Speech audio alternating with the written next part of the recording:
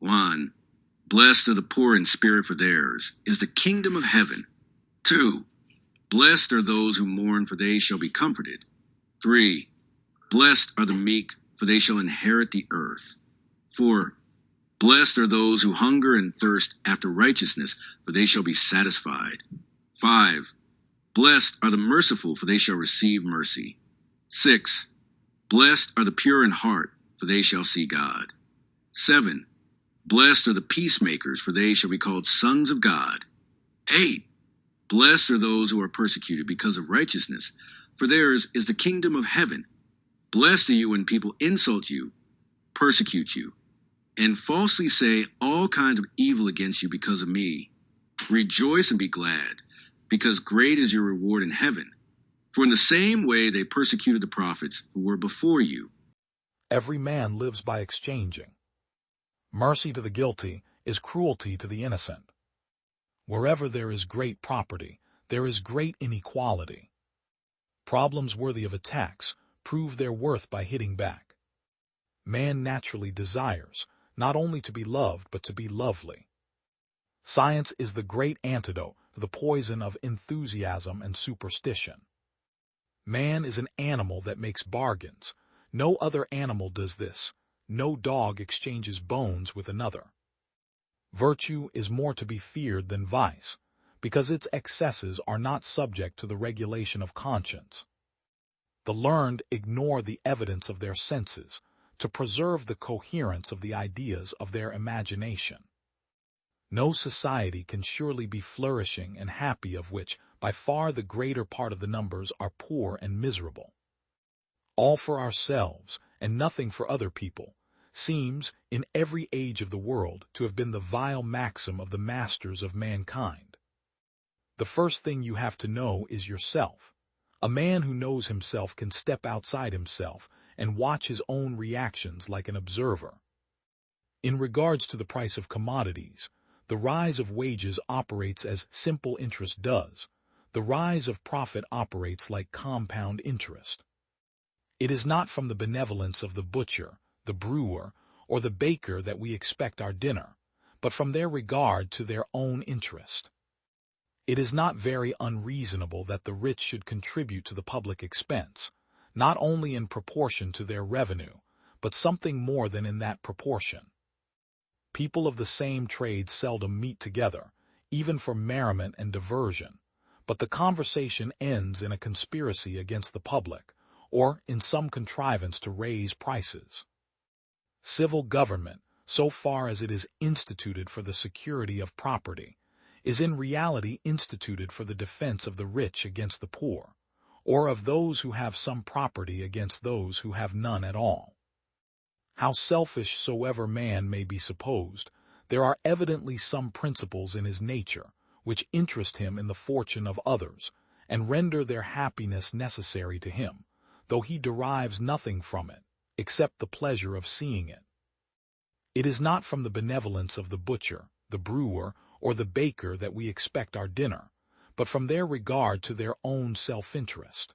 We address ourselves not to their humanity, but to their self-love, and never talk to them of our own necessities, but of their advantages. Our merchants and masters complain much of the bad effects of high wages in raising the price and lessening the sale of goods. They say nothing concerning the bad effects of high profits. They are silent with regard to the pernicious effects of their own gains. They complain only of those of other people. Wherever there is great property, there is great inequality. For one very rich man there must be at least 500 poor, and the affluence of the few supposes the indigence of the many. The affluence of the rich excites the indignation of the poor, who are often both driven by want and prompted by envy to invade his possessions. The man of system, on the contrary, is apt to be very wise in his own conceit, and is often so enamored with the supposed beauty of his own ideal plan of government that he cannot suffer the smallest deviation from any part of it. He goes on to establish it completely and in all its parts, without any regard either to the great interests, or to the strong prejudices which may oppose it. The interest of businessmen is always in some respects different from, and even opposite to that of the public. The proposal of any new law or regulation of commerce which comes from this order ought never to be adopted till after having been long and carefully examined, with the most suspicious attention. It comes from an order of men who have generally an interest to deceive and even oppress the public. The man whose whole life is spent in performing a few simple operations, of which the effects are perhaps always the same, or very nearly the same, has no occasion to exert his understanding or to exercise his invention in finding out expedients for removing difficulties which never occur. He naturally loses, therefore, the habit of such exertion, and generally becomes as stupid and ignorant as it is possible for a human creature to become.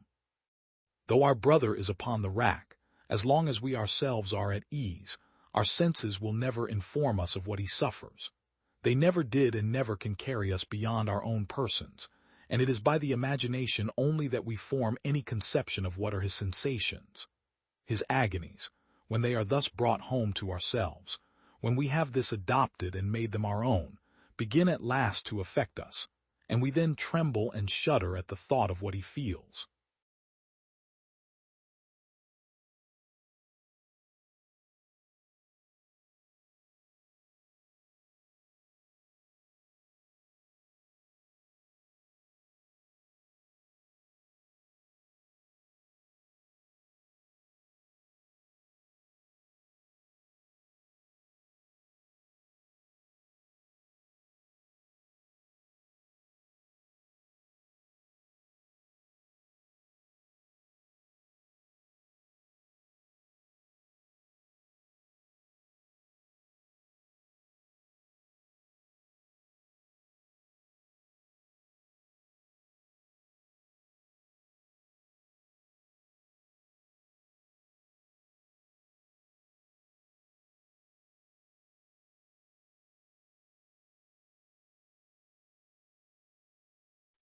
Every man lives by exchanging. Mercy to the guilty is cruelty to the innocent. Wherever there is great property, there is great inequality. Problems worthy of attacks prove their worth. When one door closes, another one opens. Night is a more quiet time to work. It aids thought. Before anything else, preparation is the key to success. One day, every major city in America will have a telephone. The day will come when the man at the telephone will be. The achievement of one goal should be the starting point of another. The only difference between success and failure is the ability to take action. There are two critical points in every aerial flight, its beginning and its end. First words on the first telephone: "Mr. Watson, come here, I want to see you." Great discoveries and improvements invariably involve the cooperation of many minds. The most successful men in the end are those whose success is the result of steady accretion. It is the man who carefully advances step by step who is bound to succeed in the greatest degree. God has strewn our paths with wonders, and we certainly should not go through life with our eyes shut. A man, as a general rule, owes very little to what he is born with. A man is what he makes of himself. Concentrate all your thoughts upon the work at hand. The sun's rays do not burn until brought to a focus. The day will come when the man at the telephone will be able to see the distant person to whom he is speaking.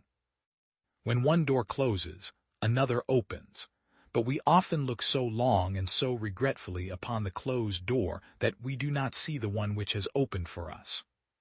You cannot force ideas. Successful ideas are the result of slow growth. Ideas do not reach perfection in a day, no matter how much study is put upon them. I have traveled around the globe.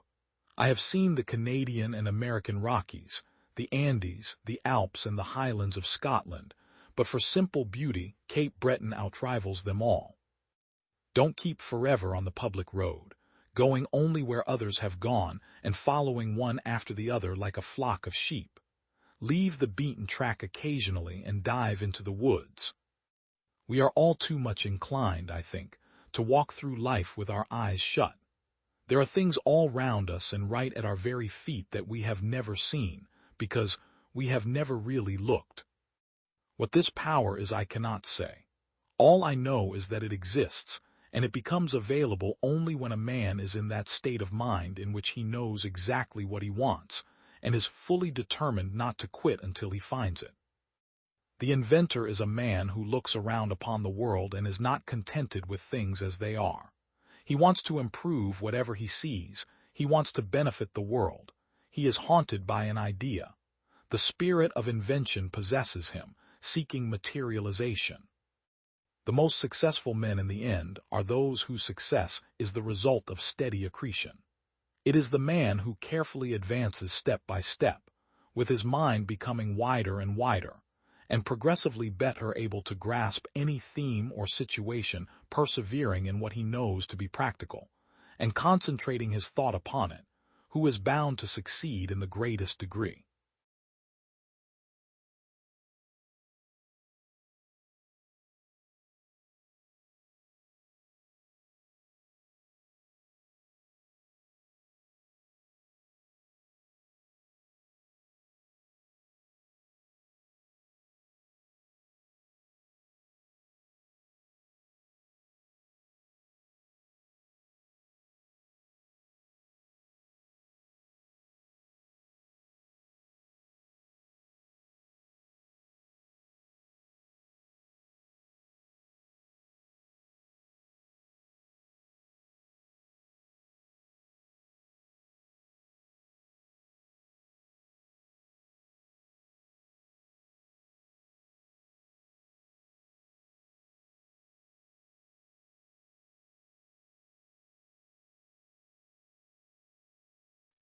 Every man lives by exchanging. Mercy to the guilty is cruelty to the innocent. Wherever there is great property, there is the art of reading is to skip judiciously. Those who stand for nothing fall for everything. Men are reasoning rather than reasonable animals. I never expect a perfect work from an imperfect man. A powerful, victorious ally is yet another name for master. Vigor of government is essential to the security of liberty. Here, sir, the people govern. Here they act by their immediate representatives. I have thought it my duty to exhibit things as they are, not as they ought to be. A well-adjusted person is one who makes the same mistake twice without getting nervous. The best we can hope for concerning the people at large is that they be properly armed. A nation which can prefer disgrace to danger is prepared for a master and deserves one. Hard words are very rarely useful. Real firmness is good for everything. Strut is good for nothing. Give all the power to the many, they will oppress the few. Give all the power to the few, they will oppress the many. If we must have an enemy at the head of government, let it be one whom we can oppose, and for whom we are not responsible. The Constitution shall never be construed to prevent the people of the United States, who are peaceable citizens, from keeping their own arms. Why has government been instituted at all? Because the passions of man will not conform to the dictates of reason and justice without constraint. Who talks most about freedom and equality? Is it not those who hold the Bill of Rights in one hand and a whip for affrighted slaves in the other? For in politics, as in religion, it is equally absurd to aim at making proselytes by fire and sword. Heresies in either can rarely be cured by persecution. The inquiry constantly is what will please, not what will benefit the people.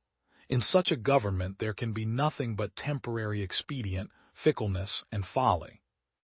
It will be of little avail to the people that the laws are made by men of their own choice, if the laws be so voluminous that they cannot be read, or so incoherent that they cannot be understood. There are seasons in every country when noise and impudence pass current for worth, and in popular commotions especially, the clamors of interested and factious men are often mistaken for patriotism. There are approximately 1,010,300 words in the English language, but I could never string enough words together to properly express how much I want to hit you with a chair. Alexander Hamilton to Thomas Jefferson. The sacred rights of mankind are not to be rummaged for among old parchments or musty records. They are written, as with a sunbeam, in the whole volume of human nature, by the hand of divinity itself, and can never be erased or obscured by mortal power. The truth unquestionably is that the only path to a subversion of the republican system of the country is, by flattering the prejudices of the people, and exciting their jealousies and apprehensions, to throw affairs into confusion and bring on civil commotion. Men give me credit for some genius. All the genius I have lies in this: when I have a subject in hand, I study it profoundly. Day and night it is before me. My mind becomes pervaded with it. Then the effort that I have made is what people are pleased to call the fruit of genius. It is the fruit of labor and thought. It has been frequently remarked that it seems to have been reserved to the people of this country to decide, by their conduct and example, the important question, whether societies of men are really capable or not, of establishing good government from reflection and choice, or whether they are forever destined to depend, for their political constitutions, on accident and force. Safety from external danger is the most powerful director of national conduct. Even the ardent love of liberty will, after a time, give way to its dictates. The violent destruction of life and property incident to war, the continual effort and alarm attendant on a state of continual danger, will compel nations the most attached to liberty to resort for repose and security to institutions which have a tendency to destroy their civil and political rights. To be more safe, they at length become willing to run the risk of being less free. When occasions present themselves in which the interests of the people are at variance with their inclinations, it is the duty of the persons whom they have appointed to be the guardians of those interests to withstand the temporary delusion, in order to give them time and opportunity for more cool and sedate reflection. Instances might be cited in which a conduct of this kind has saved the people from very fatal consequences of their own mistakes, and has procured lasting monuments of their gratitude to the men who had courage and magnanimity enough to serve them at the peril of their displeasure.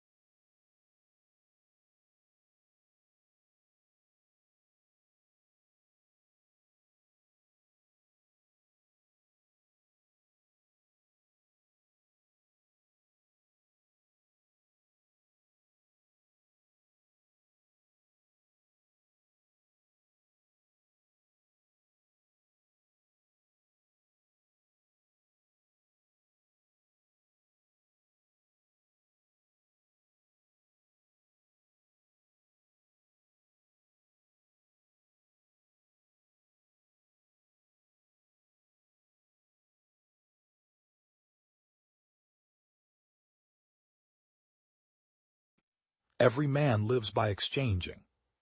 Mercy to the guilty is cruelty to the innocent. Wherever there is great property, there is great inequality. Problems worthy of attacks prove their worth by hitting back. My treasure lies in my friends. There are no more worlds to conquer. If I could not be Alexander, I would be Diogenes. There is nothing impossible to him who will try. Upon the conduct of each depends the fate of all. Upon the conduct of each determines the fate of all. Each moment free from fear makes a man immortal. Sex and sleep alone make me conscious that I am mortal. But truly, if I were not Alexander, I would be Diogenes. A tomb now suffices him for whom the world was not enough. Remember, upon the conduct of each depends the fate of all. There are so many worlds, and I have not yet conquered even one. I am indebted to my father for living, but to my teacher for living well. An army of sheep led by a lion is better than an army of lions led by a sheep. Glory crowns the deeds of those who expose themselves to toils and dangers. I am indebted to my father for living, but to my teacher for living well. I am not afraid of an army of lions led by a sheep. I am afraid of an army of sheep led by a lion. When we give someone our time, we actually give a portion of our life that we will never take back. For my part, I think that to a man of spirit there is no other aim and end of his labors except the labors themselves. As for a limit to one's labors, I, for one, do not recognize any for a high-minded man, except that the labors themselves should lead to noble accomplishments. When you bury my body, don't build any momentum and keep my hands outside so that the world knows that the person who won the whole world had nothing in his hand while dying. When my casket is being carried to the grave, leave my hands hanging outside. For empty-handed I came into this world, and empty-handed I shall go. My whole life has been a hollow waste, a futile exercise, for no one at death can take anything with them. Now you fear punishment and beg for your lives, so I will let you free, if not for any other reason, so that you can see the difference between a Greek king and a barbarian tyrant. So do not expect to suffer any harm from me. A king does not kill messengers.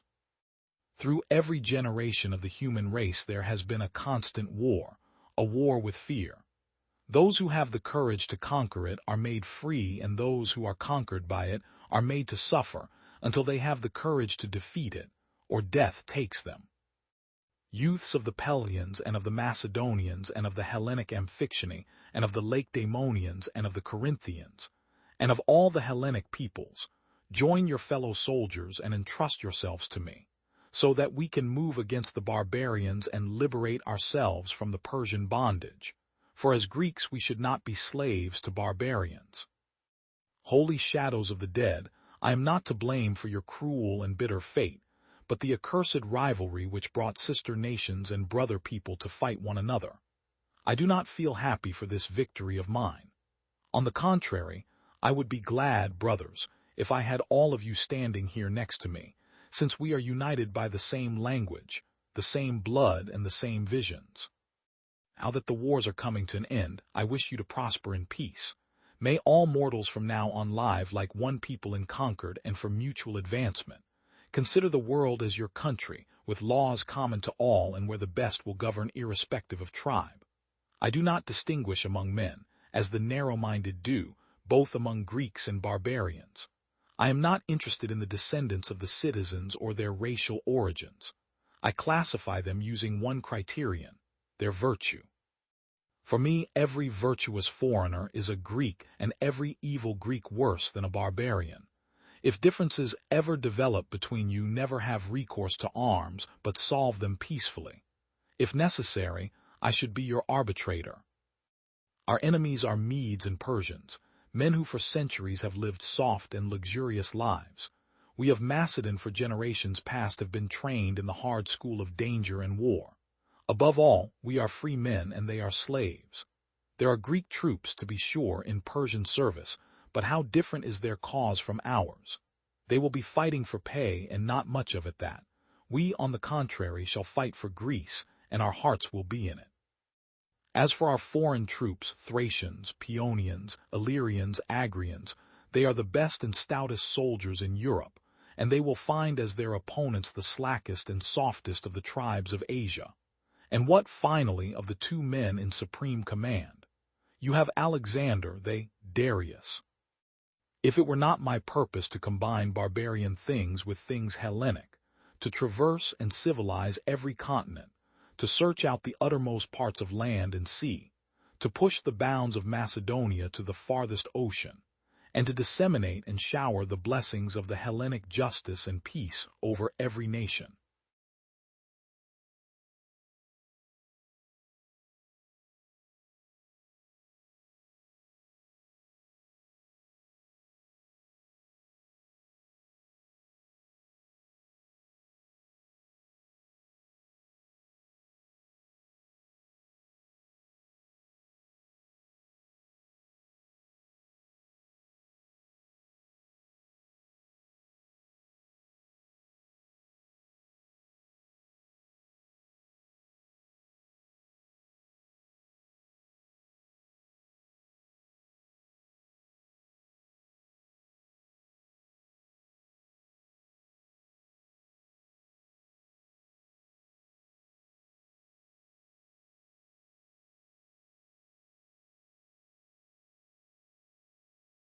Love follows knowledge. Beware the man of a single book. Wonder is the desire of knowledge. The soul is like an uninhabited world. To love is to will the good of the other. The things that we love tell us what we are. Rarely affirm, seldom deny, always distinguish. Most men seem to live according to sense rather than reason. Sorrow can be alleviated by good sleep, a bath and a glass of wine. There is nothing on this earth more to be prized than true friendship. There must be a first mover existing above all, and this we call God. Faith has to do with things that are not seen, and hope with things that are not in hand. If the highest aim of a captain were to preserve his ship, he would keep it in port forever. For those with faith, no evidence is necessary. For those without it, no evidence will suffice. To one who has faith, no explanation is necessary. To one without faith, no explanation is possible.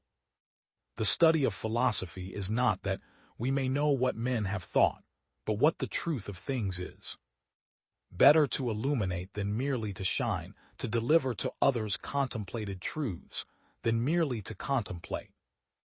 It is necessary for the perfection of human society that there should be men who devote their lives to contemplation.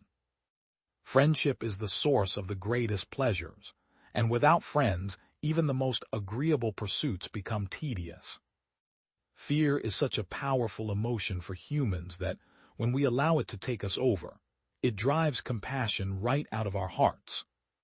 I would rather feel compassion than know the meaning of it. I would hope to act with compassion without thinking of personal gain. How is it they live in such harmony, the billions of stars, when most men can barely go a minute without declaring war in their minds? 3 things are necessary for the salvation of man: to know what he ought to believe, to know what he ought to desire, and to know what he ought to do. Because philosophy arises from awe, a philosopher is bound in his way to be a lover of myths and poetic fables. Poets and philosophers are alike in being big with wonder. We must love them both, those whose opinions we share and those whose opinions we reject, for both have labored in the search for truth, and both have helped us in finding it. Grant me, O Lord my God, a mind to know you, a heart to seek you, wisdom to find you, conduct pleasing to you, faithful perseverance in waiting for you, and a hope of finally embracing you. Amen. The truth of our faith becomes a matter of ridicule among the infidels if any Catholic, not gifted with the necessary scientific learning, presents as dogma what scientific scrutiny shows to be false. The study of truth requires a considerable effort, which is why few are willing to undertake it out of love of knowledge, despite the fact that God has implanted a natural appetite for such knowledge in the minds of men. Give us, O Lord, a steadfast heart which no unworthy affection may drag downwards. Give us an unconquered heart which no tribulation can wear out. Give us an upright heart which no unworthy purpose may tempt aside. Bestow upon us also, O Lord our God, understanding to know you, diligence to seek you, wisdom to find you, and a faithfulness that may finally embrace you, through Jesus Christ our Lord. Grant, O Lord my God, that I may never fall away in success or in failure, that I may not be prideful in prosperity nor dejected in adversity. Let me rejoice only in what unites us and sorrow only in what separates us. May I strive to please no one or fear to displease anyone except yourself. May I see always the things that are eternal and never those that are only temporal. May I shun any joy that is without you and never seek any that is beside you. O Lord, may I delight in any work I do for you and tire of any rest that is apart from you. My God, let me direct my heart towards you, and in my failings always repent with a purpose of amendment.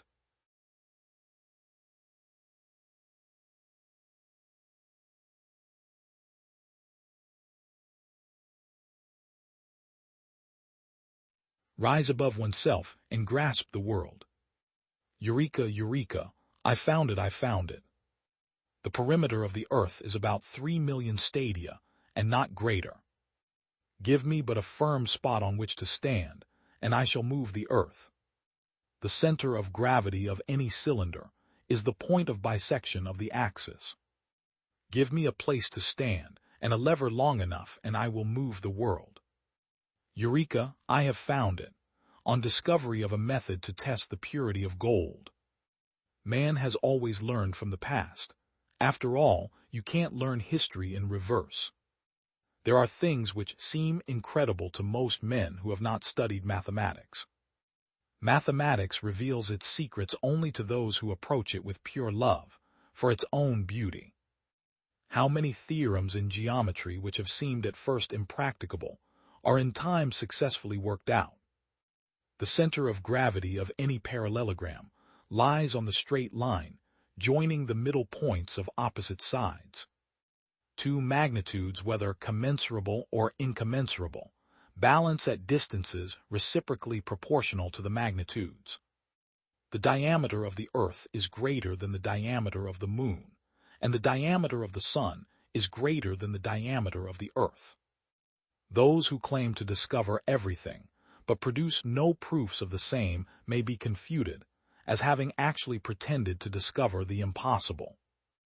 Any solid lighter than a fluid will, if placed in the fluid, be so far immersed that the weight of the solid will be equal to the weight of the fluid displaced. Equal weights at equal distances are in equilibrium, and equal weights at unequal distances are not in equilibrium, but incline towards the weight which is at the greater distance. It follows at once from the last proposition that the center of gravity of any triangle is at the intersection of the lines drawn from any two angles to the middle points of the opposite. Supposed to have been his cry, jumping naked from his bath and running in the streets, excited by a discovery about water displacement to solve a problem about the purity of a gold crown. Having been the discoverer of many splendid things, he is said to have asked his friends and relations that, after his death, they should place on his tomb a cylinder enclosing a sphere, writing on it the proportion of the containing solid to that which is contained. I am persuaded that this method for calculating the volume of a sphere will be of no little service to mathematics, for I foresee that once it is understood and established, it will be used to discover other theorems which have not yet occurred to me by other mathematicians, now living or yet unborn. Many people believe that the grains of sand are infinite in multitude. Others think that, although their number is not without limit, no number can ever be named which will be greater than the number of grains of sand. But I shall try to prove to you that among the numbers which I have named there are those which exceed the number of grains in a heap of sand, the size not only of the earth, but even of the universe. Archimedes to Eratosthenes' greeting. Certain things first became clear to me by a mechanical method, although they had to be demonstrated by geometry afterwards, because their investigation by the said method did not furnish an actual demonstration. But it is of course easier, when we have previously acquired by the method some knowledge of the questions, to supply the proof than it is to find it without any previous knowledge. Spoken of the young Archimedes. He was as much enchanted by the rudiments of algebra as he would have been if I had given him an engine worked by steam, with a methylated spirit lamp to heat the boiler.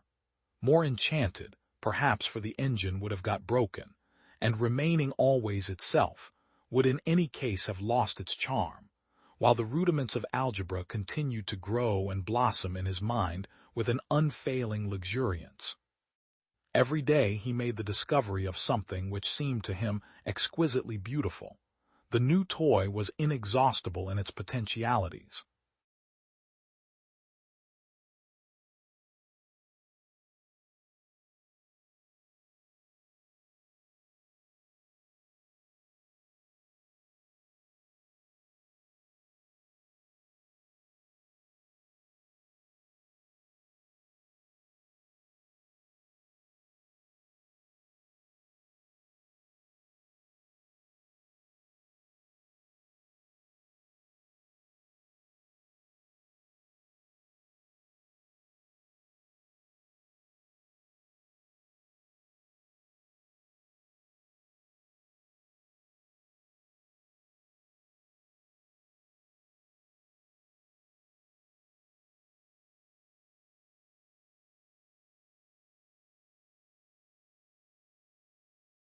You see, but you do not observe.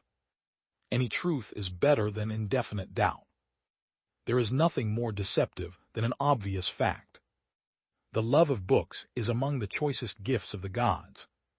Healthy skepticism is the basis of all accurate observation. You yourself may not be luminous, but you are a conductor of light. I'm not a psychopath, I'm a fully functioning sociopath. Do your research. The world is full of obvious things which nobody, by any chance, ever observes. Life is infinitely stranger than anything which the mind of man could invent. There are 50 who can reason synthetically, for one who can reason analytically. Mediocrity knows nothing higher than itself, but talent instantly recognizes genius. The chief proof of man's real greatness lies in his perception of his own smallness. Education never ends, Watson. It is a series of lessons, with the greatest for the last. It has long been an axiom of mine that the little things are infinitely the most important. Skill is fine, and genius is splendid, but the right contacts are more valuable than either. It is stupidity, rather than courage, to refuse to recognize danger when it is close upon you. When you have eliminated the impossible, what is left, no matter how unlikely, is the truth. When the impossible has been eliminated, all that remains, no matter how improbable, is possible. It is a fool's plan to teach a man to be a cur in peace, and think that he will be a lion in war. It is a capital mistake to theorize before one has data. Insensibly, one begins to twist facts to suit theories, instead of theories to suit facts. How sweet the morning air is! How small we feel with our petty ambitions and strivings in the presence of the great elemental forces of nature. The most dangerous condition for a man or a nation is when his intellectual side is more developed than his spiritual. Is that not exactly the condition of the world today? A dog reflects the family life. Whoever saw a frisky dog in a gloomy family, or a sad dog in a happy one? Snarling people have snarling dogs. Dangerous people have dangerous ones. Depend upon it, there comes a time when for every addition of knowledge you forget something that you knew before. It is of the highest importance, therefore, not to have useless facts elbowing out the useful ones. When the spirits are low, when the day appears dark, when work becomes monotonous, when hope hardly seems worth having, just mount a bicycle and go out for a spin down the road, without thought on anything but the ride you are taking.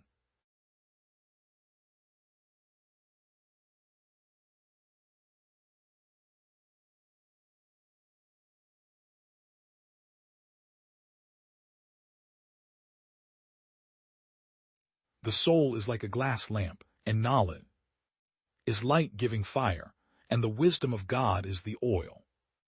If it is lit, you are alive, and if it is darkened, you are dead. Some doctors say, melancholy is from the jinn. Time is merely a feature of our memories and expectations.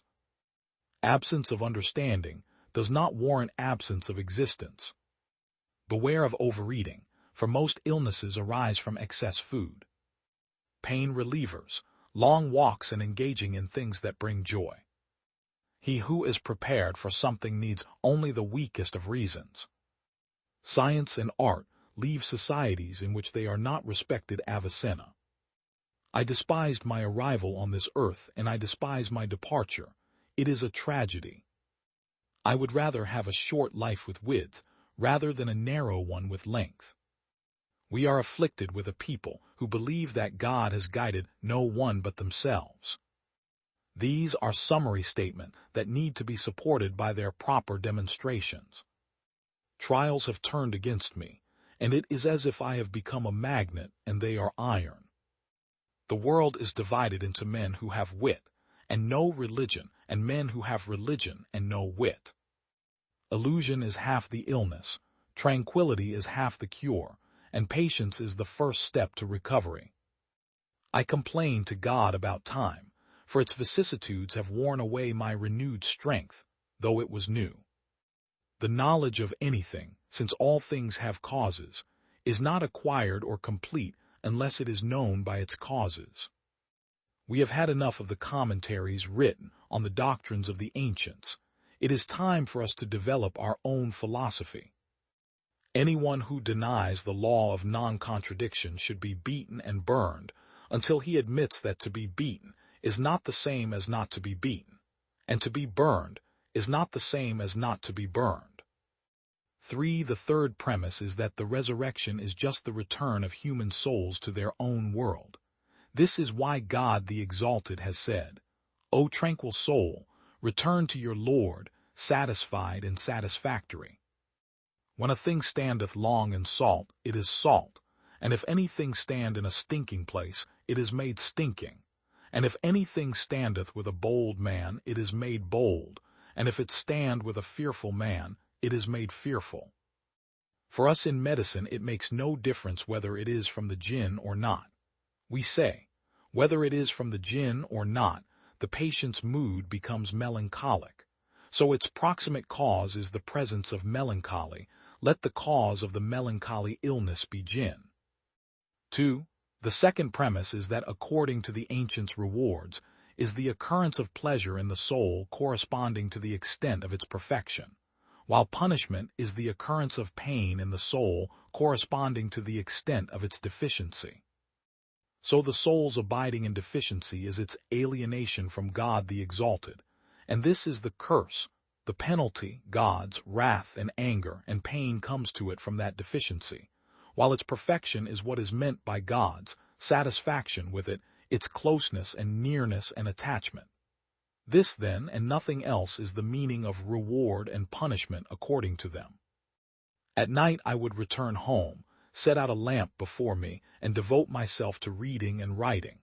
Whenever sleep overcame me or I became conscious of weakening, I would turn aside to drink a cup of wine, so that my strength would return to me. Then I would return to reading, and whenever sleep seized me I would see those very problems in my dream, and many questions became clear to me in my sleep. I continued in this until all of the sciences were deeply rooted within me, and I understood them as is humanly possible. Everything which I knew at the time is just as I know it now. I have not added anything to it to this day. Thus I mastered the logical, natural, and mathematical sciences, and I had now reached the science.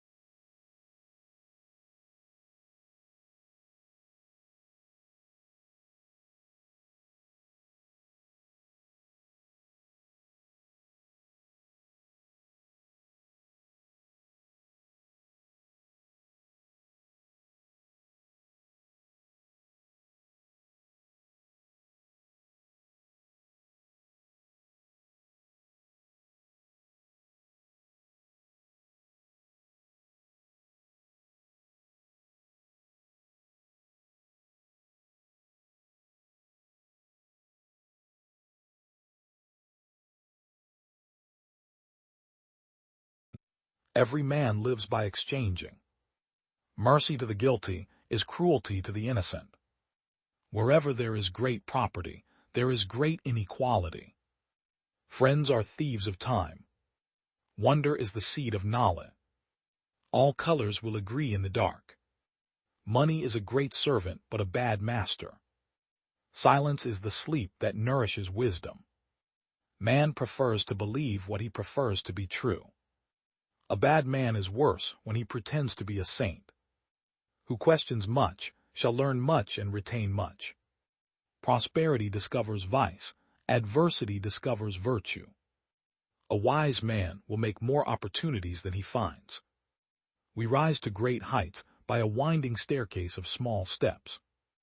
It's not what we profess, but what we practice that gives us integrity. Truth can never be reached by just listening to the voice of an authority. I will never be an old man. To me, old age is always 15 years older than I am. Hope is the most beneficial of all the affections, and doth much to the prolongation of life. If we are to achieve things never before accomplished, we must employ methods never before attempted. Write down the thoughts of the moment. Those that come unsought for are commonly the most valuable. Read not to contradict and confute, nor to believe and take for granted, but to weigh and consider. A little science estranges a man from God, but an in-depth study of science makes him a believer in God. Imagination was given to man to compensate him for what he is not, a sense of humor to console him for what he is. If a man will begin with certainties, he shall end in doubts, but if he will content to begin with doubts, he shall end in certainties. Begin doing what you want to do now. We are not living in eternity. We have only this moment, sparkling like a star in our hand and melting like a snowflake. There is a difference between happiness and wisdom. He that thinks himself the happiest man is really so, but he that thinks himself the wisest is generally the greatest fool.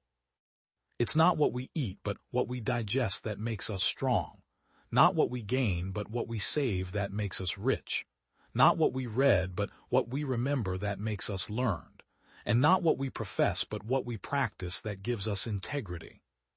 Some men covet knowledge out of a natural curiosity and inquisitive temper, some to entertain the mind with variety and delight, some for ornament and reputation, some for victory and contention, many for lucre and a livelihood, and but few for employing the divine gift of reason to the use and benefit of mankind.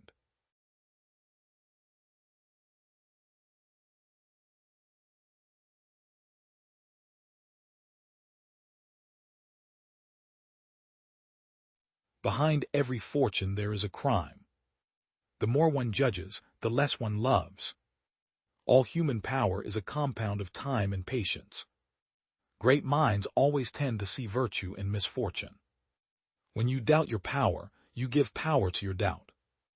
Every moment of happiness requires a great amount of ignorance. Do you know what is the hardest thing in life? To make a choice. The world are a ship in full sail, a galloping horse and a woman. There is no such thing as a great talent without great willpower. It is quite right what they say, the three most beautiful sights in memories beautify life, but the capacity to forget makes it bearable. An unfulfilled vocation drains the color from a man's entire existence. Equality may be a right, but no power on earth can convert it into fact.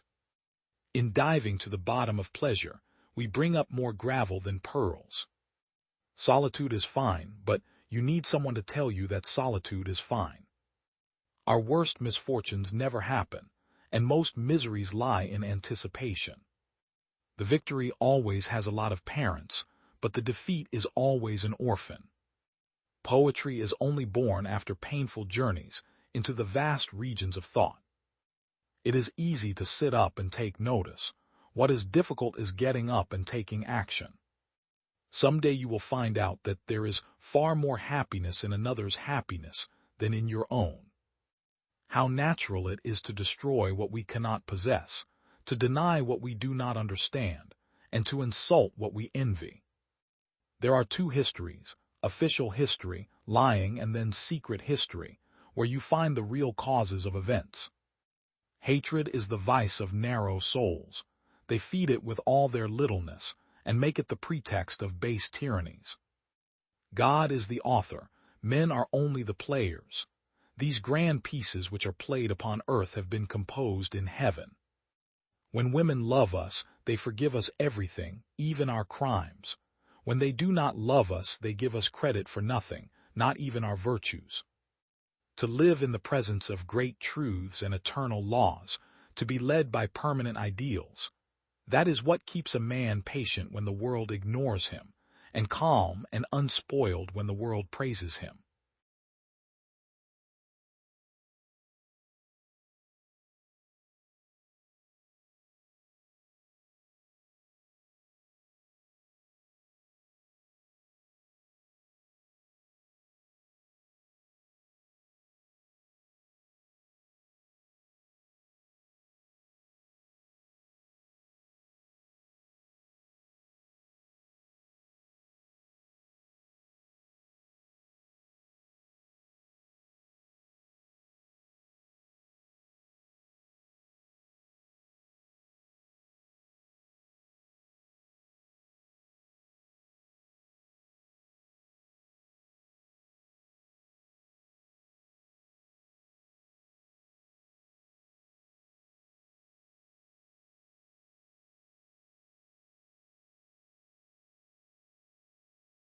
Every man lives by exchanging. Mercy to the guilty is cruelty to the innocent. Wherever there is great property, there is great inequality. Problems worthy of it. All children are born atheists. They have no idea of God. The source of man's unhappiness is his ignorance of nature. The unhappiness of people is due to their ignorance of nature. All religions are ancient monuments to superstition, ignorance, and ferocity. Tolerance and freedom of thought are the veritable antidotes to religious fanaticism. If the ignorance of nature gave birth to gods, the knowledge of nature is calculated to destroy them. It is only by dispelling the clouds and phantoms of religion that we shall discover truth, reason, and morality. It is thus superstition infatuates man from his infancy, fills him with vanity, and enslaves him with fanaticism. The atheist destroys the chimeras which afflict the human race, and so leads men back to nature, to experience, and to reason. All religious notions are uniformly founded on authority. All the religions of the world forbid examination, and are not disposed that men should reason upon them. Nature, you say, is totally inexplicable without a God. That is to say, to explain what you understand very little, you have need of a cause which you understand not at all. Savage and furious nations, perpetually at war, adore under diverse names some God conformable to their ideas, that is to say, cruel, carnivorous, selfish, bloodthirsty. The universe, that vast assemblage of everything that exists, presents only matter and motion. The whole offers to our contemplation nothing but an immense, an uninterrupted succession of causes and effects. When we examine the opinions of men, we find that nothing is more uncommon than common sense, or, in other words, they lack judgment to discover plain truths, or to reject absurdities and palpable contradictions. If the ministers of the Church have often permitted nations to revolt for heaven's cause, they never allowed them to revolt against real evils or known violences. It is from heaven that the chains have come to fetter the minds of mortals. If we go back to the beginnings of things, we shall always find that ignorance and fear created the gods, that imagination, rapture, and deception embellished them, that weakness worships them, that custom spares them, and that tyranny favors them in order to profit from the blindness of men. Men always fool themselves when they give up experience for systems born of the imagination. Man is the work of nature, he exists in nature, he is subject to its laws, he cannot break free, he cannot leave even in thought. It is in vain that his spirit wants to soar beyond the bounds of the visible world. He is always forced to return. Suns are extinguished or become corrupted. Planets perish and scatter across the wastes of the sky. Other suns are kindled. New planets form to make their revolutions or describe new orbits. And man, an infinitely minute part of a globe which itself is only an imperceptible point in the immense whole, believes that the universe is made for himself. What, indeed, is an atheist? He is one who destroys delusions which are harmful to humanity in order to lead men back to nature, to reality, to reason. He is a thinker who, having reflected on the nature of matter, its energy, properties, and ways of acting, has no need of idealized powers or imaginary intelligences to explain the phenomena of the universe and the operations of nature. It is thus religion infatuates man from his infancy, fills him with vanity and fanaticism. If he has a heated imagination, it drives him on to fury. If he has activity, it makes him a madman, who is frequently as cruel to himself, as he is dangerous and incommodious to others. If, on the contrary, he be phlegmatic or of a slothful habit, he becomes melancholy and is useless to society. Religion has ever filled the mind of man with darkness, and kept him in ignorance of his real duties and true interests. It is by dispelling the clouds and phantoms of religion that we shall discover truth, morality, and reason. Religion diverts us from the causes of evils, and from these remedies which nature advocates, far from curing. It only aggravates, perpetuates, and multiplies them. People have suffered and become insane for centuries by the thought of eternal punishment after death. Wouldn't it be better to depend on blind matter than a God who puts out traps for people, invites them to sin, and allows them to sin and commit crimes he could prevent, only to finally get the barbarian pleasure to punish them in an excessive way, of no use for himself, without them changing their ways, and without their example preventing others from committing crimes? The inward persuasion that we are free to do or not to do a thing is but a mere illusion. If we trace the true principle of our actions, we shall find that they are always necessary consequences of our volitions and desires, which are never in our power. You think yourself free because you do what you will, but are you free to will or not to will, to desire or not to desire? Are not your volitions and desires necessarily excited by objects or qualities totally independent of you? The Jehovah of the Jews is a suspicious tyrant, who breathes nothing but blood, murder, and carnage, and who demands that they should nourish him with the vapors of animals. The Jupiter of the pagans is a lascivious monster. The Moloch of the Phoenicians is a cannibal. The pure mind of the Christians resolved, in order to appease his fury, to crucify his own son. The savage god of the Mexicans cannot be satisfied without thousands of mortals which are immolated to his sanguinary appetite. How could the human mind progress, while tormented with frightful phantoms and guided by men, interested in perpetuating its ignorance and fears? Man has been forced to vegetate in his primitive stupidity. He has been taught stories about invisible powers upon whom his happiness was supposed to depend. Occupied solely by his fears, and by unintelligible reveries, he has always been at the mercy of priests, who have reserved to themselves the right of thinking for him, and of directing his actions.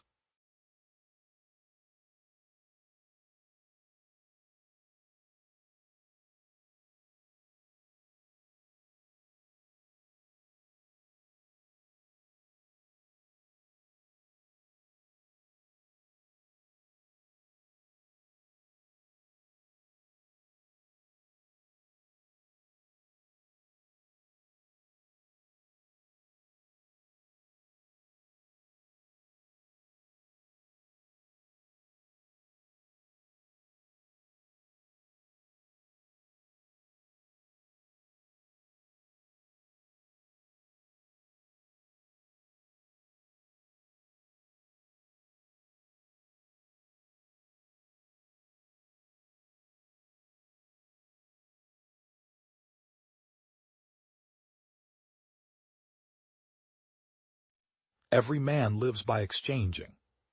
Mercy to the guilty is cruelty to the innocent. Wherever there is great property, there is great inequality. Problems worthy of attacks prove their worth. Ever thine, ever mine, ever ours. I shall seize fate by the throat. To play without passion is inexcusable. Applaud, my friends, the comedy is over. Love demands all and has a right to all. Only the pure of heart can make a good soup. Music is like a dream, one that I cannot hear. The guitar is a miniature orchestra in itself. A great poet is the most precious jewel of a nation.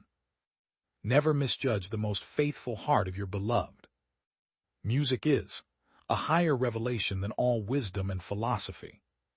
I would rather write 10,000 notes than a single letter of the alphabet. Nothing is more intolerable than to have admit to yourself your own errors. I will take fate by the throat. It will never bend me completely to its will. Recommend to your children virtues. That alone can make them happy, not gold. To play a wrong note is insignificant. To play without passion is inexcusable. There are and always will be thousands of princes, but there is only one Beethoven. Whoever tells a lie is not pure of heart, and such a person cannot cook a clean soup. Music should strike fire from the heart of man, and bring tears from the eyes of woman. My thoughts go out to you. My immortal beloved, I can only live wholly with you or not at all. Never forget the days I spent with you. Continue to be my friend, as you will always find me yours. Never shall I forget the days I spent with you. Continue to be my friend, as you will always find me yours.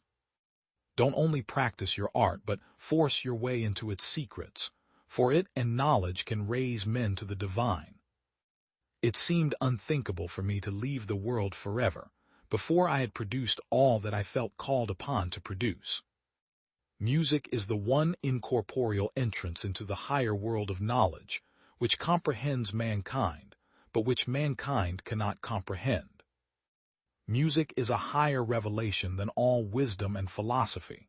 Music is the electrical soil in which the spirit lives, thinks, and invents.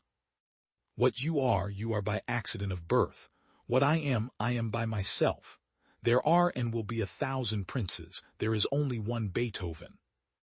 Be calm, my life, my all. Only by calm consideration of our existence can we achieve our purpose to live together. Oh, continue to love me. Never misjudge the most faithful heart of your beloved. It is my wish that you may have a better and freer life than I have had. Recommend virtue to your children. It alone, not money, can make them happy. I speak from experience. This was what upheld me in time of misery. My misfortune is doubly painful to me because it will result in my being misunderstood. For me, there can be no recreation in the company of others, no intelligent conversation, no exchange of information with peers. Only the most pressing needs can make me venture into society. I am obliged to live like an outcast.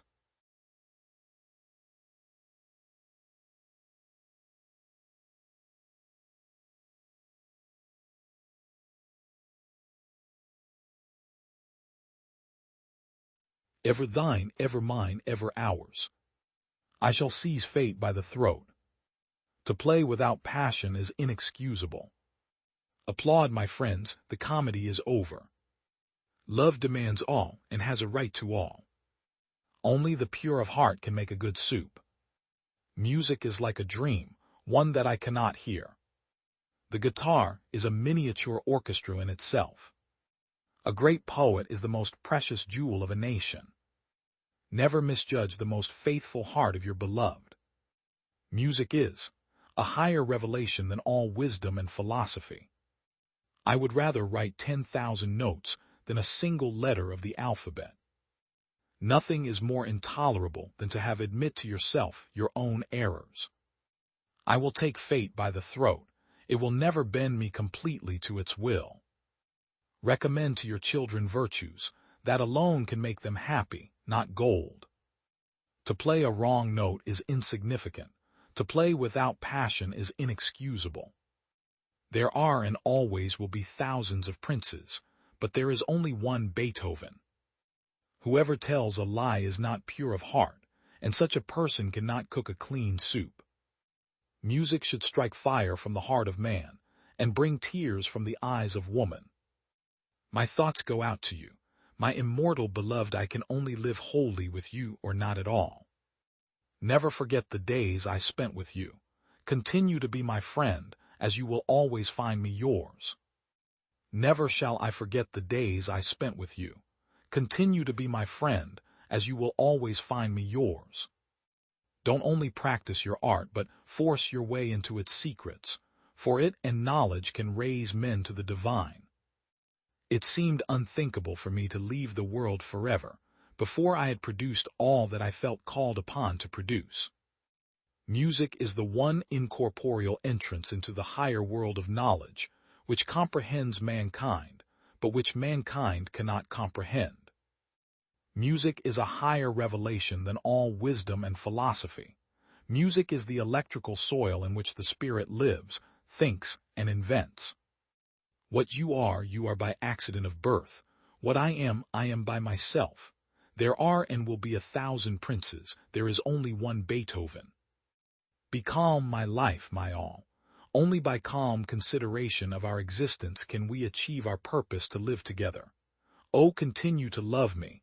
Never misjudge the most faithful heart of your beloved. It is my wish that you may have a better and freer life than I have had. Recommend virtue to your children. It alone, not money, can make them happy. I speak from experience. This was what upheld me in time of misery. My misfortune is doubly painful to me because it will result in my being misunderstood. For me, there can be no recreation in the company of others, no intelligent conversation, no exchange of information with peers. Only the most pressing needs can make me venture into society. I am obliged to live like an outcast.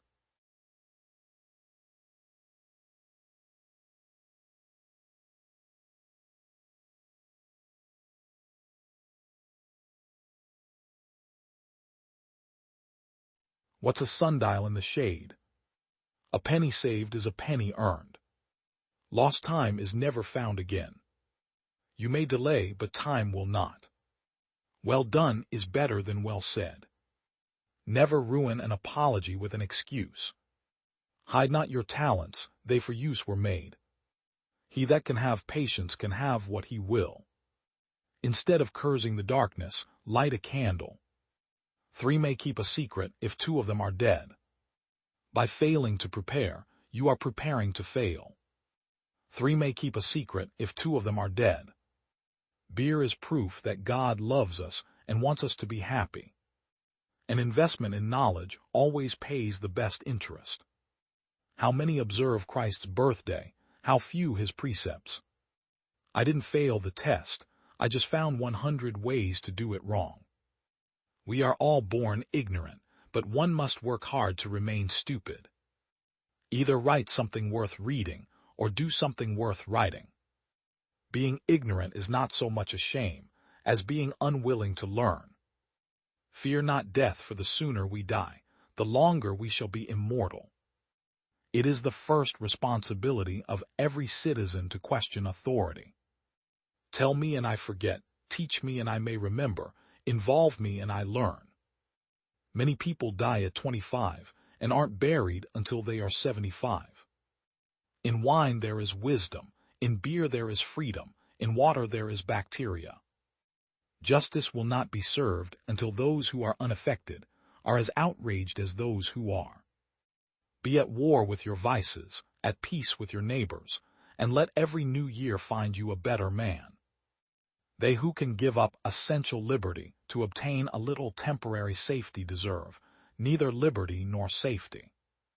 The Constitution only guarantees the American people the right to pursue happiness. You have to catch it yourself. Those who would give up essential liberty to purchase a little temporary safety deserve neither liberty nor safety. If all printers were determined not to print anything till they were sure it would offend nobody, there would be very little printed. I am for doing good to the poor, but I think the best way of doing good to the poor is not making them easy in poverty but leading or driving them out of it. I observed that the more public provisions were made for the poor, the less they provided for themselves and of course became poorer. And on the contrary, the less was done for them, the more they did for themselves and became richer.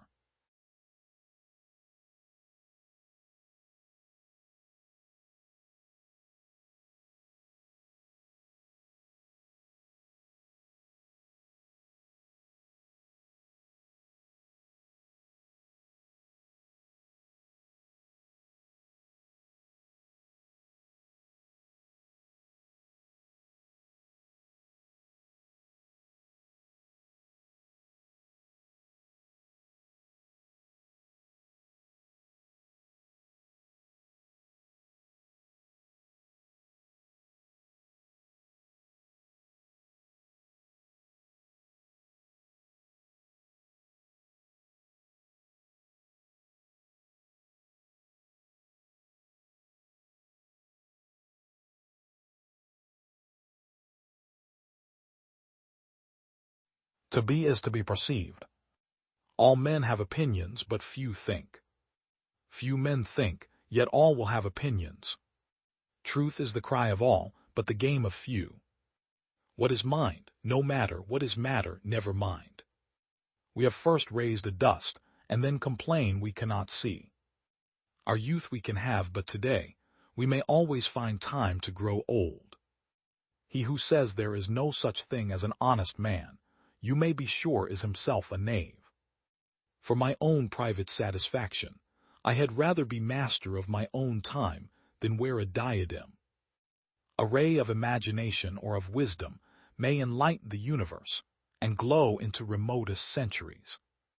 It is impossible that a man who is false to his friends and neighbors should be true to the public.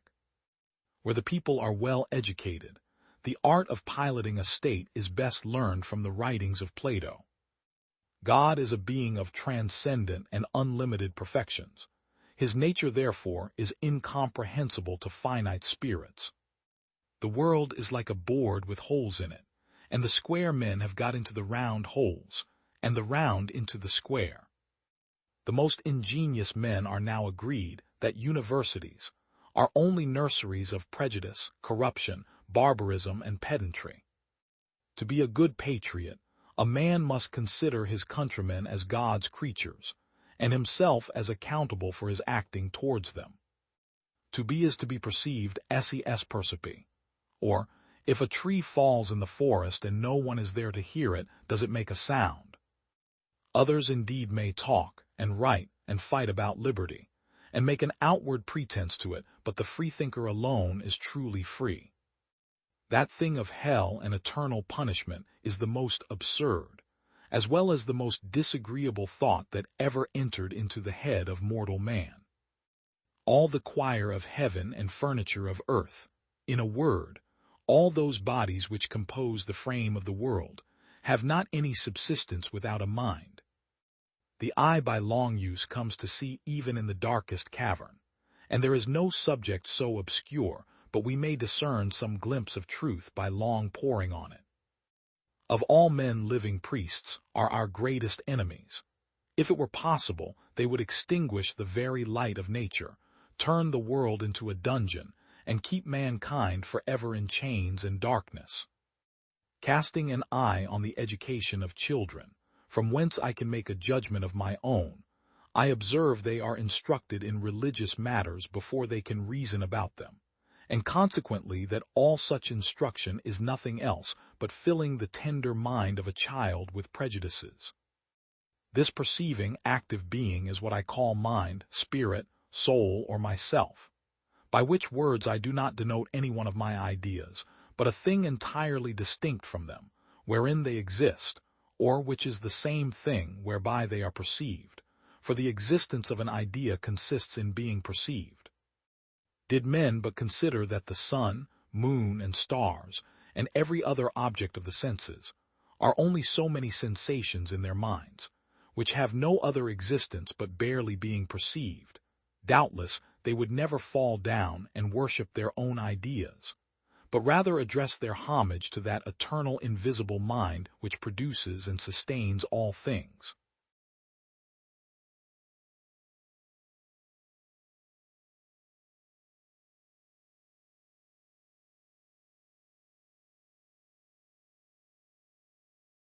No one gossips about other people's secret virtues. I would never die for my beliefs, because I might be wrong. Most people would sooner die than think. In fact, they do so. It's easy to fall in love. The hard part is finding someone to catch you. The hardest thing to learn in life is which bridge to cross and which to burn. To fear love is to fear life, and those who fear life are already 3 parts dead. Of all forms of caution, caution in love is perhaps the most fatal to true happiness. Do not fear to be eccentric in opinion, for every opinion now accepted was once eccentric. There are 2 motives for reading a book, one that you enjoy it, the other that you can boast about it. One of the symptoms of an approaching nervous breakdown is the belief that one's work is terribly important. It is the preoccupation with possessions, more than anything else, that prevents us from living freely and nobly. In all affairs it's a healthy thing now, and then to hang a question mark on the things you have long taken for granted. It has been said that man is a rational animal. All my life I have been searching for evidence which could support this. Fear is the main source of superstition, and one of the main sources of cruelty. To conquer fear is the beginning of wisdom. The fundamental cause of the trouble is that in the modern world the stupid are cocksure, while the intelligent are full of doubt. Collective fear stimulates herd instinct and tends to produce ferocity toward those who are not regarded as members of the herd. And if there were a God, I think it very unlikely that he would have such an uneasy vanity as to be offended by those who doubt his existence. Those who have never known the deep intimacy and the intense companionship of happy mutual love have missed the best thing that life has to give. We know very little, and yet it is astonishing that we know so much, and still more astonishing that so little knowledge can give us so much power. A stupid man's report of what a clever man says can never be accurate, because he unconsciously translates what he hears into something he can understand. 3 passions, simple but overwhelmingly strong, have governed my life: the longing for love, the search for knowledge, and unbearable pity for the suffering of mankind. To teach how to live without certainty, and yet without being paralyzed by hesitation, is perhaps the chief thing that philosophy in our age can still do for those who study it.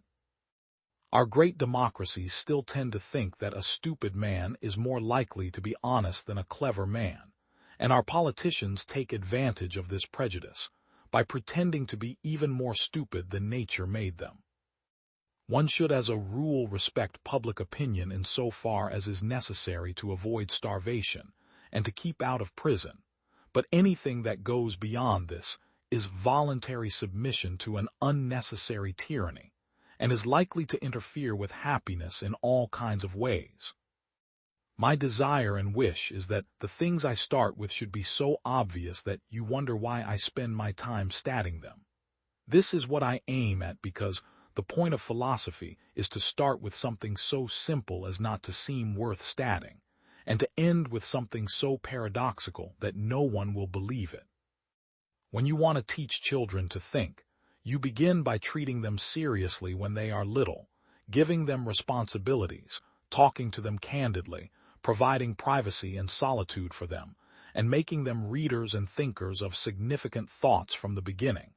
That's if you want to teach them to think. I do not pretend to be able to prove that there is no God. I equally cannot prove that Satan is a fiction. The Christian God may exist, so may the gods of Olympus, or of ancient Egypt, or of Babylon. But no one of these hypotheses is more probable than any other. They lie outside the region of even probable knowledge, and therefore there is no reason to consider any of them. Men fear thought as they fear nothing else on earth more than ruin, more even than death. Thought is subversive and revolutionary, destructive and terrible. Thought is merciless to privilege, established institutions, and comfortable habits. Thought is anarchic and lawless, indifferent to authority, careless of the well-tried wisdom of the ages. Thought looks into the pit of hell and is not afraid. Thought is great and swift and free, the light of the world and the chief glory of man.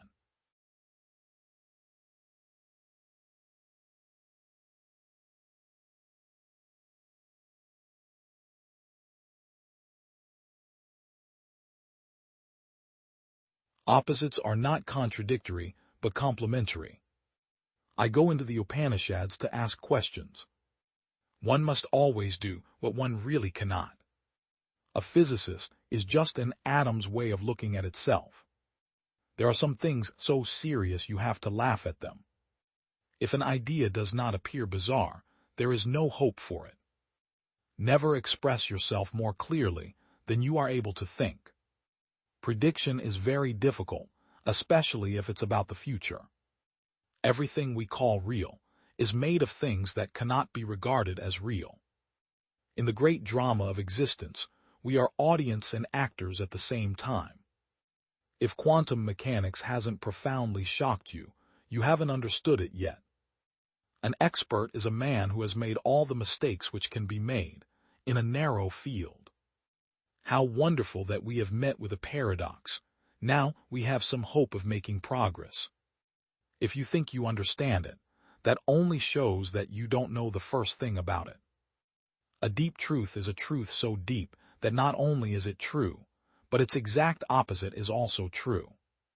The meaning of life consists in the fact that it makes no sense to say that life has no meaning. We are trapped by language to such a degree that every attempt to formulate insight is a play on words. The best weapon of a dictatorship is secrecy, but the best weapon of a democracy should be the weapon of openness. Every valuable human being must be a radical and a rebel, for what he must aim at is to make things better than they are. Every great and deep difficulty bears in itself its own solution. It forces us to change our thinking in order to find it. Great quotes from a man at the nucleus of atomic understanding. When we measure something, we are forcing an undetermined, undefined world to assume an experimental value. We are not measuring the world, we are creating it. A physicist visits a colleague and notices a horseshoe hanging on the wall above the entrance. "Do you really believe that a horseshoe brings luck?" he asks. "No," replies the colleague, "but I've been told that it works even if you don't believe in it." When asked about an underlying quantum world, Bohr would answer, "There is no quantum world. There is only an abstract quantum physical description. It is wrong to think that the task of physics is to find out how nature is. Physics concerns what we can say about nature."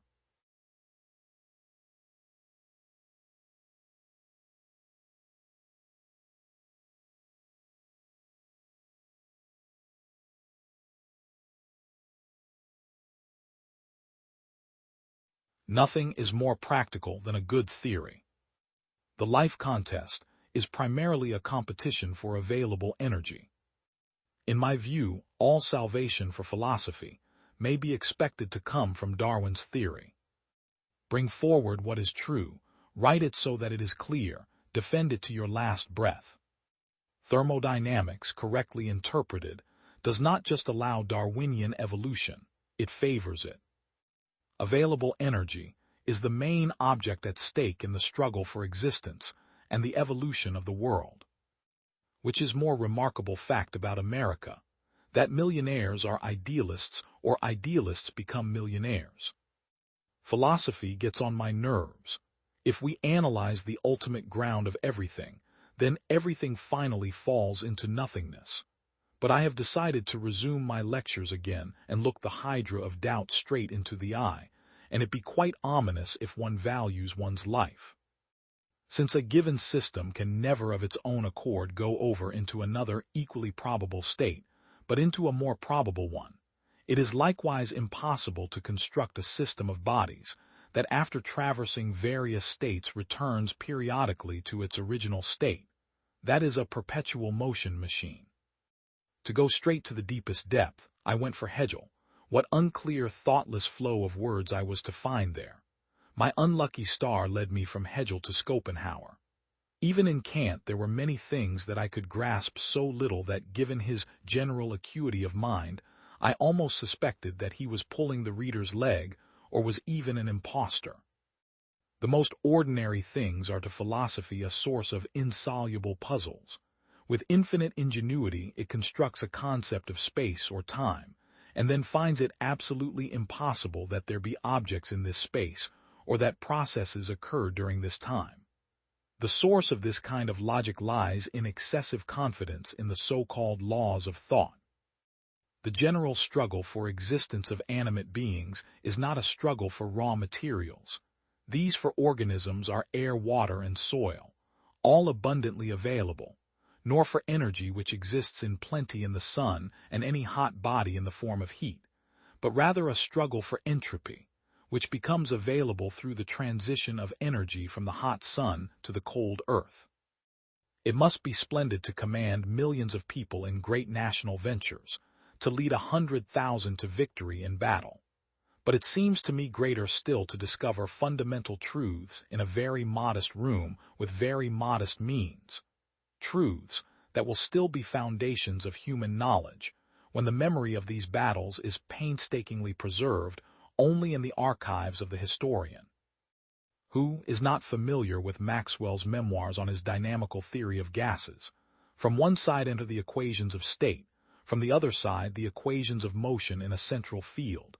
Ever higher soars the chaos of formulae. Suddenly we hear, as from kettle drums, the 4 beats put in equals 5. The evil spirit vanishes, and that which had seemed insuperable has been overcome as if by a stroke of magic. One result after another follows in quick succession till at last we arrive at the conditions for thermal equilibrium together with expressions for the transport coefficients.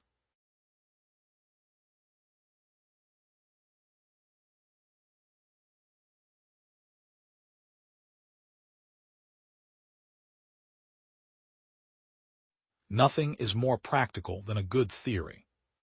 The life contest is primarily a competition for available energy. In my view, all salvation for philosophy may be expected to come from Darwin's theory. Bring forward what is true, write it so that it is clear, defend it to your last breath. Thermodynamics, correctly interpreted, does not just allow Darwinian evolution, it favors it. Available energy is the main object at stake in the struggle for existence and the evolution of the world. Which is more remarkable fact about America, that millionaires are idealists or idealists become millionaires. Philosophy gets on my nerves. If we analyze the ultimate ground of everything, then everything finally falls into nothingness. But I have decided to resume my lectures again and look the hydra of doubt straight into the eye, and it be quite ominous if one values one's life. Since a given system can never of its own accord go over into another equally probable state, but into a more probable one, it is likewise impossible to construct a system of bodies that after traversing various states returns periodically to its original state. That is a perpetual motion machine.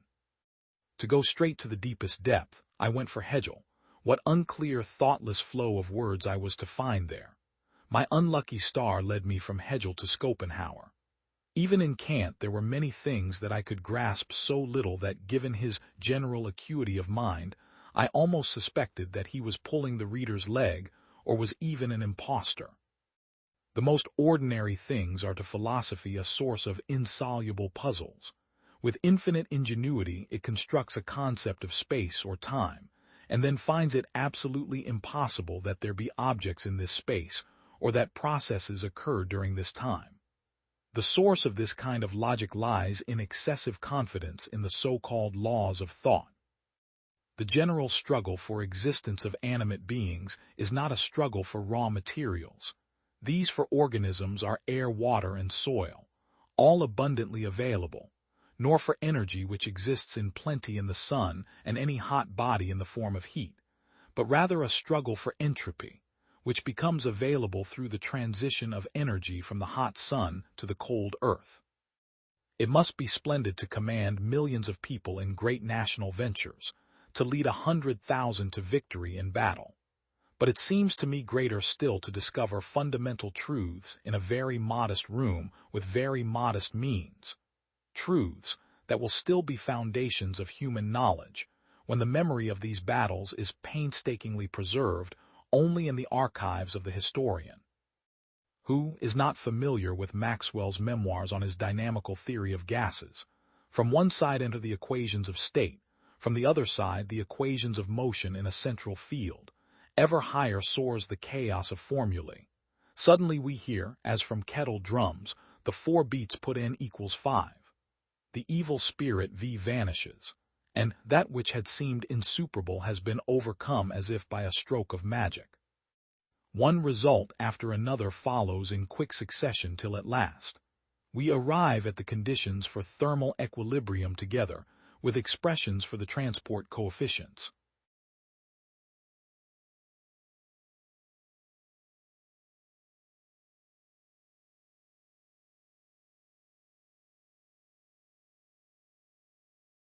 Life itself is a quotation.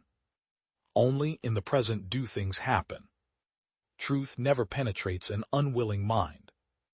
Doubt is one of the names of intelligence. Don't talk unless you can improve the silence. The original is unfaithful to the translation. In my next life, I will try to commit more errors. Time forks perpetually toward innumerable futures. Creativity is suspended between memory and forgetting. It only takes two facing mirrors to build a labyrinth. What you really value is what you miss, not what you have. I saw all the mirrors on earth, and none of them reflected me. While we are asleep in this world, we are awake in another one. Being with you, and not being with you, is the only way I have to measure time. When writers die, they become books, which is, after all, not too bad an incarnation. So plant your own gardens and decorate your own soul, instead of waiting for someone to bring you flowers. The worst labyrinth is not that intricate form that can entrap us forever, but a single and precise straight line. I can give you my loneliness, my darkness, the hunger of my heart. I am trying to bribe you with uncertainty, with danger, with defeat. Dictatorships foster oppression. Dictatorships foster servitude. Dictatorships foster cruelty. More abominable is the fact that they foster idiocy. I am not sure that I exist, actually. I am all the writers that I have read, all the people that I have met, all the women that I have loved, all the cities I have visited. All that happens to us, including our humiliations, our misfortunes, our embarrassments, all is given to us as raw material, as clay, so that we may shape our art. I am not sure that I exist, actually. I am all the writers that I have read, all the people that I have met, all the women that I have loved, all the cities I have visited. Chuang Tzu tells us of a persevering man who after 3 laborious years mastered the art of dragon slaying. For the rest of his days, he had not a single opportunity to test his skills. Time is the substance from which I am made. Time is a river which carries me along, but I am the river. It is a tiger that devours me, but I am the tiger. It is a fire that consumes me, but I am the fire. If you using local color in an unobtrusive way, it is all for the good. But if you stress it, the whole thing is artificial. But it should be used, it's not forbidden. But you don't have to stress it. Of all man's instruments, the most wondrous, no doubt, is the book. The other instruments are extensions of his body. The microscope, the telescope, are extensions of his sight. The telephone is the extension of his voice. Then we have the plow and the sword, extensions of the arm. But the book is something else altogether. The book is an extension of memory and imagination.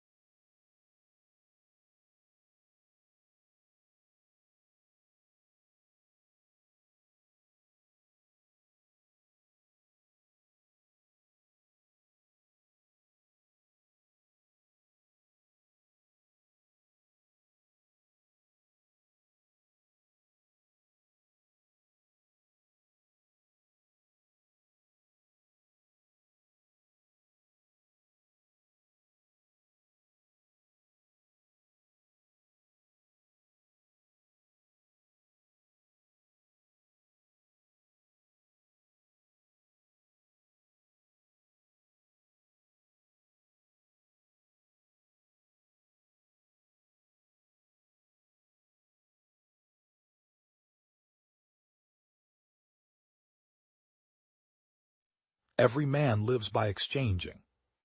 Mercy to the guilty is cruelty to the innocent. Wherever there is great property, there is great inequality. Problems worthy of attacks prove their worth by hitting back. Man naturally desires. Give me blood and I promise you freedom. Those who say that the practice of science is not possible in Bengali either do not know Bengali or do not understand science. The true laboratory is the mind, where behind illusions we uncover the laws of truth.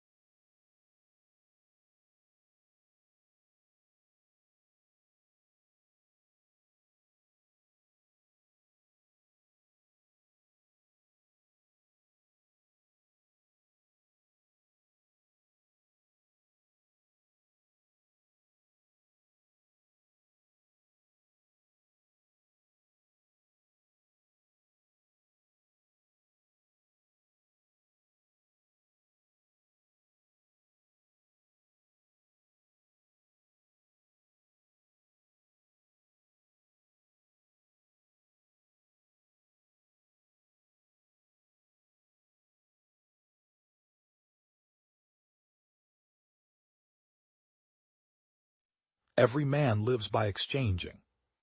Mercy to the guilty is cruelty to the innocent.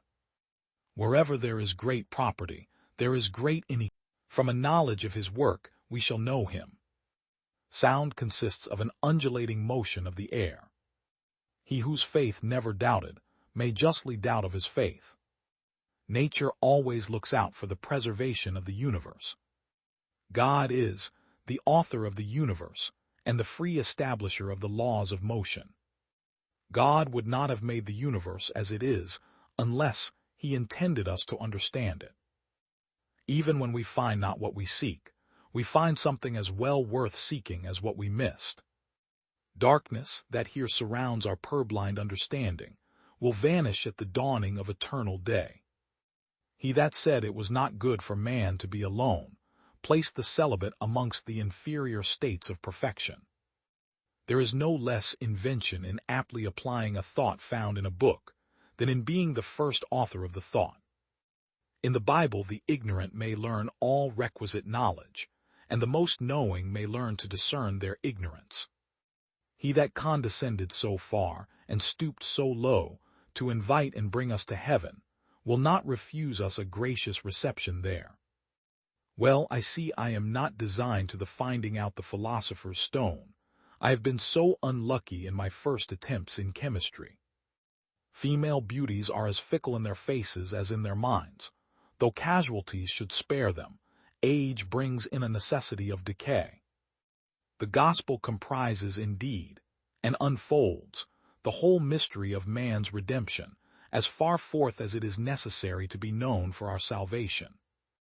As the sun is best seen at his rising and setting, so men's native dispositions are clearest seen when they are children, and when they are dying. I am not ambitious to appear a man of letters. I could be content the world should think I had scarce looked upon any other book than that of nature. Exalt your passion by directing and settling it upon an object the due contemplation of whose loveliness may cure perfectly all hurts received from mortal beauty. The generality of men are so accustomed to judge of things by their senses that, because the air is indivisible, they ascribe but little to it, and think it but one remove from nothing. Our Savior would love at no less rate than death, and from the supereminent height of glory stooped and debased himself to the sufferance of the extremest of indignities, and sunk himself to the bottom of abjectness, to exalt our condition to the contrary extreme. The book of nature is a fine and large piece of tapestry rolled up, which we are not able to see all at once, but must be content to wait for the discovery of its beauty and symmetry, little by little, as it gradually comes to be more and more unfolded or displayed. As the moon, though darkened with spots, gives us a much greater light than the stars that sown all luminous, so do the Scriptures afford more light than the brightest human authors. In them the ignorant may learn all requisite knowledge, and the most knowing may learn to discern their ignorance. I use the Scriptures, not as an arsenal to be resorted to only for arms and weapons, but as a matchless temple where I delight to be, to contemplate the beauty, the symmetry, and the magnificence of the structure, and to increase my awe, and excite my devotion to the deity there preached and adored.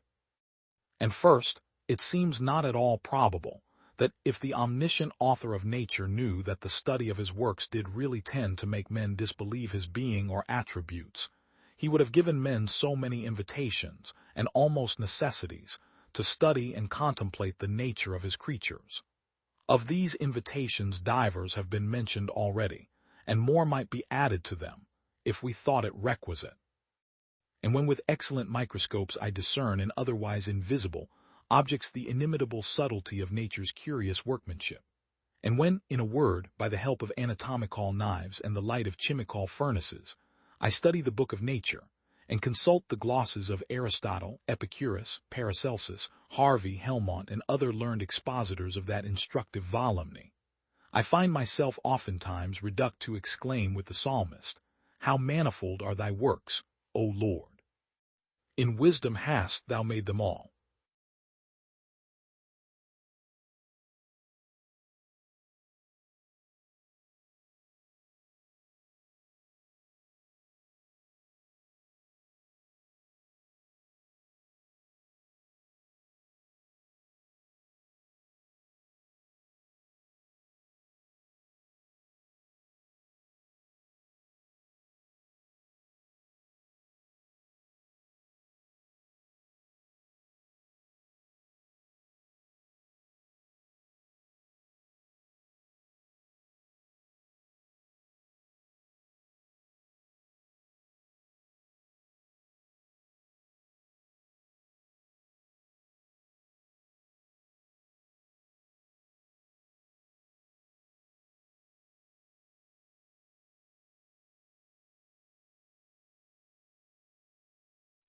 Every man lives by exchanging. Mercy to the guilty is cruelty to the innocent. Wherever there is great property, there is great inequality. Problems worthy of attacks. From a knowledge of his work we shall know him. Sound consists of an undulating motion of the air. He whose faith never doubted may justly doubt of his faith. Nature always looks out for the preservation of the universe. God is the author of the universe and the free establisher of the laws of motion. God would not have made the universe as it is unless he intended us to understand it. Even when we find not what we seek, we find something as well worth seeking as what we missed. Darkness that here surrounds our purblind understanding will vanish at the dawning of eternal day. He that said it was not good for man to be alone placed the celibate amongst the inferior states of perfection. There is no less invention in aptly applying a thought found in a book than in being the first author of the thought. In the Bible the ignorant may learn all requisite knowledge, and the most knowing may learn to discern their ignorance. He that condescended so far and stooped so low to invite and bring us to heaven will not refuse us a gracious reception there. Well, I see I am not designed to the finding out the philosopher's stone. I have been so unlucky in my first attempts in chemistry. Female beauties are as fickle in their faces as in their minds. Though casualties should spare them, age brings in a necessity of decay.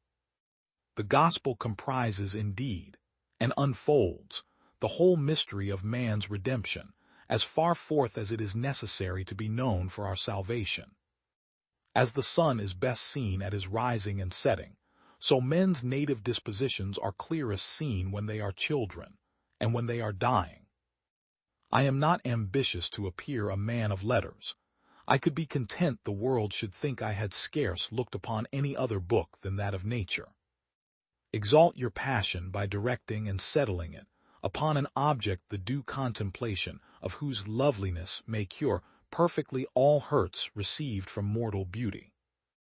The generality of men are so accustomed to judge of things by their senses that, because the air is indivisible, they ascribe but little to it, and think it but one remove from nothing.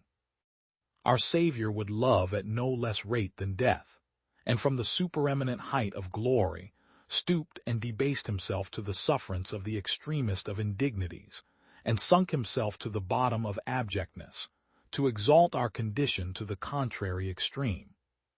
The book of nature is a fine and large piece of tapestry rolled up, which we are not able to see all at once, but must be content to wait for the discovery of its beauty and symmetry, little by little, as it gradually comes to be more and more unfolded or displayed. As the moon, though darkened with spots, gives us a much greater light than the stars that sown all luminous, so do the Scriptures afford more light than the brightest human authors. In them the ignorant may learn all requisite knowledge, and the most knowing may learn to discern their ignorance. I use the Scriptures, not as an arsenal to be resorted to only for arms and weapons, but as a matchless temple where I delight to contemplate the beauty, the symmetry, and the magnificence of the structure, and to increase my awe and excite my devotion to the deity there preached and adored. And first, it seems not at all probable that if the omniscient author of nature knew that the study of his works did really tend to make men disbelieve his being or attributes, he would have given men so many invitations and almost necessities to study and contemplate the nature of his creatures. Of these invitations divers have been mentioned already, and more might be added to them, if we thought it requisite. And when with excellent microscopes I discern in otherwise invisible objects the inimitable subtlety of nature's curious workmanship, and when, in a word, by the help of anatomical knives and the light of chimical furnaces, I study the book of nature, and consult the glosses of Aristotle, Epicurus, Paracelsus, Harvey, Helmont, and other learned expositors of that instructive volume, I find myself oftentimes reduced to exclaim with the psalmist, "How manifold are thy works, O Lord! In wisdom hast thou made them all."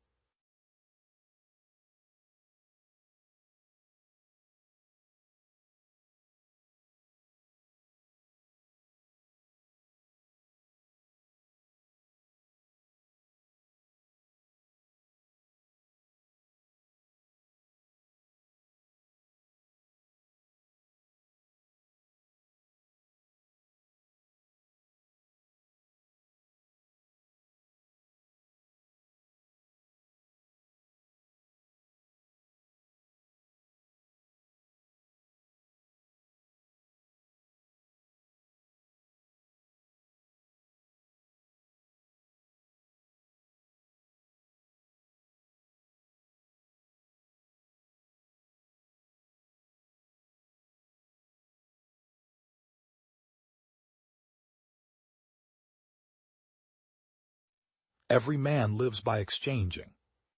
Mercy to the guilty is cruelty to the innocent. Wherever there is great property, there is great inequality. Problems worthy of attacks. Remorse is the poison of life.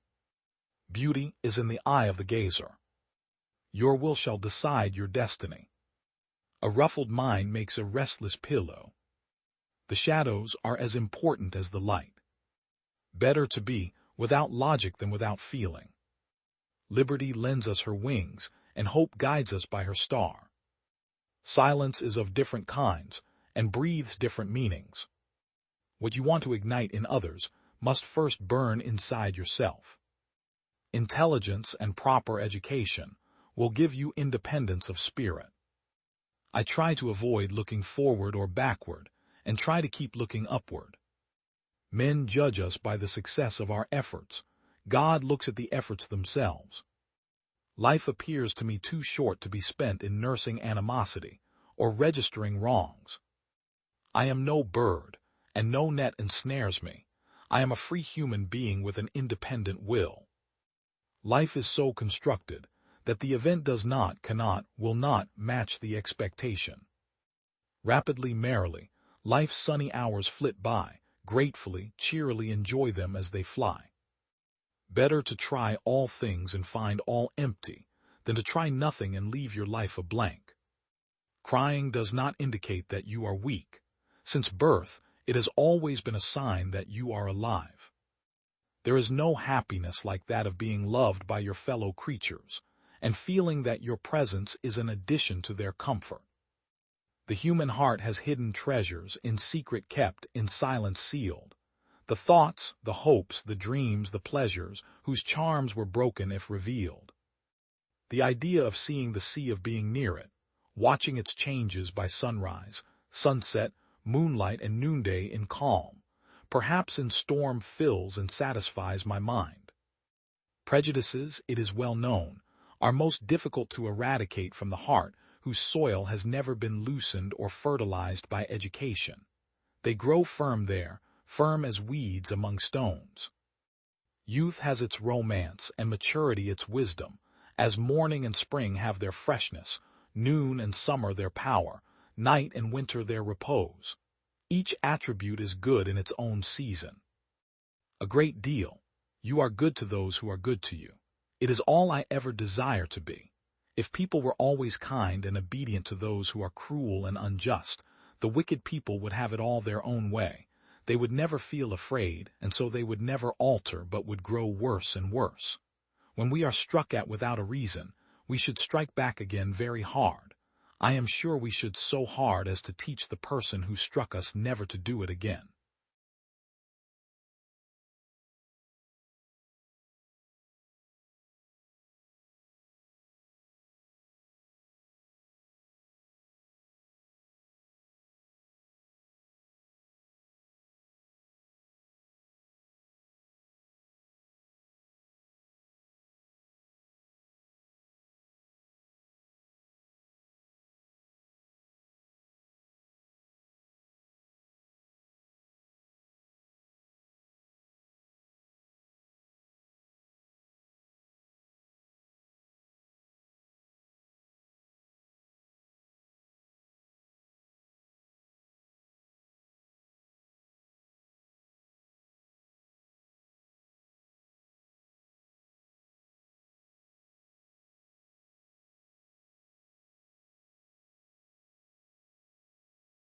Every man lives by exchanging.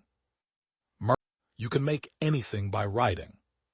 No one ever told me that grief felt so like fear. Eating and reading are two pleasures that combine admirably. There are far, far better things ahead than any we leave behind. Someday you will be old enough to start reading fairy tales again. I can't imagine a man really enjoying a book and reading it only once. You can never get a cup of tea large enough or a book long enough to suit me.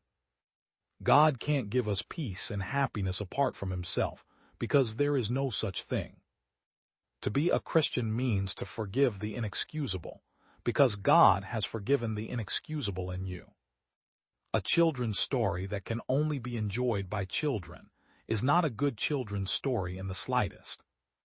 I have learned now that while those who speak about one's miseries usually hurt, those who keep silence hurt more. The Christian does not think God will love us because we are good, but that God will make us good because he loves us. Love is not affectionate feeling, but a steady wish for the loved person's ultimate good as far as it can be obtained. Friendship is born at the moment when one man says to another, "What, you too? I thought that no one but myself." We are not necessarily doubting that God will do the best for us. We are wondering how painful the best will turn out to be. It is a good rule after reading a new book, never to allow yourself another new one till you have read an old one in between. I believe in Christianity as I believe that the sun has risen, not only because I see it, but because by it I see everything else. Crying is all right in its way while it lasts, but you have to stop sooner or later, and then you still have to decide what to do. Atheism turns out to be too simple. If the whole universe has no meaning, we should never have found out that it has no meaning. I'm on Aslan's side, even if there isn't any Aslan to lead it. I'm going to live as like a Narnian as I can even if there isn't any Narnia. No book is really worth reading at the age of 10 which is not equally, and often far more, worth reading at the age of 50 and beyond. If we find ourselves with a desire that nothing in this world can satisfy, the most probable explanation is that we were made for another world. Friendship is unnecessary like philosophy, like art. It has no survival value, rather it is one of those things which give value to survival. A man can no more diminish God's glory by refusing to worship him than a lunatic can put out the sun by scribbling the word darkness on the walls of his cell. Pain insists upon being attended to. God whispers to us in our pleasures, speaks in our consciences, but shouts in our pains. It is his megaphone to rouse a deaf world. Mental pain is less dramatic than physical pain, but it is more common and also more hard to bear. The frequent attempt to conceal mental pain increases the burden. It is easier to say, "My tooth is aching," than to say, "My heart is broken." It would seem that our Lord finds our desires not too strong, but too weak. We are half-hearted creatures, fooling about with drink and sex and ambition when infinite joy is offered us, like an ignorant child who wants to go on making mud pies in a slum because he cannot imagine what is meant by the offer of a holiday at the sea. We are far too easily pleased. To love at all is to be vulnerable. Love anything and your heart will be wrung and possibly broken. If you want to make sure of keeping it intact, you must give it to no one, not even an animal. Wrap it carefully round with hobbies and little luxuries. Avoid all entanglements. Lock it up safe in the casket or coffin of your selfishness. But in that casket, safe, dark, motionless, airless, it will change. It will not be broken. It will become unbreakable, impenetrable, irredeemable. To love is to be vulnerable. Imagine yourself as a living house. God comes in to rebuild that house. At first, perhaps, you can understand what he is doing. He is getting the drains right and stopping the leaks in the roof and so on. You knew that those jobs needed doing, and so you are not surprised. But presently he starts knocking the house about in a way that hurts abominably and does not seem to make any sense. What on earth is he up to? The explanation is that he is building quite a different house from the one you thought of, throwing out a new wing here, putting on an extra floor there, running up towers, making courtyards. You thought you were being made into a decent little cottage, but he is building a palace. He intends to come and live in it himself.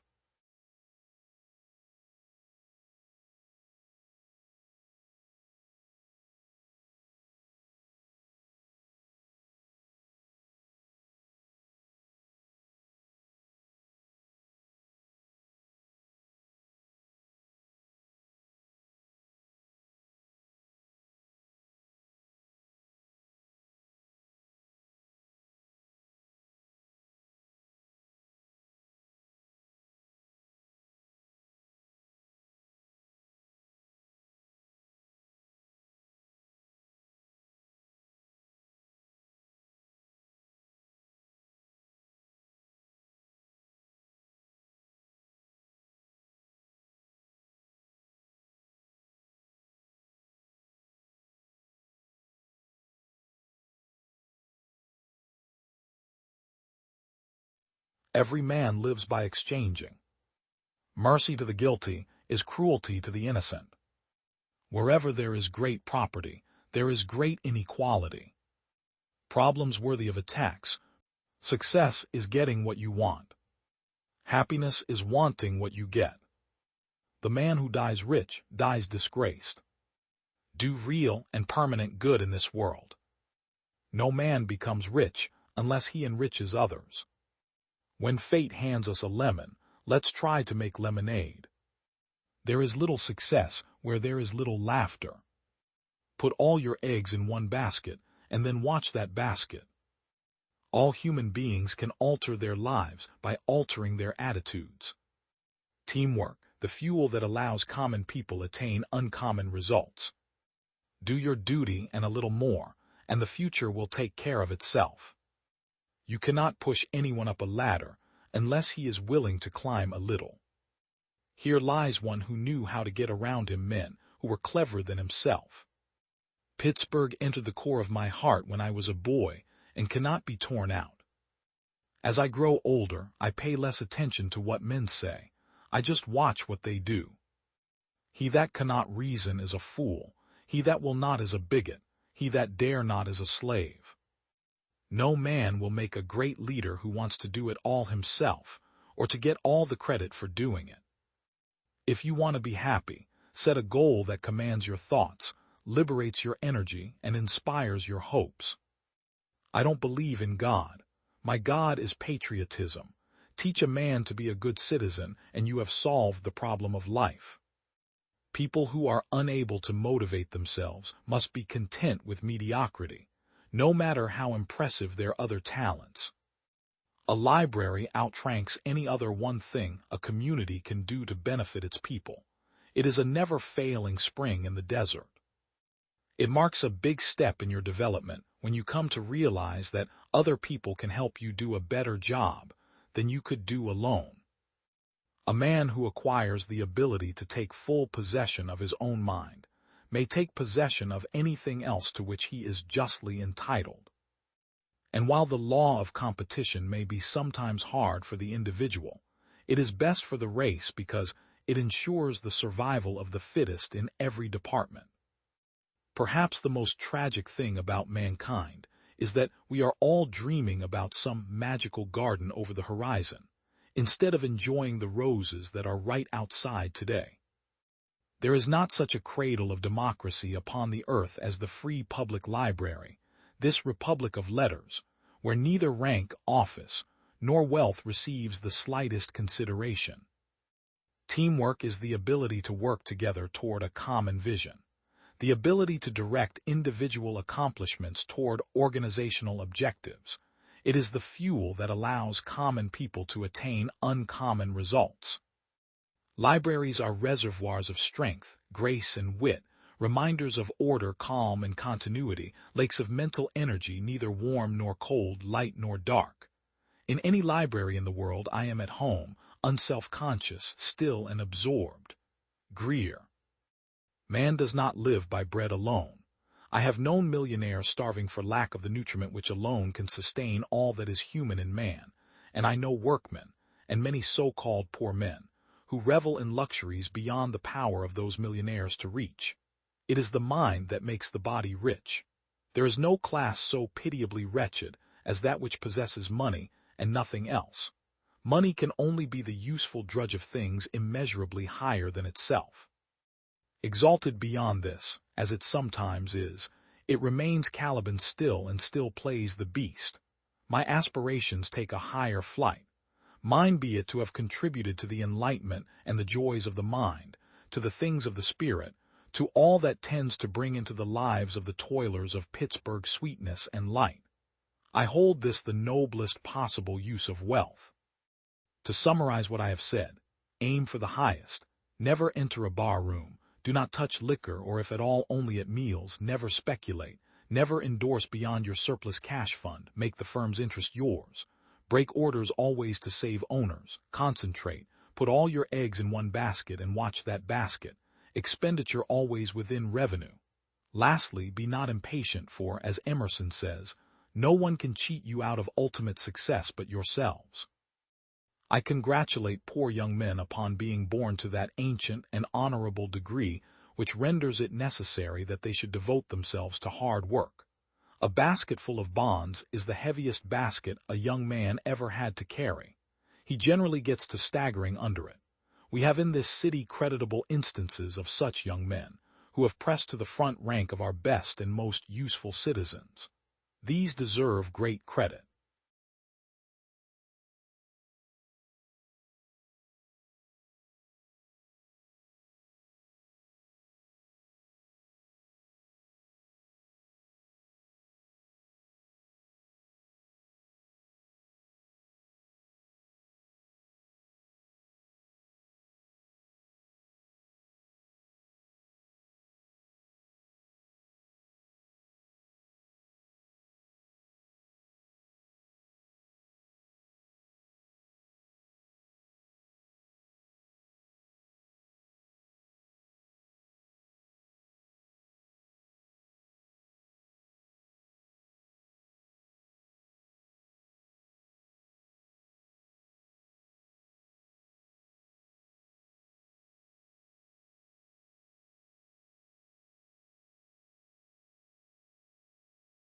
Every man lives by exchanging.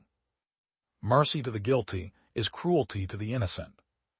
Wherever there is great property, there is great inequality. Problems worthy of attacks, until death it is all life. Thou hast seen nothing yet. All sorrows are less with bread. He who sings scares away his woes. The pen is the tongue of the mind. What giants? Asked Sancho Panza. Hunger is the best sauce in the world. The proof of the pudding is the eating. Wit and humor do not reside in slow minds. Time ripens all things. No man is born wise. I know who I am and who I may be if I choose. El quelli mucho y anda mucho, vi mucho y sabe mucho. For hope is always born at the same time as love. What man can pretend to know the riddle of a woman's mind? Never stand begging for that which you have the power to earn. There is no book so bad that it does not have something good in it. Virtue is persecuted by the wicked more than it is loved by the good. Obviously, replied Don Quixote, you don't know much about adventures. Es natural condición de las mujeres, desdeñar a quien las quiere, y amar a quien las aborrece. It is the natural disposition of women to disdain those who love them, and to love those who loathe them. There were no embraces, because where there is great love there is often little display of it. He who's down one day can be up the next, unless he really wants to stay in bed, that is. Finally, from so little sleeping and so much reading, his brain dried up and he went completely out of his mind. The truth may be stretched thin, but it never breaks, and it always surfaces above lies, as oil floats on water. Take my advice and live for a long, long time, because the maddest thing a man can do in this life is to let himself die. The ones you can see over there, answered his master, with the huge arms, some of which are very nearly 2 leagues long. The reason for the unreason with which you treat my reason, so weakens my reason that, with reason I complain of your beauty. For neither good nor evil can last forever, and so it follows that as evil has lasted a long time, good must now be close at hand. Now look, your grace, said Sancho, what you see over there aren't giants but windmills, and what seems to be arms are just their sails, that go around in the wind and turn the millstone. I do not deny that what happened to us is a thing worth laughing at, but it is not worth telling, for not everyone is sufficiently intelligent to be able to see things from the right point of view. When life itself seems lunatic, who knows where madness lies? Perhaps to be too practical is madness. To surrender dreams, this may be madness. Too much sanity may be madness, and maddest of all, to see life as it is and not as it should be. Destiny guides our fortunes more favorably than we could have expected. Look there, Sancho Panza, my friend, and see those 30 or so wild giants, with whom I intend to do battle and kill each and all of them, So with their stolen booty we can begin to enrich ourselves. This is noble, righteous warfare, for it is wonderfully useful to God to have such an evil race wiped from the face of the earth. Remember that there are two kinds of beauty, one of the soul and the other of the body. That of the soul displays its radiance in intelligence, in chastity, in good conduct, in generosity, and in good breeding, and all these qualities may exist in an ugly man. And when we focus our attention upon that beauty, not upon the physical, love generally arises with great violence and intensity. I am well aware that I am not handsome, but I also know that I am not deformed, and it is enough for a man of worth not to be a monster for him to be dearly loved, provided he has those spiritual endowments I have spoken of. All I know is that while I'm asleep I'm never afraid, and I have no hopes, no struggles, no glories, and bless the man who invented sleep, a cloak over all human thought, food that drives away hunger, water that banishes thirst, fire that heats up cold, chill that moderates passion, and finally, universal currency with which all things can be bought, weight and balance that brings the shepherd and the king, the fool and the wise to the same level. There's only one bad thing about sleep, as far as I've ever heard, and that is that it resembles death, since there's very little difference between a sleeping man and a corpse.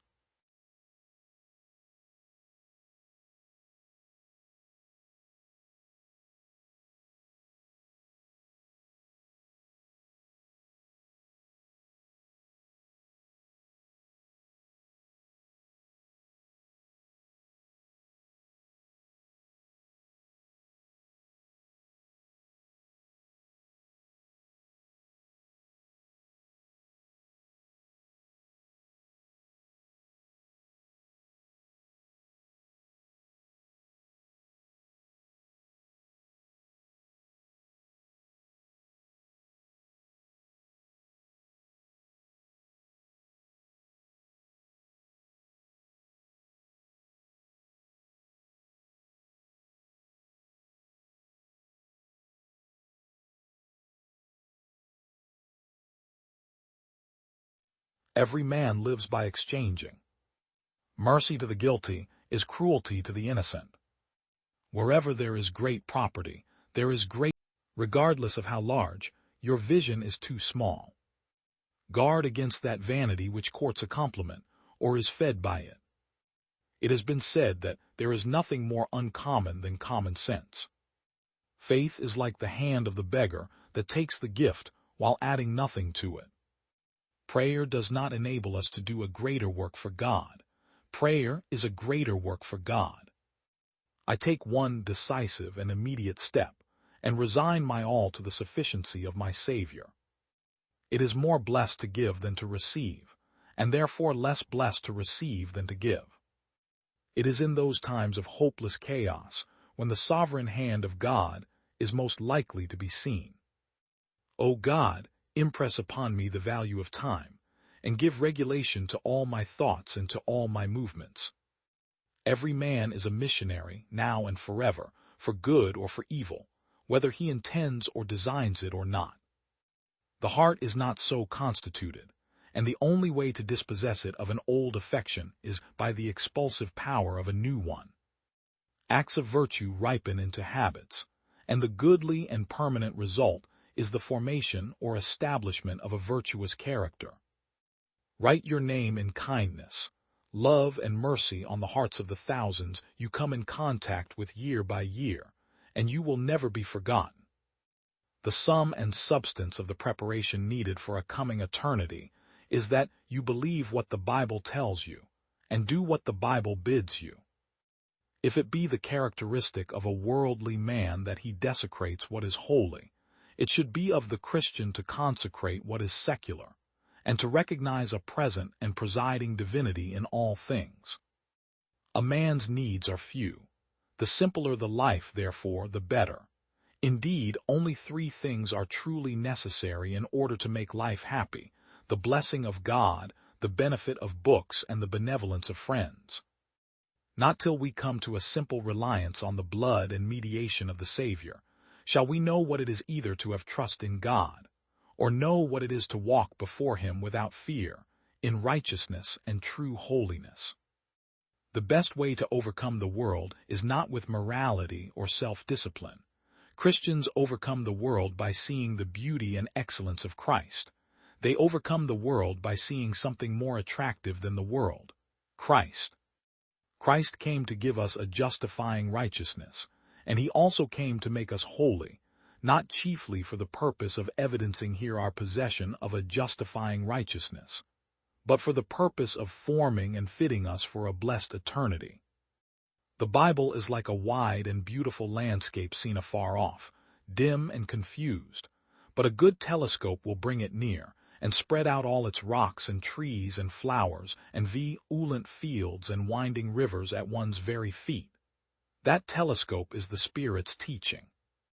I want to feel my own nothingness. I want to give myself up in absolute resignation to God, to lie prostrate and passive at his feet, with no other disposition in my heart than that of merging my will into his will, and no other language in my mouth than that of prayer for the perfecting of his strength in my weakness.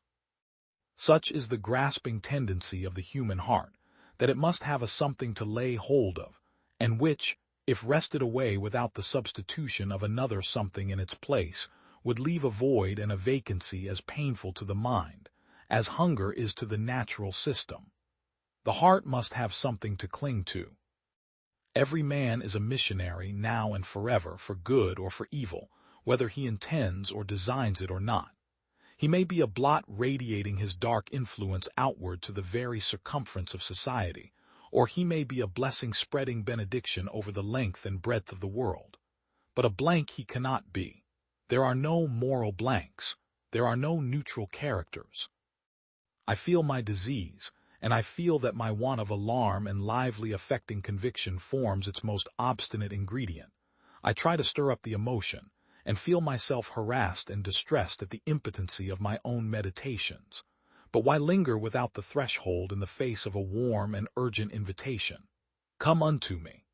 Do not think it is your office to heal one part of the disease, and Christ's to heal the remainder. Thousands of men breathe, move, and live, pass off the stage of life and are heard of no more. Why? They did not a particle of good in the world, and none were blessed by them, none could point to them as the instrument of their redemption. Not a line they wrote, not a word they spoke could be recalled, and so they perished. Their light went out in darkness, and they were not remembered more than the insects of yesterday. Will you thus live and die, O man immortal? Live for something.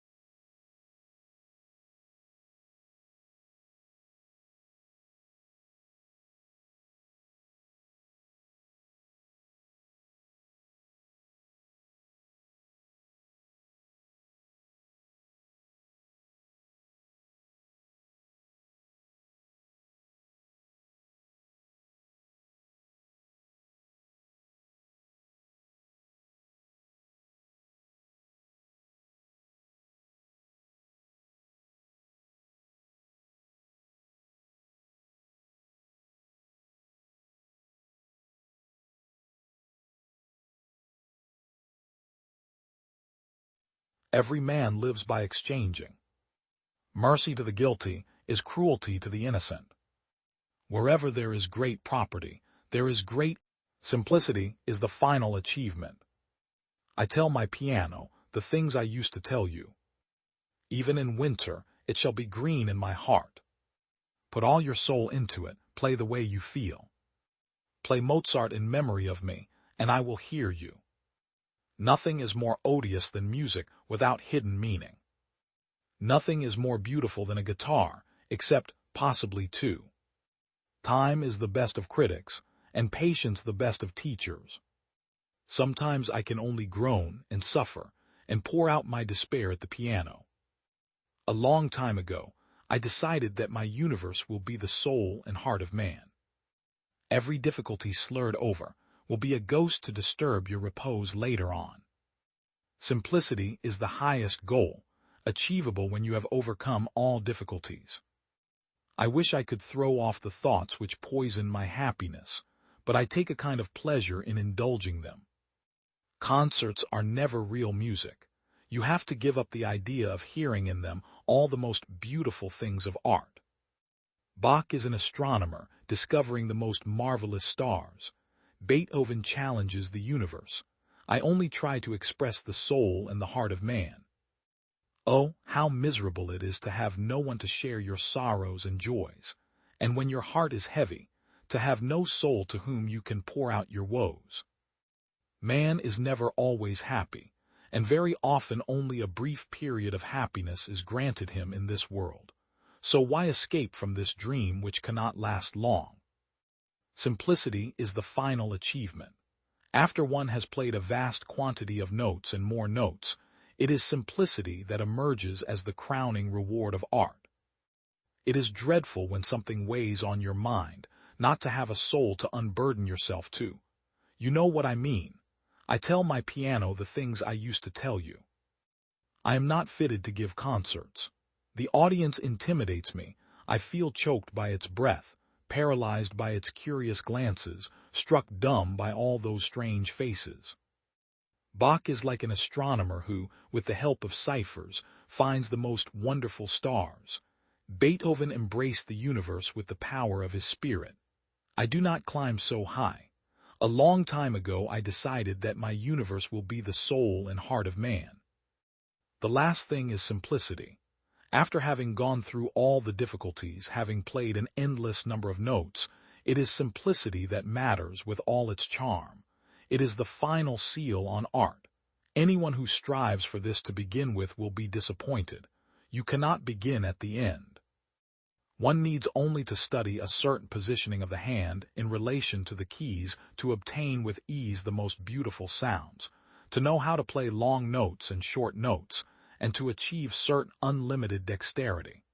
A well-formed technique, it seems to me, can control and vary a beautiful sound quality. We fell silent and all joking ceased. We gazed mutely into each other's eyes, and an intense longing for the fullest avowal of the truth forced us to a confession, requiring no words whatever, or the incommensurable misfortune that weighed upon us. With tears and sobs, we sealed a vow to belong to each other alone. I am gay on the outside, especially among my own folk. I count Poles my own. But inside something gnaws at me. Some presentiment, anxiety, dreams, or sleeplessness, melancholy, indifference, desire for life, and the next instant desire for death. Some kind of sweet peace, some kind of numbness, absent-mindedness.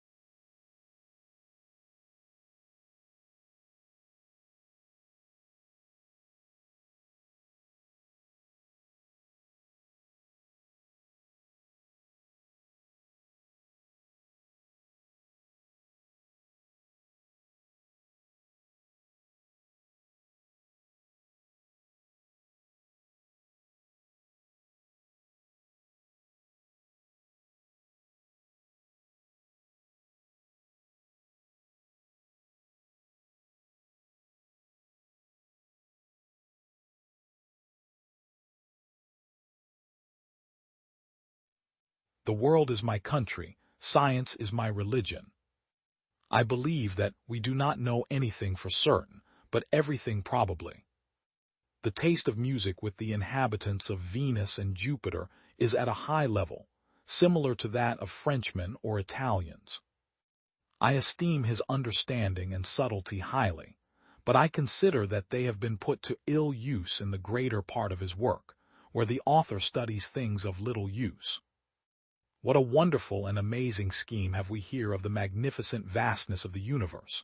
So many suns, so many earths, and every one of them stocked with so many herbs, trees, and animals, and adorned with so many seas and mountains. And how must our wonder and admiration be increased when we consider the prodigious distance and multitude of the stars? How vast those orbs must be, and how inconsiderable this earth, the theater upon which all our mighty designs, all our navigations, and all our wars are transacted, is when compared to them. A very fit consideration and matter of reflection for those kings and princes who sacrifice the lives of so many people, only to flatter their ambition in being masters of some pitiful corner of this small spot. We may mount from this dull earth, and viewing it from on high, consider whether nature has laid out all her cost and finery upon this small speck of dirt. So, like travelers into other distant countries, we shall be better able to judge of what's done at home, know how to make a true estimate of, and set its own value upon everything. We shall be less apt to admire what this world calls great, shall nobly despise those trifles the generality of men set their affections on, when we know that there are a multitude of such earths inhabited and adorned as well as our own. A man that is of Copernicus' opinion, that this earth of ours is a planet, carried round and enlightened by the sun, like the rest of them, cannot but sometimes have a fancy, that the rest of the planets have their dress and furniture, nay, and their inhabitants too, as well as this earth of ours. But we were always apt to conclude that 'twas in vain to inquire after what nature had been pleased to do there, seeing there was no likelihood of ever coming to an end of the inquiry. But a while ago, thinking somewhat seriously on this matter, not that I count myself quicker sighted than those great men of the past, but that I had the happiness to live after most of them, methoughts the inquiry was not so impracticable, nor the way so stopped up with difficulties, but that there was very good room left for probable conjectures.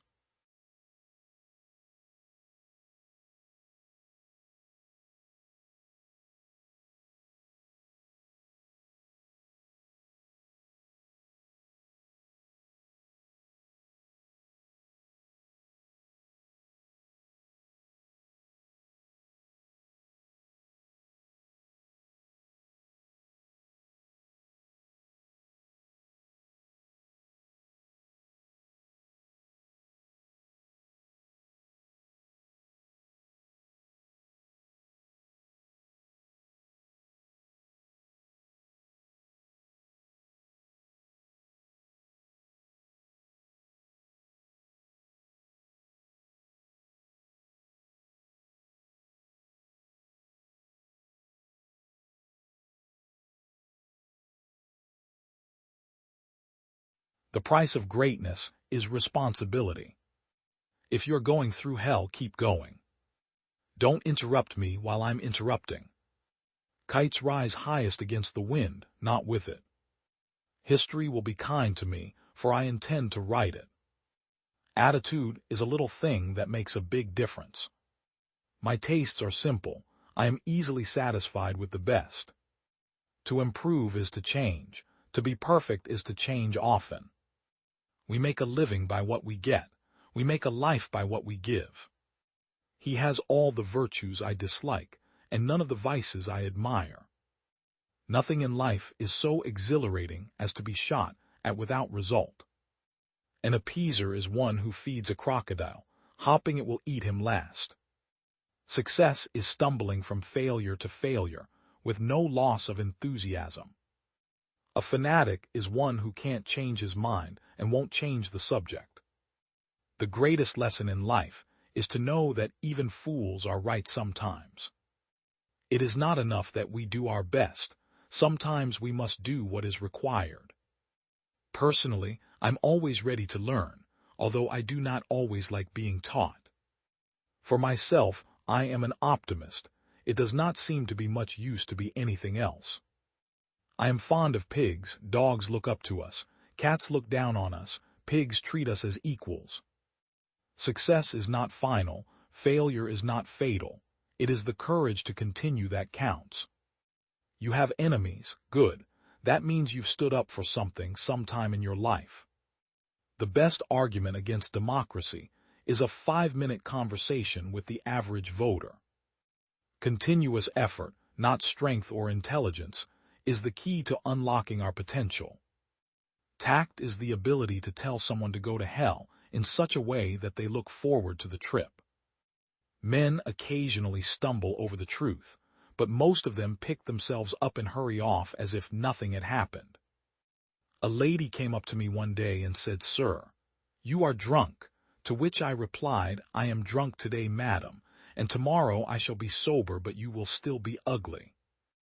Never give in. Never give in. Never, never, never, never in nothing, great or small, large or petty. Never give in except to convictions of honor and good sense. Never yield to force. Never yield to the apparently overwhelming might of the enemy. To each there comes in their lifetime a special moment when they are figuratively tapped on the shoulder and offered the chance to do a very special thing, unique to them and fitted to their talents. What a tragedy if that moment finds them unprepared or unqualified for that which could have been their finest hour. If you cannot read all your books, fondle them, peer into them, let them fall open where they will, read from the first sentence that arrests the eye, set them back on the shelves with your own hands, arrange them on your own plan so that you at least know where they are. Let them be your friends. Let them, at any rate, be your acquaintances.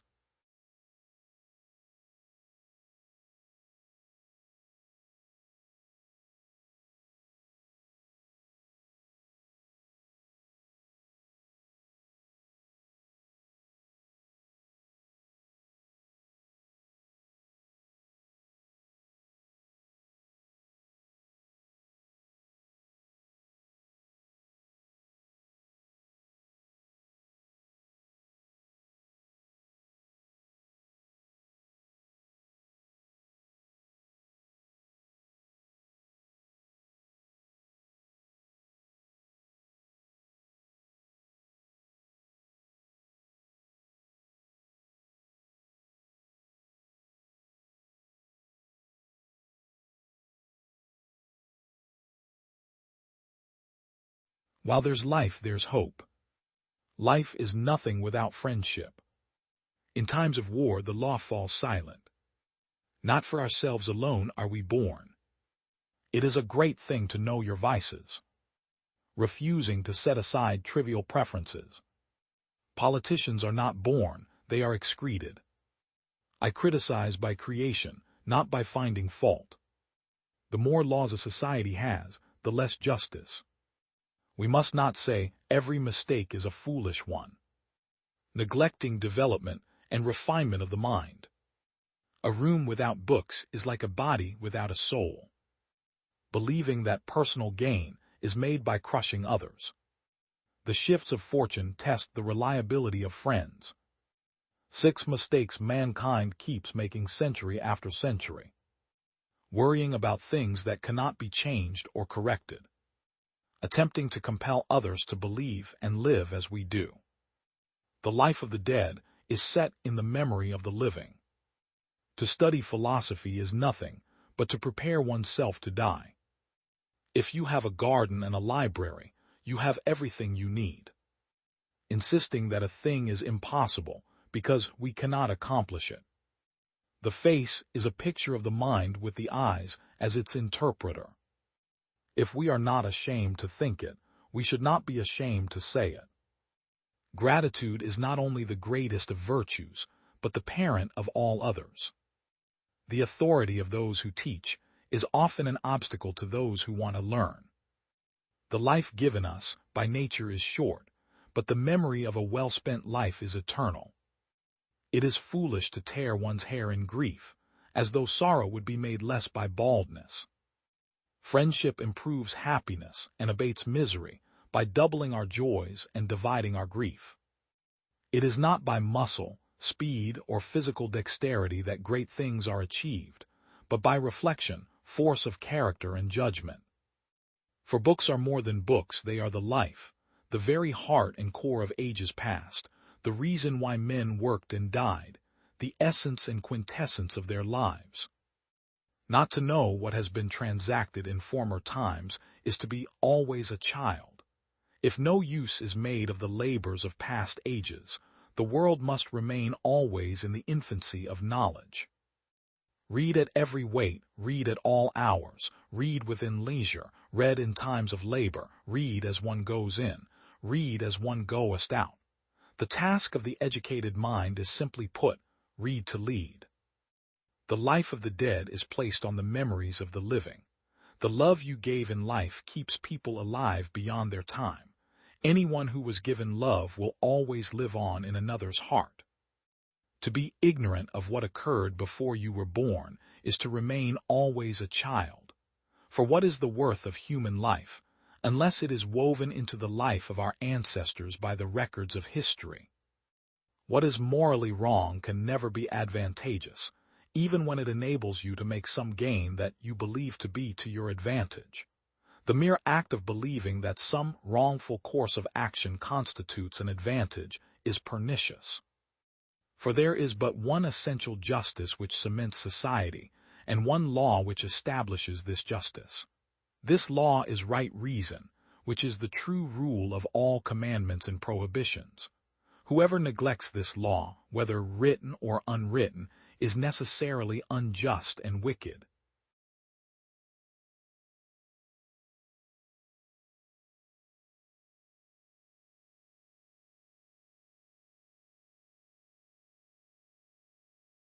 The energy of the universe is constant.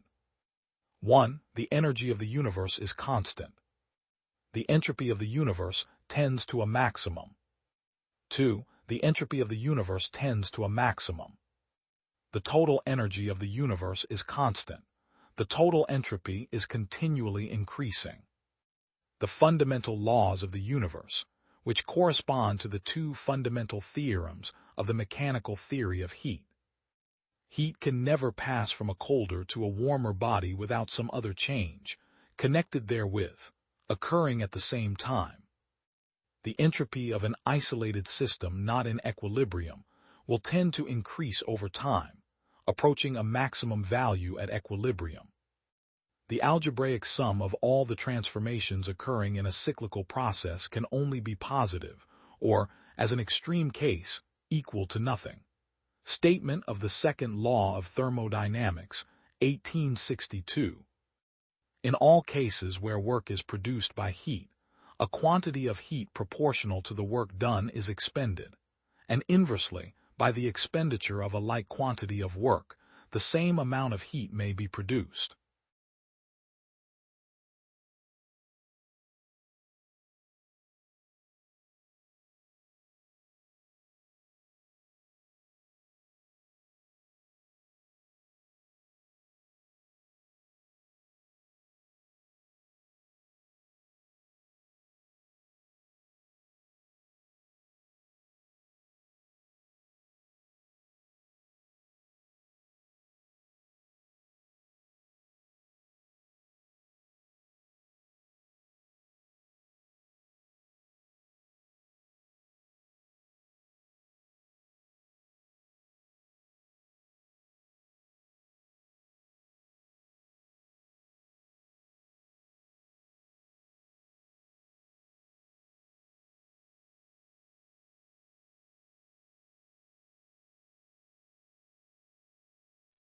Every man lives by exchanging. Mercy to the guilty is cruelty to the innocent. Wherever there is great property, there is great inequality. Problems worthy of attacks prove their worth by hitting back. Man, I will not be triumphed over. Is he a good man? Define good. In praising Antony, I have dispraised Caesar. My honor was not yielded, but conquered merely. Be it known that we, the greatest, are misthought. All strange and terrible events are welcome, but comforts we despise. Fool, don't you see now that I could have poisoned you 100 times, had I been able to live without you? Leave the fishing rod, great general, to us sovereigns of Pharos and Canopus. Your game is cities and kings and continents.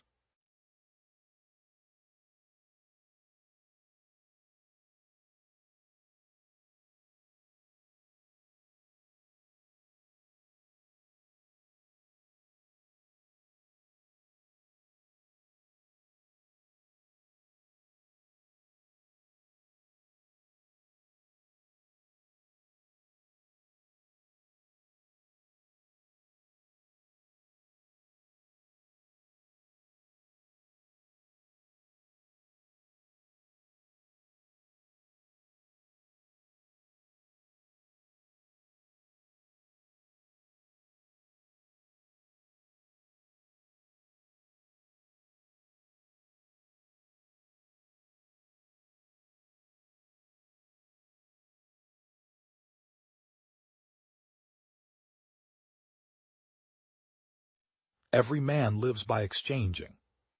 Mercy to the guilty is cruelty to the innocent. Wherever there is great property, there is great inequality. Problems worthy of attacks prove their worth by hitting back. Man naturally desires, not the man of courage is never afraid. The man of benevolence never worries. The man of wisdom is never of two minds. The funniest people are the saddest ones. Silence is a true friend who never betrays. Wheresoever you go, go with all your heart. Respect yourself, and others will respect you. Study the past if you would define the future. Everything has beauty, but not everyone sees it. Only the wisest and stupidest of men never change. You cannot open a book without learning something. Before you embark on a journey of revenge, dig 2 graves. To be wronged is nothing, unless you continue to remember it. Life is really simple, but we insist on making it complicated. It does not matter how slowly you go as long as you do not stop. I hear and I forget, I see and I remember, I do and I understand. He who knows all the answers has not been asked all the questions. The man who moves a mountain begins by carrying away small stones. If you make a mistake and do not correct it, this is called a mistake. Music produces a kind of pleasure which human nature cannot do without. It is more shameful to distrust our friends than to be deceived by them. We have 2 lives, and the second begins when we realize we only have one. The way out is through the door. Why is it that no one will use this method? The gem cannot be polished without friction, nor man perfected without trials.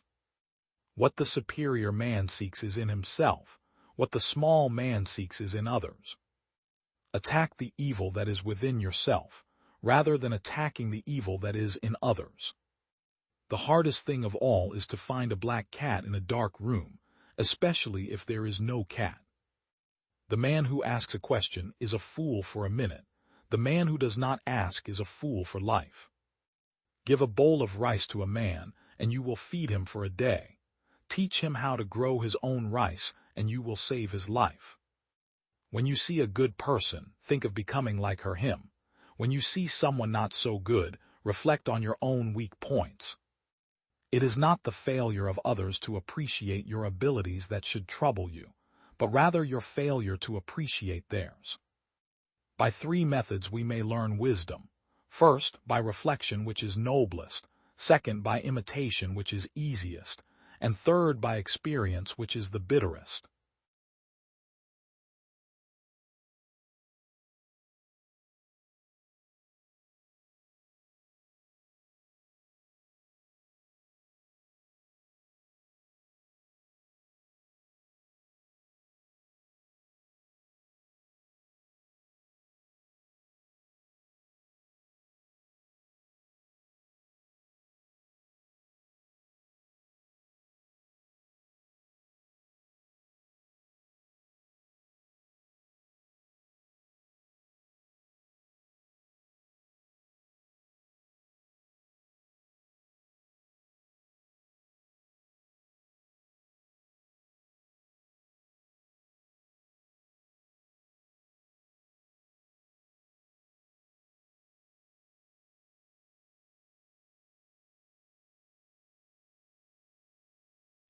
Every man lives by exchanging.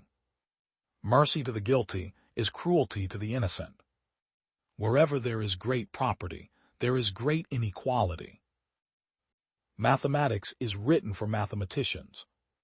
At rest, however, in the middle of everything is the sun. First of all, we must note that the universe is spherical. Of all things visible, the highest is the heaven of the fixed stars. Finally, we shall place the sun himself at the center of the universe. The universe, wrought for us by a supremely good and orderly Creator. Every light has its shadow, and every shadow hath a succeeding morning. For what could be more beautiful than the heavens, which contain all beautiful things? For I am not so enamored of my own opinions, that I disregard what others may think of them. In so many and such important ways, then, do the planets bear witness to the Earth's mobility. Those things which I am saying now may be obscure, yet they will be made clearer in their proper place. The massive bulk of the Earth does indeed shrink to insignificance in comparison with the size of the heavens. To know that we know what we know, and to know that we do not know what we do not know, that is true knowledge. For it is the duty of an astronomer to compose the history of the celestial motions through careful and expert study. Moreover, since the sun remains stationary, whatever appears as a motion of the sun is really due rather to the motion of the earth. Nations are not ruined by one act of violence, but gradually, and in an almost imperceptible manner by the depreciation of their circulating currency, through its excessive quantity. Therefore, when I considered this carefully, the contempt which I had to fear because of the novelty and apparent absurdity of my view nearly induced me to abandon utterly the work I had begun. I am aware that a philosopher's ideas are not subject to the judgment of ordinary persons, because it is his endeavor to seek the truth in all things, to the extent permitted to human reason by God. There may be babblers, wholly ignorant of mathematics, who dare to condemn my hypothesis, upon the authority of some part of the Bible twisted to suit their purpose. I value them not and scorn their unfounded judgment. Finally, we shall place the sun himself at the center of the universe. All this is suggested by the system of procession of events and the harmony of the whole universe, if only we face the facts, as they say, with eyes wide open.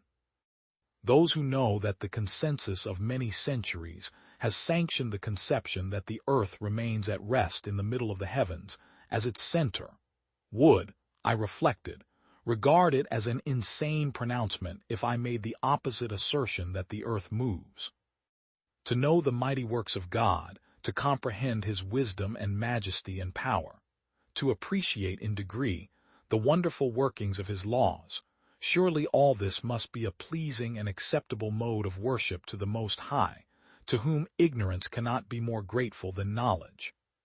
For when a ship is floating calmly along, the sailors see its motion mirrored in everything outside, while on the other hand they suppose that they are stationary, together with everything on board.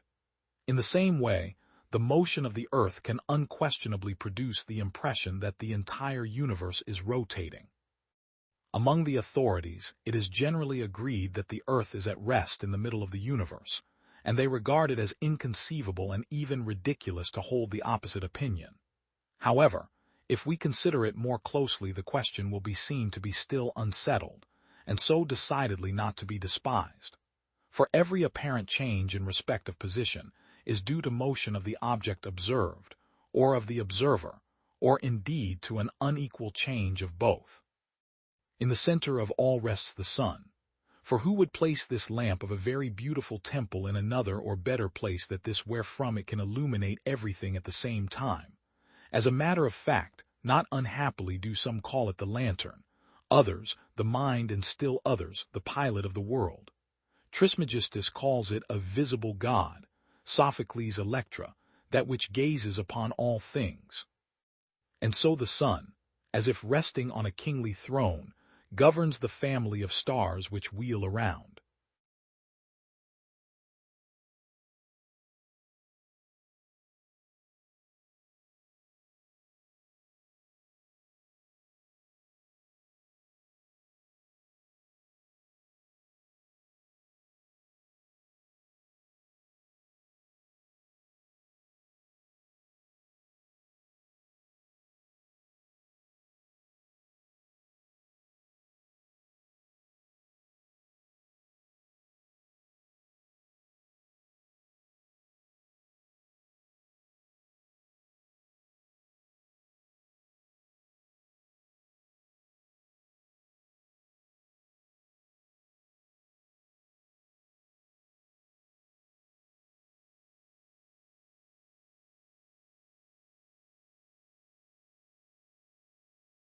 Nature is the art of God.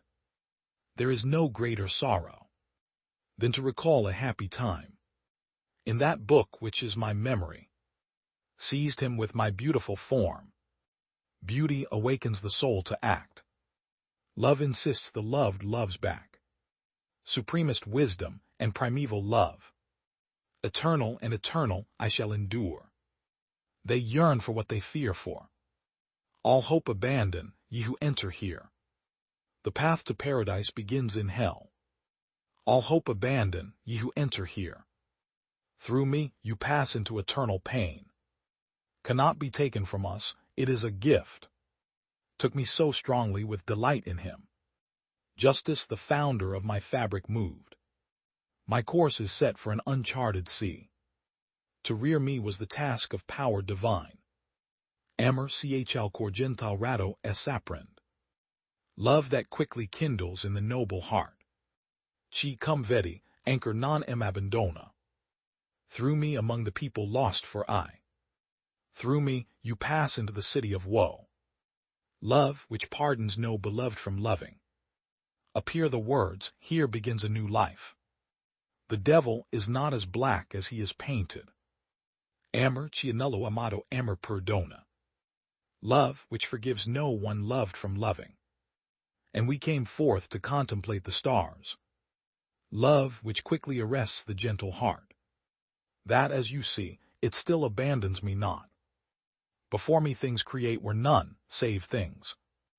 Love that moves the sun and the other stars. El amor chi move il sol y el alter stel. The love that moves the sun and the other stars. Do not be afraid, our fate cannot be taken from us, it is a gift. On the first page of the chapter, that is the day when I first met you. There is no greater sorrow than to recall happiness in times of misery. There is no greater sorrow than to recall our times of joy in wretchedness. O human race, born to fly upward, wherefore at a little wind dost thou so fall? There is no greater sorrow than to recall in misery the time when we were happy. He who sees a need and waits to be asked for help is as unkind as if he had refused it. Consider your origin. You were not formed to live like brutes but to follow virtue and knowledge. In the middle of the journey of our life, I found myself within a dark woods where the straight way was lost. The hottest places in hell are reserved for those who, in times of great moral crisis, maintain their neutrality. Through me you go into a city of weeping. Through me you go into eternal pain.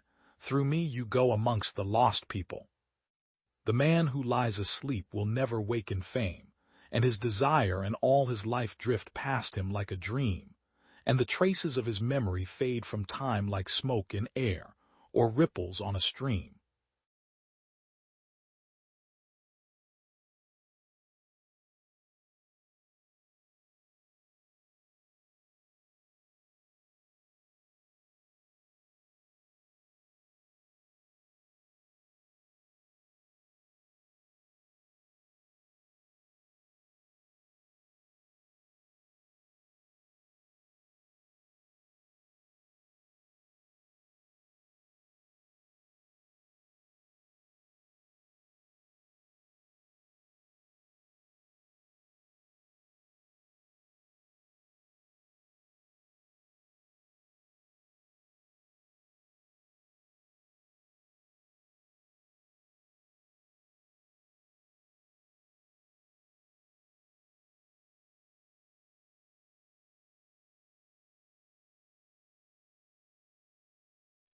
Every man lives by exchanging.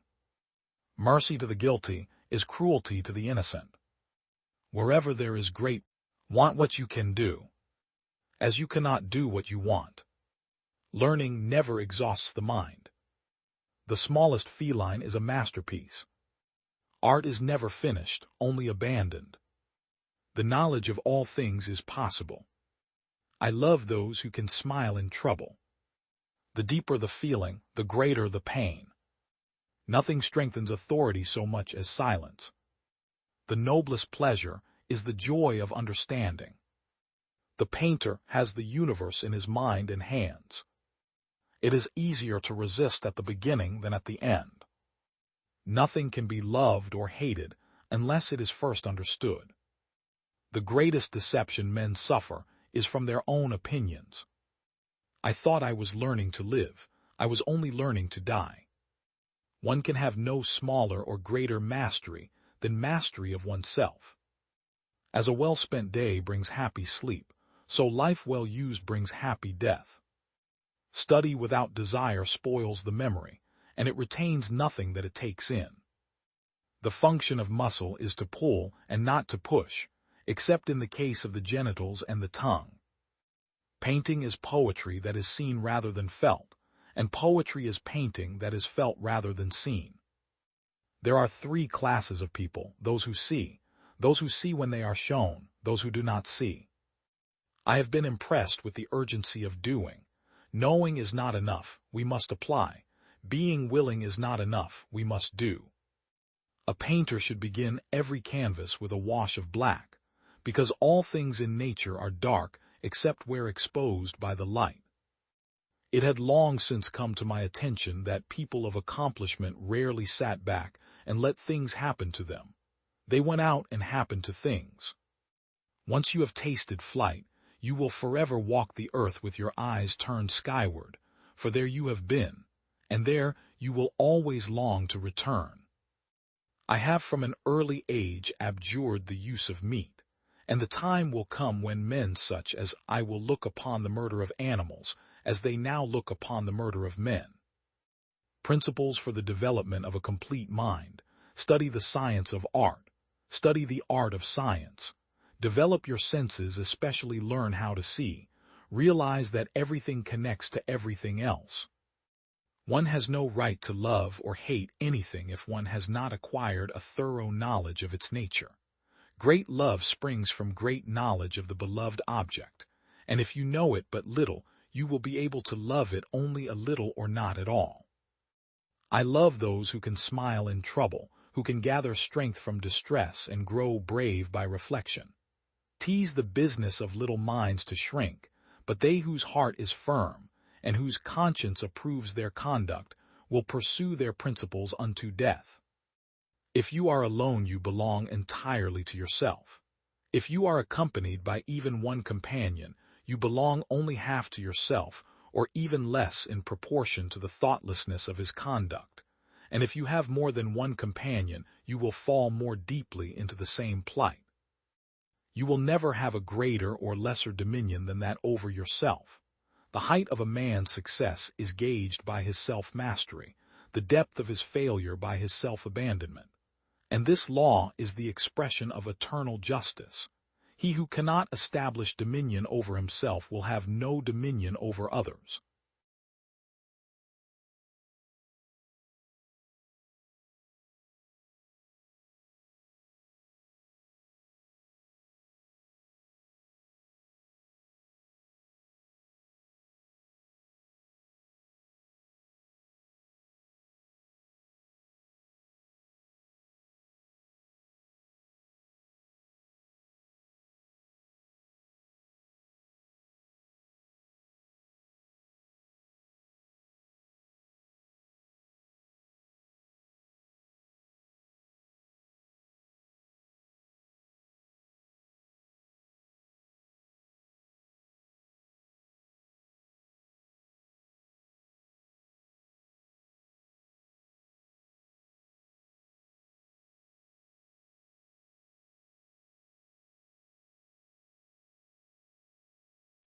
Every man lives by exchanging. Mercy to the guilty is all things happen by virtue of necessity. Many much-learned men have no intelligence. The man enslaved to wealth can never be honest. Sexual intercourse is a slight attack of apoplexy. The sweetest things become the most bitter by excess. We know nothing in reality, for truth lies in an abyss. Our sins are more easily remembered than our good deeds. Men will cease to be fools only when they cease to be men. Some men are masters of cities, but are enslaved to women. It is better to destroy one's own errors than those of others. It is greed to do all the talking, but not to want to listen at all. Nothing exists except atoms and empty space. Everything else is opinion. My enemy is not the man who wrongs me, but the man who means to wrong me. It is hard to fight desire, but to control it is the sign of a reasonable man. Throw moderation to the winds, and the greatest pleasures bring the greatest pains. Happiness resides not in possessions, and not in gold. Happiness dwells in the soul. The pride of youth is in strength and beauty. The pride of old age is in discretion. The wise man belongs to all countries, for the home of a great soul is the whole world. The brave man is not only he who overcomes the enemy, but he who is stronger than pleasures. Happiness resides not in possessions, and not in gold. Happiness dwells in the soul. The first principles of the universe are atoms and empty space. Everything else is merely thought to exist. Men find happiness neither by means of the body nor through possessions, but through uprightness and wisdom. If your desires are not great, a little will seem much to you, for small appetite makes poverty equivalent to wealth. Everywhere man blames nature and fate, yet his fate is mostly but the echo of his character and passion, his mistakes and his weaknesses. People sometimes rationalize their greed by saying that it is all for the good of their children, but this is nothing but an excuse they use to make their despicable actions appear respectable and praiseworthy.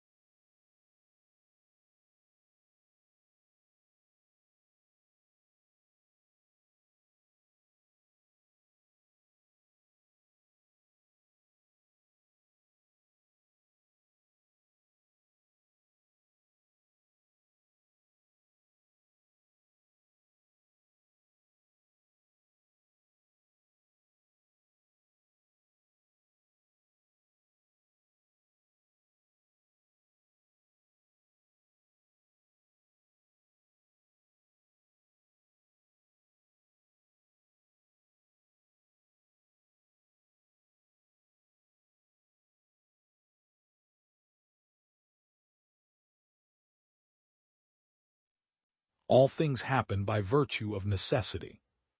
Many much-learned men have no intelligence. The man enslaved to wealth can never be honest. Sexual intercourse is a slight attack of apoplexy. The sweetest things become the most bitter by excess. We know nothing in reality, for truth lies in an abyss. Our sins are more easily remembered than our good deeds. Men will cease to be fools only when they cease to be men. Some men are masters of cities, but are enslaved to women. It is better to destroy one's own errors than those of others. It is greed to do all the talking, but not to want to listen at all. Nothing exists except atoms and empty space. Everything else is opinion. My enemy is not the man who wrongs me, but the man who means to wrong me. It is hard to fight desire, but to control it is the sign of a reasonable man. Throw moderation to the winds, and the greatest pleasures bring the greatest pains. Happiness resides not in possessions, and not in gold. Happiness dwells in the soul. The pride of youth is in strength and beauty. The pride of old age is in discretion. The wise man belongs to all countries, for the home of a great soul is the whole world. The brave man is not only he who overcomes the enemy, but he who is stronger than pleasures. Happiness resides not in possessions, and not in gold. Happiness dwells in the soul. The first principles of the universe are atoms and empty space. Everything else is merely thought to exist. Men find happiness neither by means of the body nor through possessions, but through uprightness and wisdom. If your desires are not great, a little will seem much to you, for small appetite makes poverty equivalent to wealth. Everywhere man blames nature and fate, yet his fate is mostly but the echo of his character and passion, his mistakes and his weaknesses. People sometimes rationalize their greed by saying that it is all for the good of their children, But this is nothing but an excuse they use to make their despicable actions appear respectable and praiseworthy.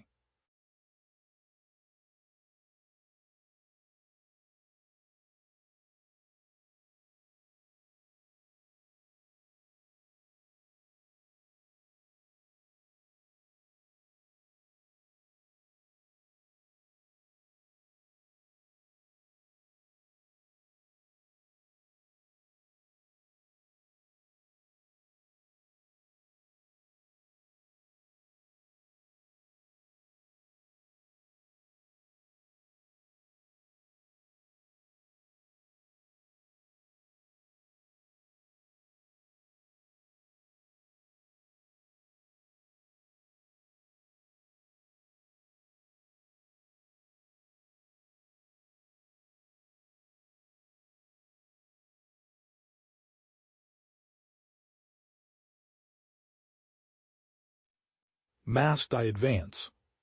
I think, therefore I am. He who hid well lived well. Doubt is the origin of wisdom. Conquer yourself rather than the world. There is nothing more ancient than the truth. I doubt, therefore I think, therefore I am. But in my opinion, all things in nature occur mathematically. Except our own thoughts, there is nothing absolutely in our power. It is not enough to have a good mind. The main thing is to use it well. In order to improve the mind, we ought less to learn than to contemplate. Divide each difficulty into as many parts as is feasible and necessary to resolve it. The greatest minds are capable of the greatest vices, as well as of the greatest virtues. Each problem that I solved became a rule, which served afterwards to solve other problems. The reading of all good books is like conversation with the finest men of past centuries. To know what people really think, pay attention to what they do rather than what they say. It is only prudent never to place complete confidence in that by which we have even once been deceived. At last I will devote myself sincerely and without reservation to the general demolition of my opinions. You just keep pushing, you just keep pushing. I made every mistake that could be made, but I just kept pushing. To live without philosophizing is in truth the same as keeping the eyes closed without attempting to open them. I desire to live in peace, and to continue the life I have begun under the motto, to live well, you must live unseen. In order to seek truth, it is necessary once in the course of our life to doubt, as far as possible, of all things. Common sense is the most widely shared commodity in the world, for every man is convinced that he is well supplied with it. Let whoever can do so deceive me. He will never bring it about that I am nothing, so long as I continue to think I am something. If you would be a real seeker after truth, it is necessary that at least once in your life you doubt, as far as possible, all things. For I found myself embarrassed with so many doubts and errors that it seemed to me that the effort to instruct myself had no effect other than the increasing discovery of my own ignorance. And thus, the actions of life often not allowing any delay, it is a truth very certain that, when it is not in our power to determine the most true opinions, we ought to follow the most probable. I suppose, therefore, that all things I see are illusions. I believe that nothing has ever existed of everything my lying memory tells me. I think I have no senses. I believe that body, shape, extension, motion, location are functions. What is there then that can be taken as true? Perhaps only this one thing, that nothing at all is certain.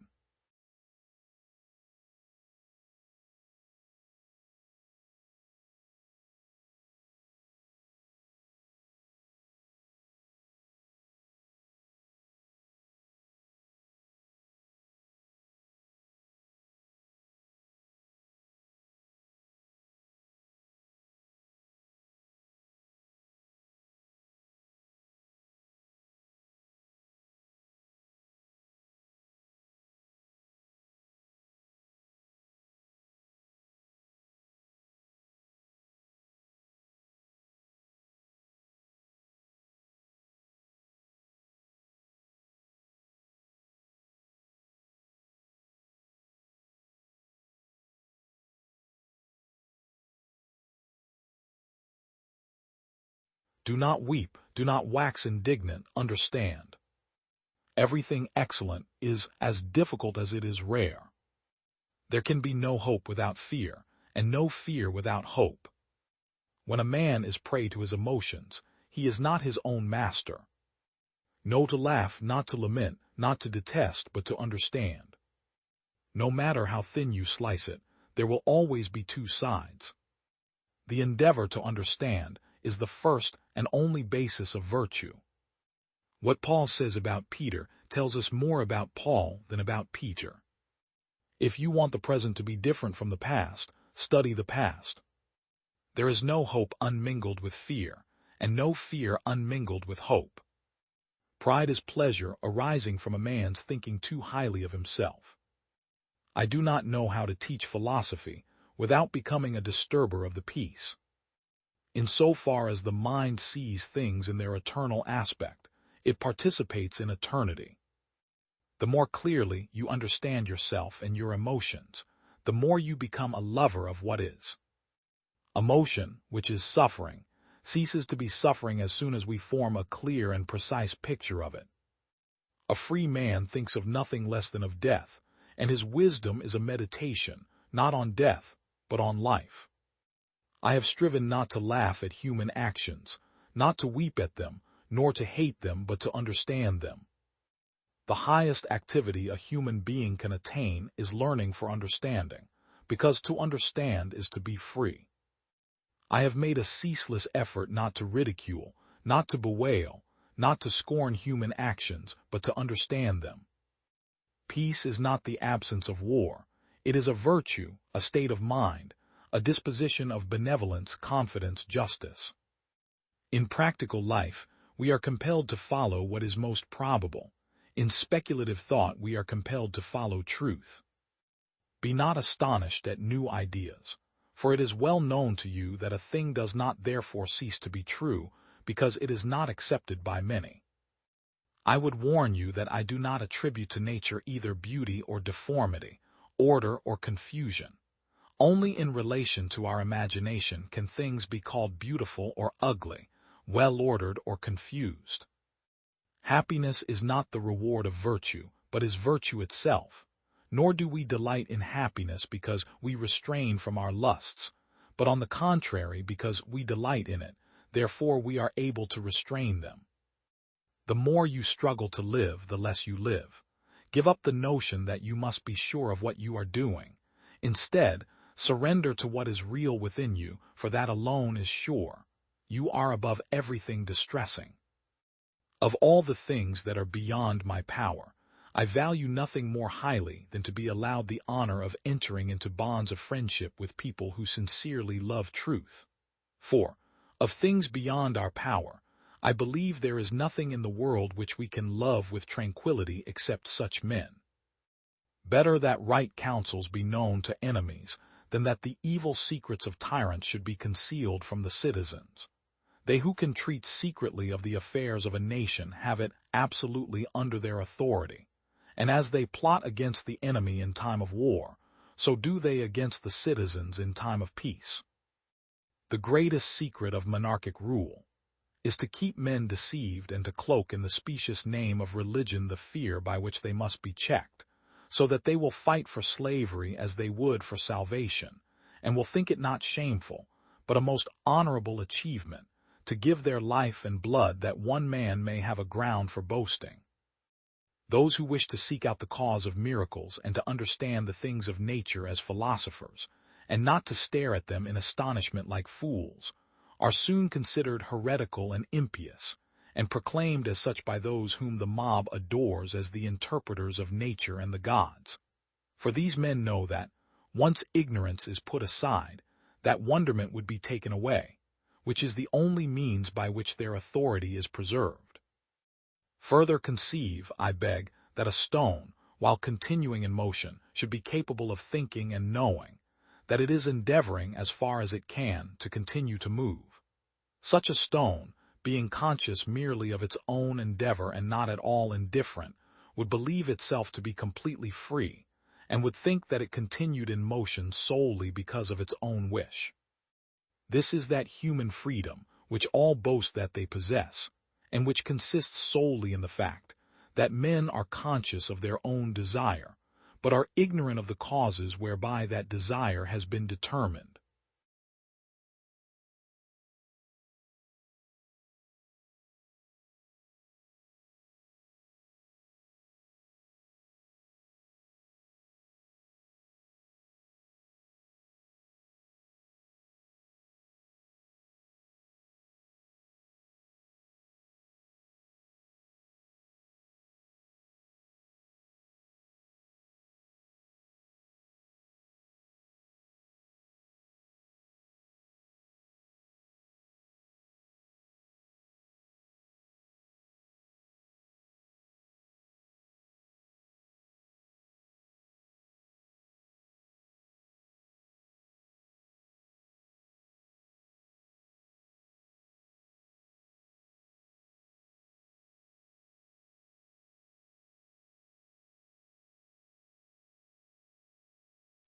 Every man lives by exchanging. If there is a God, he's a great mathematician. A physical law must possess mathematical beauty. God used beautiful mathematics in creating the world. Pick a flower on Earth, and you move the farthest star. There are always more people who prefer to speak than to listen. Scientific progress is measured in units of courage, not intelligence. Paul Dirac quote, "God used beautiful mathematics in creating the world." It is more important to have beauty in one's equations than to have them fit experiment. Living is worthwhile if one can contribute in some small way to this endless chain of progress. Magic numbers. Can math's equations be beautiful? A theory with mathematical beauty is more likely to be correct than an ugly one that fits some experimental data. I consider that I understand an equation when I can predict the properties of its solutions without actually solving it. The measure of greatness in a scientific idea is the extent to which it stimulates thought and opens up new lines of research. If we are honest, and scientists have to be, we must admit that religion is a jumble of false assertions, with no basis in reality. Mathematics is the tool specially suited for dealing with abstract concepts of any kind, and there is no limit to its power in this field. As time goes on, it becomes increasingly evident that the rules which the mathematician finds interesting are the same as those which nature has chosen.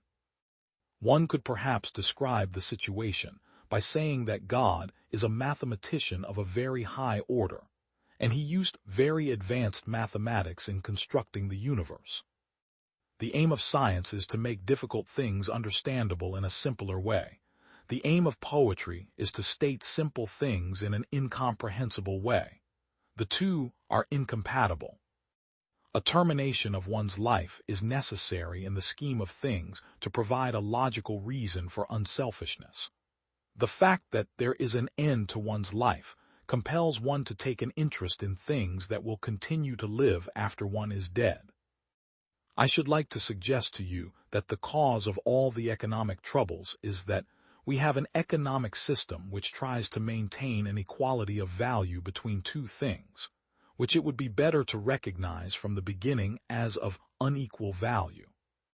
The fundamental laws necessary for the mathematical treatment of a large part of physics and the whole of chemistry are thus completely known, and the difficulty lies only in the fact that application of these laws leads to equations that are too complex to be solved.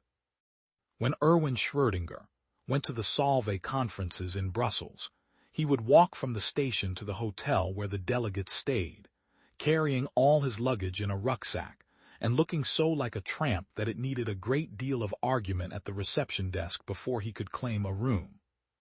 What makes the theory of relativity so acceptable to physicists, in spite of its going against the principle of simplicity, is its great mathematical beauty. This is a quality which cannot be defined, any more than beauty in art can be defined, but which people who study mathematics usually have no difficulty in appreciating.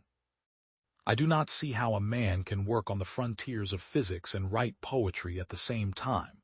They are in opposition. In science, you want to say something that nobody knew before, in words which everyone can understand. In poetry, you are bound to say something that everyone knows already in words that nobody can understand. I found the best ideas usually came, not when one was actively striving for them, but when one was in a more relaxed state. I used to take long solitary walks on Sundays, during which I tended to review the current situation in a leisurely way. Such occasions often proved fruitful, even though, or perhaps because, the primary purpose of the walk was relaxation and not research. If you are receptive and humble, mathematics will lead you by the hand. Again and again, when I have been at a loss how to proceed, I have just had to wait until I have felt the mathematics led me by the hand. It has led me along an unexpected path, a path where new vistas open up, a path leading to new territory, where one can set up a base of operations, from which one can survey the surroundings and plan future progress. The physicist, in his study of natural phenomena, has two methods of making progress. 1. The method of experiment and observation, and 2. The method of mathematical reasoning. The former is just the collection of selected data. The latter enables one to infer results about experiments that have not been performed. There is no logical reason why the second method should be possible at all, but one has found in practice that it does work and meets with reasonable success.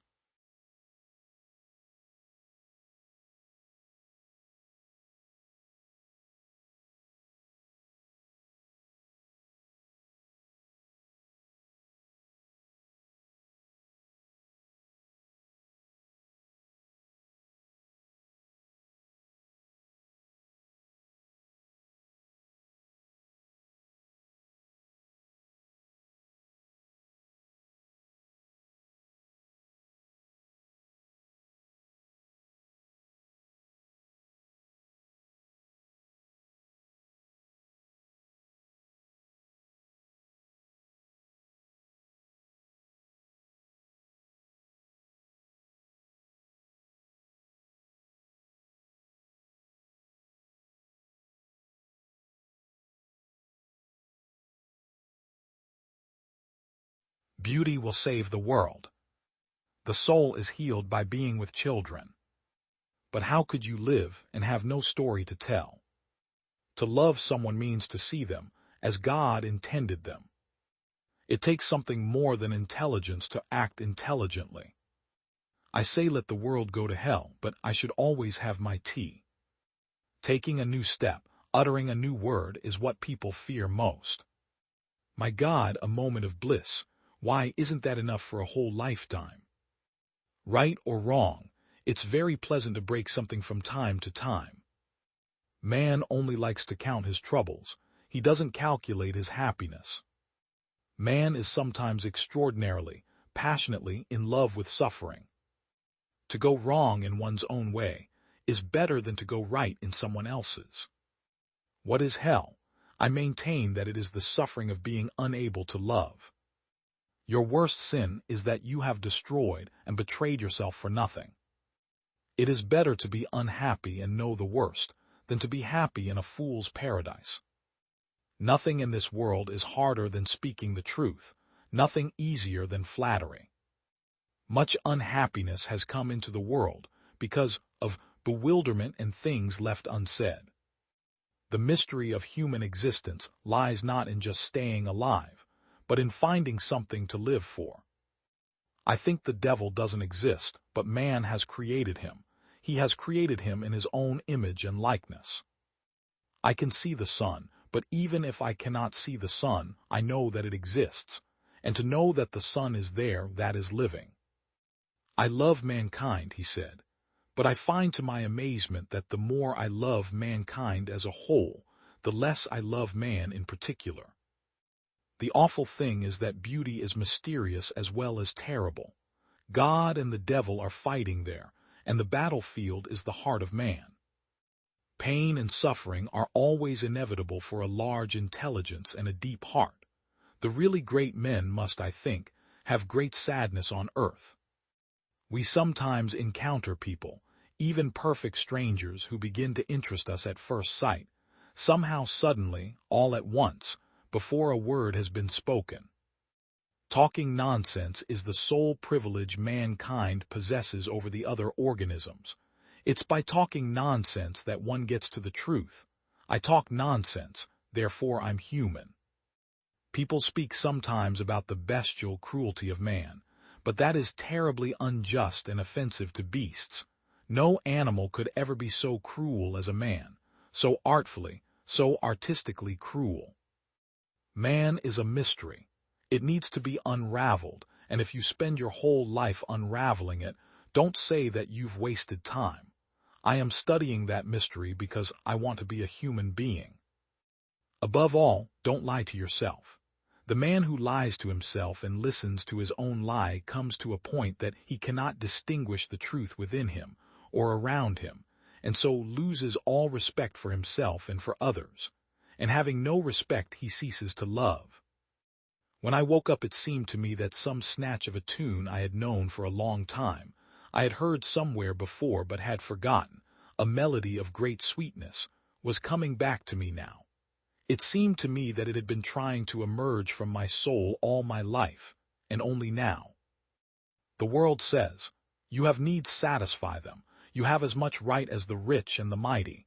Don't hesitate to satisfy your needs. Indeed, expand your needs and demand more." This is the worldly doctrine of today, and they believe that this is freedom. The result for the rich is isolation and suicide, for the poor, envy and murder. If and when you fall in love, may you be happy with her. I don't need to wish her anything, for she'll be happy with you. May your sky always be clear. May your dear smile always be bright and happy, and may you be forever blessed for that moment of bliss and happiness which you gave to another lonely and grateful heart. Isn't such a moment sufficient for the whole of one's life? I am a dreamer. I know so little of real life that I just can't help reliving such moments as these in my dreams, for such moments are something I have very rarely experienced. I'm going to dream about you the whole night, the whole week, the whole year. I feel I know you so well that I couldn't have known you better if we'd been friends for 20 years. You won't fail me, will you? Only 2 minutes and you've made me happy forever. Yes, happy. Who knows, perhaps you've reconciled me with myself, resolved all my doubts.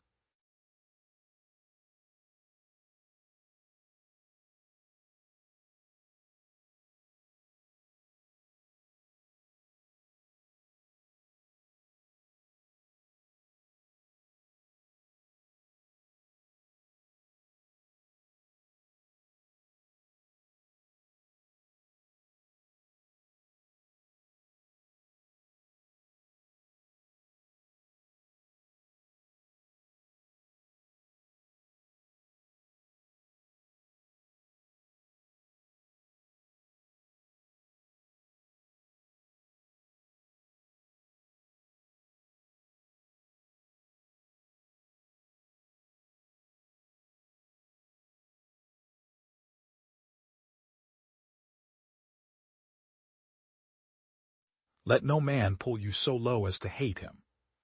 There comes a time when silence is betrayal. Injustice anywhere is a threat to justice everywhere. A man who won't die for something is not fit to live. Never forget that everything Hitler did in Germany was legal. We must live together as brothers or perish together as fools.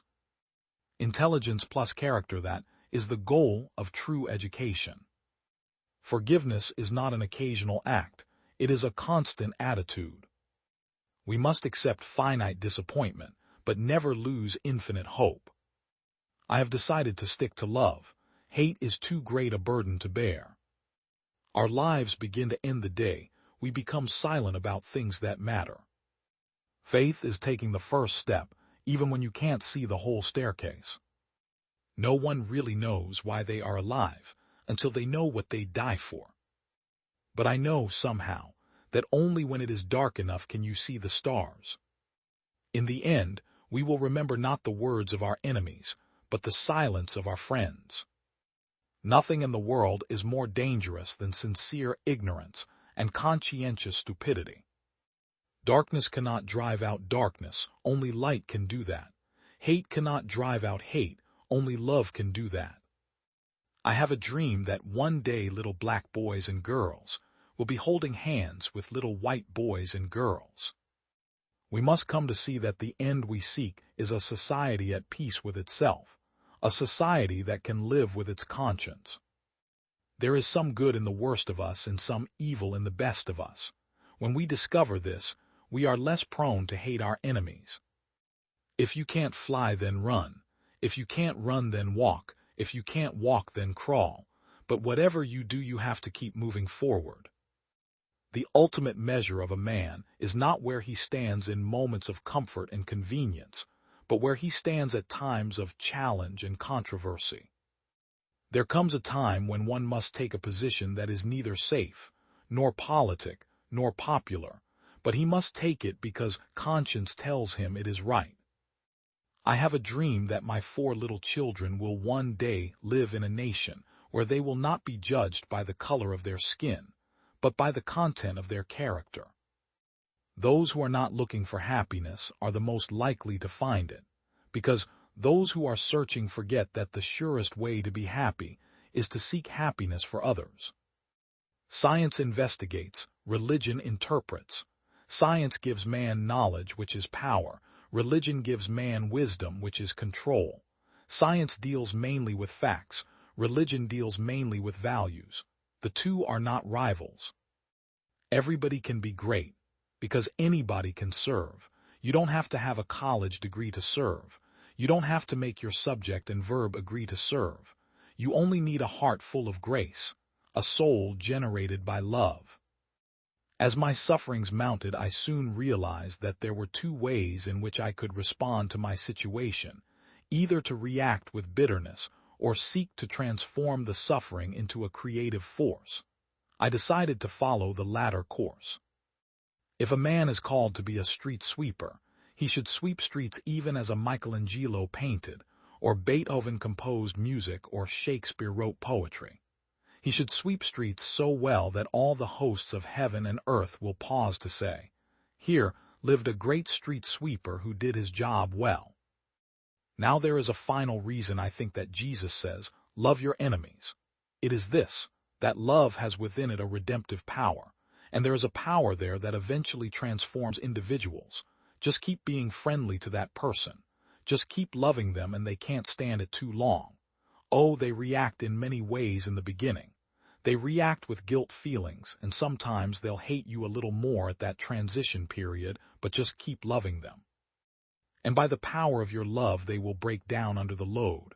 That's love, you see. It is redemptive, and this is why Jesus says love. There's something about love that builds up and is creative. There is something about hate that tears down and is destructive. So love your enemies. From loving your enemies.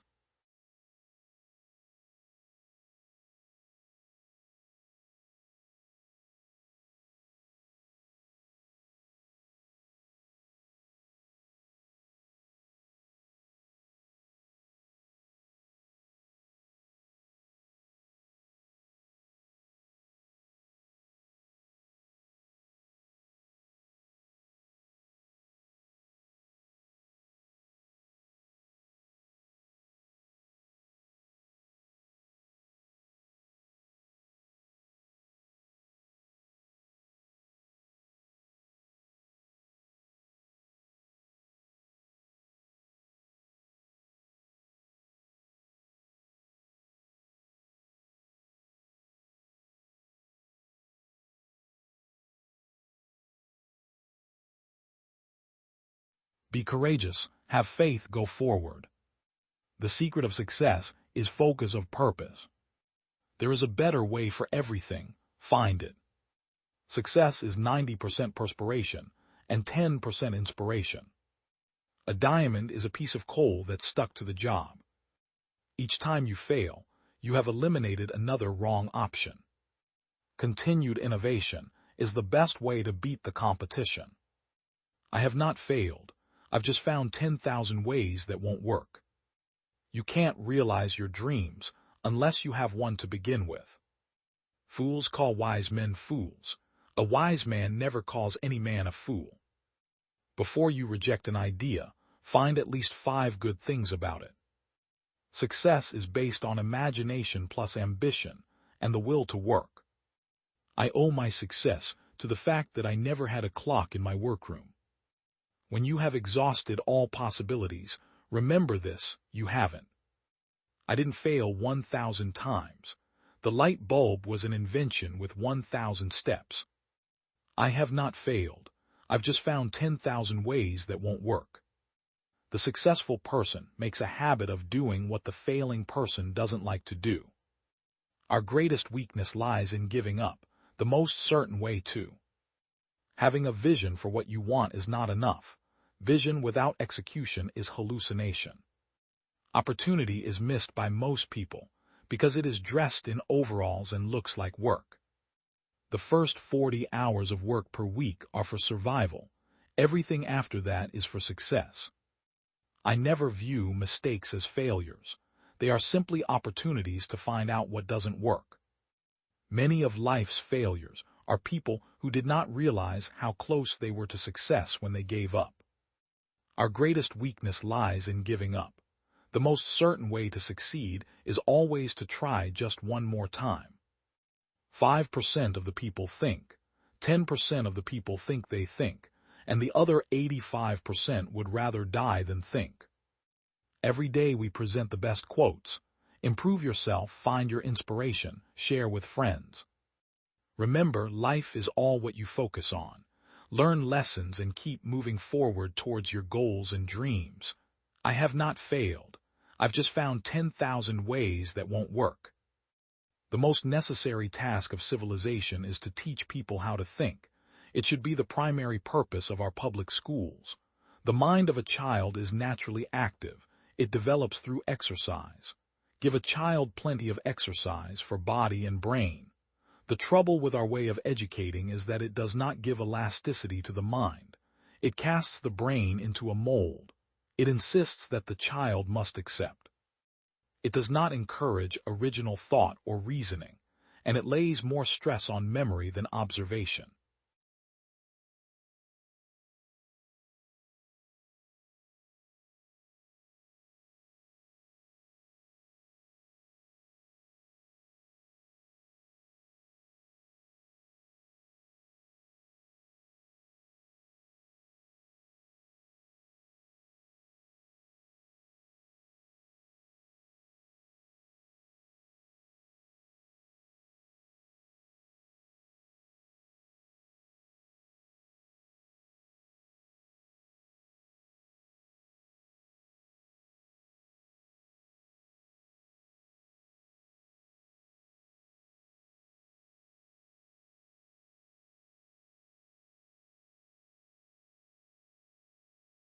Rejoice and be glad, because great is your reward in heaven.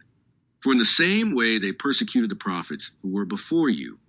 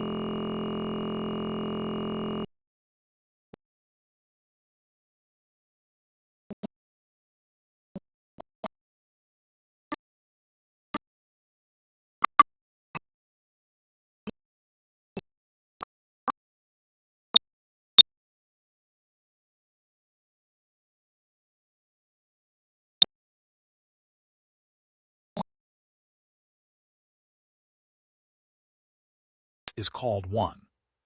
Let it be granted that things which are equal to the same thing are equal to one another. Handwriting is a spiritual designing, even though it appears by means of a material instrument. A straight line is said to have been cut in extreme and mean ratio when, as the whole line is to the greater segment, so is the greater to the lesser.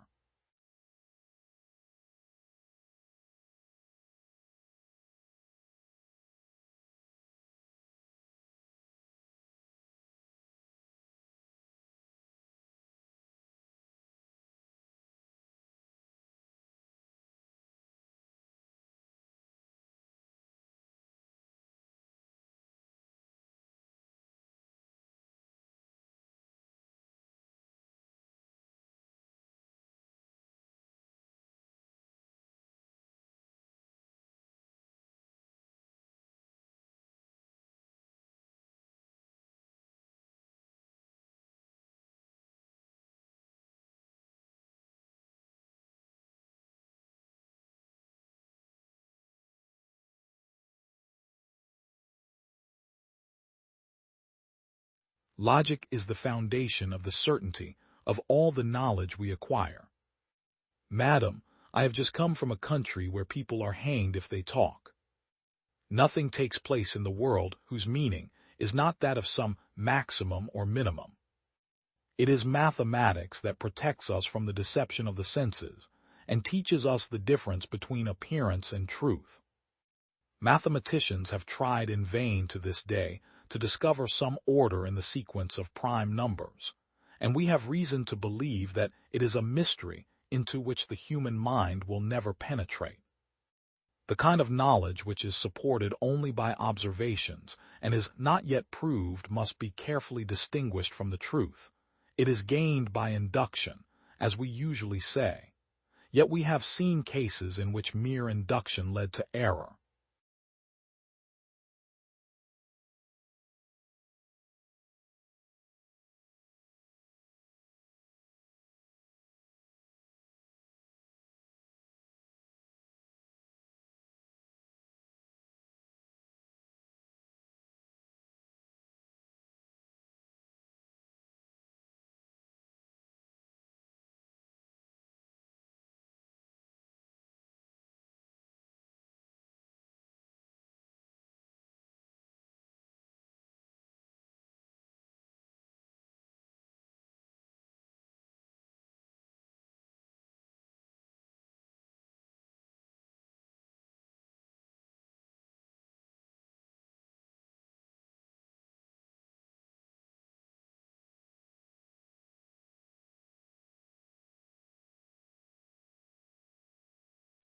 Every man lives by exchanging. Mercy to the guilty is cruelty to the innocent. Wherever there is great property, there is nothing is ever too good to be true. I shall be with Christ, and that is enough. But still try, for who knows what is possible? Speculations, I have none. I am resting on certainties. A man who is certain he is right is almost sure to be wrong. I could trust a fact and always cross-question an assertion. The important thing is to know how to take all things quietly. The book of nature which we have to read is written by the finger of God. There's nothing quite as frightening as someone who knows they are right. Why will people go astray when they have this blessed book to guide them?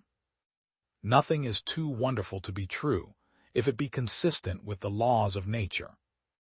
Lectures which really teach will never be popular. Lectures which are popular will never really teach. I am no poet, but if you think for yourselves as I proceed, the facts will form a poem in your minds. All are sure in their days except the most wise. He is the wisest philosopher who holds his theory with some doubt. I have far more confidence in the one man who works mentally and bodily at a matter than in the 6 who merely talk about it. I can at any moment convert my time into money, but I do not require more of the latter than is sufficient for necessary purposes. Nature is our kindest friend and best critic in experimental science, if we only allow her intimations to fall unbiased on our minds. I happen to have discovered a direct relation between magnetism and light, also electricity and light, and the field it opens is so large and I think rich. It is right that we should stand by and act on our principles, but not right to hold them in obstinate blindness or retain them when proved to be erroneous. Since peace is alone the gift of God, and as it is He who gives it, why should we be afraid? His unspeakable gift in His beloved Son is the ground of no doubtful hope. I am busy just now again on electromagnetism, and think I have got hold of a good thing but can't say. It may be a weed instead of a fish that, after all my labor, I may at last pull up. The philosopher should be a man willing to listen to every suggestion, but determined to judge for himself. He should not be a respecter of persons, but of things. Truth should be his primary object. I will simply express my strong belief that that point of self-education which consists in teaching the mind to resist its desires and inclinations, until they are proved to be right, is the most important of all, not only in things of natural philosophy, but in every department of daily life. I express a wish that you may, in your generation, be fit to compare to a candle, that you may, like it, shine as lights to those about you, that, in all your actions, you may justify the beauty of the taper by making your deeds honorable and effectual in the discharge of your duty to your fellow-men.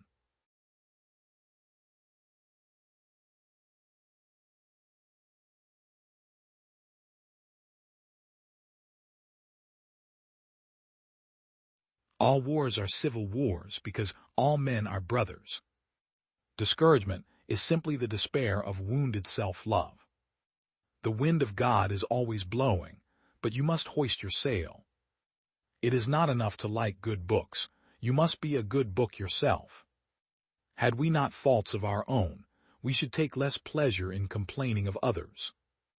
God is merciful, showing us our true hideousness only in proportion to the courage He gives us to bear the sight.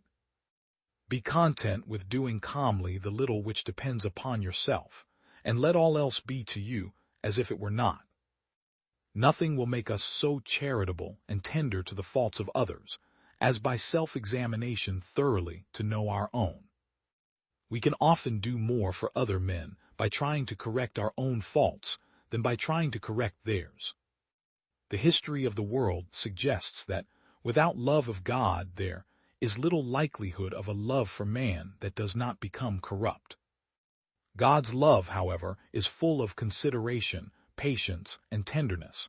It leads people out of their weakness and sin one step at a time. If the crowns of all the kingdoms of the empire were laid down at my feet in exchange for my books and my love of reading, I would spurn them all. Those who correct others should watch for the Holy Spirit to go ahead of them and touch a person's heart. Learn to imitate him who reproves gently. All wars are civil wars because all men are brothers. Each one owes infinitely more to the human race than to the particular country in which he was born. Children are very nice observers, and they will often perceive our slightest defects. In general, those who govern children forgive nothing in them, but everything in themselves. Cut all this activity short. Silence yourself inwardly. Come back to your Lord often. You will get more accomplished this way.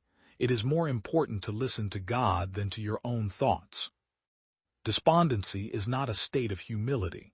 On the contrary, it is the vexation and despair of a cowardly pride. Nothing is worse. Whether we fall, we must only think of rising again and going on course.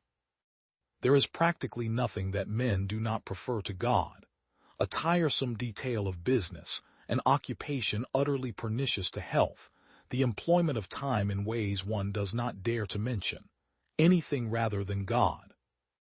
Peace does not dwell in outward things but within the soul. We may preserve it in the midst of the bitterest pain if our will remains firm and submissive.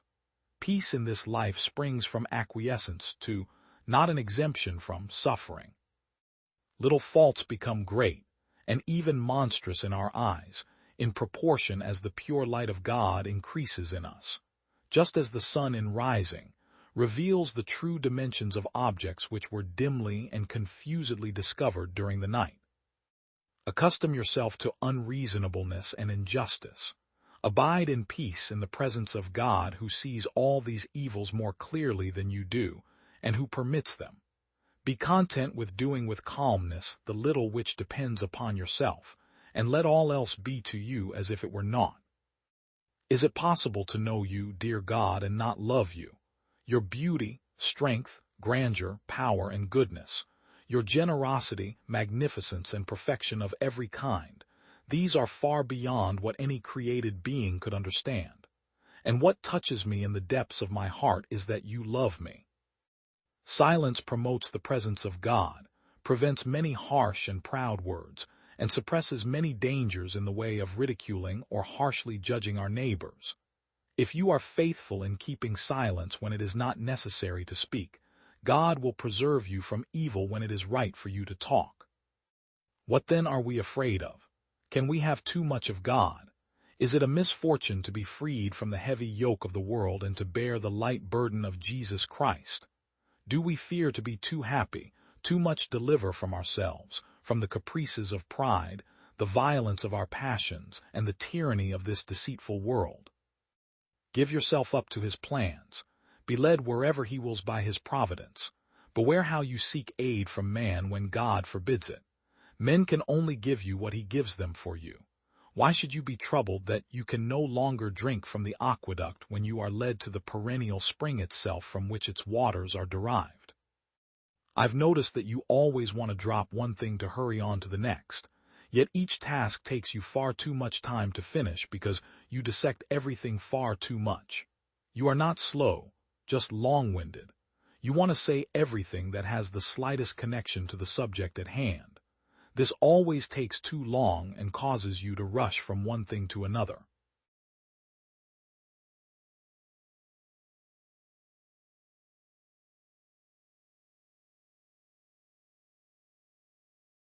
An experiment disproving a prediction is discovery. It does not say in the Bible that all laws of nature are expressible linearly. Never underestimate the joy people derive from hearing something they already know. When asked what he meant by a miracle, oh, anything with a probability of less than 20%. Young man, if I could remember the names of these particles, I would have been a botanist. It is not good to try to stop knowledge from going forward. Ignorance is never better than knowledge. Experimental confirmation of a prediction is merely a measurement.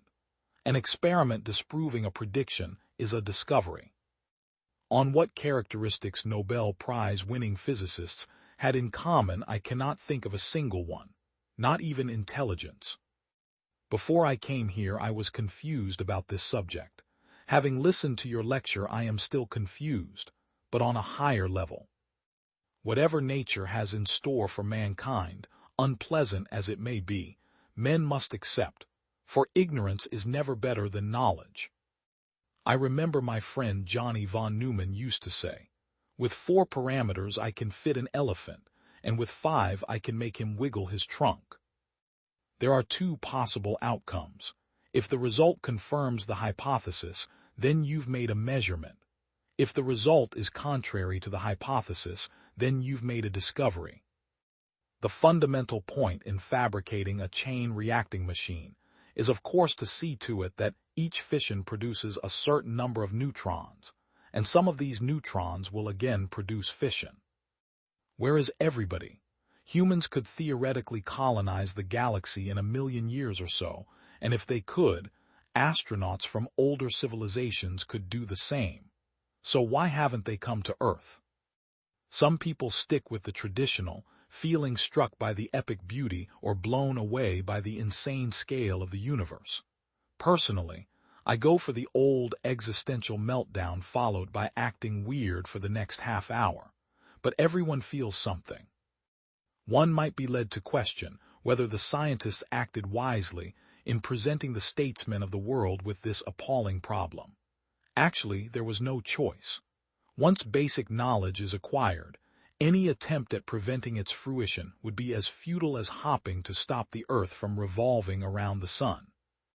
Although the problem of transmuting chemical elements into each other is much older than a satisfactory definition of the very concept of chemical element, it is well known that the first and most important step towards its solution was made only 19 years ago by the late Lord Rutherford, who started the method of the nuclear bombardments. The fact that no limits exist to the destructiveness of this weapon, the super, i.e. the hydrogen bomb, makes its very existence, and the knowledge of its construction, a danger to humanity as a whole. It is necessarily an evil thing considered in any light.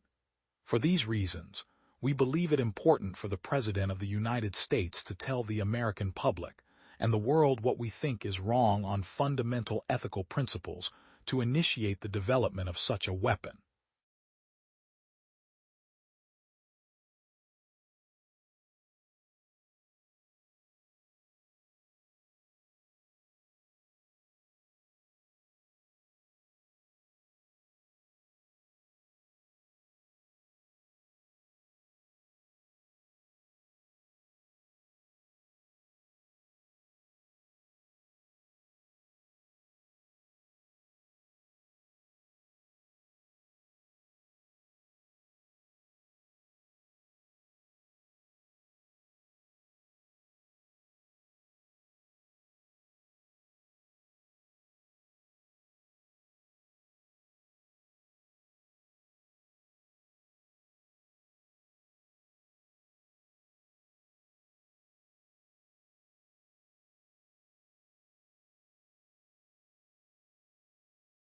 Every man lives by exchanging. Mercy to the guilty is cruelty to the innocent. Wherever there is I'm smart enough to know that I'm dumb. Science is the belief in the ignorance of experts. You do not know anything until you have practiced. Scientists are explorers, philosophers are tourists. Don't pay attention to authorities, think for yourself. You can always recognize truth by its beauty and simplicity. Religion is a culture of faith, science is a culture of doubt. We never are definitely right, we can only be sure we are wrong. The highest forms of understanding we can achieve are laughter and human compassion. If you think you understand quantum mechanics, you don't understand quantum mechanics. The only way to deep happiness is to do something you love to the best of your ability. I would rather have questions that can't be answered than answers that can't be questioned. Physics is like sex. Sure, it may give some practical results, but that's not why we do it. We need to teach how doubt is not to be feared but welcomed. It's okay to say, I don't know. If you can't explain something to a first-year student, then you haven't really understood. The first principle is that you must not fool yourself, and you are the easiest person to fool. I learned very early the difference between knowing the name of something and knowing something. Our responsibility is to do what we can, learn what we can, improve the solutions, and pass them on. Study hard what interests you the most in the most undisciplined, irreverent, and original manner possible. It doesn't matter how beautiful your theory is. It doesn't matter how smart you are. If it doesn't agree with experiment, it's wrong. You have no responsibility to live up to what other people think you ought to accomplish. I have no responsibility to be like they expect me to be. It's their mistake, not my failing. We absolutely must leave room for doubt, or there is no progress and no learning. There is no learning without having to pose a question, and a question requires doubt. People search for certainty, but there is no certainty. First you guess. Don't laugh, this is the most important step. Then you compute the consequences. Compare the consequences to experience. If it disagrees with experience, the guess is wrong. In that simple statement is the key to science. It doesn't matter how beautiful your guess is, or how smart you are, or what your name is. If it disagrees with experience, it's wrong. That's all there is to it. Fall in love with some activity and do it. Nobody ever figures out what life is all about, and it doesn't matter. Explore the world. Nearly everything is really interesting if you go into it deeply enough. Work as hard and as much as you want to on the things you like to do the best. Don't think about what you want to be, but what you want to do. Keep up some kind of a minimum with other things so that society doesn't stop you from doing anything at all. No government has the right to decide on the truth of scientific principles, nor to prescribe in any way the character of the questions investigated. Neither may a government determine the aesthetic value of artistic creations, nor limit the forms of literacy or artistic expression, nor should it pronounce on the validity of economic, historic, religious, or philosophical doctrines. Instead, it has a duty to its citizens to maintain the freedom, to let those citizens contribute to the further adventure and the development of the human race.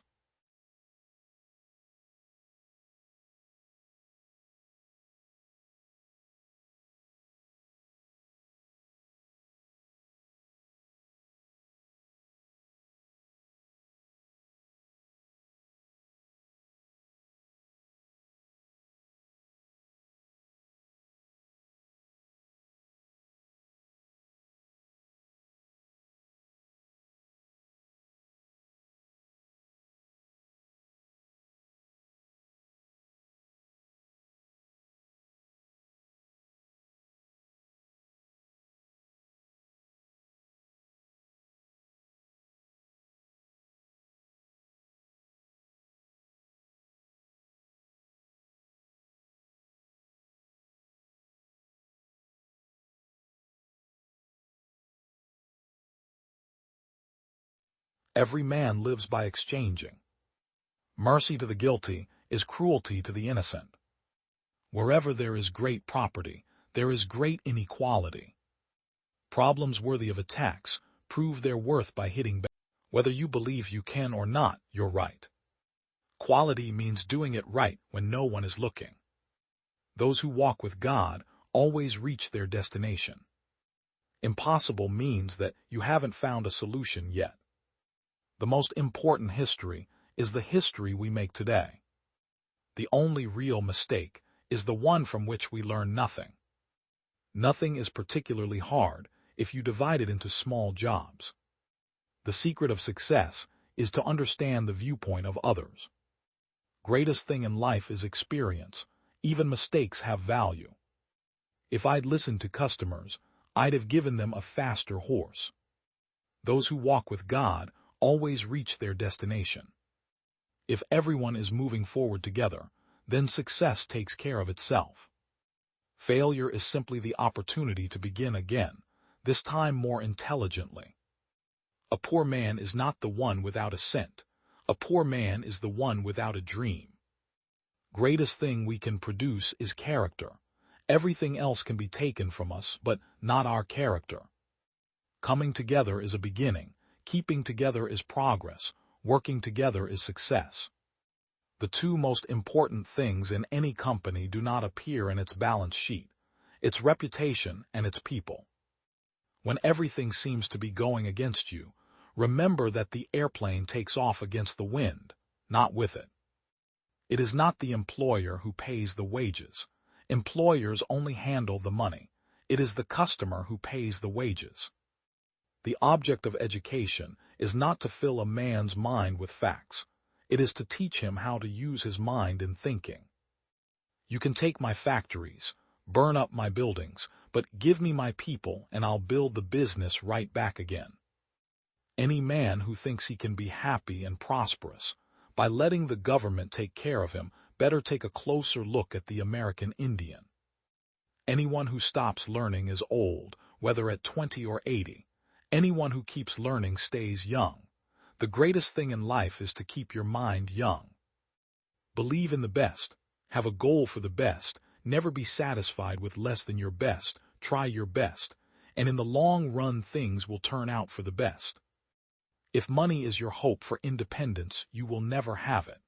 The only real security that a man will have in this world is a reserve of knowledge, experience, and ability.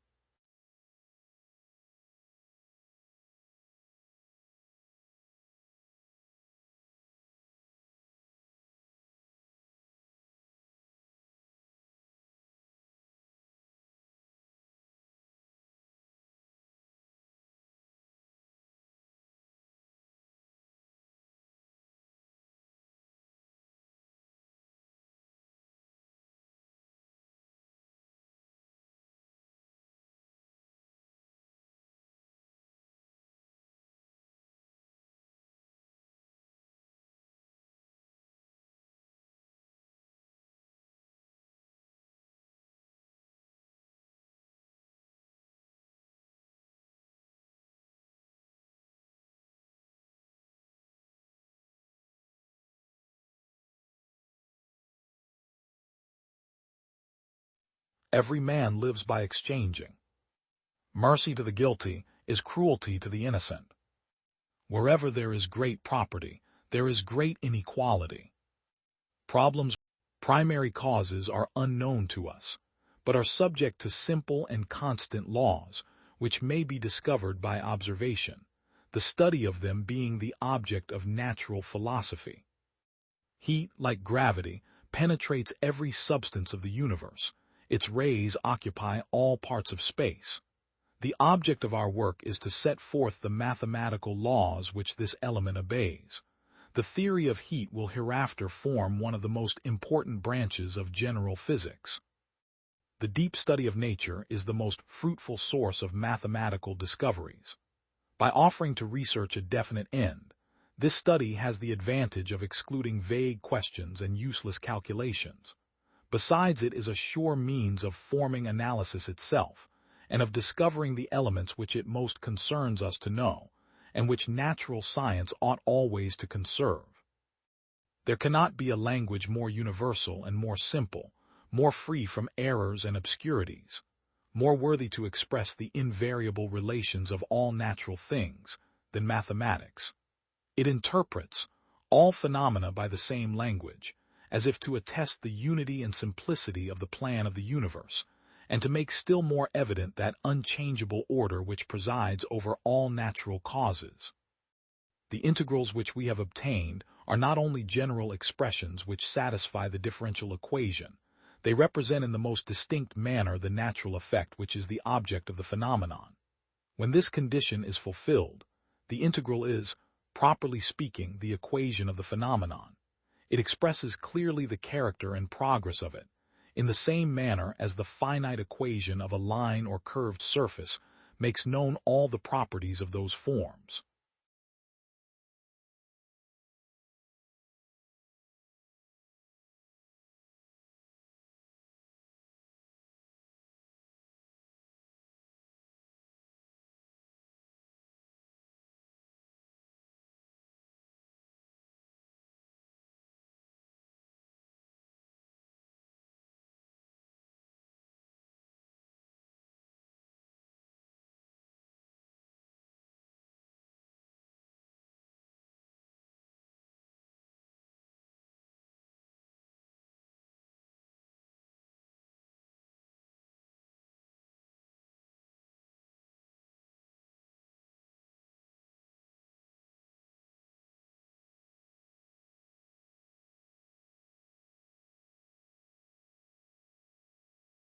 Knowledge makes a man unfit to be a slave.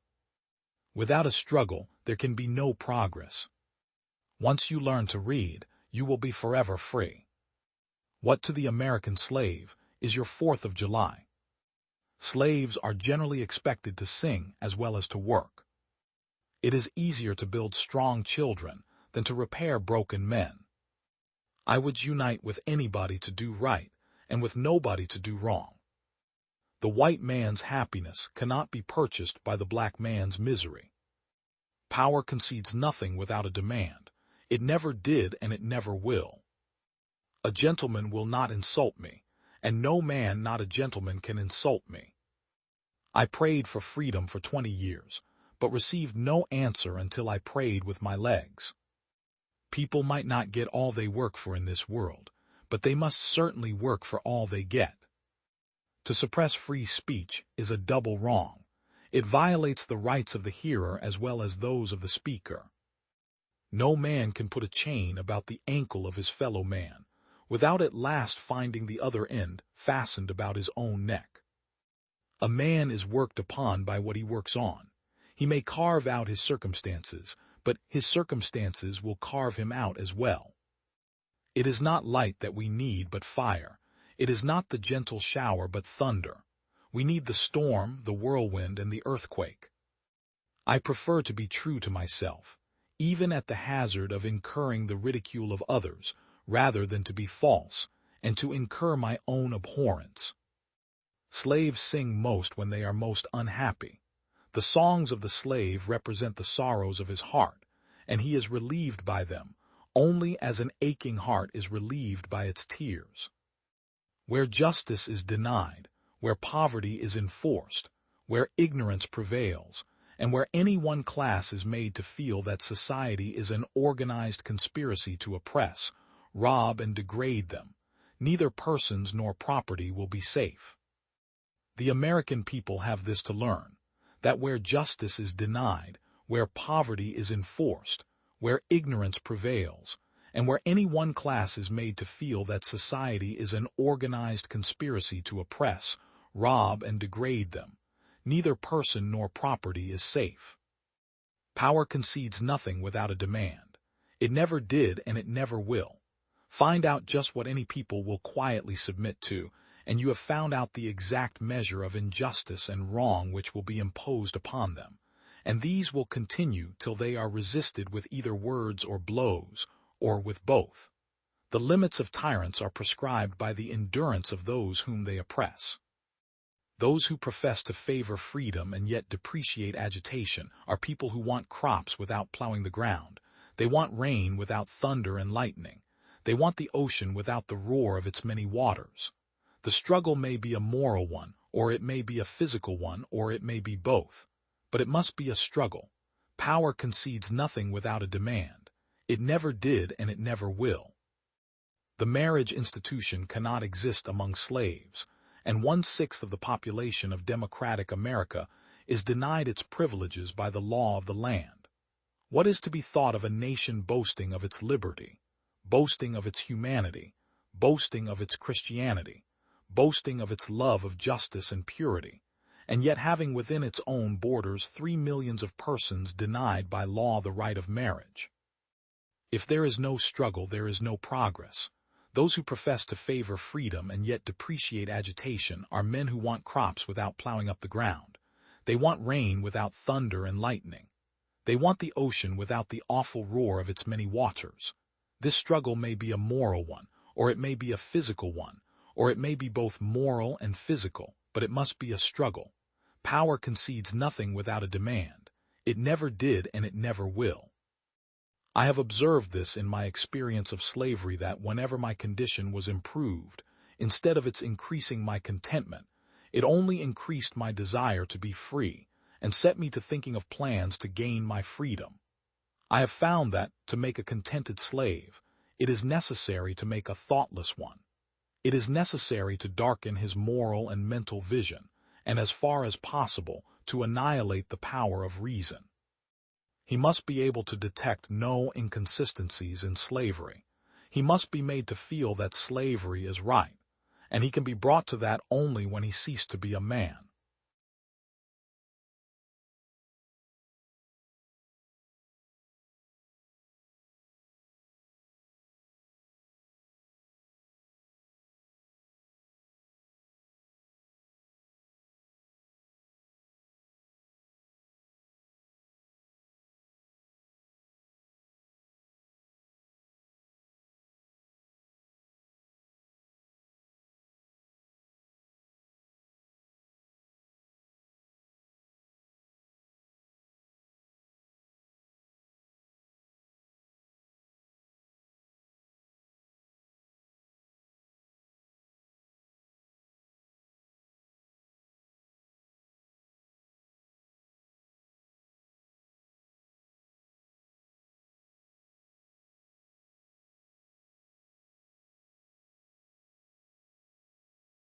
Every man lives by exchanging.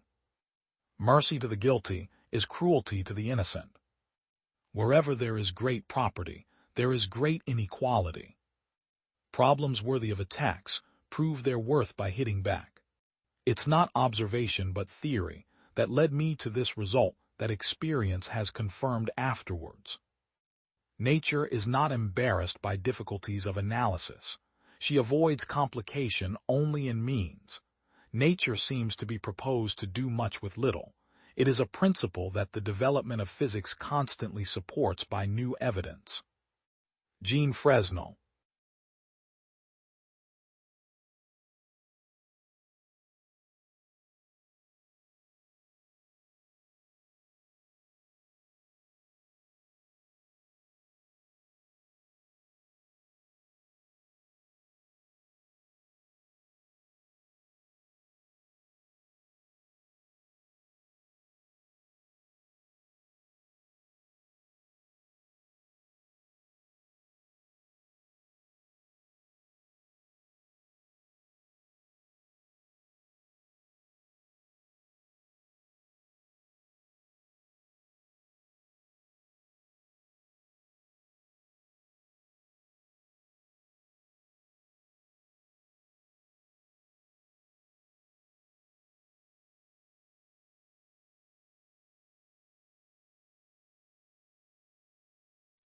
Every man lives.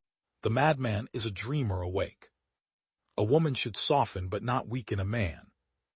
Where does a thought go when it's forgotten? Out of your vulnerabilities will come your strength. Being entirely honest with oneself is a good exercise. Everywhere I go I find a poet has been there before me. We are never so defenseless against suffering as when we love. He does not believe that does not live according to his belief. Immorality, no less than morality, has at all times found support in religion. One day, in retrospect, the years of struggle will strike you as the most beautiful. The virtuous man contents himself with dreaming that which the wicked man does in actual life. Unexpressed emotions will never die. They are buried alive and will come forth later in uglier ways. Whoever loves becomes humble. Those who love have, so to speak, pawned a part of their narcissism.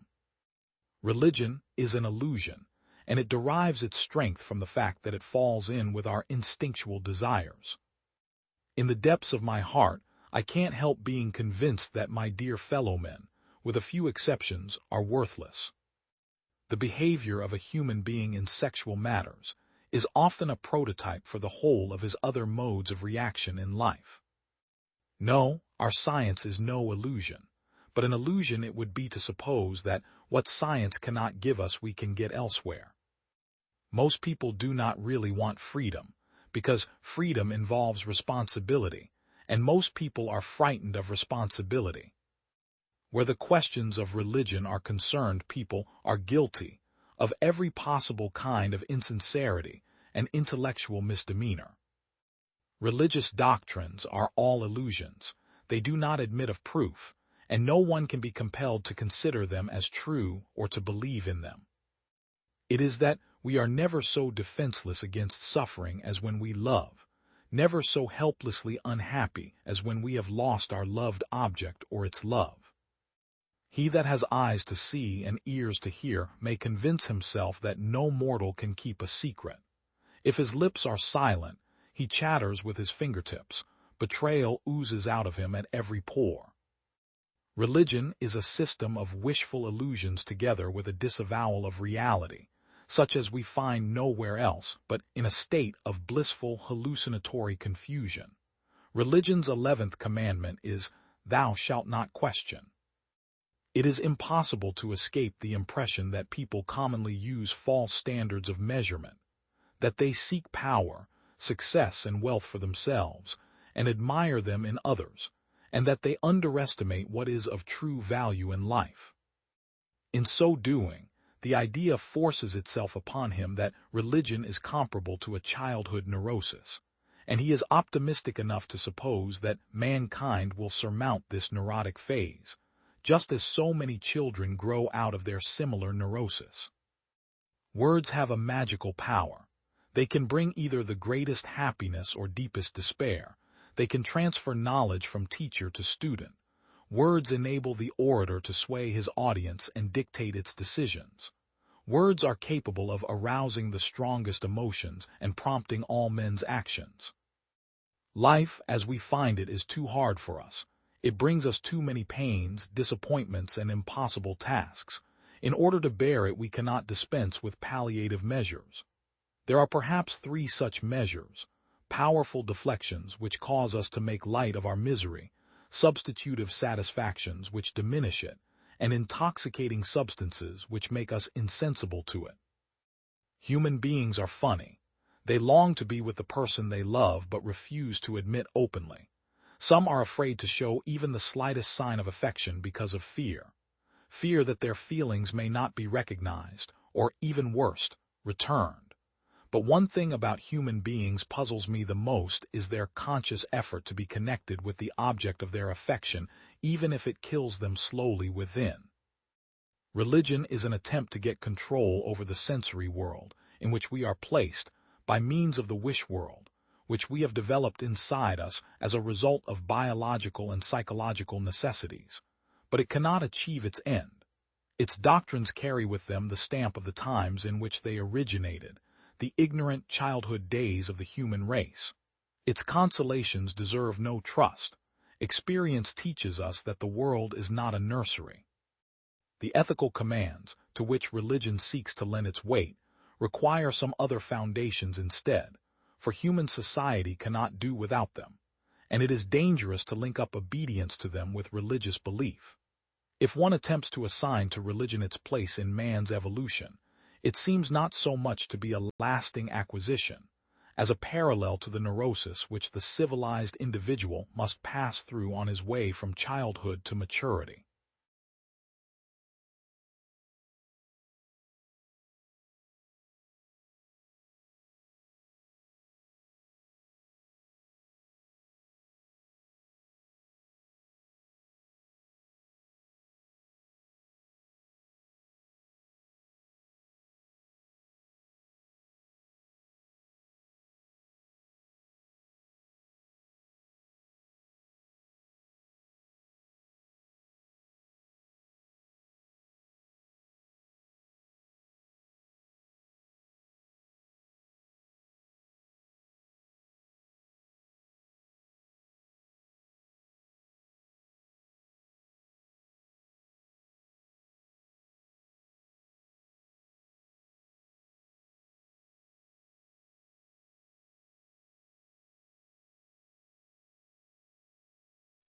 Every man lives by exchanging. Mercy to the guilty is cruelty to the innocent. Wherever there is great property, wine is the nurse of old age. Laziness breeds humors of the blood. The best physician is also a philosopher. The chief merit of language is clearness. Look to the nervous system as the key to maximum health. Employment is nature's physician and is essential to human happiness. Those who are enslaved to their sex are not merely devoid of all sound knowledge, but they will not even stop to learn. In that case, there will be no danger of his performing any evil action, since he practices temperance and despises money. All evil actions that men undertake are done either at the prompting of greed or under the spell of pleasure. It should be our first duty to study philosophy if we are to be true followers of Hippocrates, and if we do this, nothing can prevent us from becoming like him, and indeed even better than he was, learning the things that he has so well set down and ourselves discovering those that remain. From the essay, that the best physician is also a philosopher. What reason, then, remains why the doctor, who practices the art in a manner worthy of Hippocrates, should not be a philosopher? For since, in order to discover the nature of the body and the distinctions between diseases and the indications for remedies, he must exercise his mind in rational thought, and since, so that he may persevere laboriously in the practice of these things, he must despise riches and exercise temperance, he must already possess all the parts of philosophy, the logical, the scientific, and the ethical. Nor need he fear, if he condemns riches and lives temperately, that he will be doing something out of place, for all the rash and unjust things that men do, they do because they are seduced by covetousness or bewitched by pleasure. So he must of necessity have the other virtues as well, for they are all connected, and it is not possible to take any one of them without all the others following at once, as if strung on a single thread. From the essay, that the best physician is also a philosopher.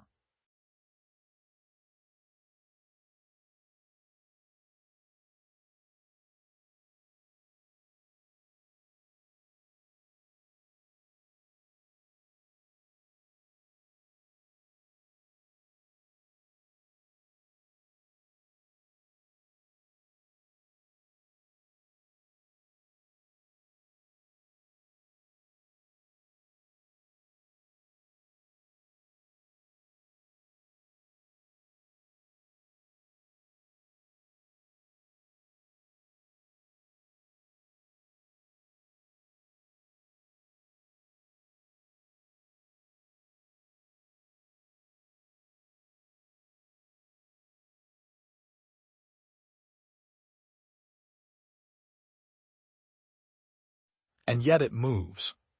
Passion is the genesis of genius. Wine is sunlight held together by water. I've loved the stars too fondly to be fearful of the night. By denying scientific principles, one may maintain any paradox. Mathematics is the language in which God has written the universe. The Bible shows the way to go to heaven, not the way the heavens go. It is a beautiful and delightful sight to behold the body of the moon.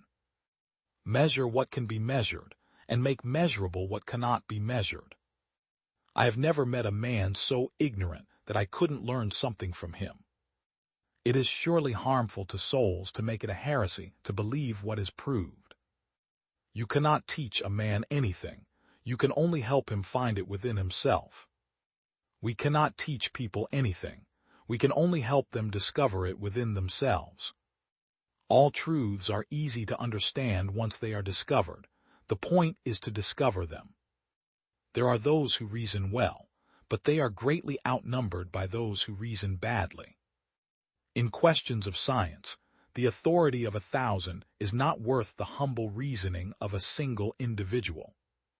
In the sciences, the authority of thousands of opinions is not worth as much as one tiny spark of reason in an individual man.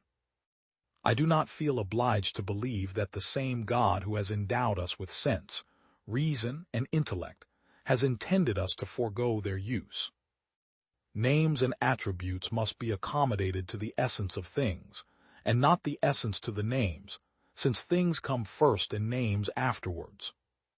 With regard to matters requiring thought, the less people know and understand about them, the more positively they attempt to argue concerning them. See now the power of truth. The same experiment which at first glance seemed to show one thing, when more carefully examined, assures us of the contrary. The sun, with all those planets revolving around it and dependent on it, can still ripen a bunch of grapes as if it had nothing else in the universe to do. Philosophy is written in that great book which ever lies before our eyes, I mean the universe, but we cannot understand it if we do not first learn the language and grasp the symbols in which it is written.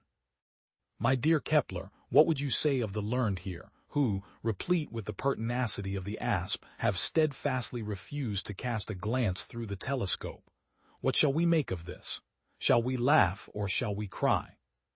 For in the sciences the authority of thousands of opinions is not worth as much as one tiny spark of reason in an individual man.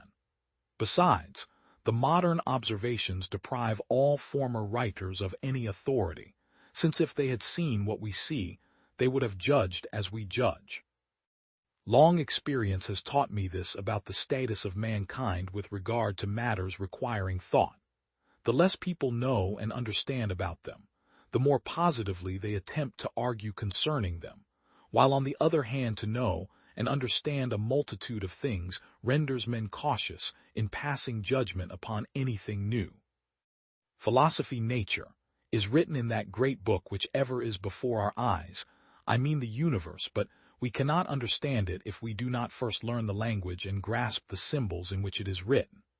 The book is written in mathematical language, and the symbols are triangles, circles, and other geometrical figures, without whose help it is impossible to comprehend a single word of it, without which one wanders in vain through a dark labyrinth. I esteem myself happy to have as great an ally as you in my search for truth. I will read your work, all the more willingly because I have for many years been a partisan of the Copernican view, because it reveals to me the causes of many natural phenomena that are entirely incomprehensible in the light of the generally accepted hypothesis. To refute the latter I have collected many proofs, but I do not publish them, because I am deterred by the fate of our teacher Copernicus who, although he had won immortal fame with a few, was ridiculed and condemned by countless people, for very great is the number of the stupid.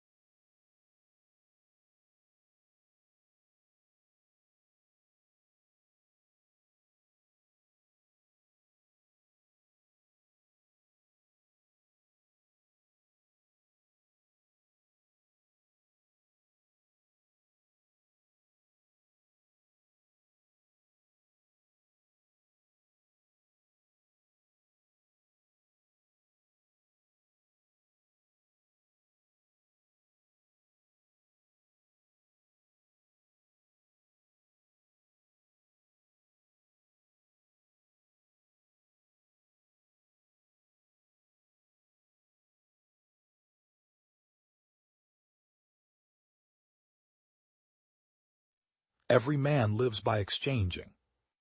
Mercy to the guilty is cruelty to the innocent. Wherever there is great property, there is great inequality. Problems worthy of few but pure. Pauca est matura, few but ripe. The queen of science is mathematics. Mathematics is the queen of the sciences. It is demanded for proof that every doubt becomes impossible. Thou nature art my goddess, to thy laws my services are bound. Life stands before me like an eternal spring with new and brilliant clothes. I have had my results for a long time, but I do not yet know how I am to arrive at them. I believe you are more believing in the Bible than I am not. You are happier than I. There have been only 3 epoch-making mathematicians, Archimedes, Newton, and Eisenstein. You say that faith is a gift. This is perhaps the most correct thing that can be said about it. When a philosopher says something that is true, then it is trivial. When he says something that is not trivial, then it is false. It is not knowledge, but the act of learning, not the possession of, but the act of getting there, which grants the greatest enjoyment. I protest against the use of infinite magnitude as something completed, which is never permissible in mathematics. Infinity is merely a way of speaking. Allein die Schule des Lebens muss lehren, nur des erreichbar zu wollen, und des Gut nicht deswegen zu verschmähen, weil noch etwas Besseres denkbar ist.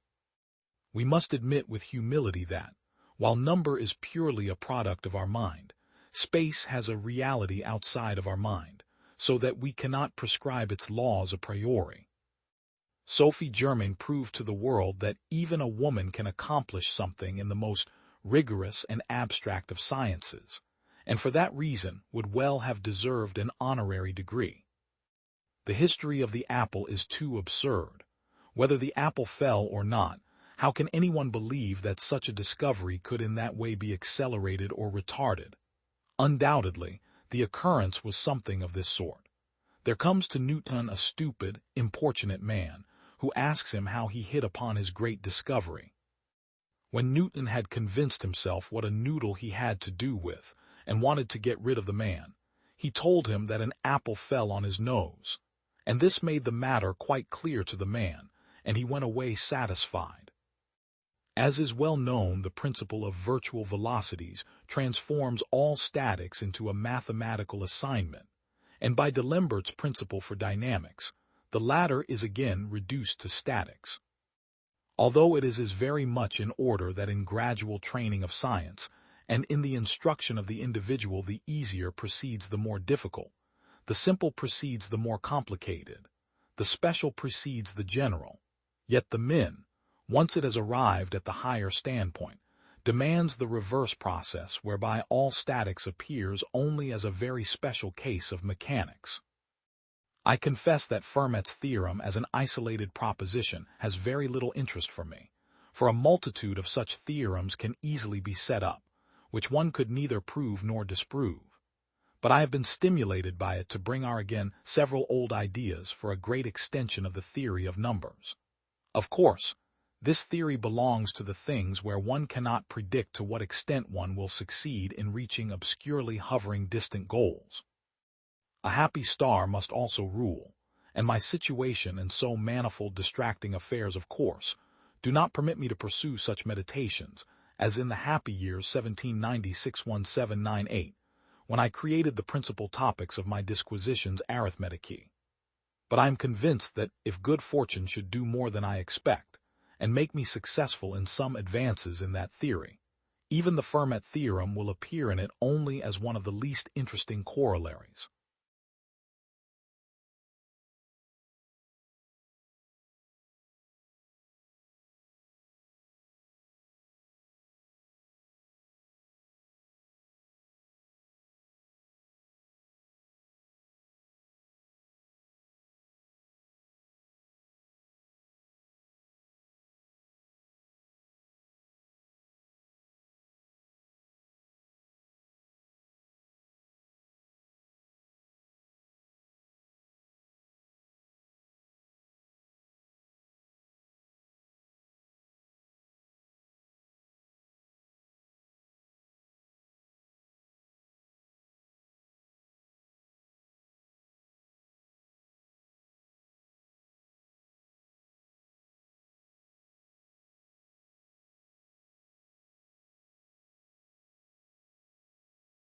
Every man lives by exchanging. Mercy to the guilty is cruelty to the innocent. Wherever there is great property, there is great inequality. Problems worthy of attacks. Adventure is not outside man, it is within. Poor fellow, I think he is in love with you. What loneliness is more lonely than distrust? It is never too late to be what you might have been. It is always fatal to have music or poetry interrupted. Our deeds determine us, as much as we determine our deeds. Life seems to go on without effort when I am filled with music. Only in the agony of parting do we look into the depths of love. I am not imposed upon by fine words, I can see what actions mean. People are almost always better than their neighbors think they are. What do we live for, if it is not to make life less difficult for each other? And of course men know best about everything, except what women know better. It is a narrow mind which cannot look at a subject from various points of view. But what we call our despair is often only the painful eagerness of unfed hope. Animals are such agreeable friends they ask no questions, they pass no criticisms. It will never rain roses. When we want to have more roses, we must plant more roses. Keep true, never be ashamed of doing right. Decide what you think is right and stick to it. Selfish, a judgment readily passed by those who have never tested their own power of sacrifice. Blessed is the man who, having nothing to say, abstains from giving us wordy evidence of the fact. No evil dooms us hopelessly except the evil we love and desire to continue in, and make no effort to escape from. It seems to me we can never give up longing and wishing while we are still alive. There are certain things we feel to be beautiful and good, and we must hunger for them. If we had a keen vision and feeling of all ordinary human life, it would be like hearing the grass grow and the squirrel's heart beat, and we should die of that roar which lies on the other side of silence. For the growing good of the world is partly dependent on unhistoric acts, and that things are not so ill with you and me as they might have been, is half owing to the number who lived faithfully a hidden life and rest in unvisited tombs. I like not only to be loved, but also to be told that I am loved. I am not sure that you are of the same mind, but the realm of silence is large enough beyond the grave. This is the world of light and speech, and I shall take leave to tell you that you are very dear. What greater thing is there for two human souls than to feel that they are joined for life, to strengthen each other in all labor, to rest on each other in all sorrow, to minister to each other in all pain, to be one with each other in silent, unspeakable memories at the moment of the last parting. We mortals, men and women, devour many a disappointment between breakfast and dinner time, keep back the tears and look a little pale about the lips, and in answer to inquiries say, "Oh, nothing." Pride helps. And pride is not a bad thing when it only urges us to hide our hurts, not to hurt others. I am not aware of it, and to me it is one of the most odious things in a girl's life, that there must always be some supposition of falling in love coming between her and any man who is kind to her. I have no ground for the nonsensical vanity of fancying everybody who comes near me is in love with me. But the effect of her being on those around her was incalculably diffusive, for the growing good of the world is partly dependent on unhistoric acts, and that things are not so ill with you and me as they might have been, is half owing to the number who lived faithfully a hidden life and rest in unvisited tombs. We could never have loved the earth so well if we had had no childhood in it. If it were not the earth where the same flowers come up again every spring that we used to gather with our tiny fingers as we sat lisping to ourselves on the grass, the same hips and haws on the autumn hedgerows, the same redbreasts that we used to call God's birds, because they did no harm to the precious crops. What novelty is worth that sweet monotony where everything is known and loved because it is known? Is not this a true autumn day? Just the still melancholy that I love that makes life and nature harmonize. The birds are consulting about their migrations. The trees are putting on the hectic or the pallid hues of decay and begin to strew the ground, that one's very footsteps may not disturb the repose of earth and air, while they give us a scent that is a perfect anodyne to the restless spirit. Delicious autumn. My very soul is wedded to it, and if I were a bird, I would fly about the earth seeking the successive autumns.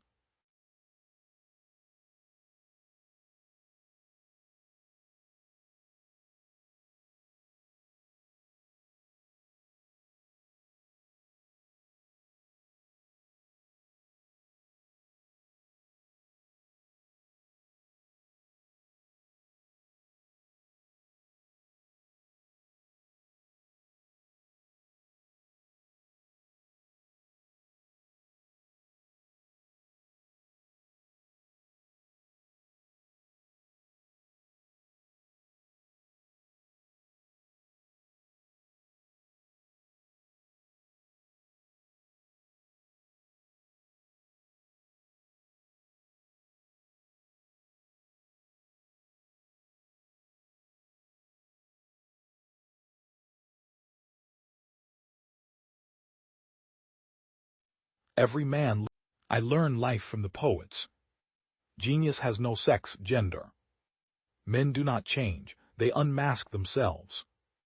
We cease loving ourselves if no one loves us. On cesse de s'aimer si quelqu'un ne nous aime. One must choose in life between boredom and suffering. Politeness is the art of choosing among your thoughts. So good services, sweet remembrances will grow from them. Intellect does not attain its full force unless it attacks power. I have something in my heart for you, which will die only when I do. The human mind is always making progress, but it is a progress in spirals. The human mind always makes progress, but it is a progress made in spirals. Love is the whole history of a woman's life. It is but an episode in a man's. We understand death for the first time when he puts his hand upon one whom we love. Those who danced were thought to be quite insane by those who could not hear the music. The desire of the man is for the woman, but the desire of the woman is for the desire of the man. A well-born soul is guided by only one principle in the world: always do good to others and never harm. Wit consists in knowing the resemblance of things that differ, and the difference of things that are alike. Those who do not want to be judged by what they say may very well not deserve our interest in what they think.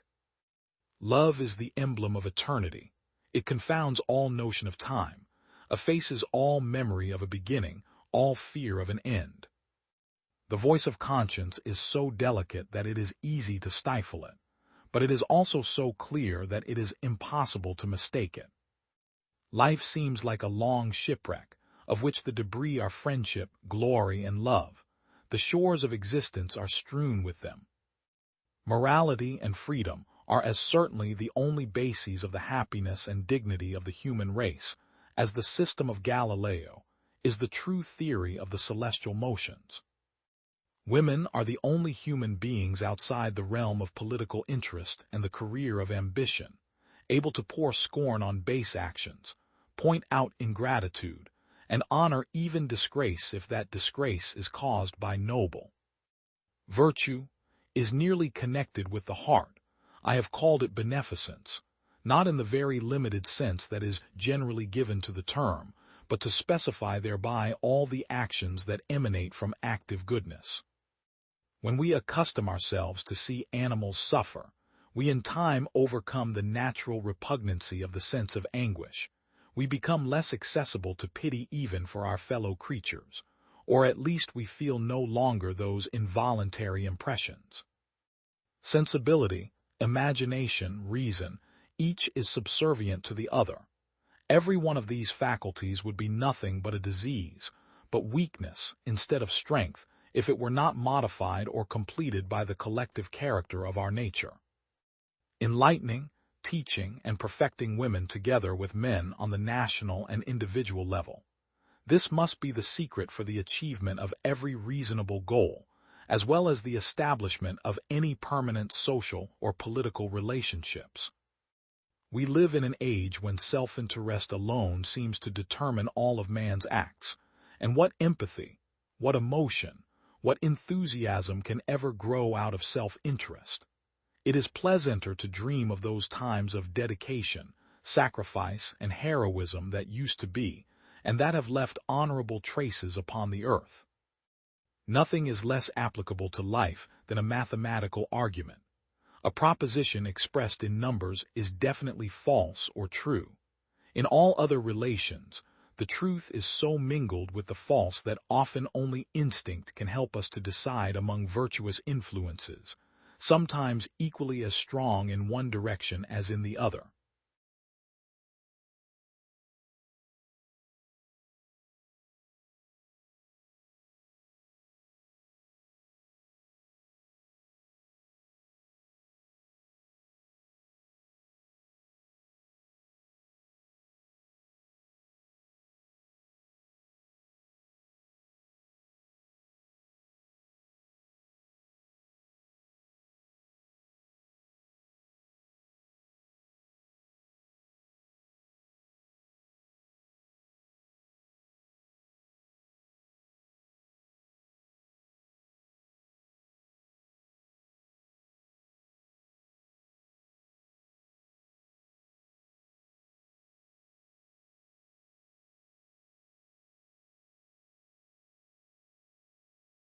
A mathematician may say anything he pleases, but a physicist must be at least partially sane.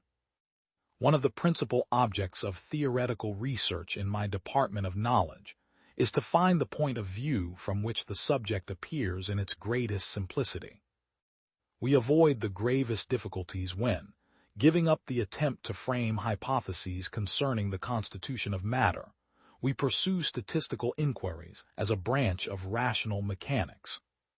The laws of thermodynamics, as empirically determined, express the approximate and probable behavior of systems of a great number of particles, or, more precisely, they express the laws of mechanics for such systems as they appear to beings who have not the fineness of perception to enable them to appreciate quantities of the order of magnitude of those which relate to single particles, and who cannot repeat their experiments often enough to obtain any but the most probable results.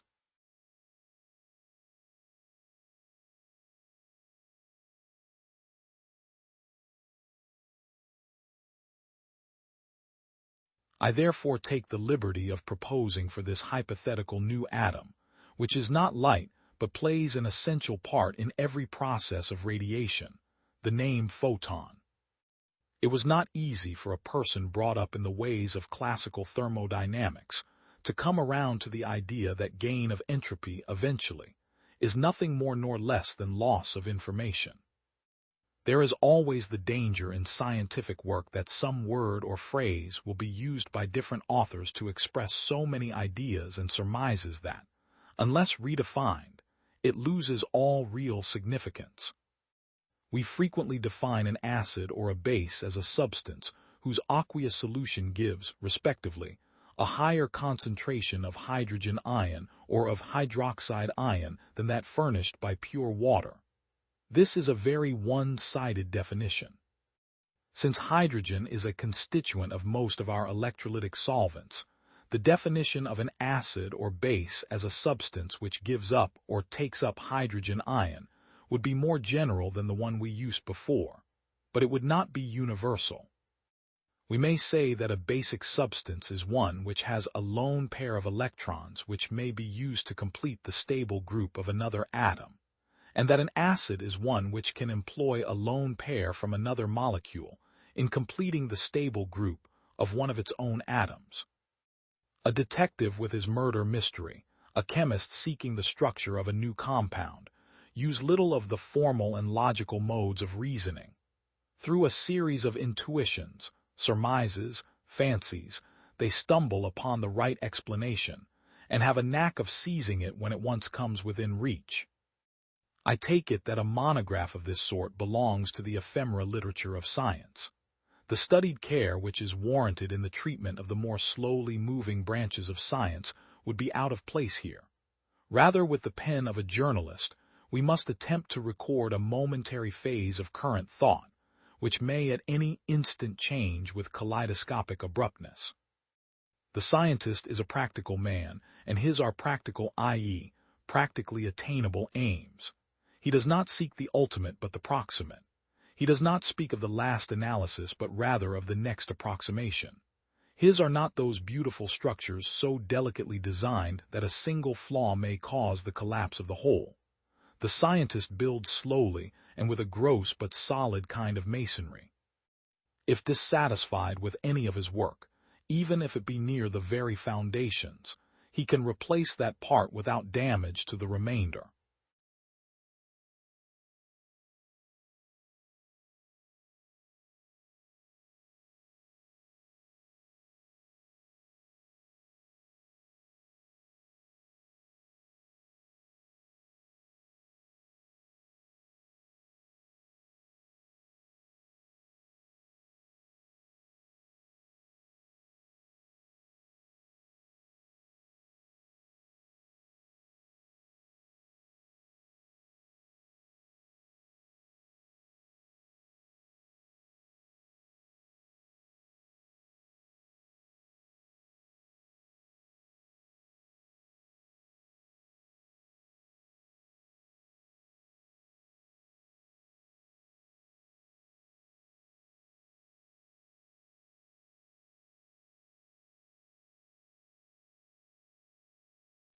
Every man lives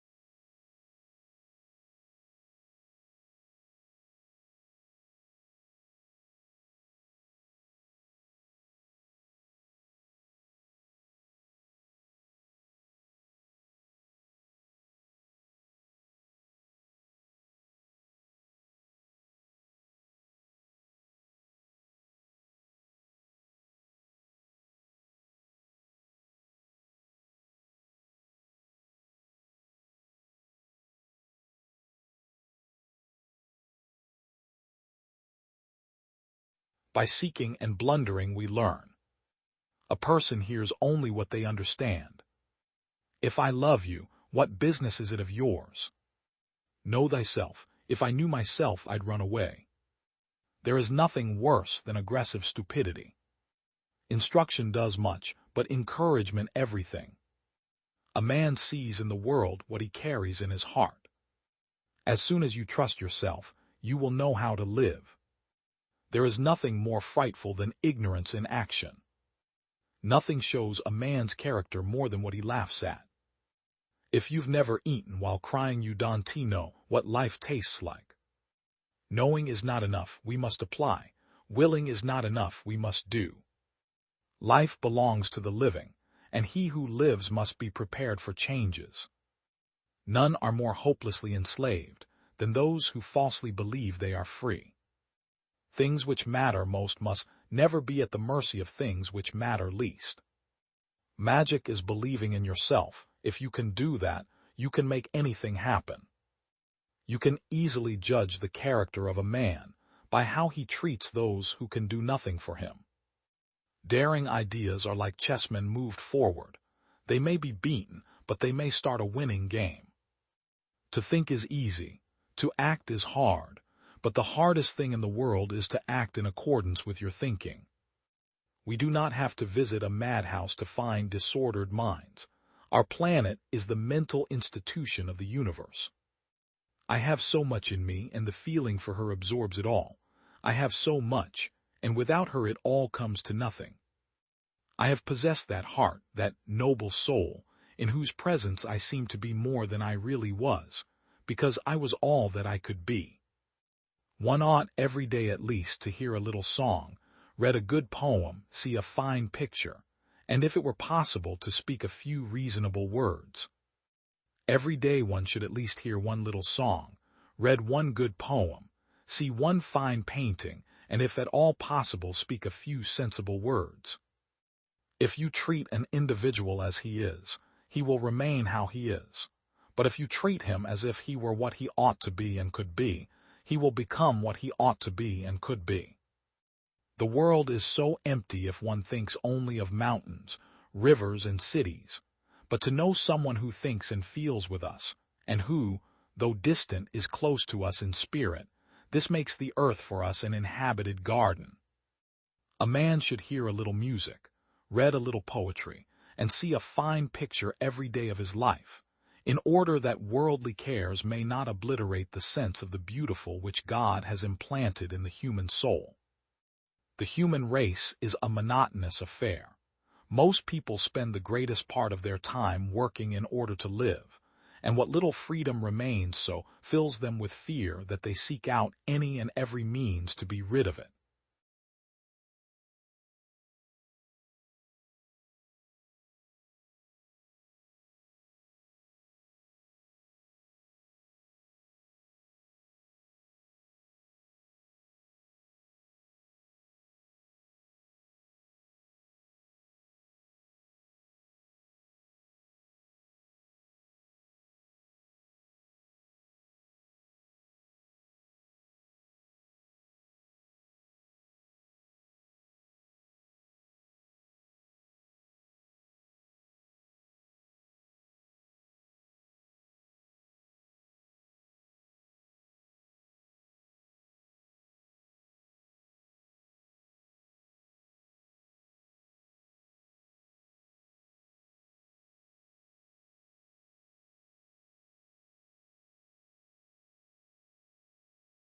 Every man lives by exchanging.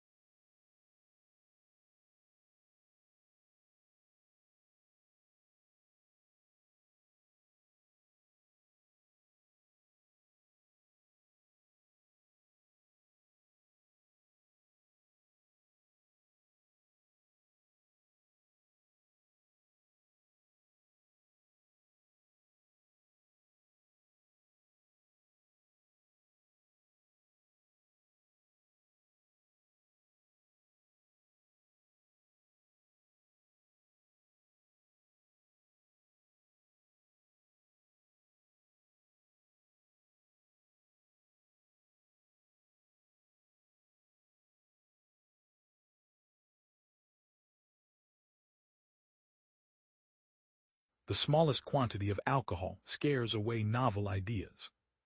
Music stands in a much closer connection with pure sensation than any of the other arts.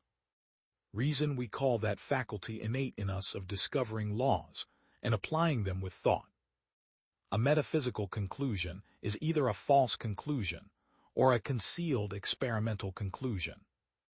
A moving body whose motion was not retarded by any resisting force would continue to move to all eternity. Music strikes the ear as a perfectly undisturbed uniform sound, which remains unaltered as long as it exists. All that science can achieve is a perfect knowledge and a perfect understanding of the action of natural and moral forces.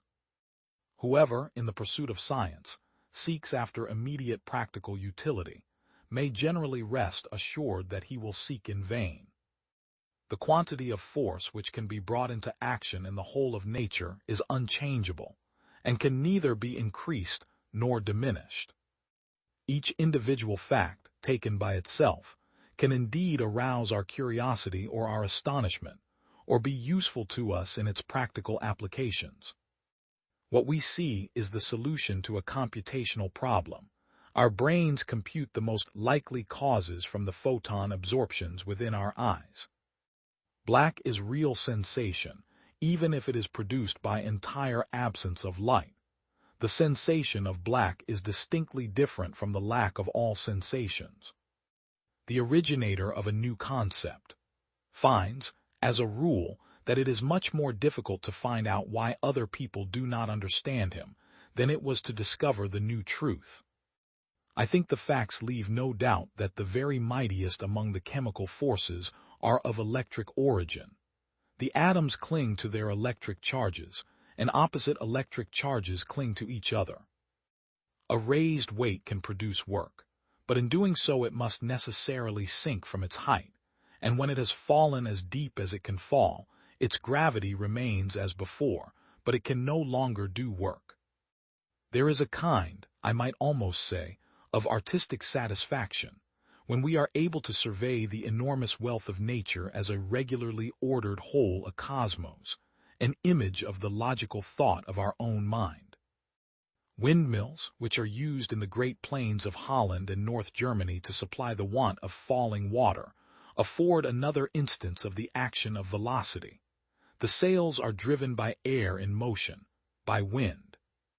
Not that I wish by any means to deny that the mental life of individuals and peoples is also in conformity with law, as is the object of philosophical, philological, historical, moral, and social sciences to establish. Just as a physicist has to examine the telescope and galvanometer with which he is working, has to get a clear conception of what he can attain with them, and how they may deceive him, so, too, it seemed to me necessary to investigate likewise the capabilities of our power of thought. The most startling result of Faraday's law is perhaps this. If we accept the hypothesis that the elementary substances are composed of atoms, we cannot avoid concluding that electricity also, positive as well as negative, is divided into definite elementary portions, which behave like atoms of electricity. Isolated facts and experiments have in themselves no value, however great their number may be. They only become valuable in a theoretical or practical point of view when they make us acquainted with the law of a series of uniformly recurring phenomena, or, it may be, only give a negative result showing an incompleteness in our knowledge of such a law, till then held to be perfect. During the first half of the present century, we had an Alexander von Humboldt, who was able to scan the scientific knowledge of his time in its details, and to bring it within one vast generalization. At the present juncture, it is obviously very doubtful whether this task could be accomplished in a similar way, even by a mind with gifts so peculiarly suited for the purpose as Humboldt's was, and if all his time and work were devoted to the purpose. The total quantity of all the forces capable of work in the whole universe remains eternal and unchanged throughout all their changes. All change in nature amounts to this, that force can change its form and locality, without its quantity being changed. The universe possesses, once for all, a store of force which is not altered by any change of phenomena, can neither be increased nor diminished, and which maintains any change which takes place on it.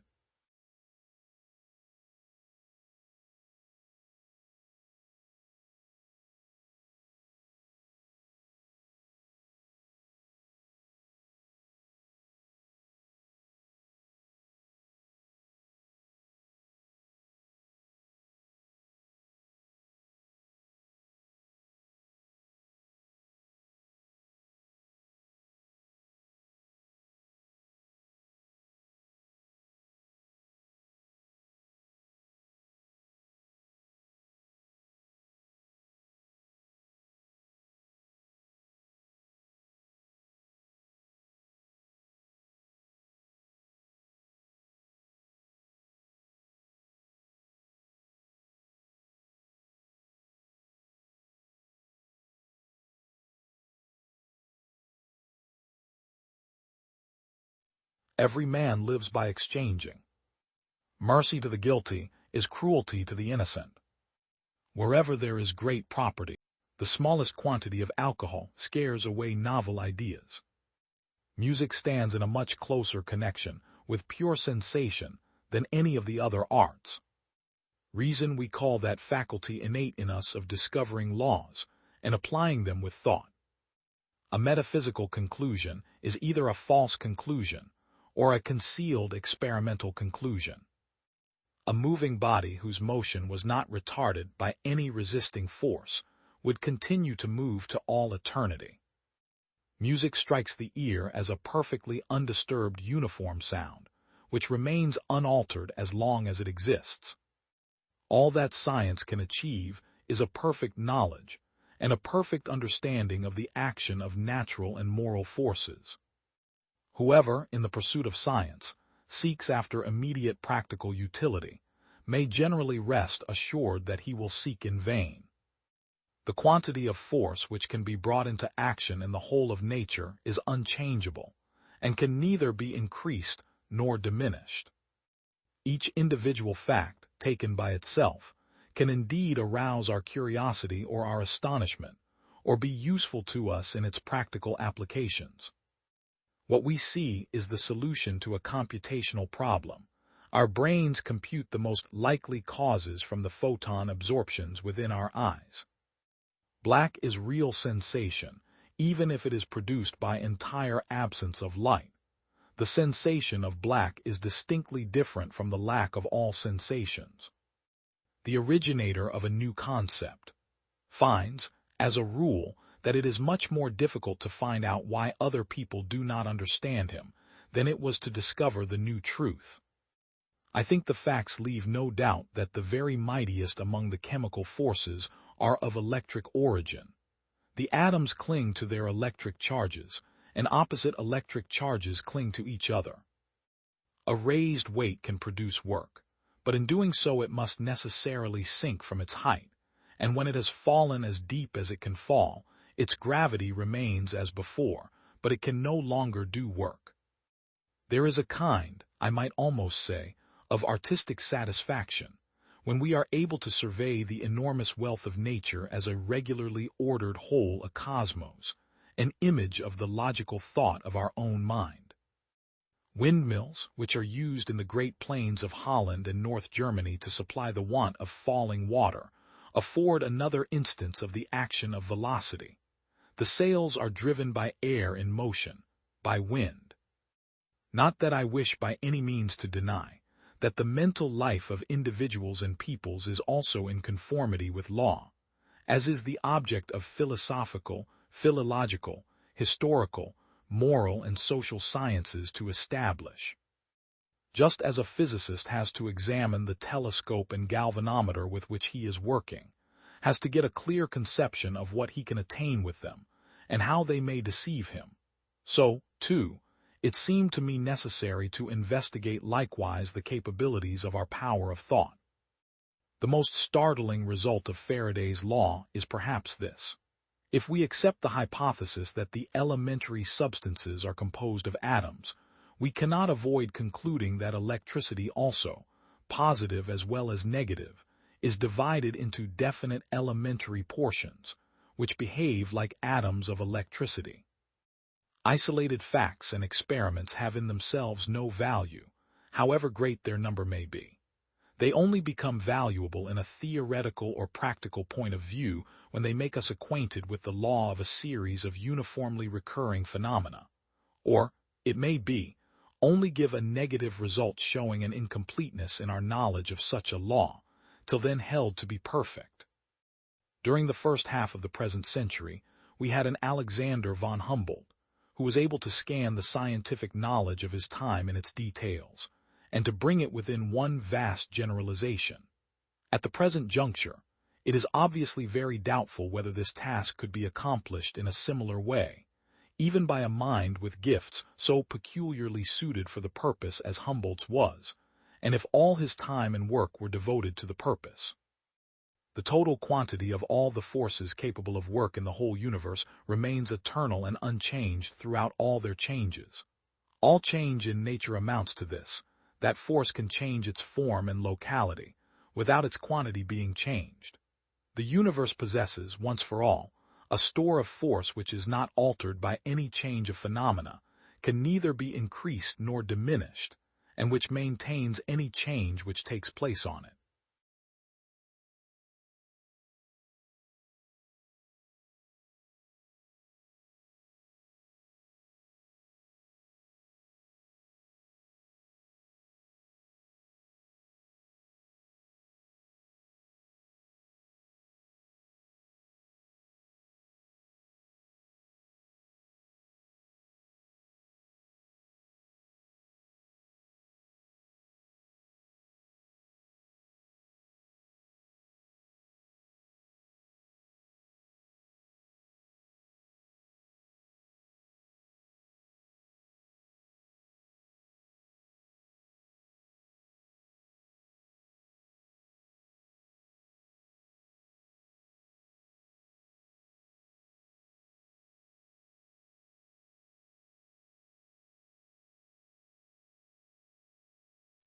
Every man lives by exchanging.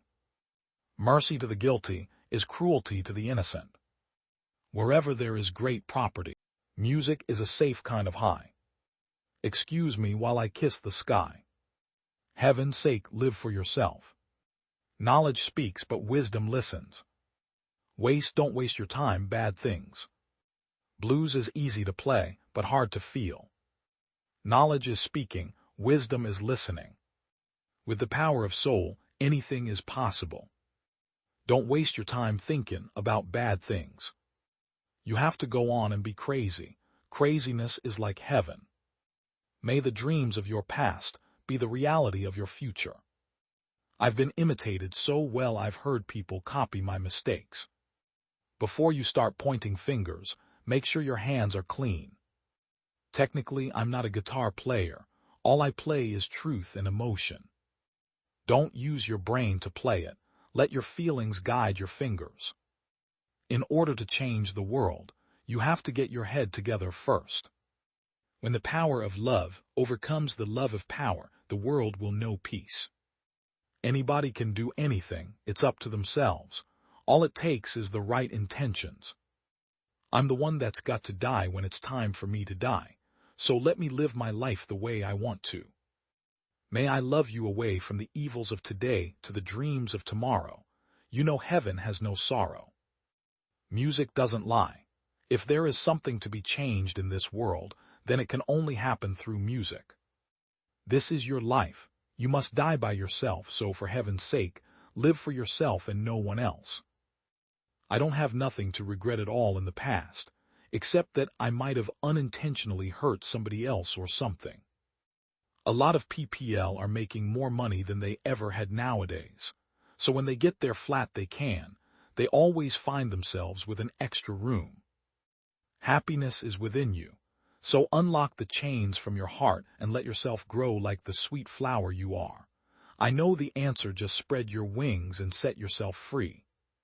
I feel guilty when people say I'm the greatest on the scene. What's good or bad doesn't matter to me. What does matter is feeling and not feeling. If only people would take more of a true view and think in terms of feelings. Your name doesn't mean a damn, it's your talents and feelings that matter. You've got to know much more than just the technicalities of notes. You've got to know what goes between the notes.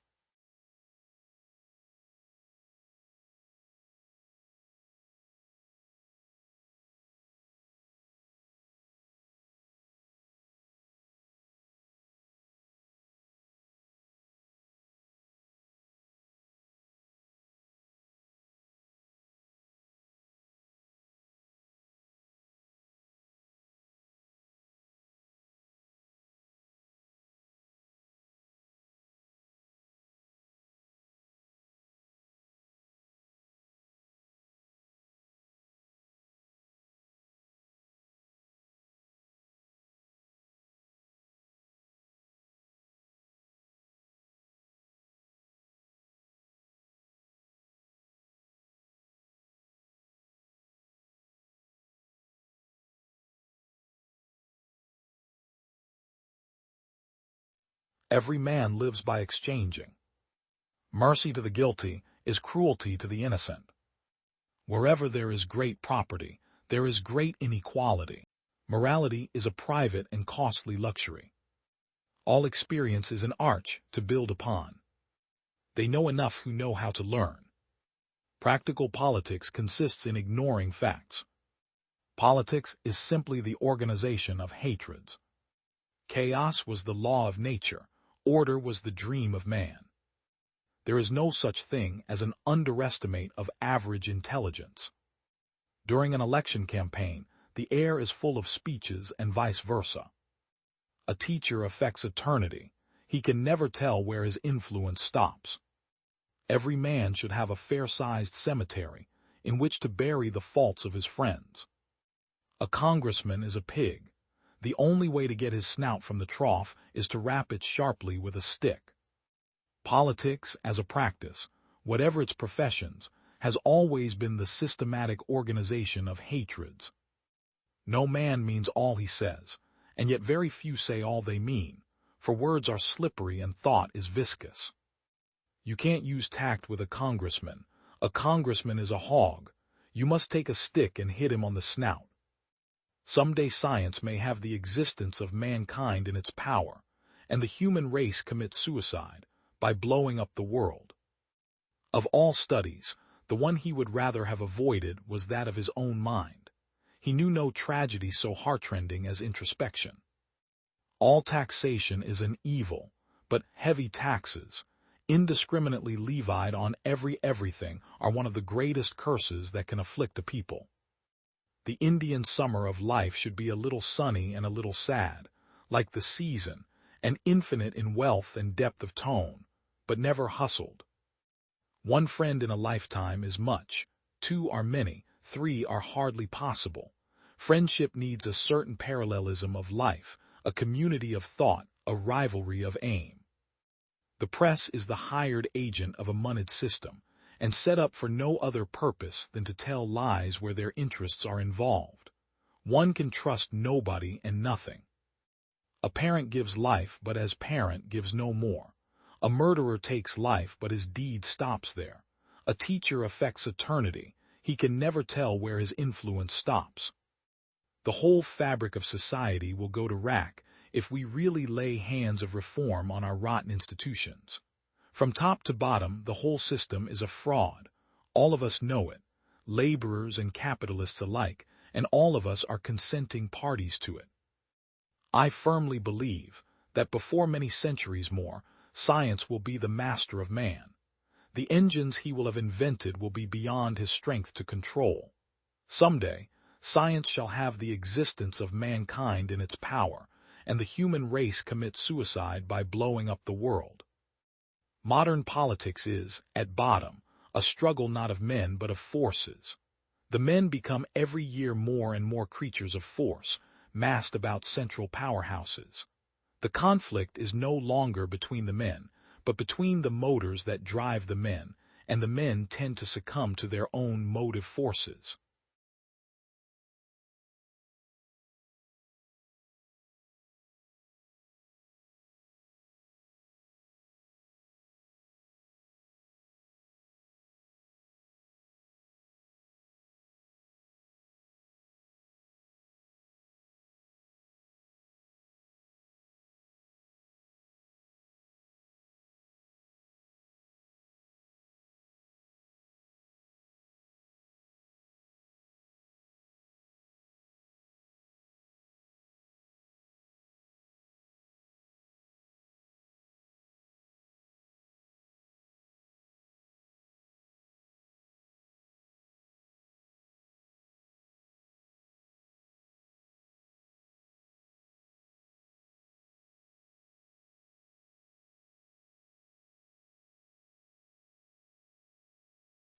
Every man lives by exchanging.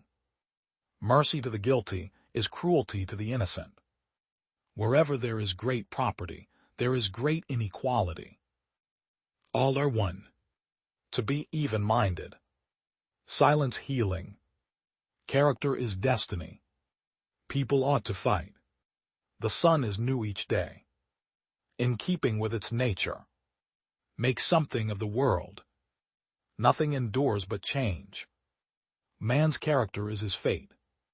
It is in changing that we find purpose. The only thing that is constant is change. Much learning does not teach understanding. How can you hide from what never goes away? The soul is dyed the color of its thoughts. Time is a game played beautifully by children. Those who love wisdom must investigate many things. Thinking is a sacred disease, and sight is deceptive. Abundance of knowledge does not teach men to be wise. Wisdom is the oneness of mind that guides and permeates all things. The awake share a common world, but the asleep turn aside into private worlds. Whoever cannot seek the unforeseen sees, nothing for the known way is an impasse. We are most nearly ourselves when we achieve the seriousness of the child at play. The unlike is joined together, and from differences results the most beautiful harmony. No man ever steps in the same river twice, for it's not the same river and he's not the same man. The content of your character is your choice. Day by day, what you choose, what you think and what you do is who you become. The meaning of the river flowing is not that all things are changing so that we cannot encounter them twice, but that some things stay the same only by changing. Allow yourself to think only those thoughts that match your principles and can bear the bright light of day. Day by day, your choices, your thoughts, your actions fashion the person you become. Your integrity determines your destiny. The soul is dyed the color of its thoughts. Think only on those things that are in line with your principles and can bear the light of day. The content of your character is your choice. Day by day, what you do is who you become. Your integrity is your destiny. It is the light that guides your way.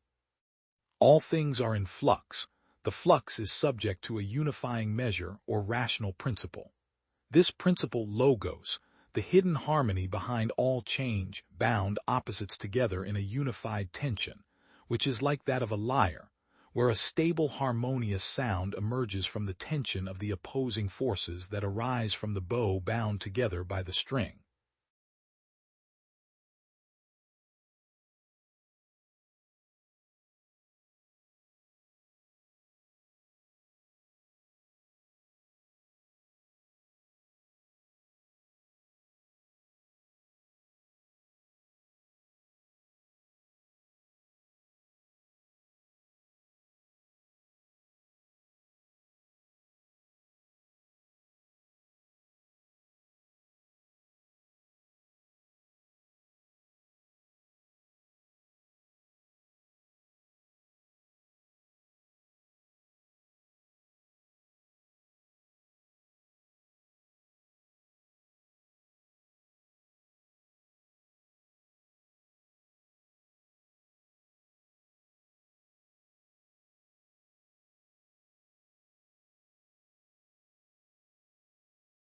Every man lives by exchanging.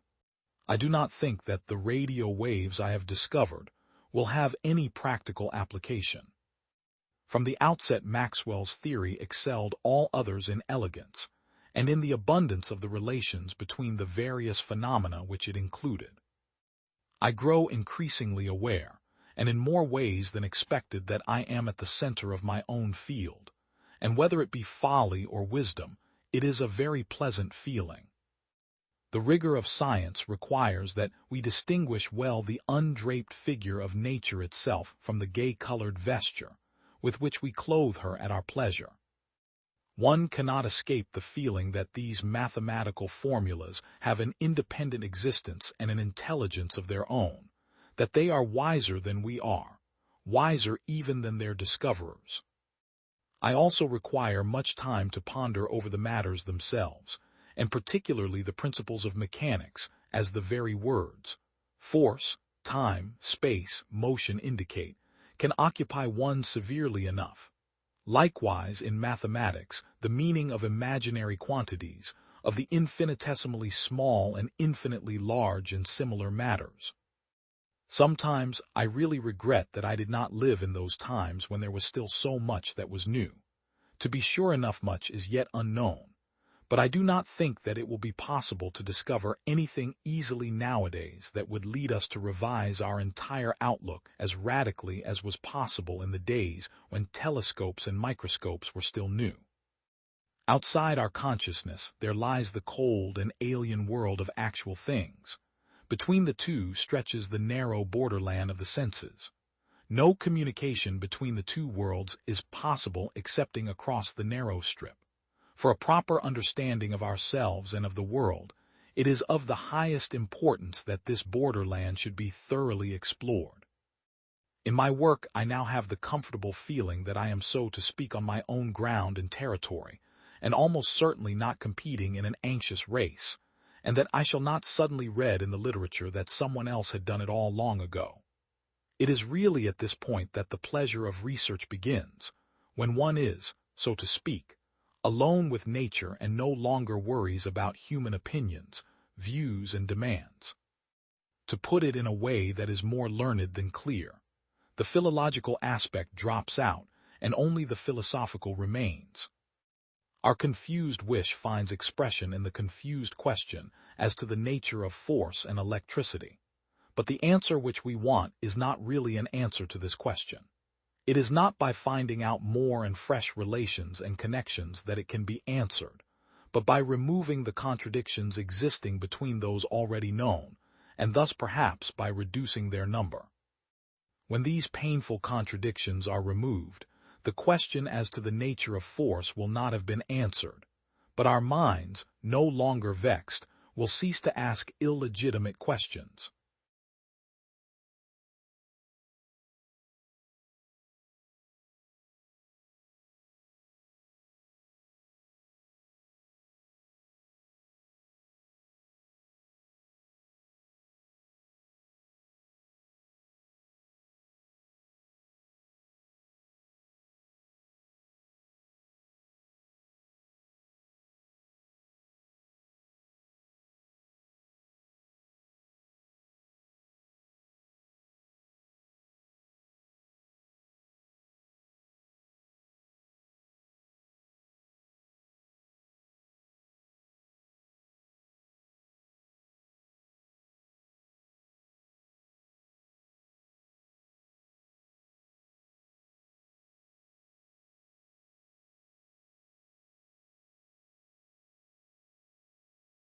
All disease begins in the gut. Walking is man's best medicine. Primum non nocere, first do no harm. The life so short, the craft so long to learn. Eunuchs do not take the gout, nor become bald. Cure sometimes, treat often, and comfort always. Let food be thy medicine, and medicine be thy food. Natural forces within us are the true healers of disease. When sleep puts an end to delirium, it is a good symptom. Extreme remedies are very appropriate for extreme diseases. Declare the past, diagnose the present, foretell the future. That which is used develops, that which is not used wastes away. Wherever the art of medicine is loved, there is also a love of humanity. Healing is a matter of time, but it is sometimes also a matter of opportunity. As to diseases, make a habit of two things to help, or at least to do no harm. The natural healing force within each of us is the greatest force in getting well. The soul is the same in all living creatures, although the body of each is different. If you are in a bad mood, go for a walk. If you are still in a bad mood, go for another walk. Life is short, art long, opportunity fleeting, experience treacherous, judgment difficult. Before you heal someone, ask him if he's willing to give up the things that make him sick. It is far more important to know what person the disease has than what disease the person has. There are in fact two things, science and opinion, The former begets knowledge, the latter ignorance. A wise man should consider that health is the greatest of human blessings, and learn how by his own thought to derive benefit from his illnesses. If we could give every individual the right amount of nourishment and exercise, not too little and not too much, we would have found the safest way to health. Disease is not an entity, but a fluctuating condition of the patient's body, a battle between the substance of disease and the natural self-healing tendency of the body.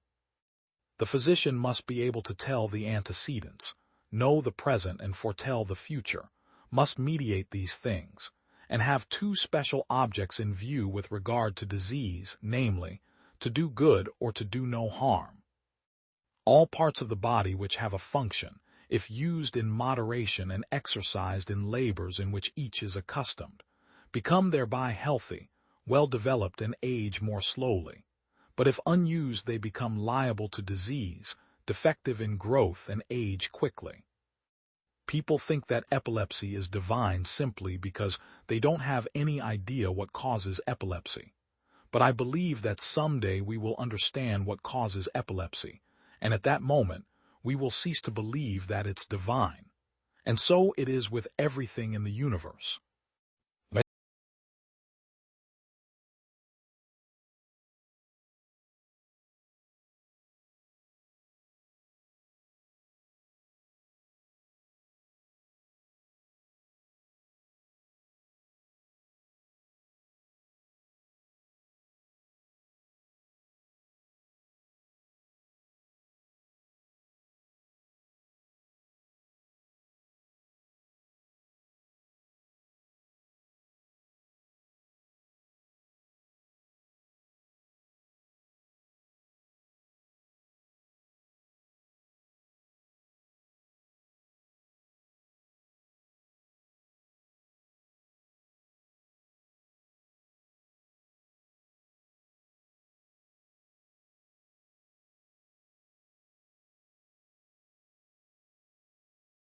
Hell is truth seen too late. The law is the public conscience. Life is nasty, brutish, and short. Leisure is the mother of philosophy. If nobody makes you do it, it counts as fun. It is not wisdom but authority that makes a law. Where there is no common power, there is no law. Unnecessary laws are not good laws, but traps for money. Humans are driven by a perpetual and restless desire of power. The passions of men are commonly more potent than their reason. For if all things were equally in all men, nothing would be prized. Religions are like pills, which must be swallowed whole without chewing. Life in the state of nature is solitary, poor, nasty, brutish, and short. The condition of man is a condition of war of everyone against everyone. The first and fundamental law of nature, which is, to seek peace and follow it. If any two men desire the same thing, which nevertheless they cannot both enjoy, they become enemies. All men among themselves are by nature equal. The inequality we now discern hath its spring from the civil law. Ignorance of the law is no good excuse, where every man is bound to take notice of the laws to which he is subject. Government is necessary, not because man is naturally bad, but because man is by nature more individualistic than social. The original of all great and lasting societies consisted not in the mutual good will men had toward each other, but in the mutual fear they had of each other. The right of nature is the liberty each man hath to use his own power as he will himself for the preservation of his own nature, that is to say, of his own life. How could a state be governed, or protected in its foreign relations, if every individual remained free to obey, or not to obey the law according to his private opinion? A democracy is no more than an aristocracy of orators. The people are so readily moved by demagogues that control must be exercised by the government over speech and press. There is no such thing as perpetual tranquility of mind while we live here, because life itself is but motion and can never be without desire, nor without fear, no more than without sense. To this war of every man against every man, this also inconsequent, that nothing can be unjust. The notions of right and wrong, justice and injustice have there no place. Where there is no common power, there is no law, where no law, no injustice. Force and fraud are in war the cardinal virtues.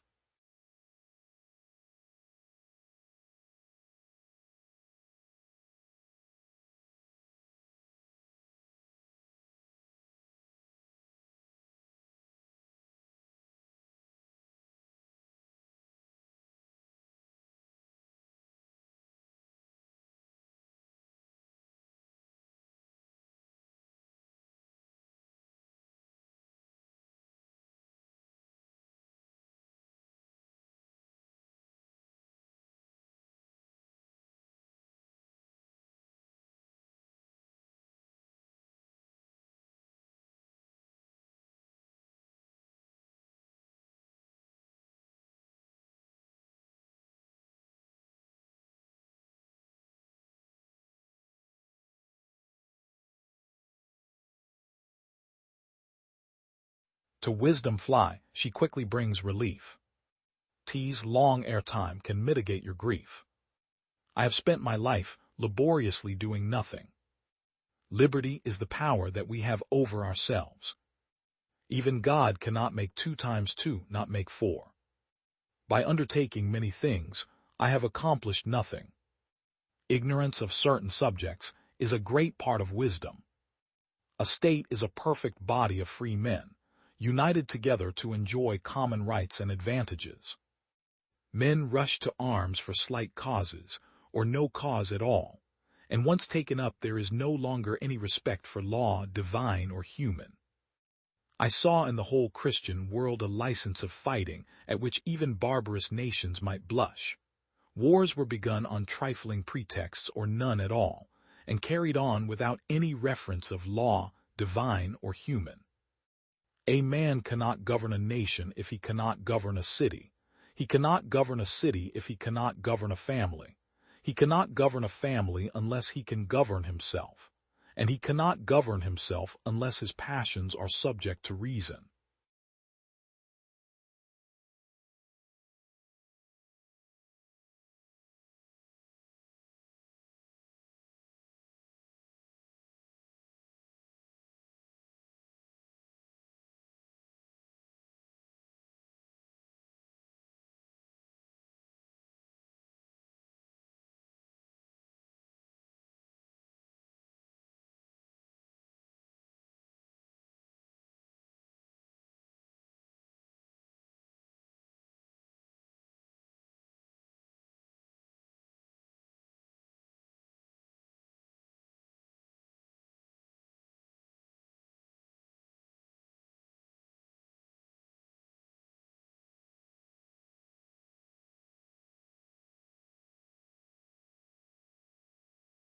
Anything that is conceivable is possible.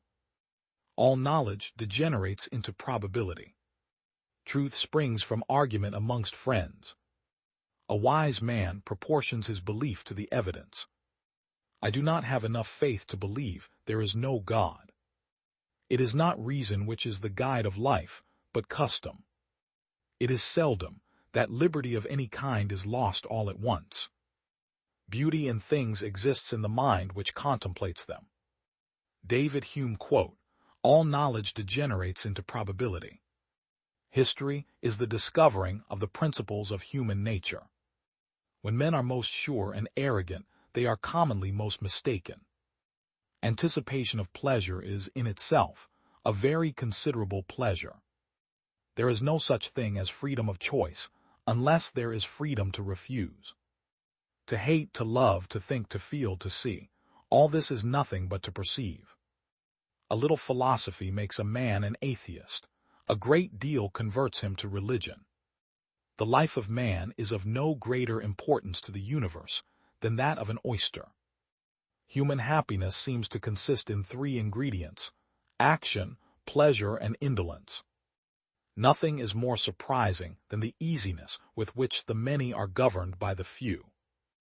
Reason is, and ought only to be the slave of the passions, and can never pretend to any other office than to serve and obey them. Beauty is no quality in things themselves. It exists merely in the mind which contemplates them, and each mind perceives a different beauty. If God is omnipotent, omniscient, and wholly good, whence evil? If God wills to prevent evil but cannot, then he is not omnipotent. If he can prevent evil but does not, then he is not good. In either case he is not God. Nothing can be more real, or concern us more, than our own sentiments of pleasure and uneasiness. And if these be favorable to virtue and unfavorable to vice, no more can be requisite to the regulation of our conduct and behavior.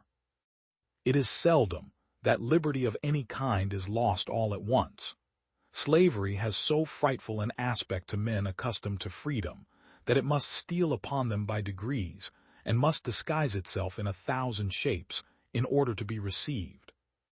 No quality of human nature is more remarkable, both in itself and in its consequences, than that propensity we have to sympathize with others, and to receive by communication their inclinations and sentiments, however different from, or even contrary to our own.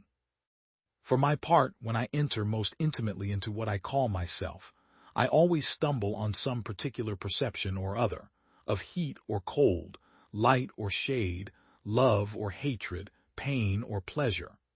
I never can catch myself at any time without a perception, and never can observe anything but the perception. The difference between a man who is led by opinion or emotion and one who is led by reason.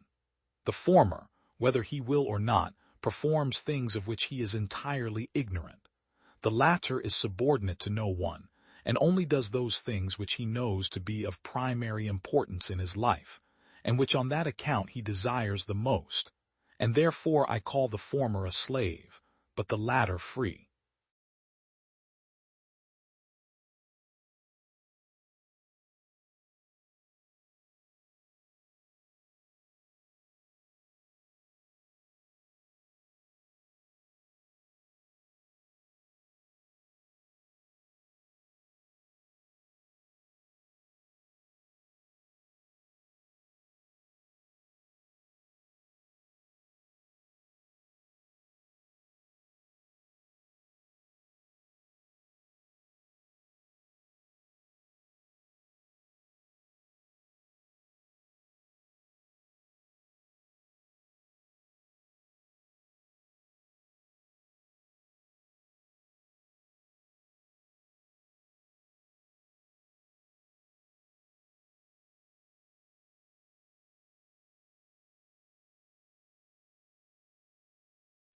Every man lives by exchanging. Mercy.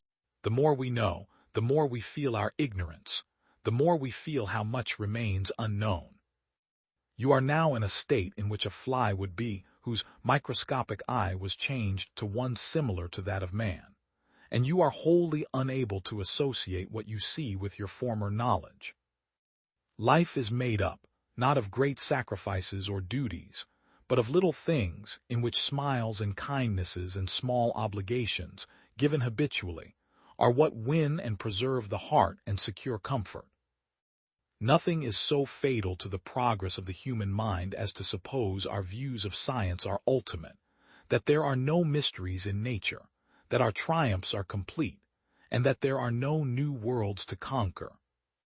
Nothing is so dangerous to the progress of the human mind than to assume that our views of science are ultimate, that there are no mysteries in nature, that our triumphs are complete, and that there are no new worlds to conquer.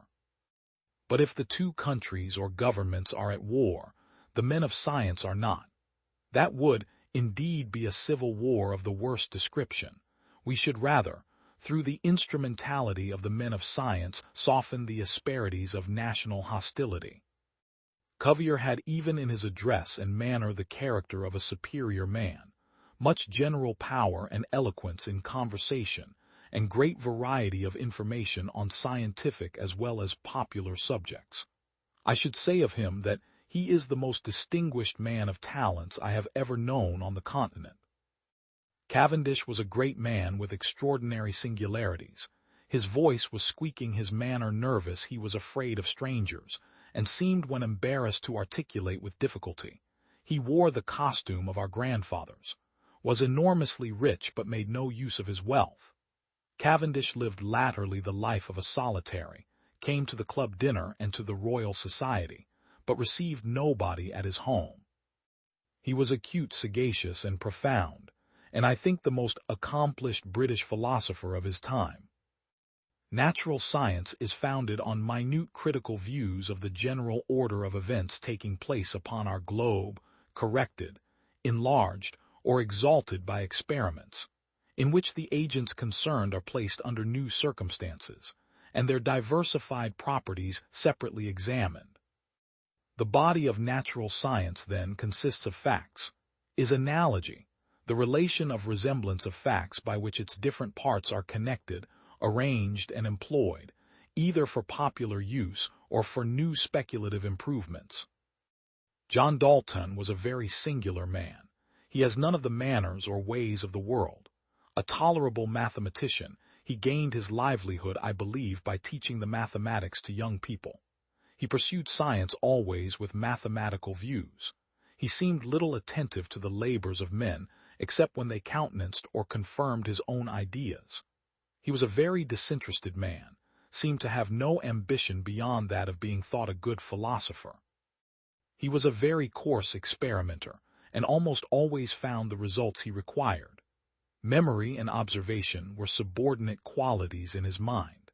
He followed with ardor analogies and inductions, and however his claims to originality may admit of question, I have no doubt that he was one of the most original philosophers of his time and one of the most ingenious.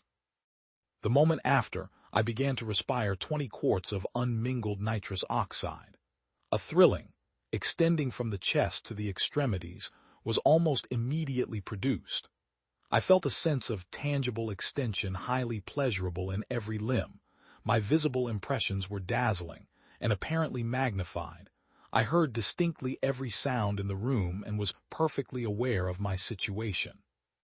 By degrees, as the pleasurable sensations increased, I lost all connection with external things. Trains of vivid visible images rapidly passed through my mind, and were connected with words in such a manner as to produce perceptions perfectly novel. I existed in a world of newly connected and newly modified ideas. I theorized. I imagined that I made discoveries. When I was awakened from this semi-delirious trance by Dr. Kinglake, who took the bag from my mouth, indignation and pride were the first feelings produced by the sight of the persons about me. My emotions were enthusiastic and sublime, and for a minute I walked round the room, perfectly regardless of what was said to me. As I recovered my former state of mind, I felt an inclination to communicate the discoveries I had made during the experiment. I endeavored to recall the ideas. They were feeble and indistinct. One collection of terms, however, presented itself, and with the most intense belief and prophetic manner, I exclaimed to Dr. Kinglake, "Nothing exists but thoughts. The universe is composed of impressions, ideas, pleasures, and pains."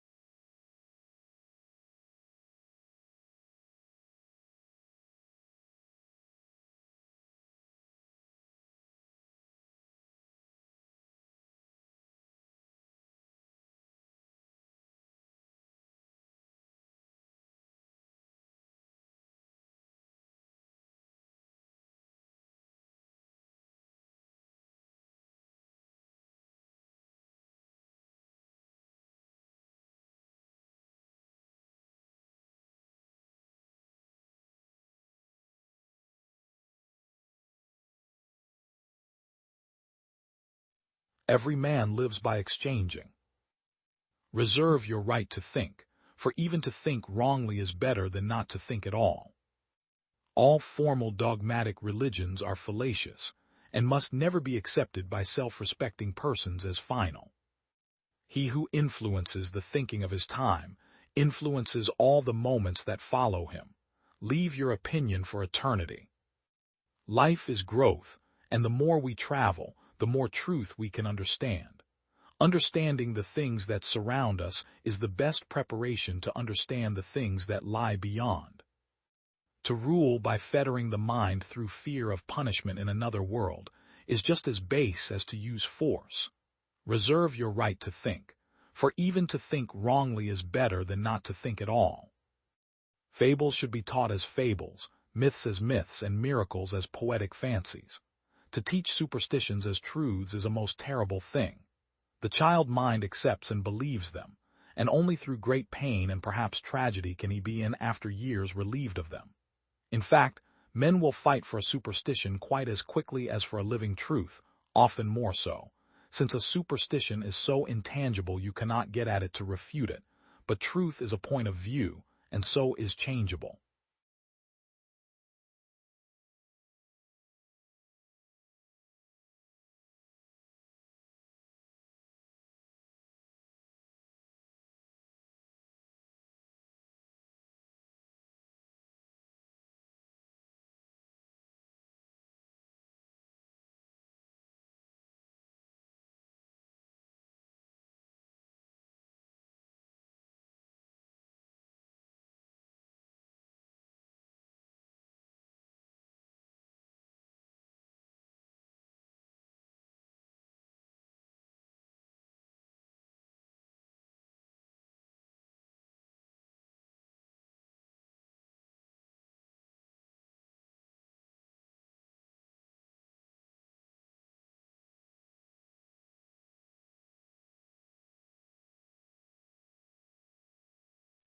Every man lives by thoroughly conscious ignorance is the prelude to every real advance in science. I have the capacity of being more wicked than any example that man could set me. Faraday is, and must always remain, the father of that enlarged science of electromagnetism.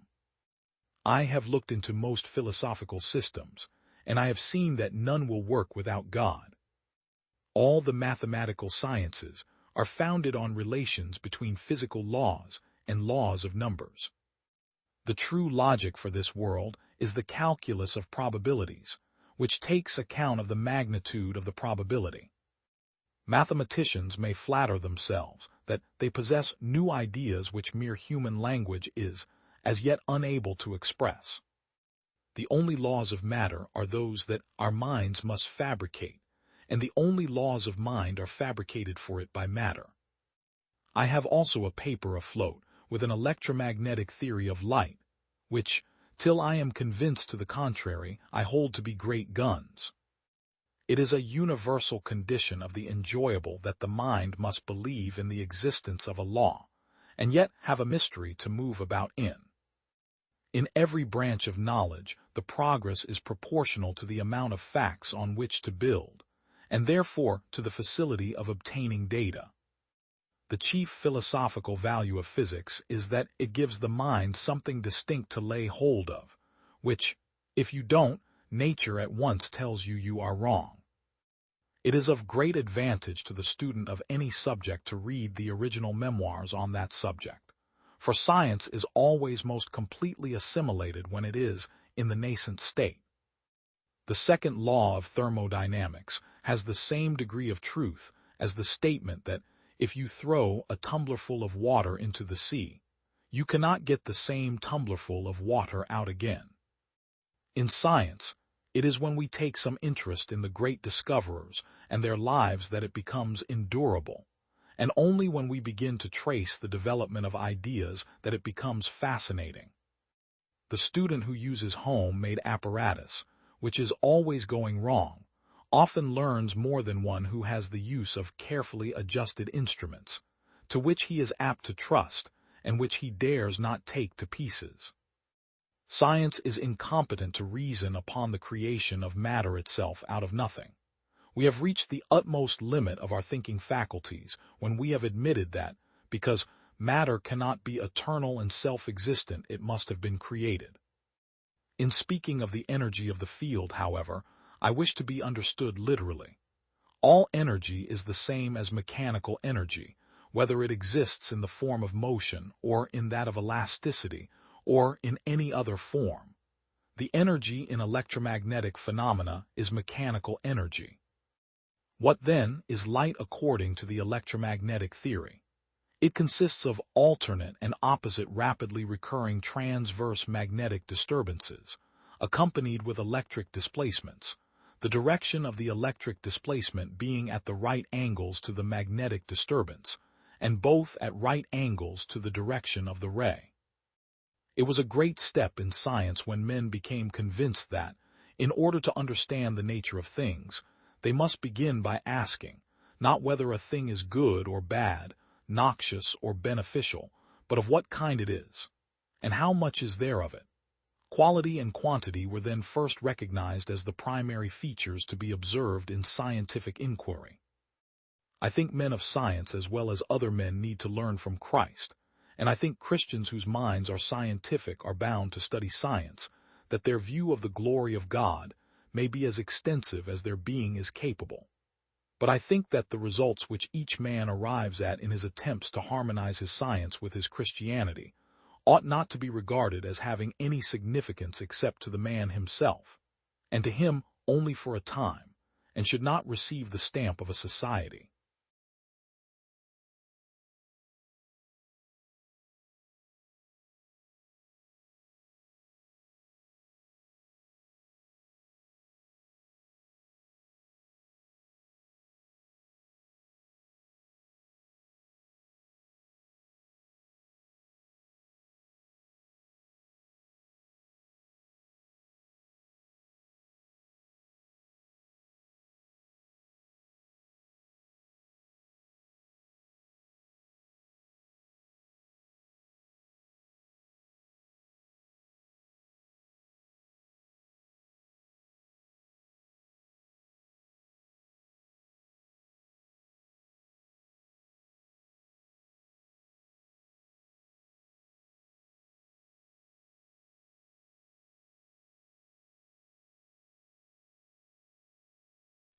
Every man lives by exchanging. Mercy to the guilty is cruelty to the innocent. Wherever there is great property, there is great inequality. Problems worthy of attacks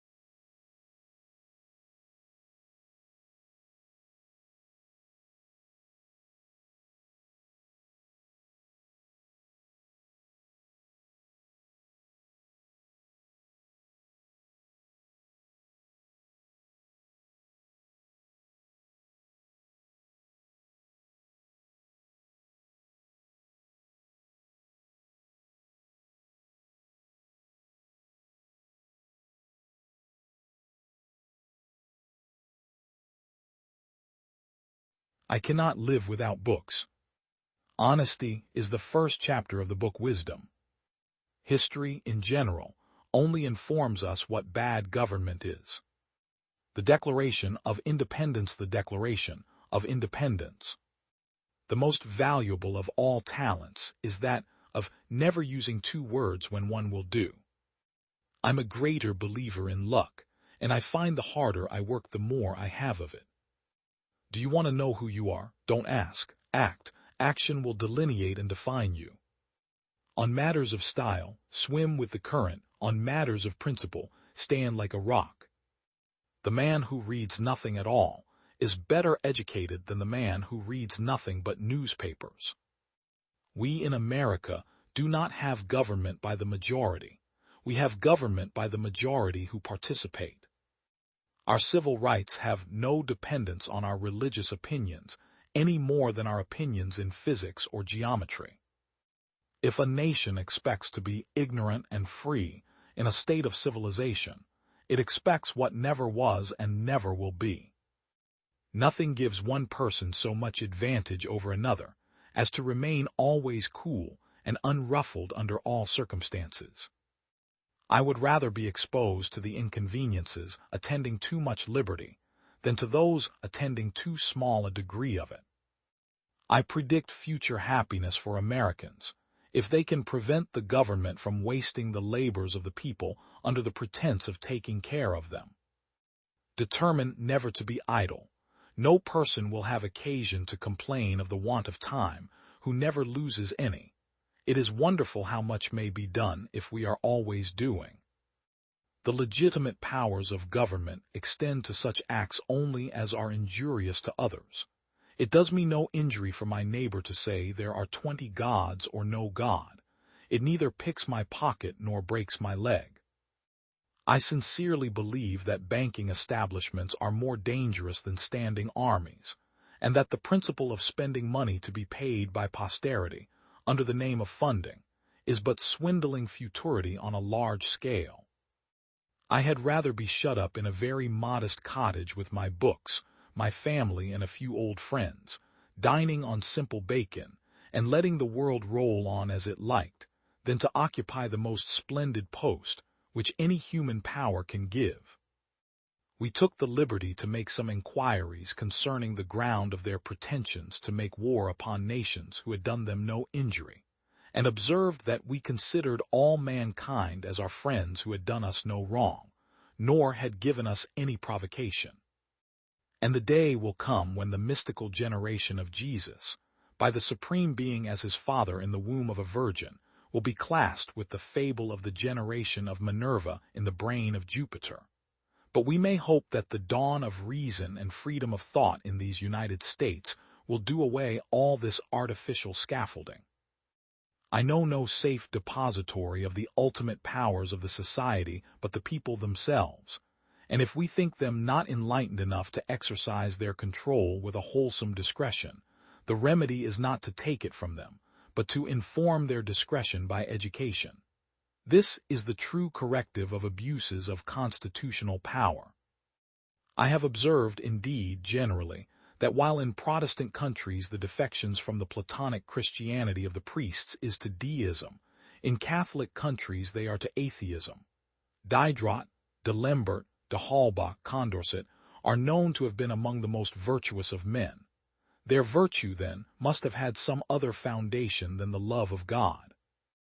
Vast accession of strength from their younger recruits, who having nothing in them of the feelings or principles of 76 now look to a single and splendid government of an aristocracy, founded on banking institutions, and moneyed in corporations under the guise and cloak of their favored branches of manufactures, commerce, and navigation, riding and ruling over the plundered plowmen and beggared yeomanry. The ambassador of Tripoli answered us that it was founded on the laws of their prophet, that it was written in their Koran, that all nations who should not have acknowledged their authority were sinners, that it was their right and duty to make war upon them wherever they could be found, and to make slaves of all they could take as prisoners, and that every Mussulman who should be slain in battle was sure to go to paradise. I hold it that a little rebellion now and then is a good thing, and as necessary in the political world as storms in the physical. Unsuccessful rebellions, indeed, generally establish the encroachments on the rights of the people which have produced them. An observation of this truth should render honest republican governors so mild in their punishment of rebellions as not to discourage them too much. It is a medicine necessary for the sound health of government.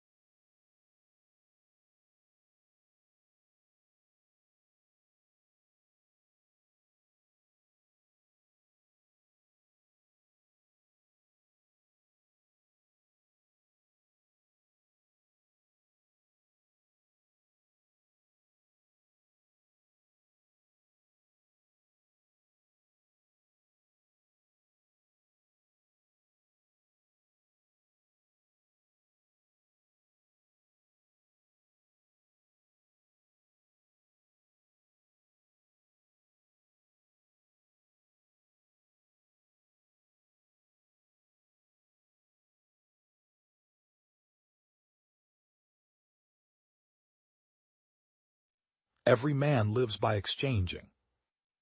There is no knowing that does not begin with knowing God. Man's nature, so to speak, is a perpetual factory of idols. The torture of a bad conscience is the hell of a living soul.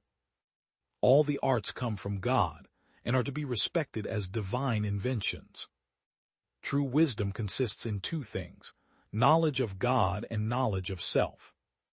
It would be the height of absurdity to label ignorance tempered by humility faith. Without the fear of God, men do not even observe justice and charity among themselves. There is no worse screen to block out the spirit than confidence in our own intelligence. A perfect faith is nowhere to be found, so it follows that all of us are partly unbelievers. There is not one blade of grass, there is no color in this world that is not intended to make us rejoice. However many blessings we expect from God, His infinite liberality will always exceed all our wishes and our thoughts. In forming an estimate of sins, we are often imposed upon by imagining that the more hidden the less heinous they are. A dog barks when his master is attacked. I would be a coward if I saw that God's truth is attacked and yet would remain silent. For there is no one so great or mighty that he can avoid the misery that will rise up against him when he resists and strives against God. Let us not cease to do the utmost, that we may incessantly go forward in the way of the Lord, and let us not despair of the smallness of our accomplishments. Men are undoubtedly more in danger from prosperity than from adversity, for when matters go smoothly, they flatter themselves and are intoxicated by their success. If it seems more horrible to kill a man in his own house than in a field, it ought surely to be deemed more atrocious to destroy a fetus in the womb before it has come to light. We should ask God to increase our hope when it is small, awaken it when it is dormant, confirm it when it is wavering, strengthen it when it is weak, and raise it up when it is overthrown. The pastor ought to have two voices, one for gathering the sheep, and another for warding off and driving away wolves and thieves. The Scripture supplies him with the means of doing both. The gospel is not a doctrine of the tongue, but of life. It cannot be grasped by reason and memory only, but it is fully understood when it possesses the whole soul and penetrates to the inner recesses of the heart. Seeing that a pilot steers the ship in which we sail, who will never allow us to perish even in the midst of shipwrecks, there is no reason why our minds should be overwhelmed with fear and overcome with weariness. Faith is ultimately a firm and certain knowledge of God's benevolence toward us, founded upon the truth of the freely given promise in Christ, both revealed to our minds and sealed upon our hearts by the Holy Spirit. A man will be justified by faith when, excluded from righteousness of works, he by faith lays hold of the righteousness of Christ, and clothed in it, appears in the sight of God not as a sinner but as righteous. Those who set up a fictitious worship merely worship and adore their own delirious fancies. Indeed, they would never dare so to trifle with God, had they not previously fashioned him after their own childish conceits. We are not to reflect on the wickedness of men, but to look to the image of God in them, an image which, covering and obliterating their faults, an image which, by its beauty and dignity, should allure us to love and embrace them. God preordained, for his own glory and the display of his attributes of mercy and justice, a part of the human race without any merit of their own, to eternal salvation, and another part, in just punishment of their sin, to eternal damnation. No one can travel so far that he does not make some progress each day, so let us never give up. Then we shall move forward daily in the Lord's way, and let us never despair because of our limited success. Even though it is so much less than we would like, our labor is not wasted when today is better than yesterday. Our prayer must not be self-centered. It must arise not only because we feel our own need as a burden we must lay upon God, but also because we are so bound up in love for our fellow men that we feel their need as acutely as our own. To make intercession for men is the most powerful and practical way in which we can express our love for them. The whole world is a theater for the display of the divine goodness, wisdom, justice, and power, but the church is the orchestra, as it were, the most conspicuous part of it, and the nearer the approaches are that God makes to us, the more intimate and condescending the communication of his benefits, the more attentively are we called to consider them.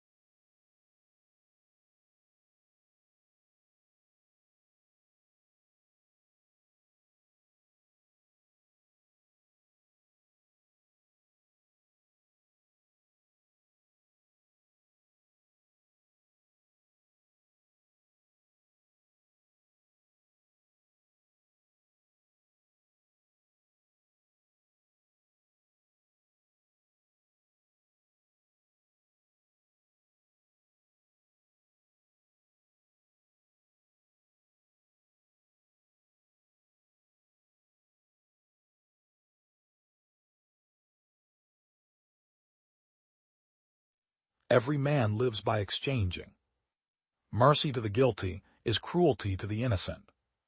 Wherever there is duty is ours, results are God's. Whoever tells the best story wins. Try and fail, but don't fail to try. Individual liberty is individual power. Idleness is sweet, and its consequences are cruel. America is a friend of freedom everywhere, but a custodian only of our own. From the experience of the past, we derive instructive lessons for the future. The firmest security of peace is the preparation during peace of the defenses of war. To believe that everyone is honest is folly, but to believe that no one is honest is worse. If your actions inspire others to dream more, learn more, do more, and become more, you are a leader.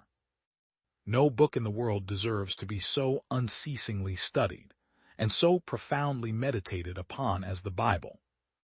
Nip the shoots of arbitrary power in the bud is the only maxim which can ever preserve the liberties of any people. The will of the people is the source, and the happiness of the people, the end of all legitimate government upon earth. Those who take oaths to politically powerful secret societies cannot be depended on for loyalty to a democratic republic. Always vote for principle, though you may vote alone, and you may cherish the sweetest reflection that your vote is never lost. I have to study politics and war so that my sons can study mathematics, commerce, and agriculture, so their sons can study poetry, painting, and music. The highest glory of the American Revolution was this: it connected in one indissoluble bond the principles of civil government with the principles of Christianity. The Sermon on the Mount commands me to lay up for myself treasures, not upon earth, but in heaven. My hopes of a future life are all founded upon the gospel of Christ. We have no government armed with power capable of contending with human passions unbridled by morality and religion. Our Constitution was made for a moral and religious people. It is wholly inadequate to the government of any other. Find a mission that you can give yourself over to, and then spend your days moving that mission forward. Man is made so that when anything fires his soul, the impossibilities vanish. The influence of each human being on others in this life is a kind of immortality. Whenever vanity and gaiety, a love of pomp and dress, furniture, equipage, buildings, great company, expensive diversions, and elegant entertainments get the better of the principles and judgments of men and women, there is no knowing where they will stop, nor into what evils, natural, moral, or political, they will lead us. I speak as a man of the world to men of the world, and I say to you, search the Scriptures. The Bible is the book of all others, to be read at all ages and in all conditions of human life, not to be read once or twice or thrice through and then laid aside, but to be read in small portions of 1 or 2 chapters every day, and never to be intermitted, unless by some overruling necessity. America does not go abroad in search of monsters to destroy. She is the well-wisher to the freedom and independence of all. She well knows that by enlisting under other banners than her own, were they even the banners of foreign independence, she would involve herself beyond the power of extrication in all the wars of interest and intrigue, of individual avarice, envy, and ambition, which assume the colors and usurp the standards of freedom. There are 3 points of doctrine, the belief of which forms the foundation of all morality. The first is the existence of God, the second is the immortality of the human soul, and the third is a future state of rewards and punishments. Suppose it possible for a man to disbelieve either of these 3 articles of faith, and that man will have no conscience. He will have no other law than that of the tiger or the shark. The laws of man may bind him in chains or may put him to death, but they never can make him wise, virtuous, or happy.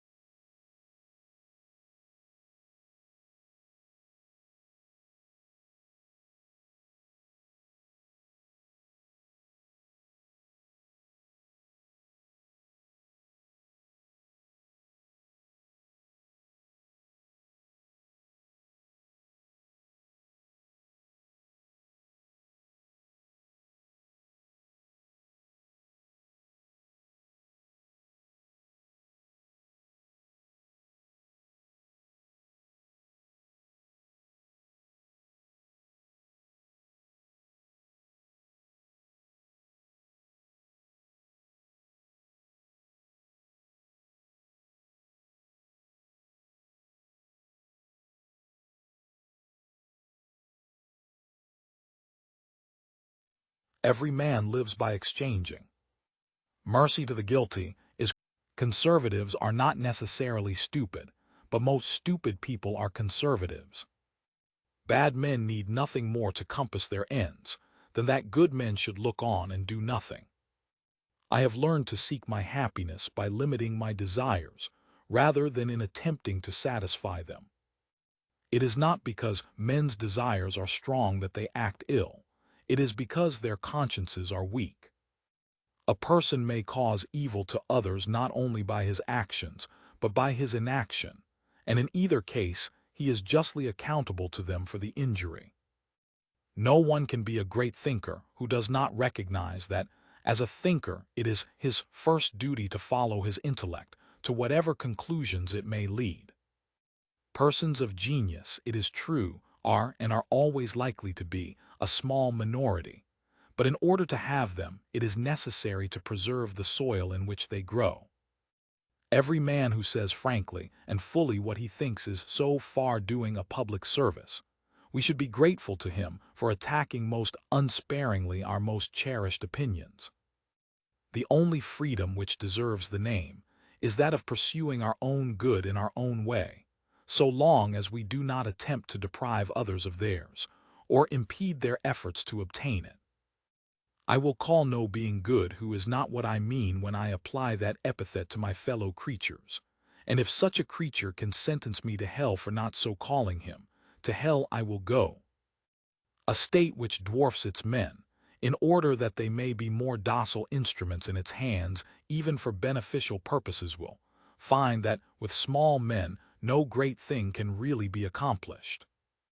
The human faculties of perception, judgment, discriminative feeling, mental activity, and even moral preference are exercised only in making a choice. He who does anything because it is the custom makes no choice. If all mankind minus one were of one opinion and only one person were of the contrary opinion, mankind would be no more justified in silencing that one person than he, if he had the power, would be justified in silencing mankind. It is better to be a human being dissatisfied than a pig satisfied. Better to be Socrates dissatisfied than a fool satisfied. And if the fool, or the pig, is of a different opinion, it is only because they only know their own side of the question. Even despotism does not produce its worst effects, so long as individuality exists under it.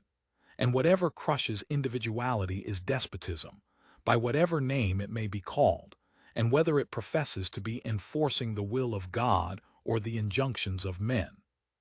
Stupidity is much the same all the world over. A stupid person's notions and feelings may confidently be inferred from those which prevail in the circle by which the person is surrounded. Not so with those whose opinions and feelings are an emanation from their own nature and faculties.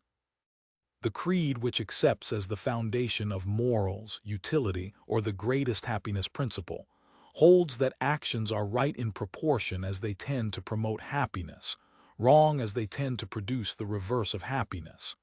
By happiness is intended pleasure, and the absence of pain; by unhappiness, pain, and the privation of pleasure. To think that because those who wield power in society wield in the end that of government, therefore it is of no use to attempt to influence the constitution of the government by acting on opinion, is to forget that opinion is itself one of the greatest active social forces. One person with a belief is a social power equal to 99 who have only interests. Christian morality, so-called, has all the characters of a reaction.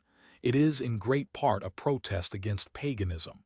Its ideal is negative rather than positive, passive rather than action, innocence rather than nobleness, abstinence from evil rather than energetic pursuit of good.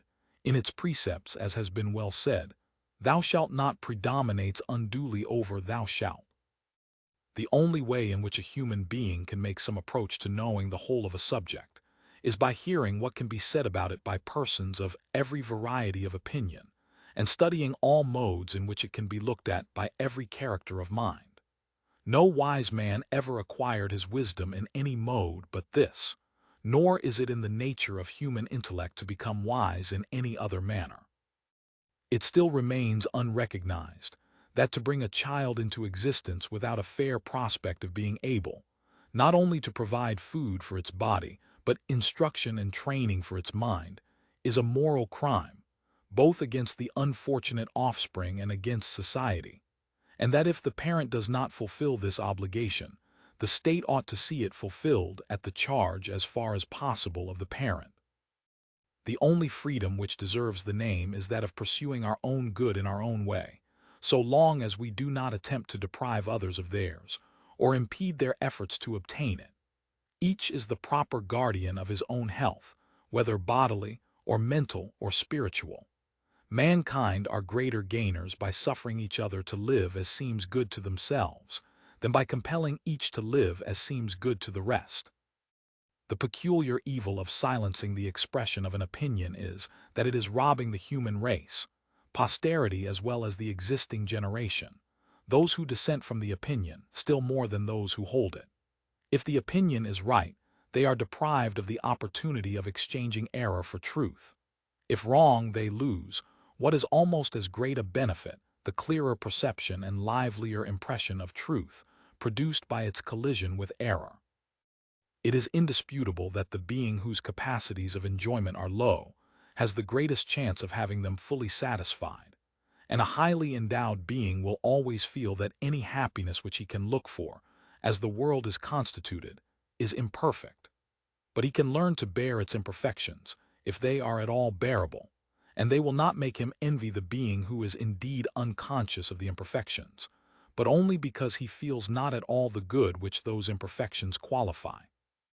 In this age, the mere example of nonconformity, the mere refusal to bend the knee to custom, is itself a service, precisely because the tyranny of opinion is such as to make eccentricity a reproach. It is desirable, in order to break through that tyranny, that people should be eccentric. Eccentricity has always abounded when and where strength of character has abounded, and the amount of eccentricity in a society has generally been proportional to the amount of genius, mental vigor, and moral courage which it contained. That so few now dare to be eccentric marks the chief danger of the time. He who knows only his own side of the case knows little of that. His reasons may be good, and no one may have been able to refute them, but if he is equally unable to refute the reasons on the opposite side, if he does not so much as know what they are, he has no ground for preferring either opinion, nor is it enough that he should hear the opinions of adversaries from his own teachers, presented as they state them, and accompanied by what they offer as refutations. He must be able to hear them from persons who actually believe them. He must know them in their most plausible and persuasive form. I consider it presumption in anyone to pretend to decide what women are or are not, can or cannot be, by natural constitution. They have always hitherto been kept, as far as regards spontaneous development, in so unnatural a state that their nature cannot but have been greatly distorted and disguised.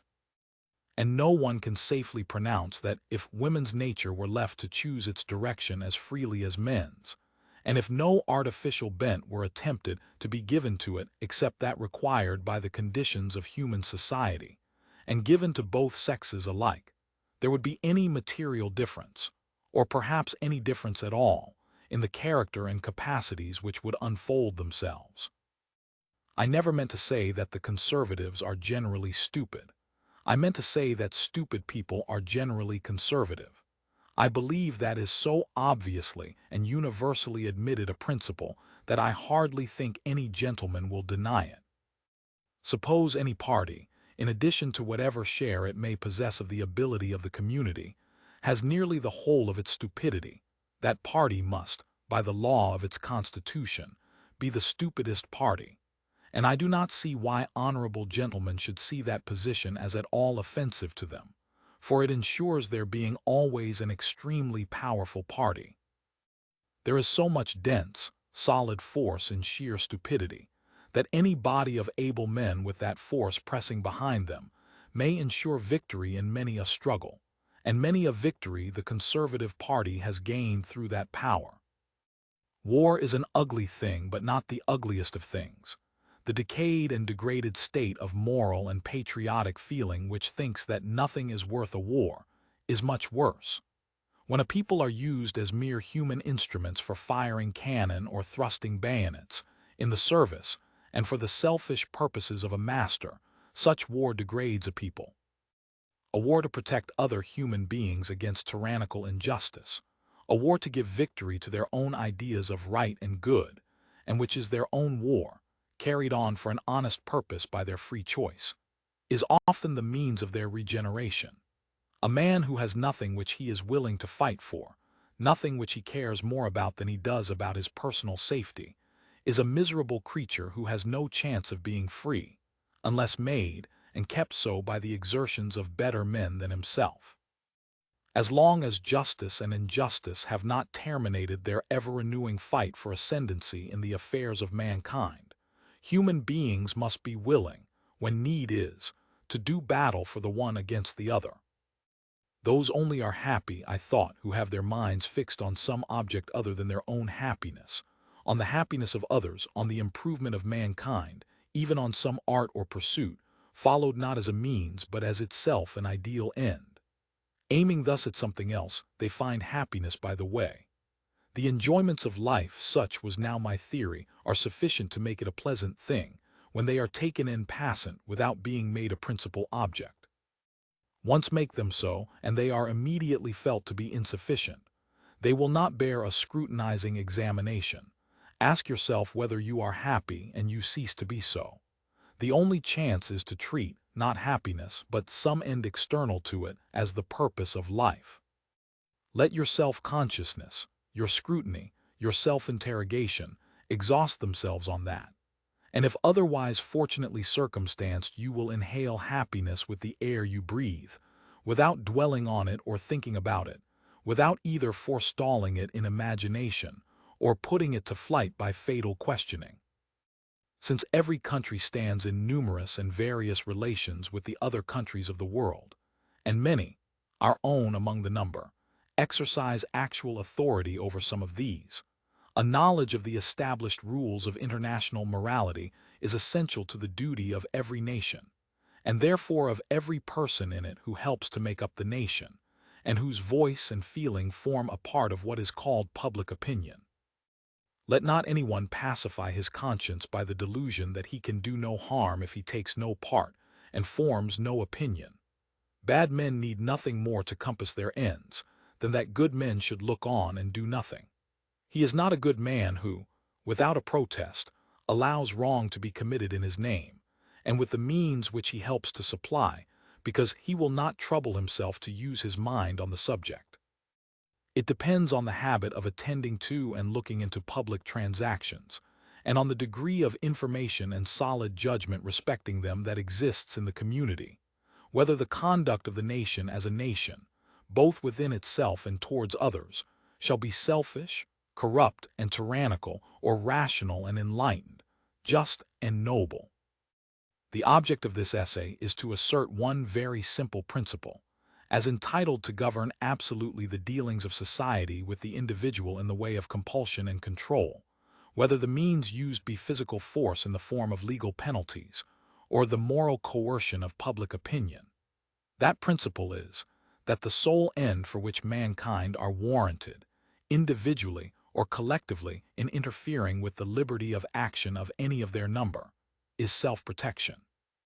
That the only purpose for which power can be rightfully exercised over any member of a civilized community against his will is to prevent harm to others. His own good, either physical or moral, is not a sufficient warrant.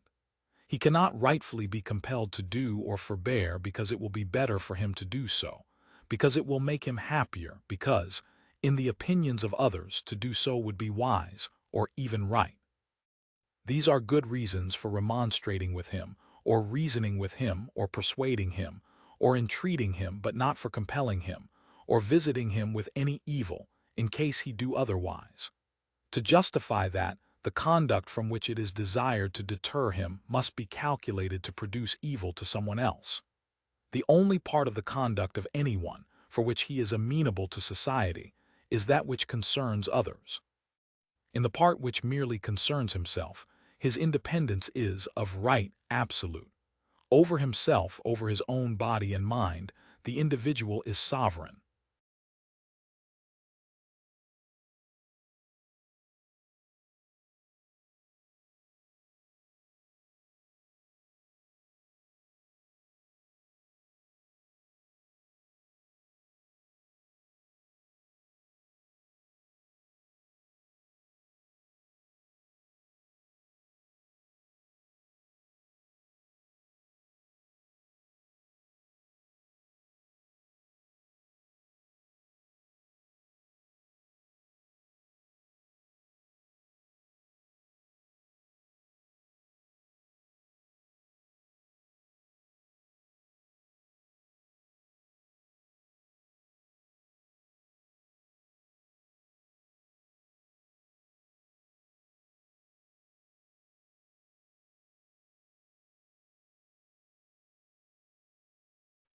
Every man lives by exchanging.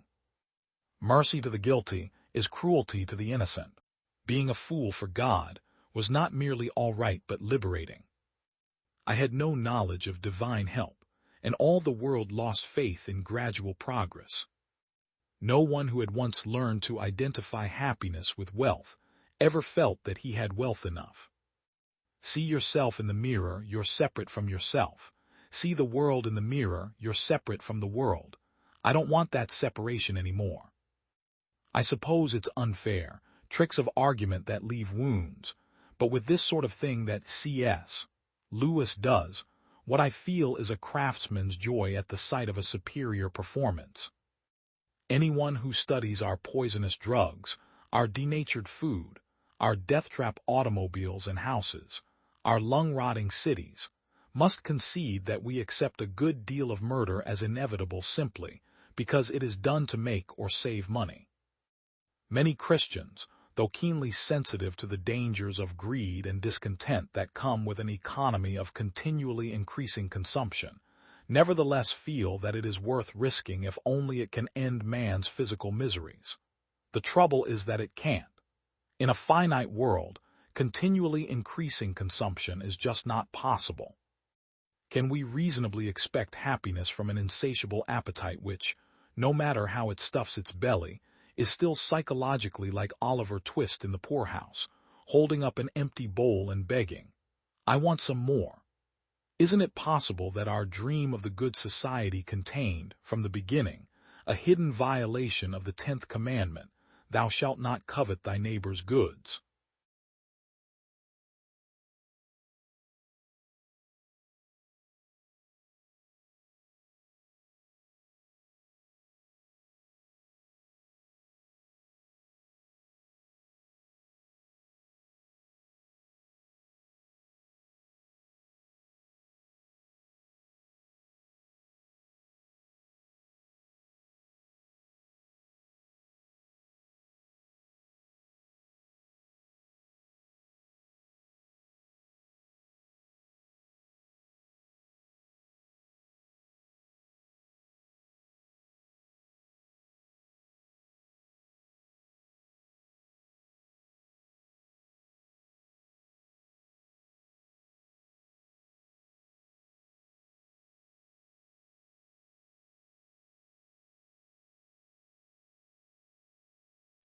Every man lives by exchanging.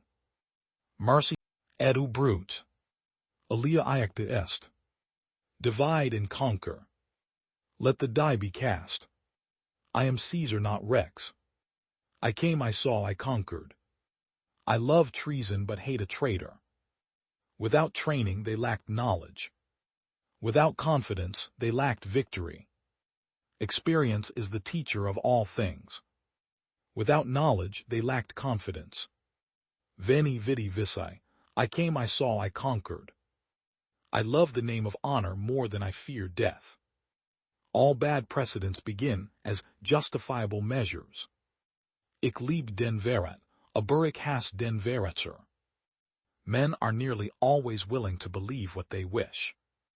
In war, events of importance are the result of trivial causes. The greatest enemy will hide in the last place you would ever look. No one is so brave that he is not disturbed by something unexpected. It is better to create than to learn. Creating is the essence of life. In the end, it is impossible not to become what others believe you are. I came to Rome when it was a city of stone, and left it a city of marble. As a rule, men worry more about what they can't see than about what they can. He has not learned the lesson of life who does not every day surmount a fear. If you must break the law, do it to seize power. In all other cases, observe it. Human nature is universally imbued with a desire for liberty and a hatred for servitude. What we wish, we readily believe, and what we ourselves think, we imagine others think also. It is not these well-fed, long-haired men that I fear, but the pale and the hungry-looking. It is easier to find men who will volunteer to die than to find those who are willing to endure pain with patience.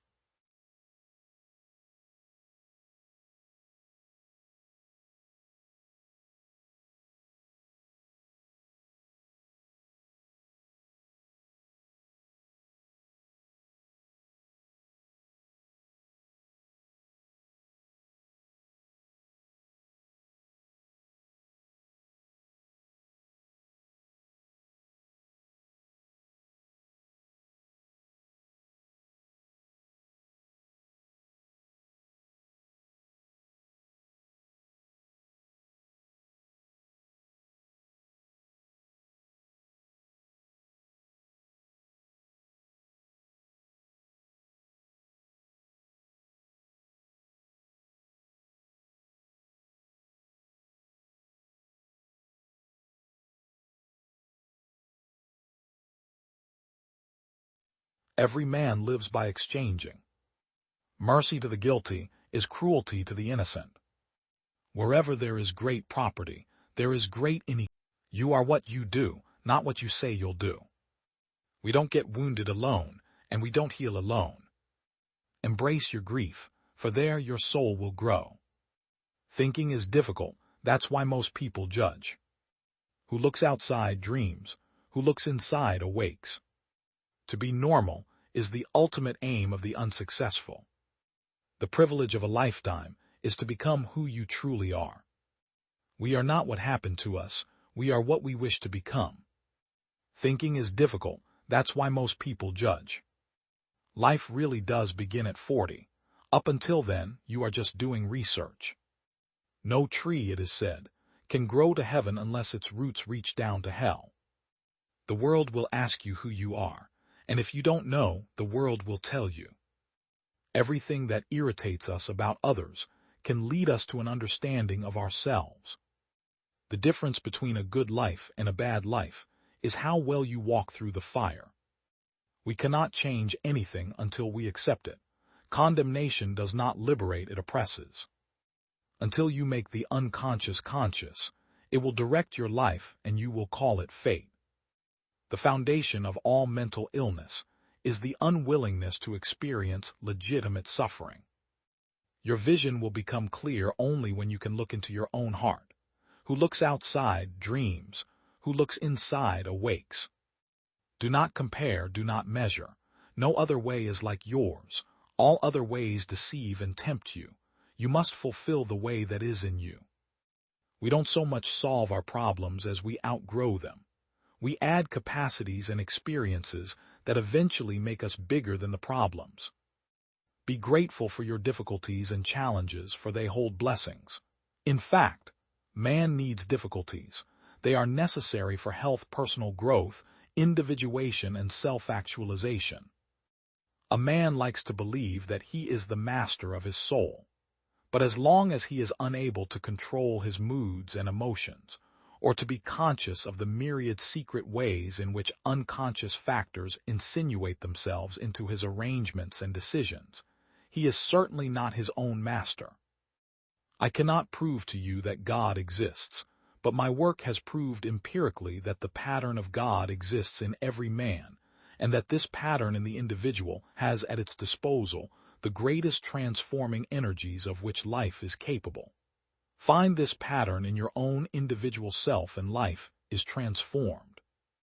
Knowing your own darkness is the best method for dealing with the darknesses of other people. One does not become enlightened by imagining figures of light, but by making the darkness conscious. The most terrifying thing is to accept oneself completely. Your visions will become clear only when you can look into your own heart. Who looks outside dreams, who looks inside awakes.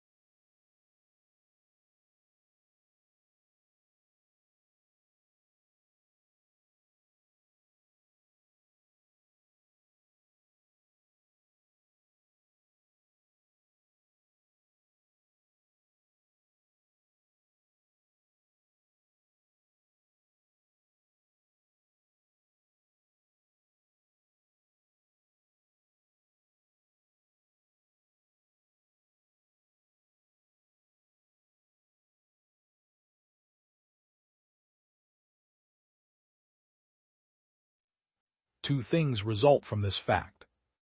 Working men of all countries unite. I am nothing, but I must be everything. To be radical is to grasp things by the root. These words are also inscribed upon his grave. If anything is certain, it is that I myself am not a Marxist. Reason has always existed, but not always in a reasonable form. Go on, get out. Last words are for fools who haven't said enough. The last capitalist we hang shall be the one who sold us the rope. The history of all hitherto existing society is the history of class struggles. Communism is already acknowledged by all European powers to be in itself a power. The proletarians have nothing to loose but their chains. They have a world to win. Goodreads helps you follow your favorite authors. Be the first to learn about new releases. Religion is the impotence of the human mind to deal with occurrences it cannot understand. The philosophers have only interpreted the world in various ways. The point, however, is to change it. We have no compassion and we ask no compassion from you. When our turn comes, we shall not make excuses for the terror. The bourgeoisie has torn away from the family its sentimental veil and has reduced the family relation to a mere money relation. Under no pretext should arms and ammunition be surrendered. Any attempt to disarm the workers must be frustrated, by force if necessary. Let the ruling classes tremble at a communistic revolution. The proletarians have nothing to lose but their chains. They have a world to win.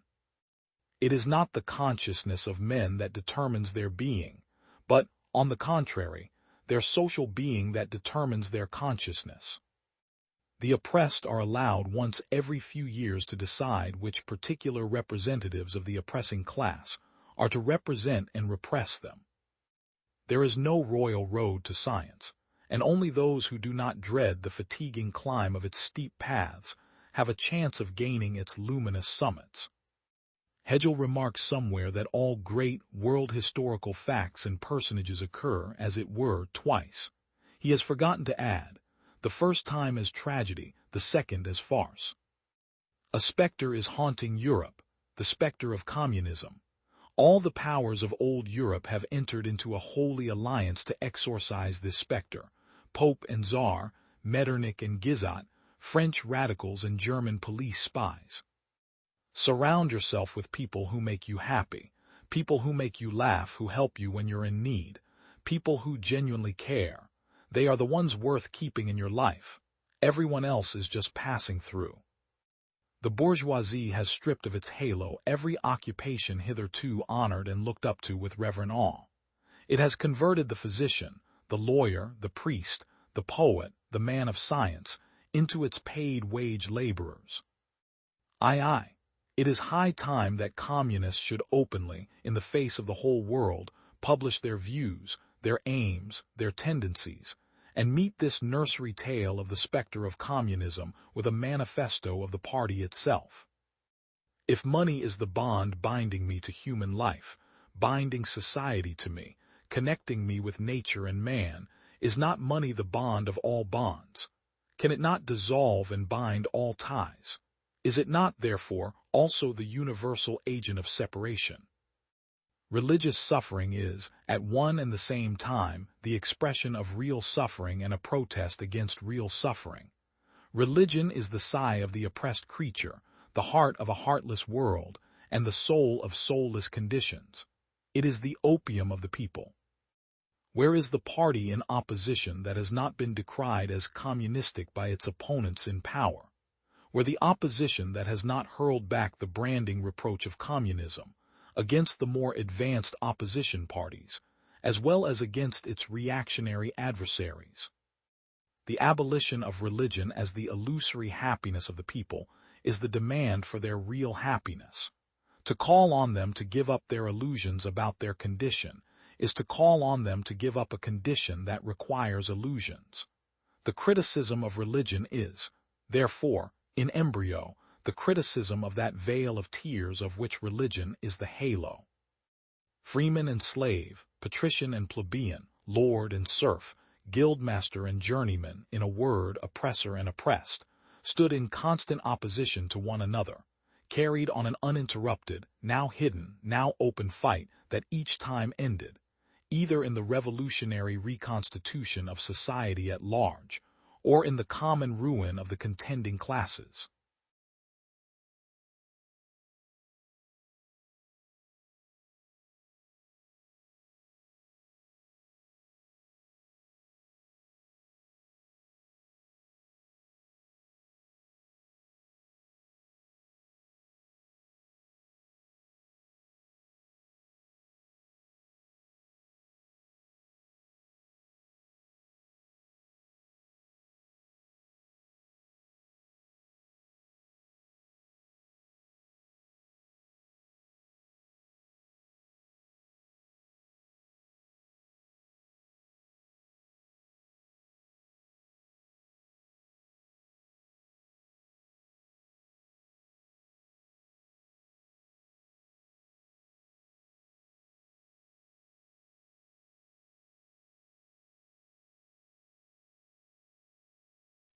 Every man lives by exchanging. Mercy to the guilty. Nature loves simplicity and unity. Where there is matter, there is geometry. Why are things as they are and not otherwise? Without proper experiments, I conclude nothing. Geometry is the archetype of the beauty of the world. Do we ask what profit the little bird hopes for in singing?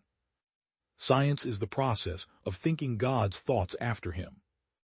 God is the kind creator who brought forth nature out of nothing. Truth is the daughter of time, and I feel no shame in being her midwife. O telescope, instrument of much knowledge, more precious than any scepter. Once miracles are admitted, every scientific explanation is out of the question. I believe only and alone in the service of Jesus Christ. In him is all refuge and solace. I much prefer the sharpest criticism of a single intelligent man to the thoughtless approval of the masses. The roads by which men arrive at their insights into celestial matters seem to me almost as worthy of wonder as those matters in themselves.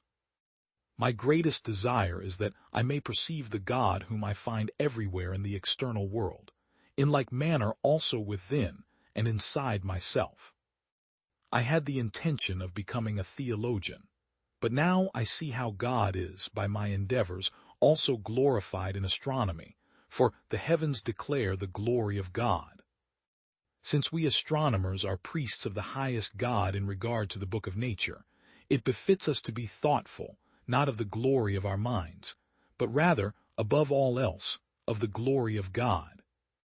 The heavenly motions are nothing but a continuous song for several voices, perceived not by the ear but by the intellect, a figured music which sets landmarks in the immeasurable flow of time.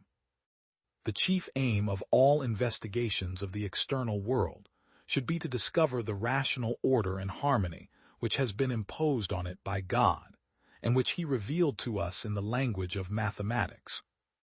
We do not ask for what useful purpose the birds do sing, for song is their pleasure since they were created for singing. Similarly, we ought not to ask why the human mind troubles to fathom the secrets of the heavens. Great is God our Lord, great is his power, and there is no end to his wisdom. Praise him, you heavens, glorify him, sun and moon, and you planets, for out of him and through him and in him are all things. We know, oh, so little. To him be the praise, the honor, and the glory from eternity to eternity. The wisdom of the Lord is infinite, as are also his glory and his power. Ye heavens, sing his praises. Sun, moon, and planets, glorify him in your ineffable language. Praise him, celestial harmonies, and all ye who can comprehend them. And thou, my soul, praise thy Creator. It is by him and in him that all exist. It is a right, yes, a duty, to search in cautious manner for the numbers, sizes, and weights, the norms for everything God has created. For he himself has let man take part in the knowledge of these things. For these secrets are not of the kind whose research should be forbidden. Rather, they are set before our eyes like a mirror, so that, by examining them, we observe to some extent the goodness and wisdom of the Creator. I am stealing the golden vessels of the Egyptians to build a tabernacle to my God from them, far, far away from the boundaries of Egypt. If you forgive me, I shall rejoice. If you are enraged with me, I shall bear it. See, I cast the die and I write the book. Whether it is to be read by the people of the present or of the future makes no difference. Let it await its reader for 100 years, if God himself has stood ready for 6,000 years for one to study him. The heavenly bodies are nothing but a continuous song for several voices, perceived by the intellect, not by the ear, a music which sets landmarks in the immeasurable flow of time. It is therefore no longer surprising that man, in imitation of his Creator, has at last discovered the art of figured song, which was unknown to the ancients. Man wanted to reproduce the continuity of cosmic time, to obtain a sample test of the delight of the divine Creator in his works, and to partake of his joy by making music in the imitation of God.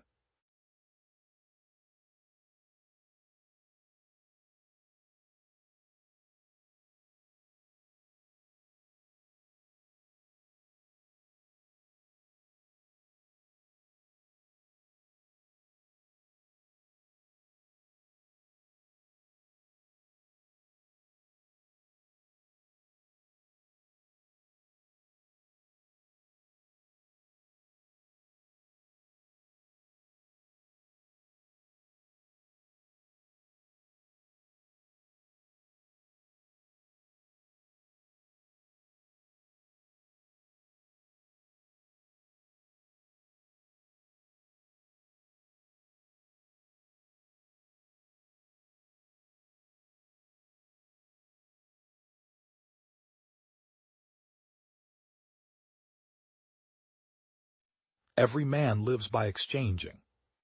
Mercy to the guilty is cruelty to the innocent. Wherever there is great property, there is great inequality. Life is a chemical process. Nothing is born, nothing dies. Dans la nature rien ne se crée, rien ne se perd, tout change. In nature nothing is created, nothing is lost, everything changes. The human mind adjusts itself to a certain point of view, and those who have regarded nature from one angle during a portion of their life can adopt new ideas only with difficulty. We must trust to nothing but facts. These are presented to us by nature and cannot deceive. We ought, in every instance, to submit our reasoning to the test of experiment, and never to search for truth but by the natural road of experiment and observation. About 8 days ago I discovered that sulfur in burning, far from losing weight, on the contrary, gains it. It is the same with phosphorus. This increase of weight arises from a prodigious quantity of air that is fixed during combustion and combines with the vapors. This discovery, which I have established by experiments, that I regard as decisive, has led me to think that what is observed in the combustion of sulfur and phosphorus may well take place in the case of all substances that gain in weight by combustion and calcination, and I am persuaded that the increase in weight of metallic calyxes is due to the same cause. This discovery seems to me one of the most interesting that has been made since Stahl, and since it is difficult not to disclose something inadvertently in conversation with friends that could lead to the truth, I have thought it necessary to make the present deposit to the Secretary of the Academy, to await the time I make my experiments public.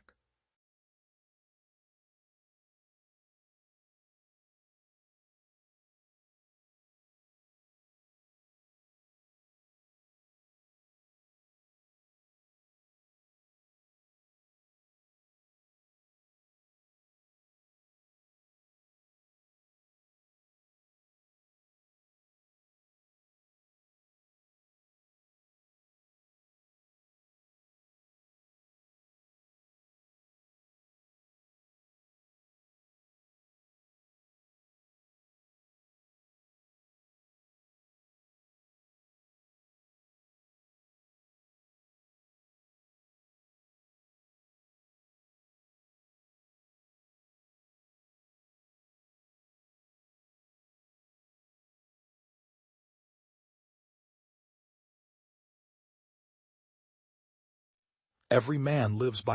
There is nothing without a reason. The present is big with the future. He who does not act does not exist. This is the best of all possible worlds. Why is there something rather than nothing? Every feeling is the perception of a truth. Nothing is necessitated whose opposite is possible. He who hasn't tasted bitter things hasn't earned sweet things. Music is a calculation which the soul makes unconsciously in secret. As far as we are capable of knowledge, we sin in neglecting to acquire it. Music is the hidden arithmetical exercise of a mind unconscious that it is calculating. Nothing is in the intellect that was not first in the senses, except the intellect itself. For all bodies are in perpetual flux like rivers, and parts are passing in and out of them continually. If you could blow the brain up to the size of a mill and walk about inside, you would not find consciousness. Imaginary numbers are a fine and wonderful resource of the divine intellect, almost an amphibian between being and non-being. For I hold that it is only when we can prove everything we assert that we understand perfectly the thing under consideration. Perceptions which are at present insensible may grow some day. Nothing is useless, and eternity provides great scope for change. There is nothing in the understanding which has not come from the senses, except the understanding itself, or the one who understands. The means of obtaining as much variety as possible, but with the greatest possible order, is the means of obtaining as much perfection as possible. It is unworthy of excellent men to lose hours like slaves in the labor of calculation, which could safely be relegated to anyone else if machines were used. I have so many ideas that may perhaps be of some use in time, if others more penetrating than I go deeply into them someday, and join the beauty of their minds to the labor of mine. It is the knowledge of necessary and eternal truths that distinguishes us from the mere animals and gives us reason and the sciences, raising us to the knowledge of ourselves and of God. If geometry were as much opposed to our passions and present interests as is ethics, we should contest it and violate I but little less, notwithstanding all the demonstrations of Euclid and Archimedes. The mind is not only capable of knowing innate ideas, but further of finding them in itself, and if it had only the simple capacity to receive knowledge, it would not be the source of necessary truths. The mind leans on innate principles every moment, but it does not come so easily to distinguish them and to represent them distinctly and separately, because that demands great attention to its acts, and the majority of people, little accustomed to think, has little of it.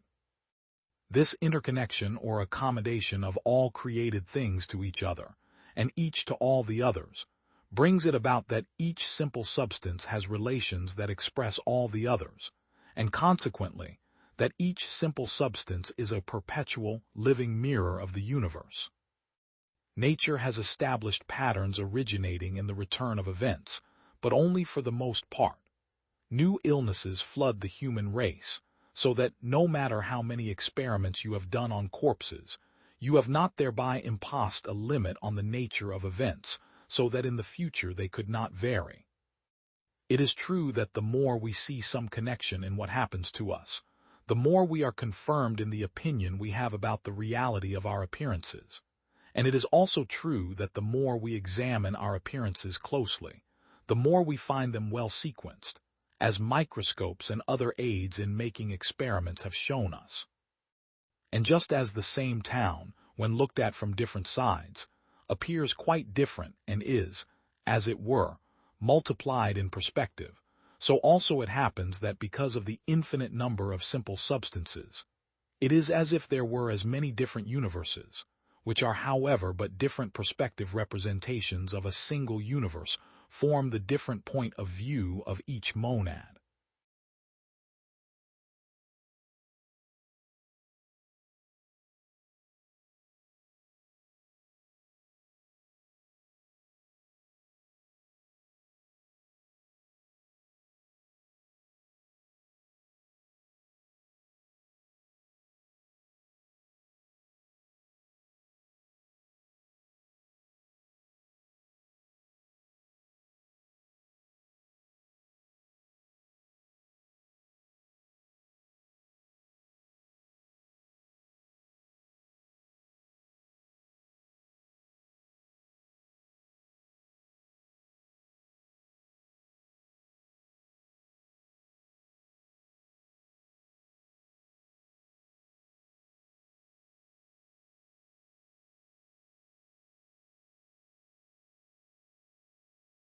I love physics with all my heart. I will have nothing to do with a bomb. It is a kind of personal love, as one has for a person to whom one is grateful for many things. No one really thought of fission before its discovery. The life must not be easy if it is only rich in contents. Life need not be easy, provided only that it is not empty. You must not blame us scientists for the use which war technicians have put our discoveries. Science makes people reach selflessly for truth and objectivity. It teaches people to accept reality, with wonder and admiration, not to mention the deep awe and joy that the natural order of things brings to the true scientist. O. Hahn and F. Strassmann have discovered a new type of nuclear reaction, the splitting into two smaller nuclei of the nuclei of uranium and thorium under neutron bombardment. Thus they demonstrated the production of nuclei of barium, lanthanum, strontium, yttrium, and more recently of xenon and cesium. It can be shown by simple considerations that this type of nuclear reaction may be described in an essentially classical way like the fission of a liquid drop, and that the fission products must fly apart with kinetic energies of the order of 100 million electron volts each.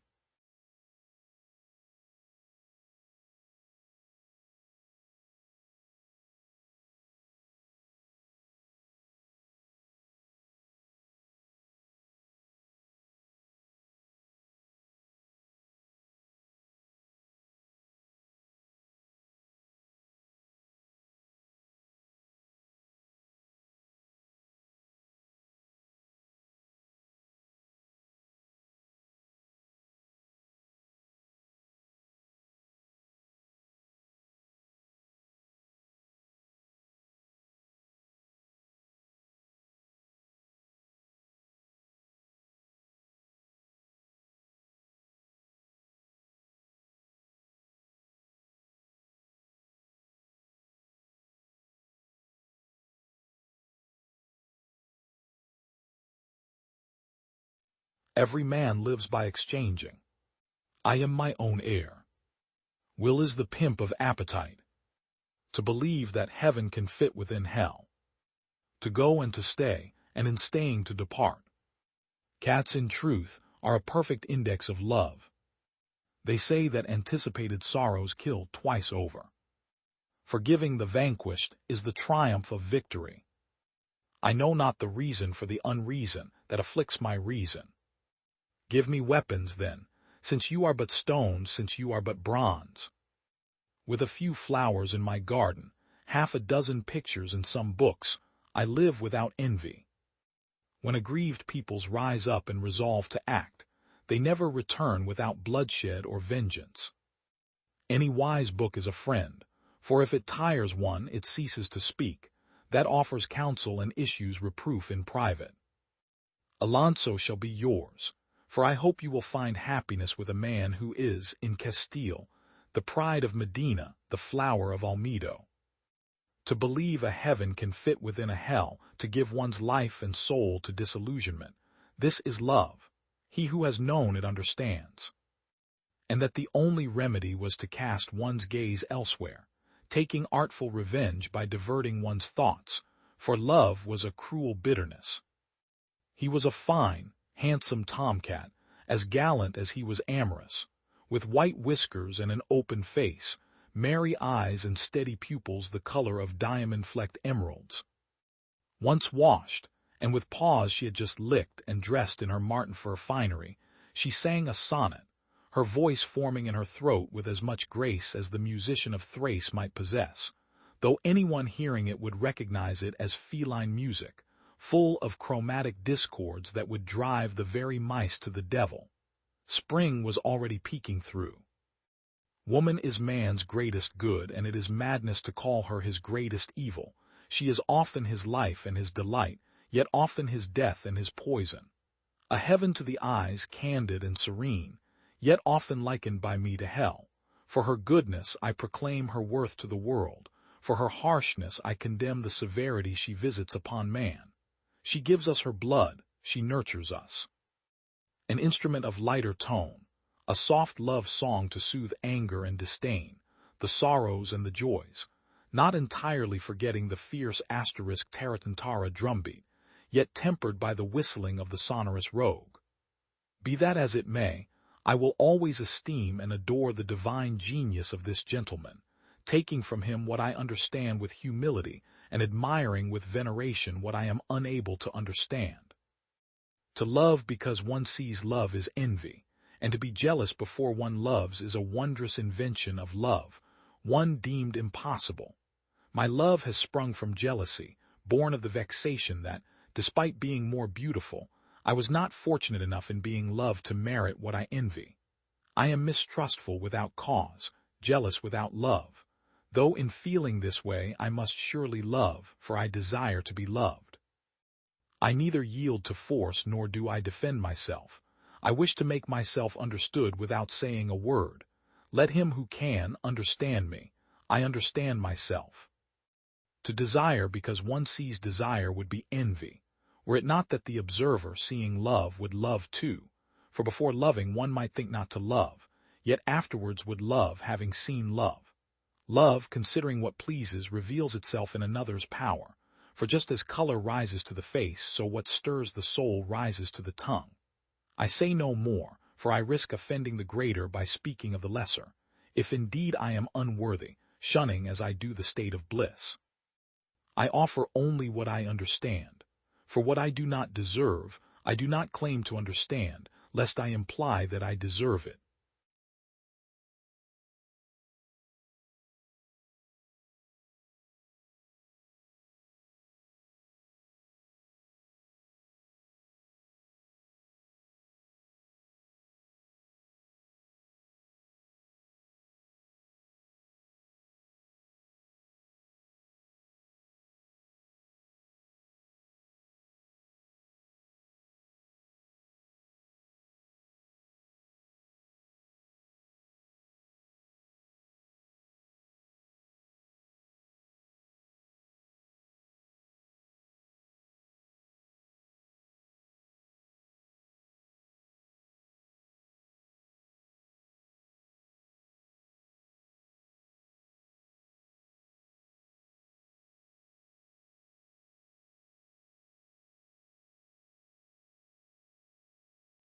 Every man lives by exchanging.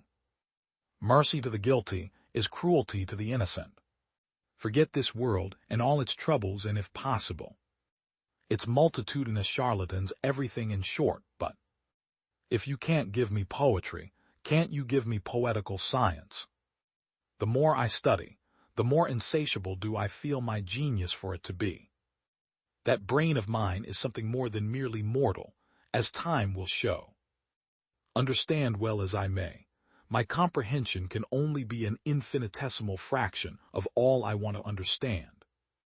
The analytical engine has no pretensions whatever to originate anything.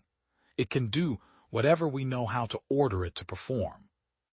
The intellectual, the moral, the religious seem to me all naturally bound up and interlinked together in one great and harmonious whole. One essential object is to choose that arrangement which shall tend to reduce to a minimum the time necessary for completing the calculation.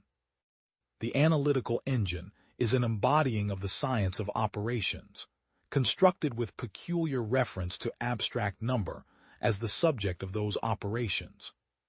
Thus not only the mental and the material, but the theoretical and the practical in the mathematical world are brought into more intimate and effective connection with each other.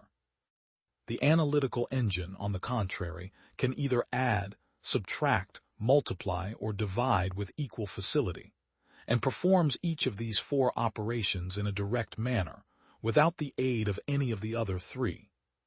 The object of the engine is in fact to give the utmost practical efficiency to the resources of numerical interpretations of the higher science of analysis, while it uses the processes and combinations of this latter.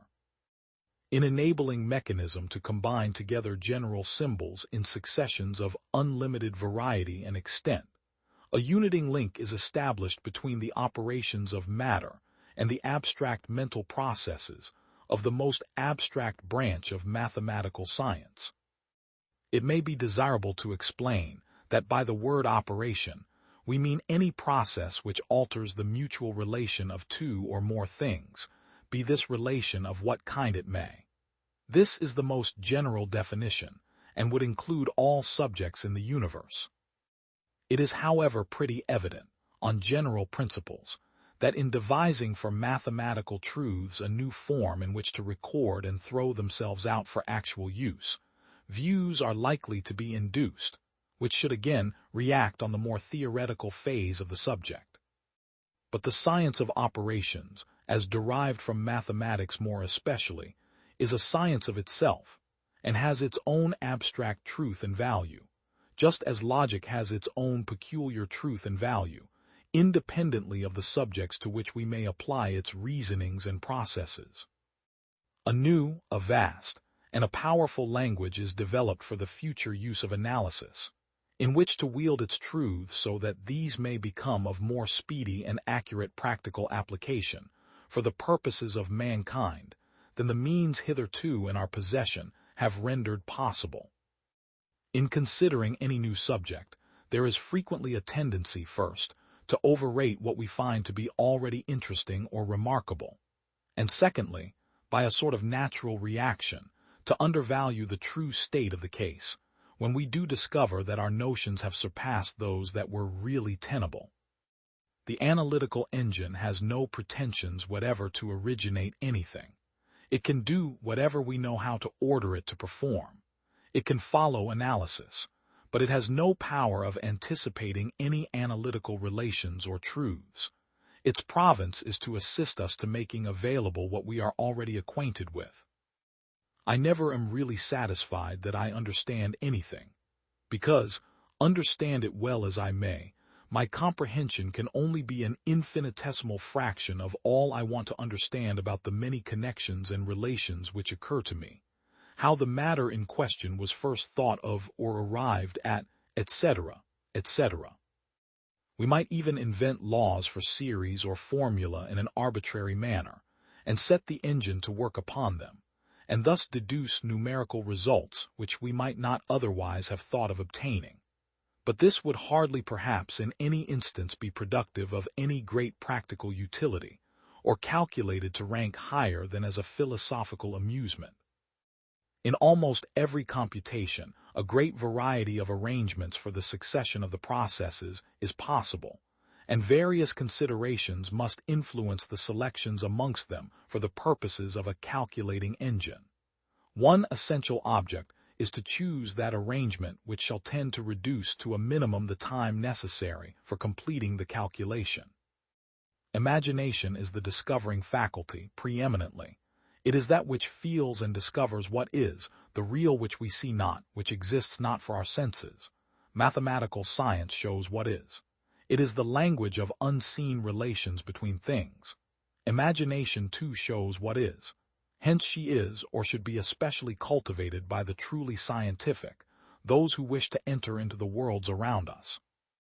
Many persons who are not conversant with mathematical studies imagine that because the business of Babbage's analytical engine is to give its results in numerical notation, the nature of its processes must consequently be arithmetical and numerical, rather than algebraical and analytical. This is an error. The engine can arrange and combine its numerical quantities exactly as if they were letters or any other general symbols, and in fact, it might bring out its results in algebraical notation, were provisions made accordingly.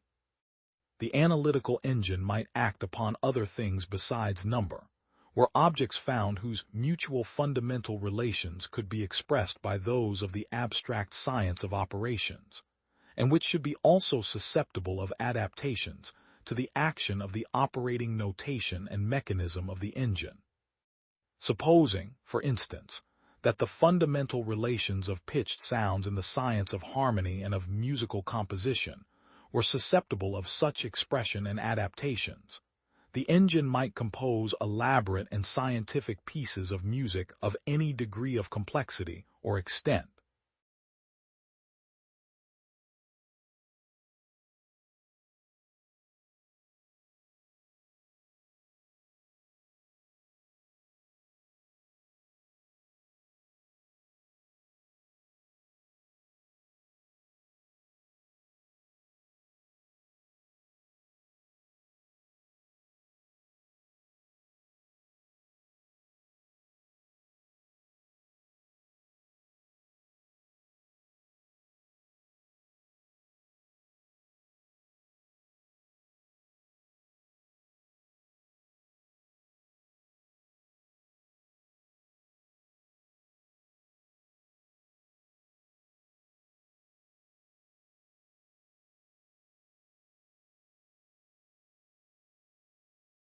When our Lord and Master Jesus Christ said, "Repent," he willed the entire life of believers to be one of repentance. Beer is made by men, wine by God. For though all things shall pass away, though all my heart should feel condemned, for want of some sweet token, there is one greater than my heart whose word cannot be broken, stand forever. You have as much laughter as you have faith. Everything that is done in this world is done by hope. There are 2 days in my calendar, this day and that day. If you want to change the world, pick up your pen and write. There never yet have been, nor are there now, too many good books. Where the battle rages, there the loyalty of the soldier is proved. We are saved by faith alone, but the faith that saves is never alone. I have so much to do that I shall spend the first 3 hours in prayer. You are not only responsible for what you say, but also for what you do not say. Be a sinner and sin boldly, but believe and rejoice in Christ even more boldly. God writes the gospel not in the Bible alone, but on trees and flowers and clouds and stars. Let the wife make her husband glad to come home, and let him make her sorry to see him leave. Even if I knew that tomorrow the world would go to pieces, I would still plant my apple tree. My heart, which is so full to overflowing, has often been solaced and refreshed by music when sick and weary. True humility does not know that it is humble. If it did, it would be proud from the contemplation of so fine a virtue. Feelings come and feelings go, and feelings are deceiving. My warrant is the word of God, naught else is worth believing. I have held many things in my hands, and I have lost them all, but whatever I have placed in God's hands, that I still possess. Whoever drinks beer, he is quick to sleep. Whoever sleeps long does not sin. Whoever does not sin enters heaven. Thus let us drink beer. The dog is the most faithful of animals, and would be much esteemed were it not so common. Our Lord God has made his greatest gifts the commonest.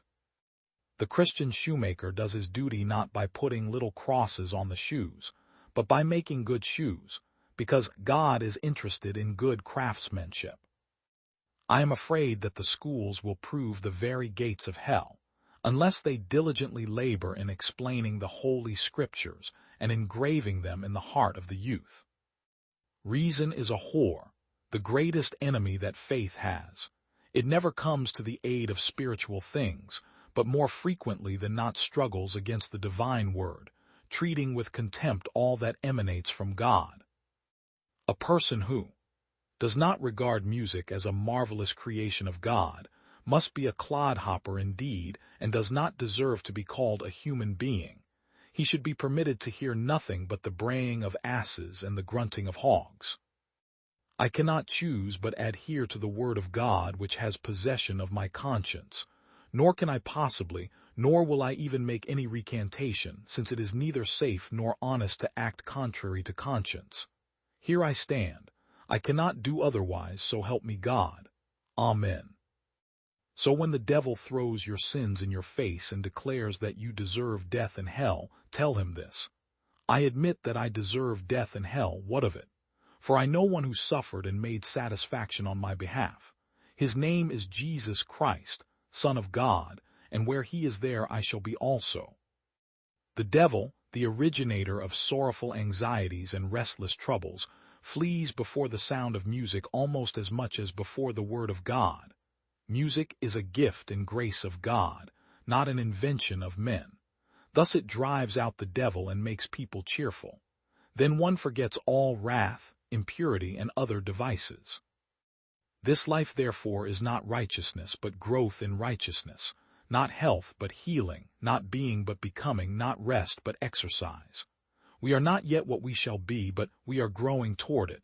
The process is not yet finished, but it is going on. This is not the end, but it is the road. All does not yet gleam in glory, but all is being purified. Whenever the devil harasses you, seek the company of men, or drink more, or joke and talk nonsense, or do some other merry thing. Sometimes we must drink more, sport, recreate ourselves, and even sin a little to spite the devil, so that we leave him no place for troubling our consciences with trifles. We are conquered if we try too conscientiously not to sin at all. So when the devil says to you, "Do not drink," answer him, "I will drink and right freely just because you tell me not to."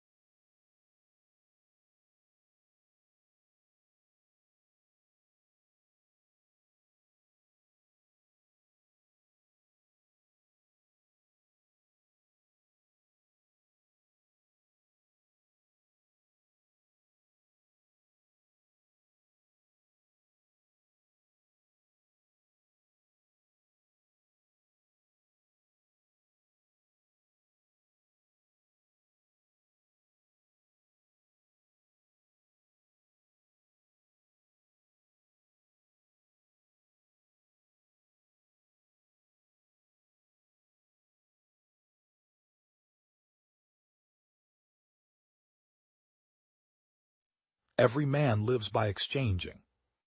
Mercy to the guilty is cruelty to the innocent. Wherever you can only analyze the data you have. Be strategic about what to gather and how to store it. It's always good to marry your best friend. Stability can only be attained by inactive matter. Now is the time to understand more, so we fear less. Nothing in this world is to be feared, only understood. I am among those who think that science has great beauty. Be less curious about people and more curious about ideas.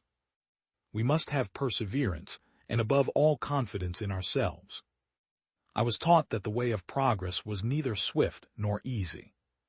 I never see what has been done, I only see what remains to be done. Marie Curie quote, "Life is not easy for any of us, but what of that, we." You cannot hope to build a better world without improving the individuals. All my life through, the new sights of nature made me rejoice like a child. Be less curious about people and more curious about ideas. First principle, never to let oneself be beaten down by persons or by events. Nothing in life is to be feared, it is only to be understood.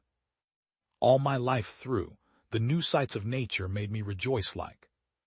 First principle, never to let oneself be beaten down by persons or. You cannot hope to build a better world without improving the individuals. If it takes 100 years, it will be a pity, but I will not cease to work for it as long as I live. Life is not easy for any of us, but what of that?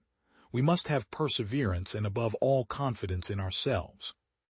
Each of us must work for his own improvement, and at the same time share a general responsibility for all humanity. Nothing in life is to be feared, it is only to be understood. Now is the time to understand more so that we may fear less. The older one gets, the more one feels that the present must be enjoyed.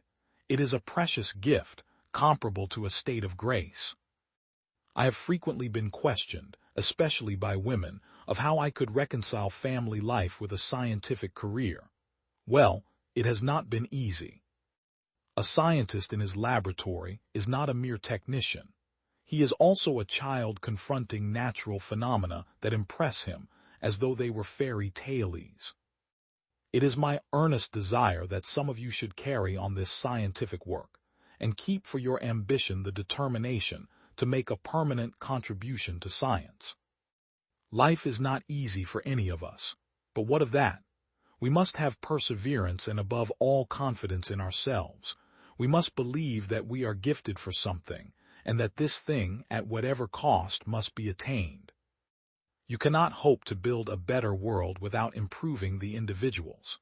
To that end, each of us must work for our own improvement, and at the same time share a general responsibility for all humanity, our particular duty being to aid those to whom we think can be most useful. I am among those who think that science has great beauty.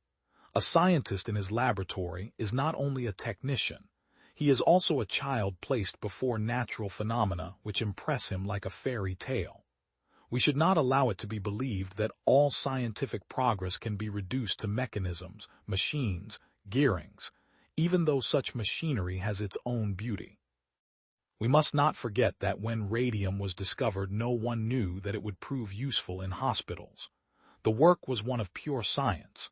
And this is a proof that scientific work must not be considered from the point of view of the direct usefulness of it.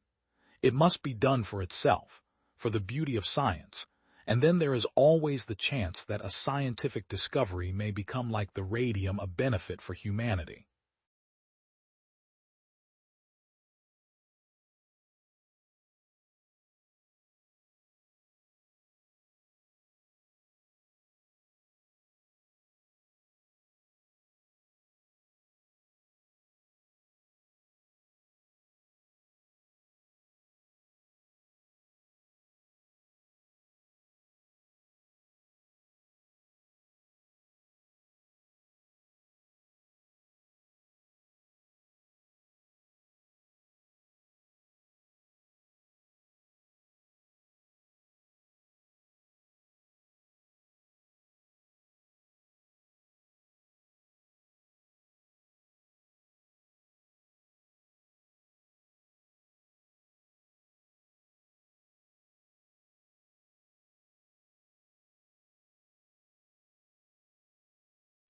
Every man lives by exchanging.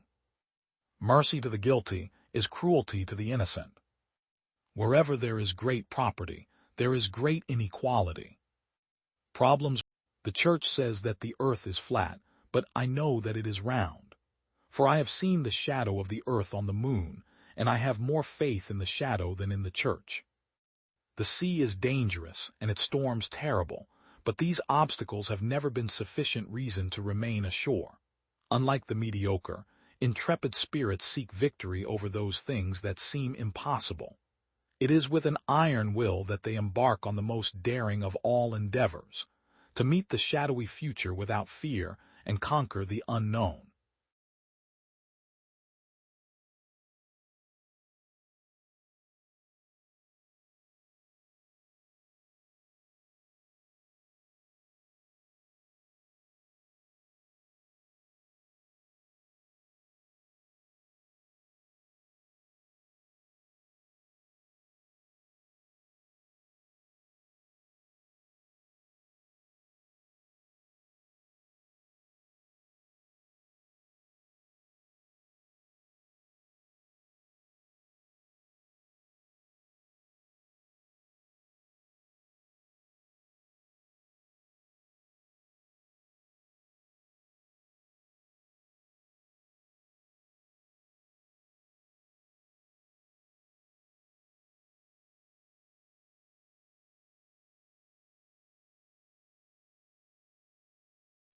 Every man lives by exchanging.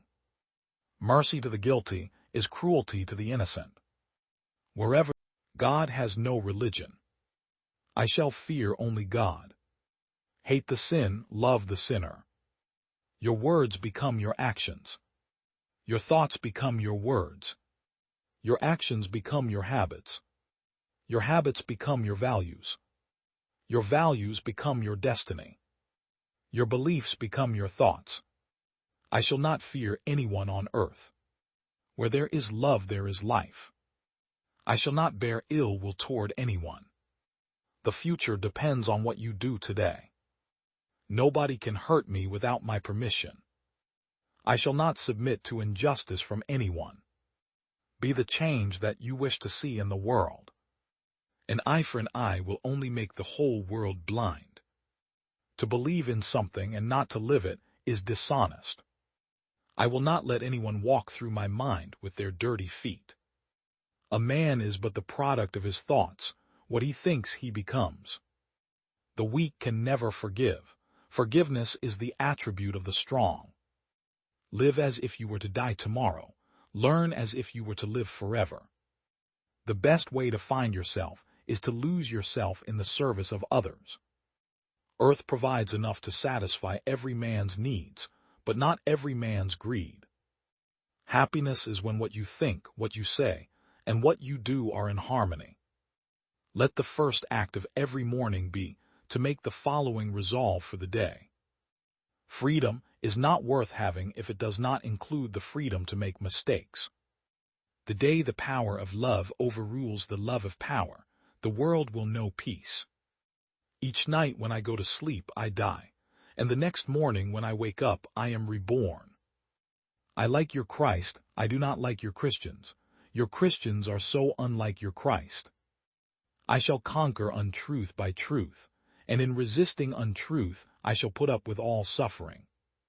The greatness of a nation and its moral progress can be judged by the way its animals are treated.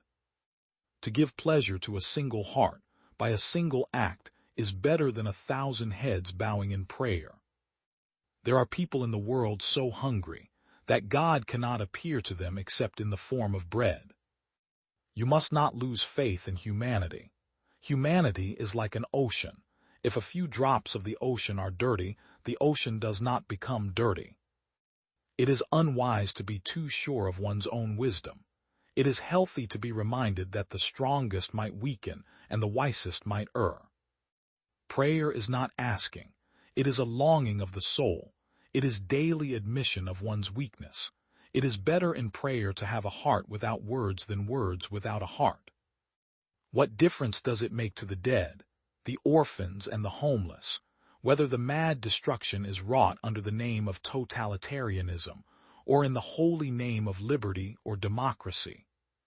When I despair, I remember that all through history the way of truth and love have always won.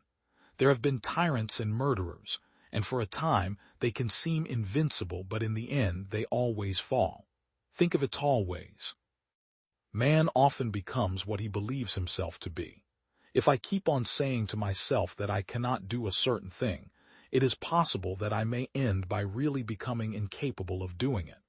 On the contrary, if I have the belief that I can do it, I shall surely acquire the capacity to do it even if I may not have it at the beginning.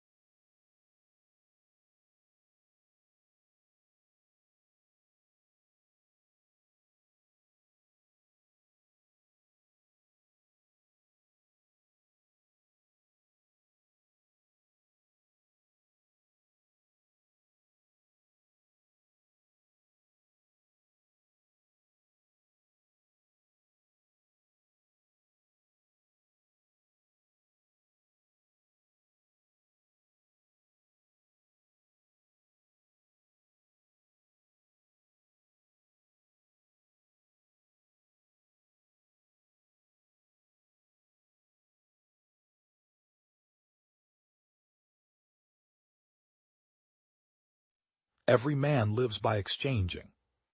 Mercy to the guilty is cruelty to the innocent. Wherever there is great property, there is great inequality. Problems worthy of attacks anticipate charity by preventing poverty. Accept the truth from whatever source it comes. Commune with your own heart on your bed and be still. Answer a fool according to his folly. Proverbs 26:4. You must accept the truth from whatever source it comes. The risk of a wrong decision is preferable to the terror of indecision. In the realm of nature there is nothing purposeless, trivial, or unnecessary.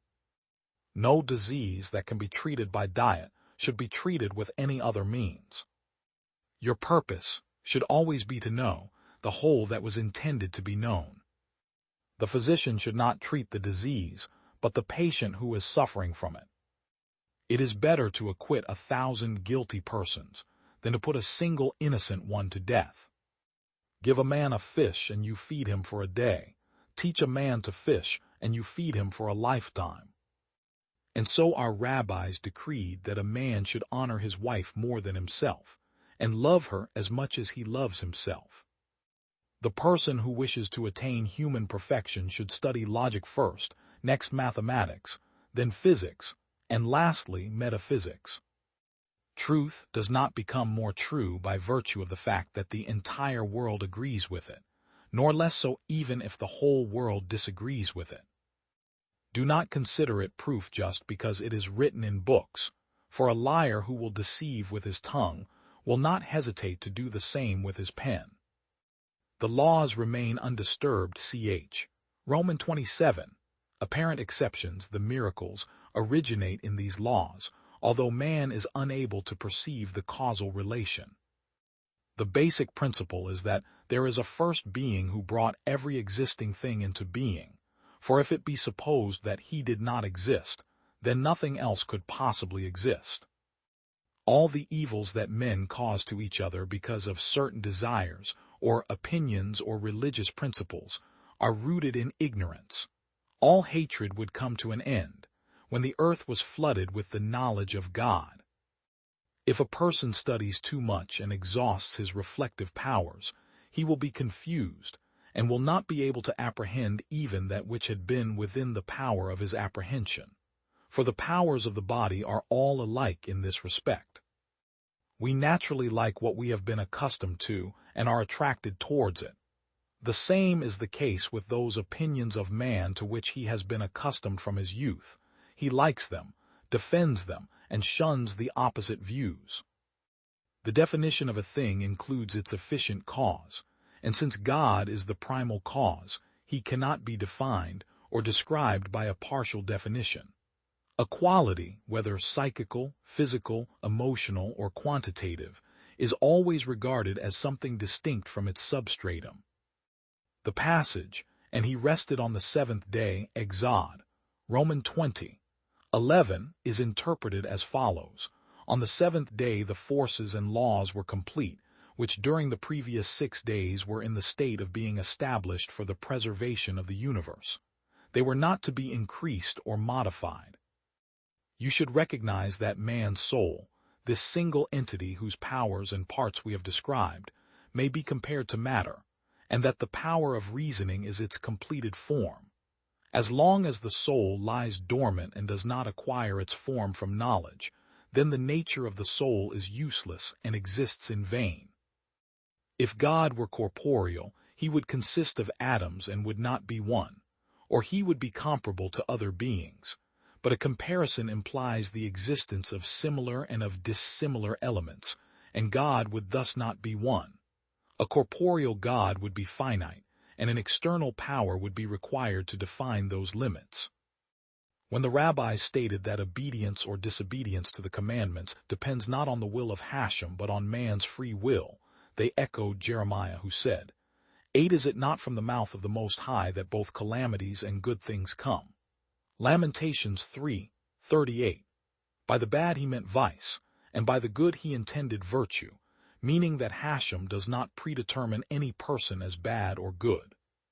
Since this is so, a person owes it to himself to mourn his sins and transgressions, since he has committed them of his own free will, as Jeremiah says. 39. Why should a living man complain about the punishment of his sins? Lamentations 3:39. Jeremiah answers his question positively, telling us that the remedy for our disease lies with us. Just as our failings stemmed from our own free will, so do we have the power to repent of our evil deeds.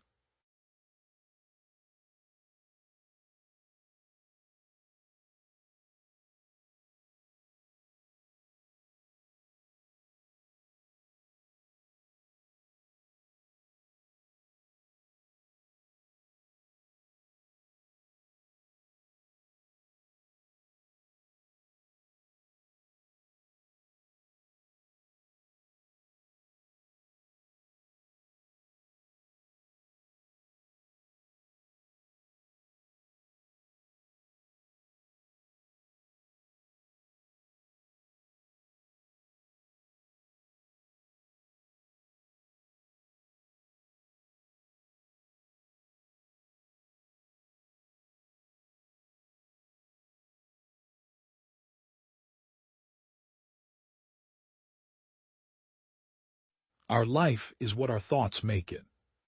The best revenge is not to be like your enemy. The soul becomes dyed with the color of its thoughts. Reject your sense of injury, and the injury itself disappears.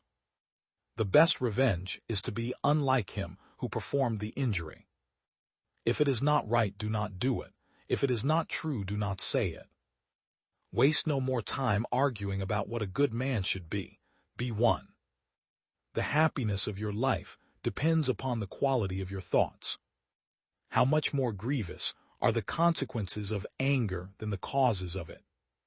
Dwell on the beauty of life, watch the stars, and see yourself running with them. It is not death that a man should fear, but he should fear never beginning to live. You have power over your mind, not outside events. Realize this, and you will find strength. Very little is needed to make a happy life. It is all within yourself and your way of thinking. Everything we hear is an opinion, not a fact. Everything we see is a perspective, not the truth. When you arise in the morning, think of what a privilege it is to be alive, to think, to enjoy, to love. The object of life is not to be on the side of the majority, but to escape finding oneself in the ranks of the insane. The first rule is to keep an untroubled spirit. The second is to look things in the face and know them for what they are. Accept the things to which fate binds you, and love the people with whom fate brings you together, but do so with all your heart. Do not act as if you were going to live 10,000 years. Death hangs over you. While you live, while it is in your power, be good. Never let the future disturb you. You will meet it, if you have to, with the same weapons of reason which today arm you against the present. Here is a rule to remember in future, when anything tempts you to feel bitter. Not this is misfortune, but to bear this worthily is good fortune. Think of yourself as dead. You have lived your life. Now take what's left and live it properly. What doesn't transmit light creates its own darkness. Whenever you are about to find fault with someone, ask yourself the following question. What fault of mine most nearly resembles the one I am about to criticize? If you are distressed by anything external, the pain is not due to the thing itself, but to your estimate of it, and this you have the power to revoke at any moment. I have often wondered how it is that every man loves himself more than all the rest of men, but yet sets less value on his own opinion of himself than on the opinion of others. You always own the option of having no opinion. There is never any need to get worked up or to trouble your soul about things you can't control. These things are not asking to be judged by you. Leave them alone. If someone is able to show me that what I think or do is not right, I will happily change, for I seek the truth, by which no one was ever truly harmed. It is the person who continues in his self-deception and ignorance who is harmed. When another blames you or hates you, or people voice similar criticisms, go to their souls, penetrate inside, and see what sort of people they are. You will realize that there is no need to be racked with anxiety that they should hold any particular opinion about you. Live a good life. If there are gods and they are just, then they will not care how devout you have been, but will welcome you based on the virtues you have lived by. If there are gods but unjust, then you should not want to worship them. If there are no gods, then you will be gone, but will have lived a noble life that will live on in the memories of your loved ones. When you wake up in the morning, tell yourself, the people I deal with today will be meddling, ungrateful, arrogant, dishonest, jealous, and surly. They are like this because they can't tell good from evil. But I have seen the beauty of good and the ugliness of evil, and have recognized that the wrongdoer has a nature related to my own, not of the same blood and birth, but the same mind and possessing a share of the divine. And so none of them can hurt me. No one can implicate me in ugliness. Nor can I feel angry at my relative or hate him.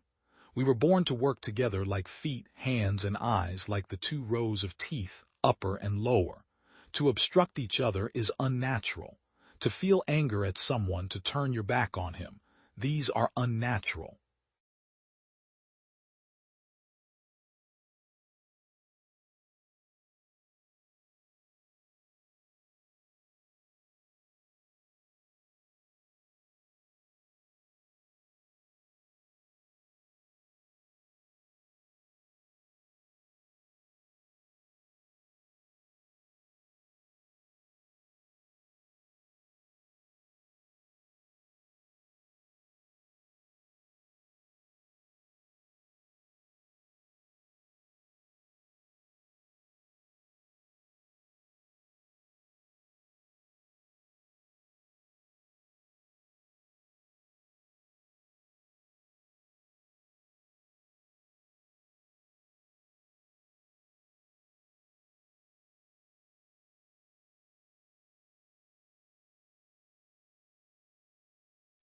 Every man lives by exchanging.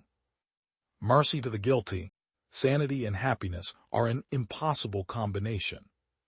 Classic, a book which people praise and don't read. Books are for people who wish they were somewhere else. Never tell the truth to people who are not worthy of it.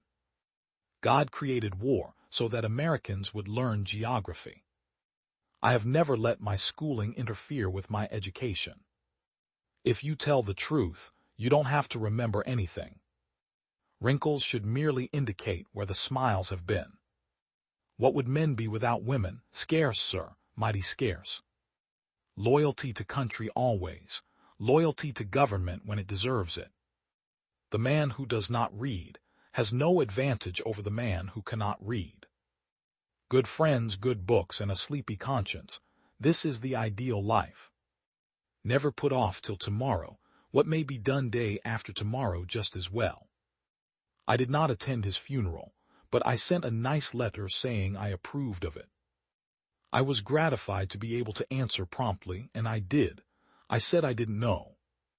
A lie can travel halfway around the world, while the truth is putting on its shoes. Never allow someone to be your priority while allowing yourself to be their option. Reader, suppose you were an idiot, and suppose you were a member of Congress, but I repeat myself. Don't go around saying the world owes you a living. The world owes you nothing. It was here first. Whenever you find yourself on the side of the majority, it is time to reform or pause and reflect. Don't part with your illusions. When they are gone, you may still exist, but you have ceased to live. The fear of death follows from the fear of life. A man who lives fully is prepared to die at any time. Truth is stranger than fiction, but it is because fiction is obliged to stick to possibilities. Truth isn't. But who prays for Satan? Who, in 18 centuries, has had the common humanity to pray for the one sinner that needed it most? Substitute damn every time you're inclined to write very. Your editor will delete it, and the writing will be just as it should be. I do not fear death. I had been dead for billions and billions of years before I was born, and had not suffered the slightest inconvenience from it. Keep away from people who try to belittle your ambitions. Small people always do that, but the really great make you feel that you, too, can become great. The difference between the almost right word and the right word is really a large matter. Tease the difference between the lightning bug and the lightning. In a good bookroom you feel in some mysterious way that you are absorbing the wisdom contained in all the books through your skin, without even opening them. When I was a boy of 14, my father was so ignorant I could hardly stand to have the old man around. But when I got to be 21, I was astonished at how much the old man had learned in 7 years.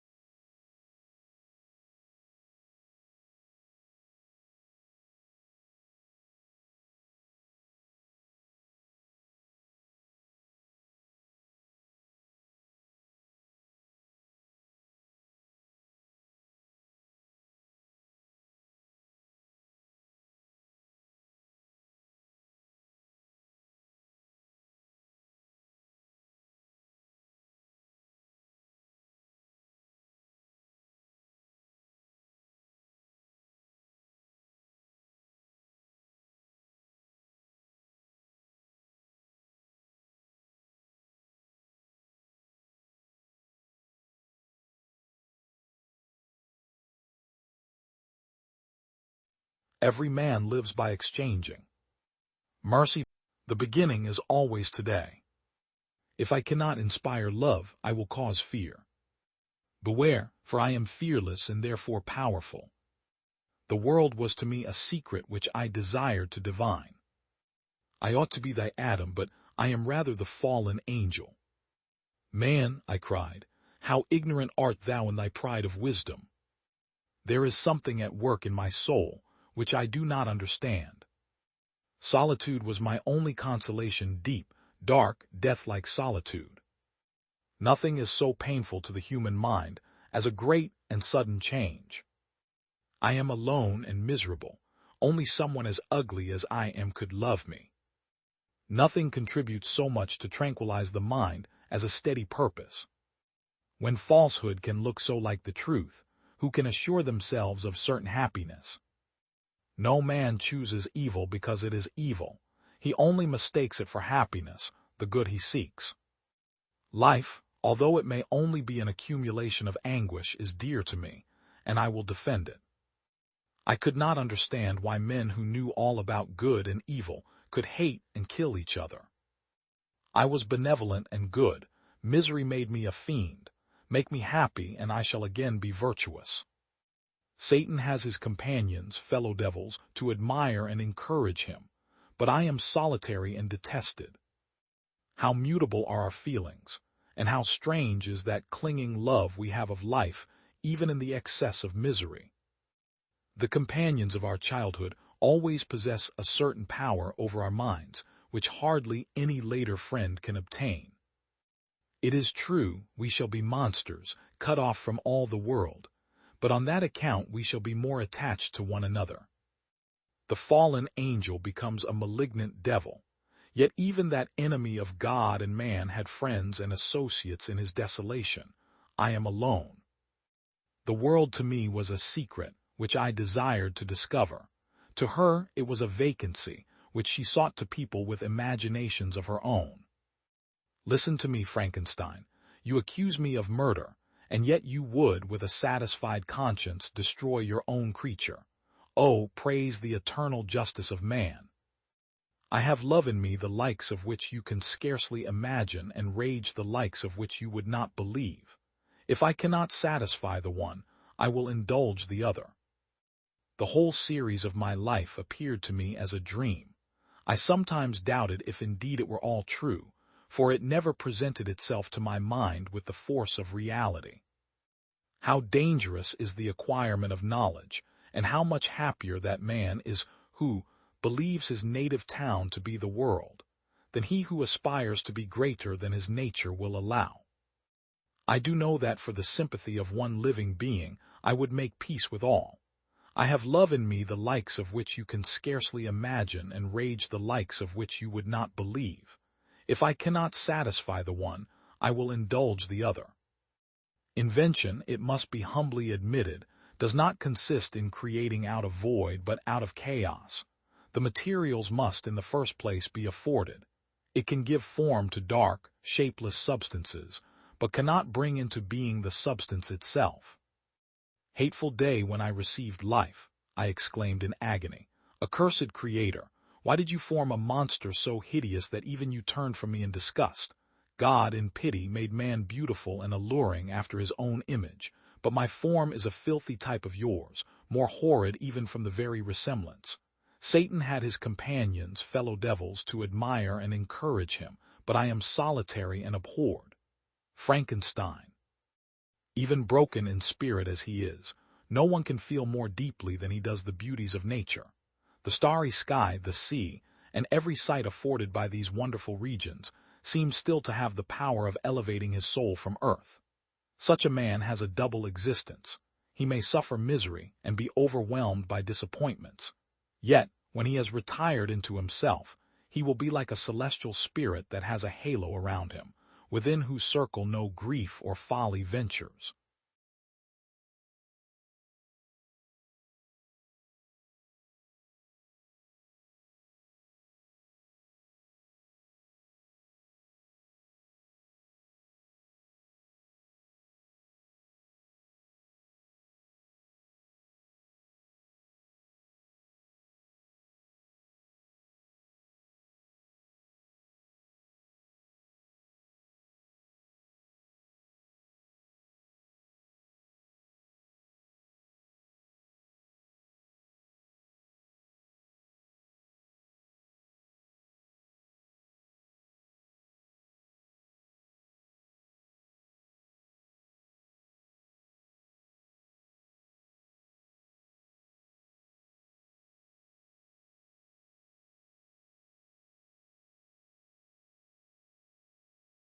The beginning is always today.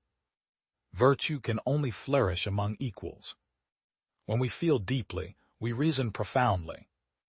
Life cannot be seen by an unmoved spectator. Judicious books enlarge the mind and improve the heart. It is justice, not charity, that is wanting in the world. I do not wish women to have power over men, but over themselves. Women do not want power over men, they want power over themselves. The mind will ever be unstable, that has only prejudices to rest on. Let woman share the rights, and she will emulate the virtues of man. Strengthen the female mind by enlarging it, and there will be an end. When poverty is more disgraceful than even vice, is not morality cut to the quick? Strengthen the female mind by enlarging it, and there will be an end to blind obedience. only that education deserves emphatically to be termed cultivation of the mind, which no man chooses evil because it's evil. He only mistakes it for happiness, the good he seeks. Men, in general, seem to employ their reason to justify prejudices, rather than to root them out. The more equality there is established among men, the more virtue and happiness will reign in society. Men and women must be educated, in a great degree, by the opinions and manners of the society they live in. Let woman share the rights, and she will emulate the virtues of man, for she must grow more perfect when emancipated. Only that education deserves emphatically to be termed cultivation of the mind, which teaches young people how to begin to think. Friendship is a serious affection, the most sublime of all affections, because it is founded on principle and cemented by time. Taught from infancy that beauty is woman's scepter, the mind shapes itself to the body, and roaming round its gilt cage, only seeks to adorn its prison. If we revert to history, we shall find that the women who have distinguished themselves have neither been the most beautiful nor the most gentle of their sex. The mind will ever be unstable that has only prejudices to rest on, and the current will run with destructive fury when there are no barriers to break its force. Women are systematically degraded by receiving the trivial attentions which men think it manly to pay to the sex, when, in fact, men are insultingly supporting their own superiority. Independence I have long considered as the grand blessing of life, the basis of every virtue, and independence I will ever secure by contracting my wants, though I were to live on a barren heath. People thinking for themselves have more energy in their voice than any government which it is possible for human wisdom to invent, and every government not aware of this sacred truth will, at some period, be suddenly overturned. Love from its very nature must be transitory. To seek for a secret that would render it constant would be as wild a search as for the philosopher's stone or the grand panacea, and the discovery would be equally useless, or rather pernicious to mankind. The most holy band of society is friendship.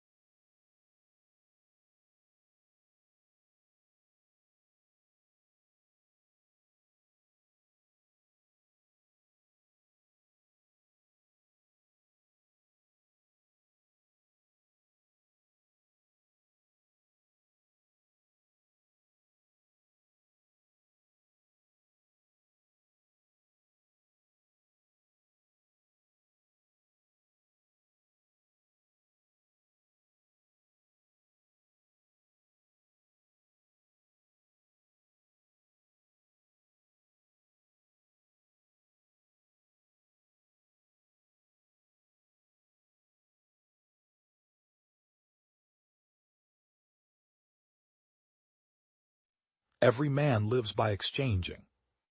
Mercy to the guilty is cruelty to the innocent. Wherever there is great property, there is great inequality. Problems worthy of attack, we crave and fear becoming truly ourselves.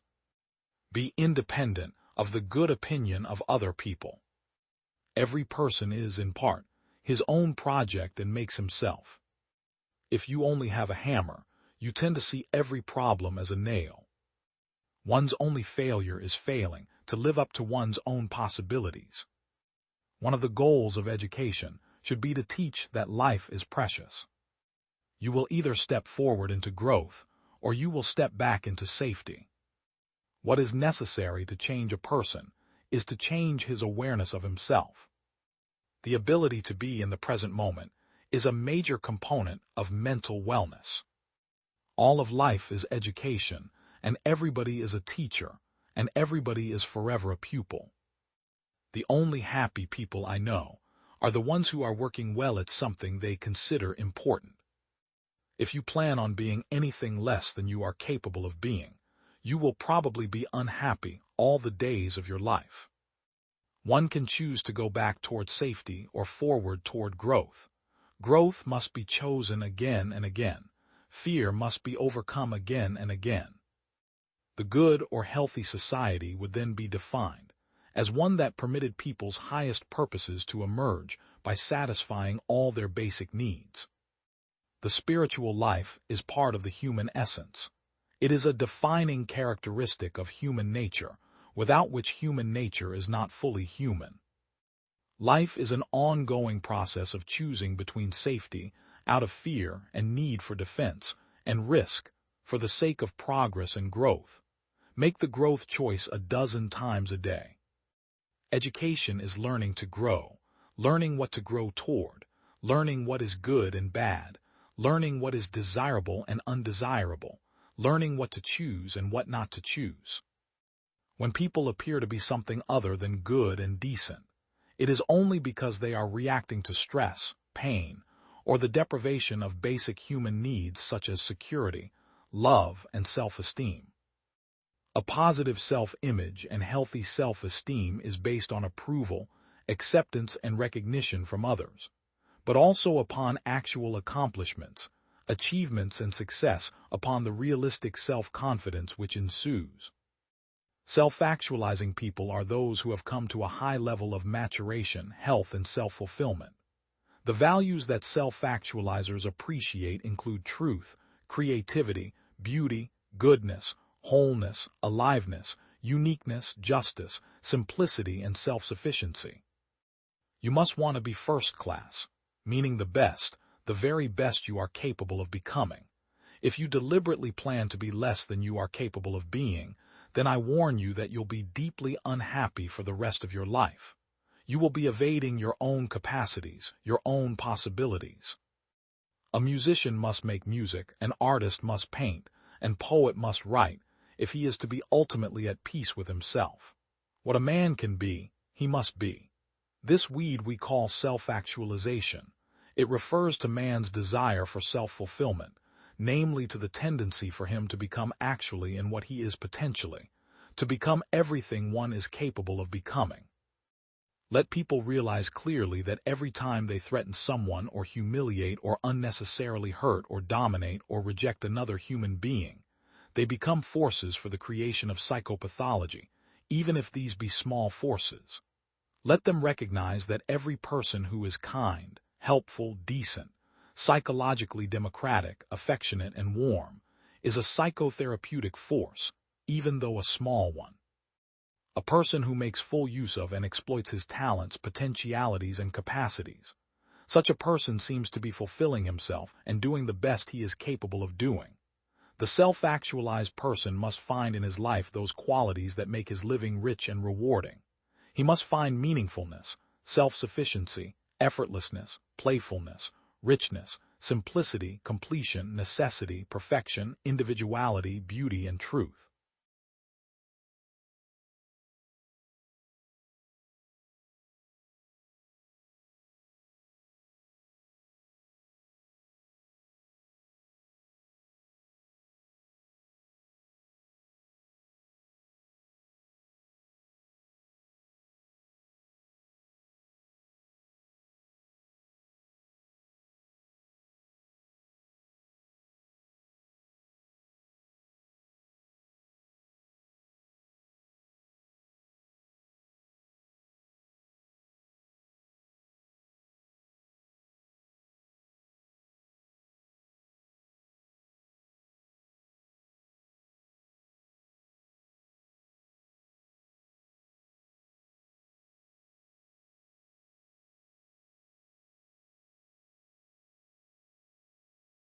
Science advances one funeral at a time.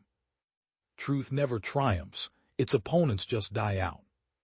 The scientist needs an artistically creative imagination. All matter originates and exists only by virtue of a force. There is no matter as such. Mind is the matrix of all matter. Every advance in knowledge brings us face to face with the mystery of our own being. I regard consciousness as fundamental. I regard matter as a derivative of consciousness. It was not by accident that the greatest thinkers of all ages were deeply religious souls. Experiment is the only means of knowledge at our disposal. Everything else is poetry, imagination. What seems today inconceivable will appear one day, from a higher standpoint, quite simple and harmonious. There can never be any real opposition between religion and science, for the one is the complement of the other. A new truth always has to contend with many difficulties. If it were not so, it would have been discovered much sooner. Whence come I and whither go I? That is the great unfathomable question, the same for every one of us. Science has no answer to it. In all my research, I have never come across matter. To me, the term matter implies a bundle of energy which is given form by an intelligent spirit. Science cannot solve the ultimate mystery of nature, and that is because, in the last analysis, we ourselves are a part of the mystery that we are trying to solve. All matter originates and exists only by virtue of a force. We must assume behind this force the existence of a conscious and intelligent mind. This mind is the matrix of all matter. Anybody who has been seriously engaged in scientific work of any kind realizes that over the entrance to the gates of the temple of science are written the words, "You must have faith." A scientific truth does not triumph by convincing its opponents and making them see the light, but rather because its opponents eventually die, and a new generation grows up that is familiar with it. I regard consciousness as fundamental. I regard matter as derivative from consciousness. We cannot get behind consciousness. Everything that we talk about, everything that we regard as existing, postulates consciousness. Science does not mean an idle resting upon a body of certain knowledge. It means unresting endeavor and continually progressing development toward an end, which the poetic intuition may apprehend, but which the intellect can never fully grasp. The highest court is in the end one's own conscience and conviction. That goes for you and for Einstein and every other physicist, and before any science there is first of all belief. For me, it is belief in a complete lawfulness in everything that happens. New scientific ideas never spring from a communal body, however organized, but rather from the head of an individually inspired researcher, who struggles with his problems in lonely thought and unites all his thought on one single point, which is his whole world for the moment. Modern physics has taught us that the nature of any system cannot be discovered by dividing it into its component parts and studying each part by itself. We must keep our attention fixed on the whole and on the interconnection between the parts. The same is true of our intellectual life. It is impossible to make a clear cut between science, religion, and art. The whole is never equal simply to the sum of its various parts. There can never be any real opposition between religion and science, for the one is the complement of the other. Every serious and reflective person realizes, I think, that the religious element in his nature must be recognized and cultivated if all the powers of the human soul are to act together in perfect balance and harmony. And indeed, it was not by accident that the greatest thinkers of all ages were deeply religious souls. As a man who has devoted his whole life to the most clear-headed science, to the study of matter, I can tell you as a result of my research about atoms this much. There is no matter as such. All matter originates and exists only by virtue of a force which brings the particle of an atom to vibration and holds this most minute solar system of the atom together. We must assume behind this force the existence of a conscious and intelligent mind. This mind is the matrix of all matter.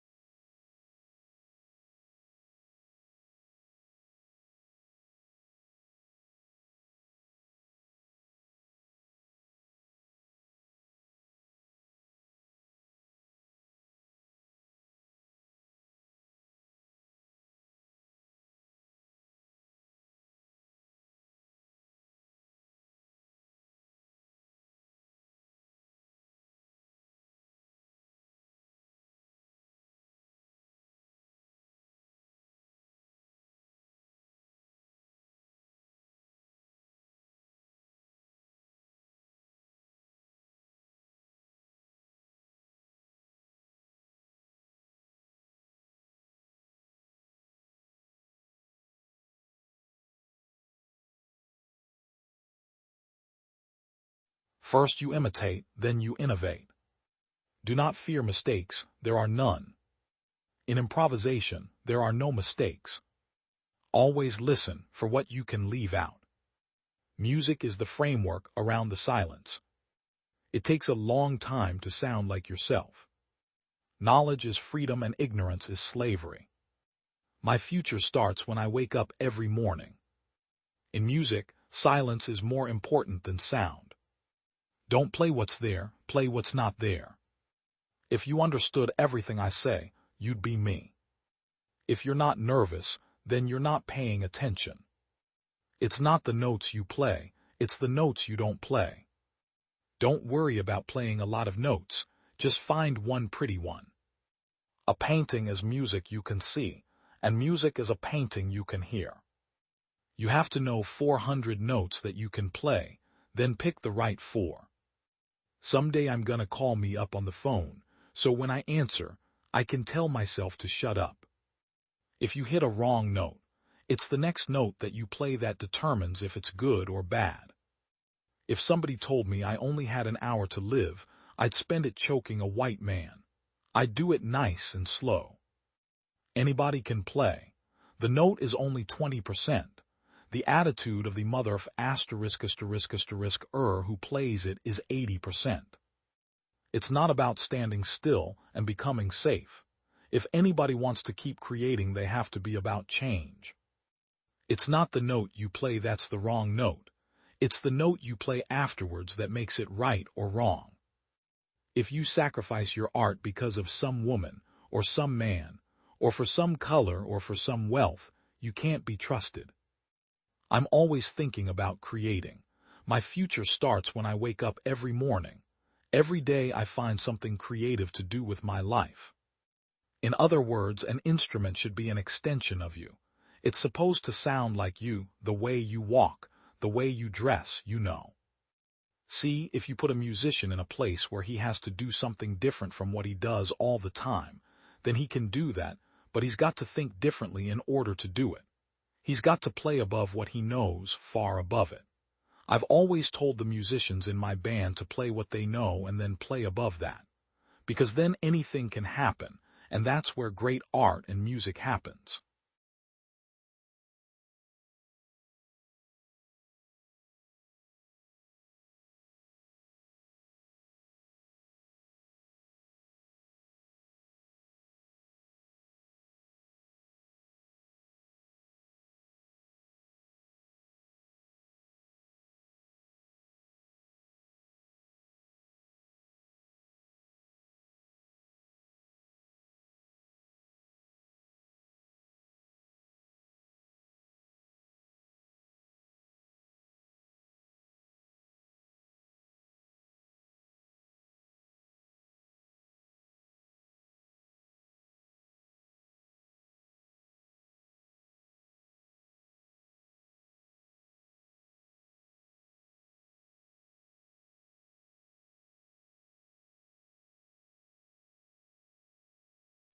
Every man lives by exchanging. Mercy to the guilty is cruelty to the innocent. Wherever there is great property, there is great inequality. Problems worthy of attacks prove their worth by reason is also choice. Solitude sometimes is best society.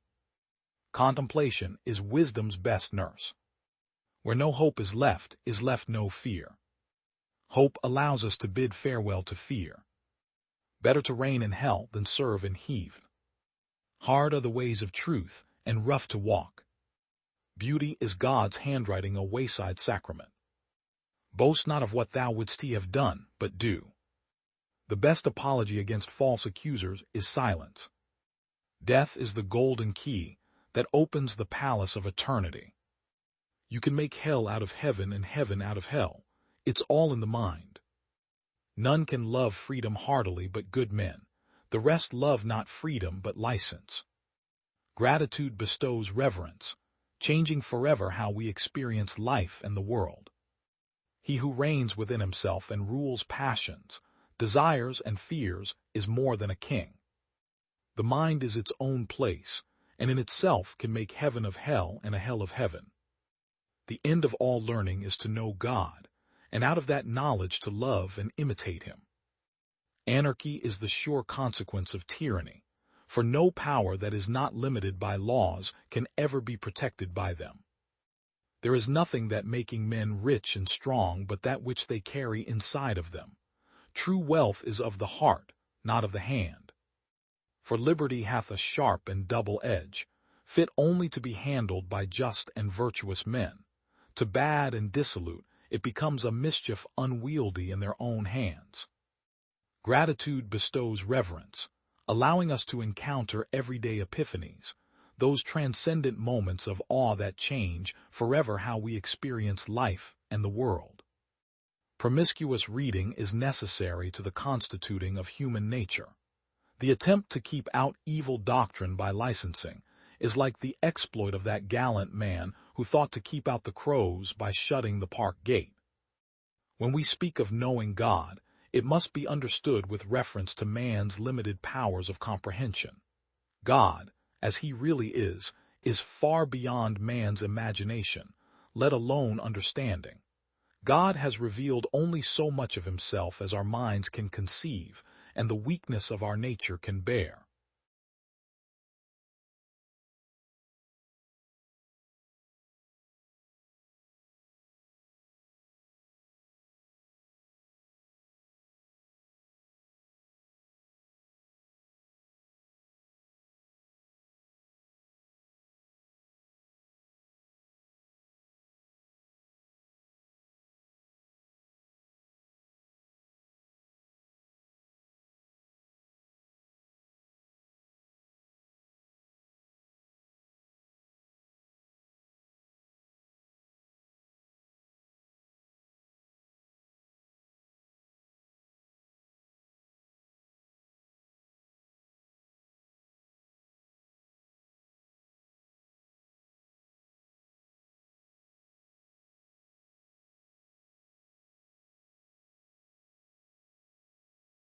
What the hand does the mind remembers. The child is both a hope and a promise for mankind. Do not tell them how to do it, show them how to do. We shall walk together on this path of life, for all things are. The most important period of life is not the age of university studies. These words reveal the child's inner needs. Help me to do it alone. Free the child's potential, and you will transform him into the world. The education of even a small child, therefore, does not aim at preparing. The goal of early childhood education should be to activate the child's own. The senses, being the explorers of the world, open the way to knowledge. The adult works to improve his environment, while the child works to improve himself. To assist a child, we must provide him with an environment which will enable him to develop freely. The goal of early childhood education should be to activate the child's own natural desire to learn. The education of even a small child, therefore, does not aim at preparing him for school, but for life. Peace is what every human being is craving for, and it can be brought about by humanity through the child. Imagination does not become great until human beings, given the courage and the strength, use it to create. The first essential for the child's development is concentration. The child who concentrates is immensely happy. The greatest sign of success for a teacher is to be able to say, "The children are now working as if I did not exist." The most important period of life is not the age of university studies, but the first one, the period from birth to the age of 6. We shall walk together on this path of life, for all things are part of the universe and are connected with each other to form one whole unity. Joy, feeling one's own value, being appreciated and loved by others, feeling useful and capable of production, are all factors of enormous value for the human soul. What we need is a world full of miracles, like the miracle of seeing the young child seeking work and independence, and manifesting a wealth of enthusiasm and love. Our aim is not merely to make the child understand, and still less to force him to memorize, but so to touch his imagination as to enthuse him to his innermost core. Do not tell them how to do it. Show them how to do it and do not say a word. If you tell them, they will watch your lips move. If you show them, they will want to do it themselves. The child who has felt a strong love for his surroundings and for all living creatures, who has discovered joy and enthusiasm in work, gives us reason to hope that humanity can develop in a new direction. It is necessary for the teacher to guide the child without letting him feel her presence too much, so that she may always be ready to supply the desired help, but may never be the obstacle between the child and his experience. The essence of independence is to be able to do something for oneself. Adults work to finish a task, but the child works in order to grow and is working to create the adult, the person that is to be. Such experience is not just play. It is work he must do in order to grow up. There is a great sense of community within the Montessori classroom, where children of differing ages work together in an atmosphere of cooperation rather than competitiveness. There is respect for the environment and for the individuals within it, which comes through experience of freedom within the community. Let the children be free. Encourage them. Let them run outside when it is raining. Let them remove their shoes when they find a puddle of water. And when the grass of the meadows is wet with dew, let them run on it and trample it with their bare feet. Let them rest peacefully when a tree invites them to sleep beneath its shade. Let them shout and laugh when the sun wakes them in the morning.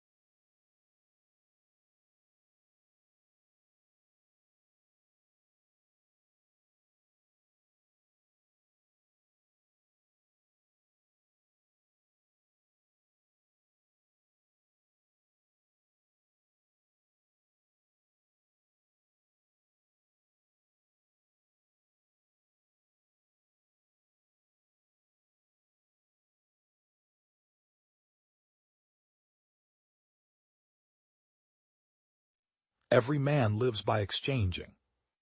Mercy to the guilty is cruelty to the innocent.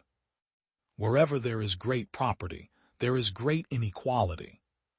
Problems worthy of attacks prove their worth by hitting back. Man naturally desires not only to be loved but to be lovely. Science is the great antidote to the poor. Peace begins with a smile. To mind one's own business. To choose always the hardest.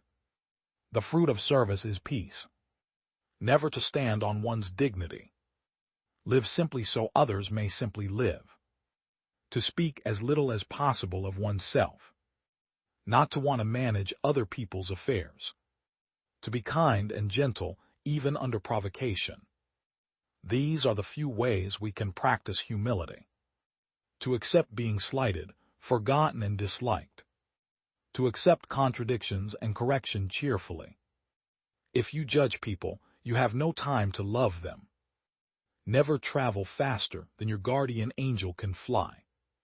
Do not wait for leaders. Do it alone, person to person. It's not how much we give, but how much love we put into giving. God doesn't require us to succeed. He only requires that you try. What can you do to promote world peace? Go home and love your family. The most terrible poverty is loneliness and the feeling of being unloved. Not all of us can do great things, but we can do small things with great love. Kind words can be short and easy to speak, but their echoes are truly endless. Yesterday is gone, tomorrow has not yet come, we have only today, let us begin. The hunger for love is much more difficult to remove than the hunger for bread. If we have no peace, it is because we have forgotten that we belong to each other. I can do things you cannot, you can do things I cannot, together we can do great things. I'm a little pencil in the hand of a writing God, who is sending a love letter to the world. I alone cannot change the world, but I can cast a stone across the waters to create many ripples. Every time you smile at someone, it is an action of love, a gift to that person, a beautiful thing. If you are humble, nothing will touch you, neither praise nor disgrace, because you know what you are.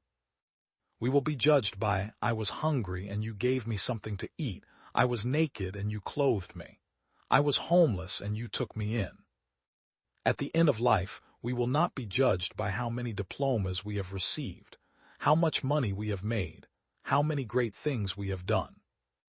Prayer is not asking.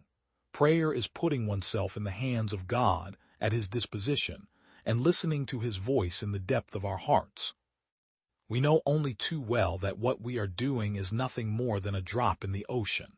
But if the drop were not there, the ocean would be missing something. Let no one ever come to you without leaving better and happier. Be the living expression of God's kindness. Kindness in your face, kindness in your eyes, kindness in your smile. Do not think that love, in order to be genuine, has to be extraordinary. What we need is to love without getting tired. Be faithful in small things because it is in them that your strength lies. A sacrifice to be real must cost, must hurt, and must empty ourselves. Give yourself fully to God. He will use you to accomplish great things on the condition that you believe much more in His love than in your weakness. I am not sure exactly what heaven will be like, but I know that when we die and it comes time for God to judge us, He will not ask, "How many good things have you done in your life?" Rather, He will ask, "How much love did you put into what you did?" God made the world for the delight of human beings. If we could see His goodness everywhere, His concern for us, His awareness of our needs, the phone call we've waited for, the ride we are offered, the letter in the mail, just the little things He does for us throughout the day. As we remember and notice His love for us, we just begin to fall in love with Him because He is so busy with us you just can't resist Him. I believe there's no such thing as luck in life. It's God's love, it's His. The greatest disease in the West today is not TB or leprosy. It is being unwanted, unloved, and uncared for. We can cure physical diseases with medicine, but the only cure for loneliness, despair, and hopelessness is love. There are many in the world who are dying for a piece of bread, but there are many more dying for a little love. The poverty in the West is a different kind of poverty. It is not only a poverty of loneliness, but also of spirituality. There's a hunger for love, as there is a hunger for God.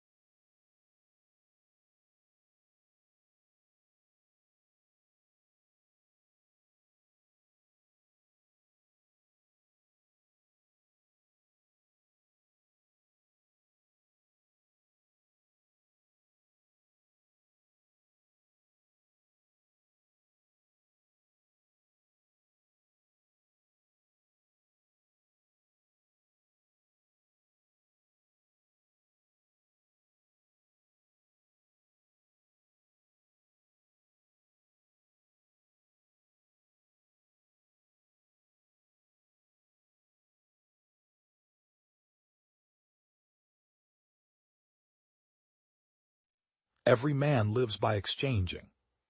Mercy to the guilty. What goes up must come down. You have to make the rules, not follow them. I have studied these things, you have not. No great discovery was ever made without a bold guess. What we know is a drop, what we don't know is an ocean. Nature is pleased with simplicity, and nature is no dummy. Tact is the art of making a point without making an enemy. Live your life as an exclamation rather than an explanation. Tact is the knack of making a point without making an enemy. Whence arises all that order and beauty we see in the world? If I have seen further, it is by standing on the shoulders of giants. I can calculate the motion of heavenly bodies, but not the madness of people. Plato is my friend, Aristotle is my friend, but my greatest friend is truth. and to every action there is always an equal and opposite or contrary reaction. If I have seen further than others, it is by standing upon the shoulders of giants. To explain all nature is too difficult a task for any one man, or even for any one age. A man may imagine things that are false, but he can only understand things that are true. Truth is ever to be found in the simplicity, and not in the multiplicity and confusion of things. Gravity explains the motions of the planets, but it cannot explain who sets the planets in motion. He who thinks half-heartedly will not believe in God, but he who really thinks has to believe in God. To myself, I am only a child playing on the beach, while vast oceans of truth lie undiscovered before me. How came the bodies of animals to be contrived with so much art, and for what ends were their several parts? Sir Isaac Newton was asked how he discovered the law of gravity. He replied, "By thinking about it all the time." If I have ever made any valuable discoveries, it has been due more to patient attention than to any other talent. This most beautiful system of the sun, planets and comets, could only proceed from the counsel and dominion of an intelligent and powerful being. This being governs all things, not as the soul of the world, but as Lord over all, and on account of his dominion he is wont to be called Lord God, Pi Alpha Nu Tau Omicron Kappa Rho Alpha Tau Omega Rho, or universal ruler. Was the eye contrived without skill in optics, and the ear without knowledge of sounds? And these things being rightly dispatched, does it not appear from phenomena that there is a being incorporeal, living, intelligent? Trials are medicines which our gracious and wise physician prescribes because we need them, and he proportions the frequency and weight of them to what the case requires. Let us trust his skill and thank him for his prescription. To explain all nature is too difficult a task for any one man, or even for any one age. 'Tis much better to do a little with certainty, and leave the rest for others that come after than to explain all things by conjecture, without making sure of anything. I do not know what I may appear to the world, but to myself, I seem to have been only like a boy playing on the seashore, and diverting myself in now, and then finding a smoother pebble or a prettier shell than ordinary, whilst the great ocean of truth lay all undiscovered before me. God without dominion, providence, and final causes, is nothing else but fate and nature. Blind metaphysical necessity, which is certainly the same always and everywhere, could produce no variety of things. All that diversity of natural things which we find suited to different times and places could arise from nothing but the ideas and will of a being necessarily existing.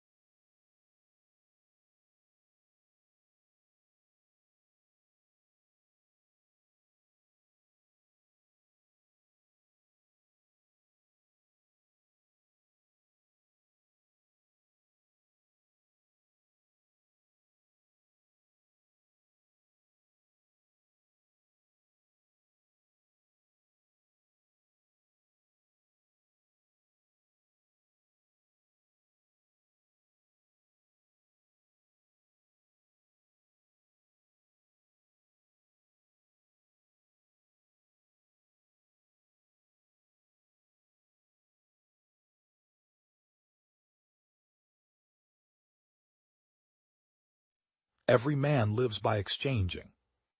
Mercy to the guilty. Man is the cruelest animal. The will to power, the will to power. Without music, life would be a mistake. There are no facts, only interpretations. That which does not kill us makes us stronger. In heaven, all the interesting people are missing. He who has a why to live for can bear almost anyhow. You must have chaos within you to give birth to a dancing star. I cannot believe in a God who wants to be praised all the time. Is man merely a mistake of God's, or God merely a mistake of man? The higher we soar, the smaller we appear to those who cannot fly. When we are tired, we are attacked by ideas we conquered long ago. We should consider every day lost on which we have not danced at least once. It is not a lack of love, but a lack of friendship that makes unhappy marriages. I'm not upset that you lied to me. I'm upset that from now on I can't believe you. Every deep thinker is more afraid of being understood than of being misunderstood. There is always some madness in love, but there is also always some reason in madness. It is hard enough to remember my opinions without also remembering my reasons for them. The man of knowledge must be able not only to love his enemies, but also to hate his friends. In individuals, insanity is rare, but in groups, parties, nations, and epochs it is the rule. And those who were seen dancing were thought to be insane by those who could not hear the music. Sometimes people don't want to hear the truth because they don't want their illusions destroyed. The thought of suicide is a great consolation. By means of it one gets through many a dark night. The advantage of a bad memory is that one enjoys several times the same good things for the first time. You have your way, I have my way. As for the right way, the correct way, and the only way, it does not exist. No one can construct for you the bridge upon which precisely you must cross the stream of life, no one but you yourself alone. I am a forest and a night of dark trees, but he who is not afraid of my darkness will find banks full of roses under my cypresses. The surest way to corrupt a youth is to instruct him to hold in higher esteem those who think alike than those who think differently. The snake which cannot cast its skin has to die. As well the minds which are prevented from changing their opinions, they cease to be mind. Whoever fights monsters should see to it that in the process he does not become a monster, and if you gaze long enough into an abyss, the abyss will gaze back into you. The individual has always had to struggle to keep from being overwhelmed by the tribe. If you try it, you will be lonely often and sometimes frightened, but no price is too high to pay for the privilege of owning yourself.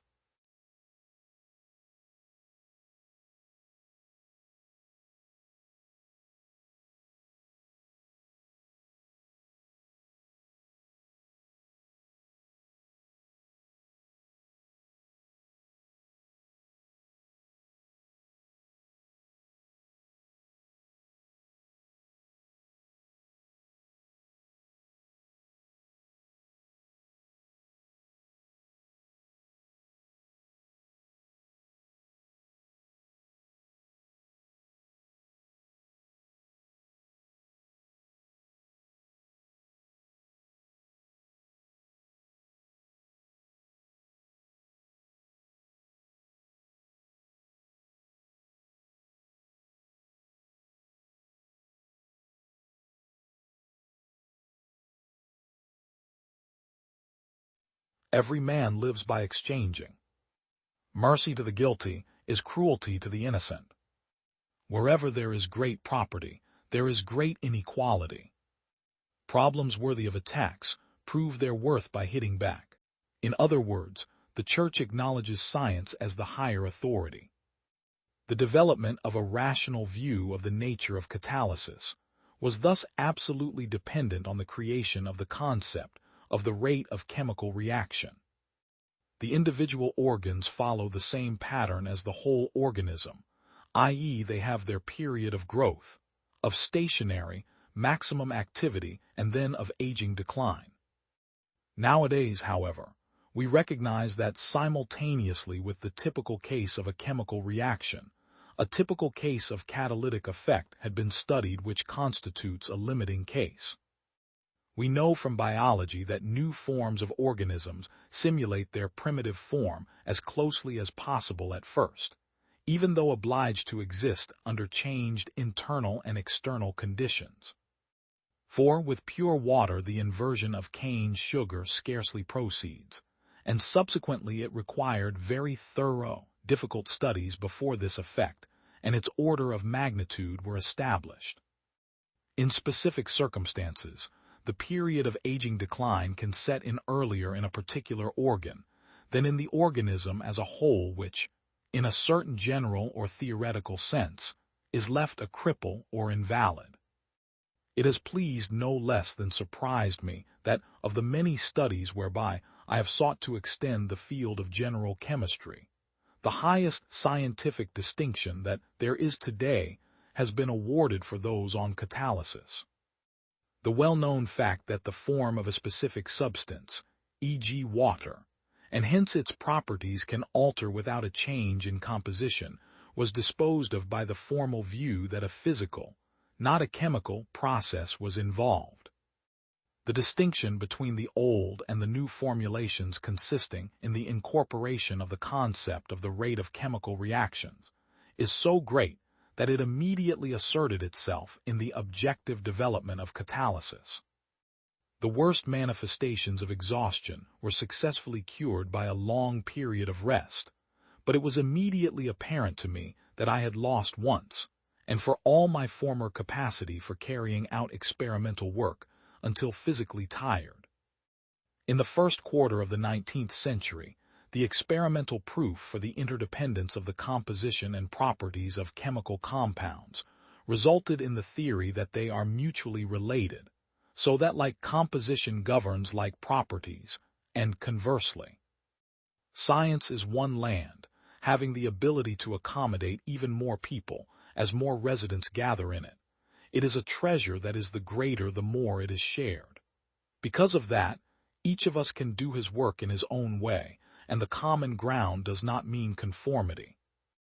My only supporter and comrade in arms was Georg Helm, who had endeavored to formulate an energetic conception of science before me, and had presented his results in a treatise, Die Lehre von der Energie, exhibiting great independence of thought. But we were separated by his aversion to a realistic conception of energy. Consequently, each of us considered the other only a half-ally, toward whom an attitude of caution was necessary.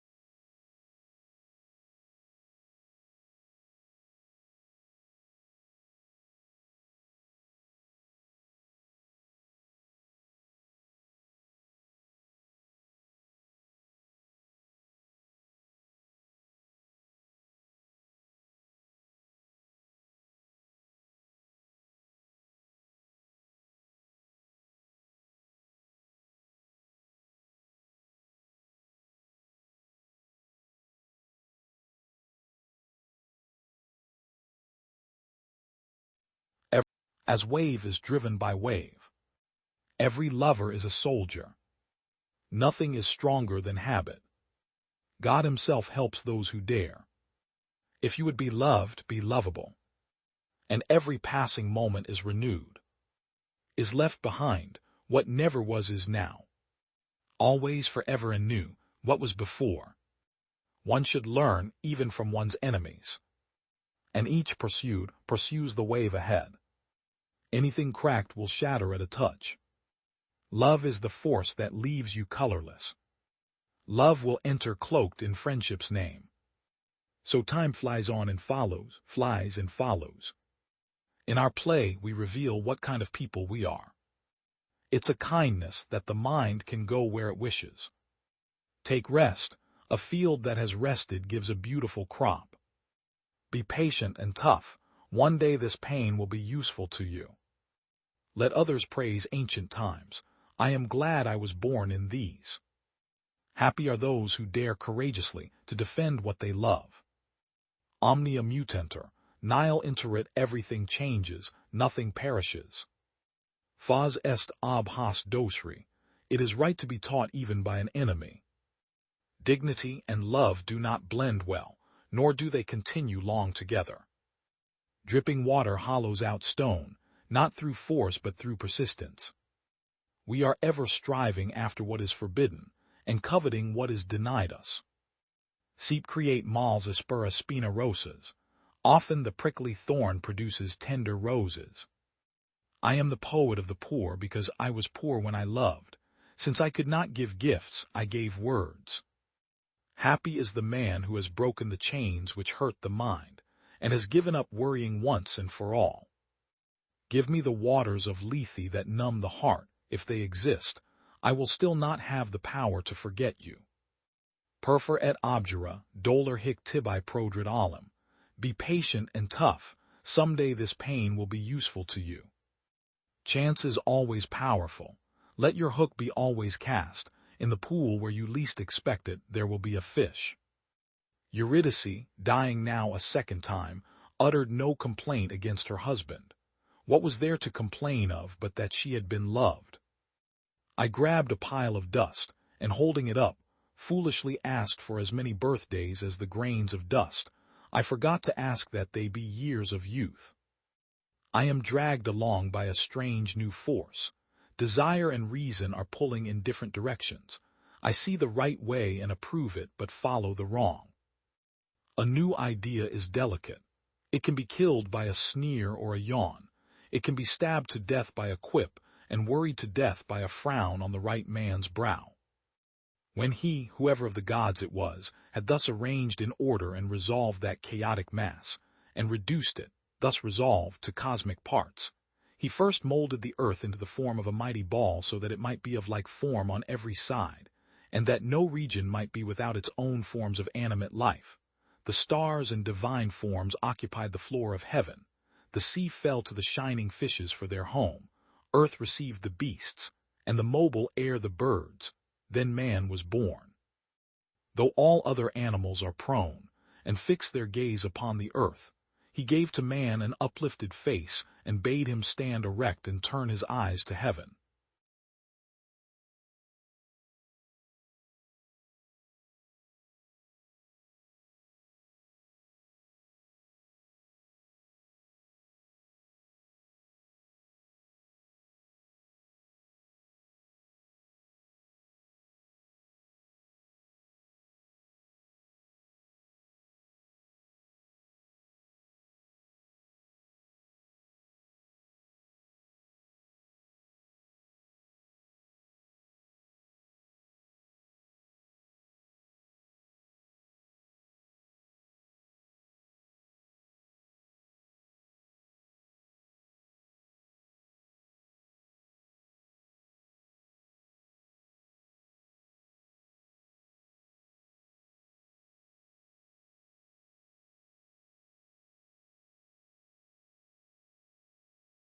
Every man lives by exchanging.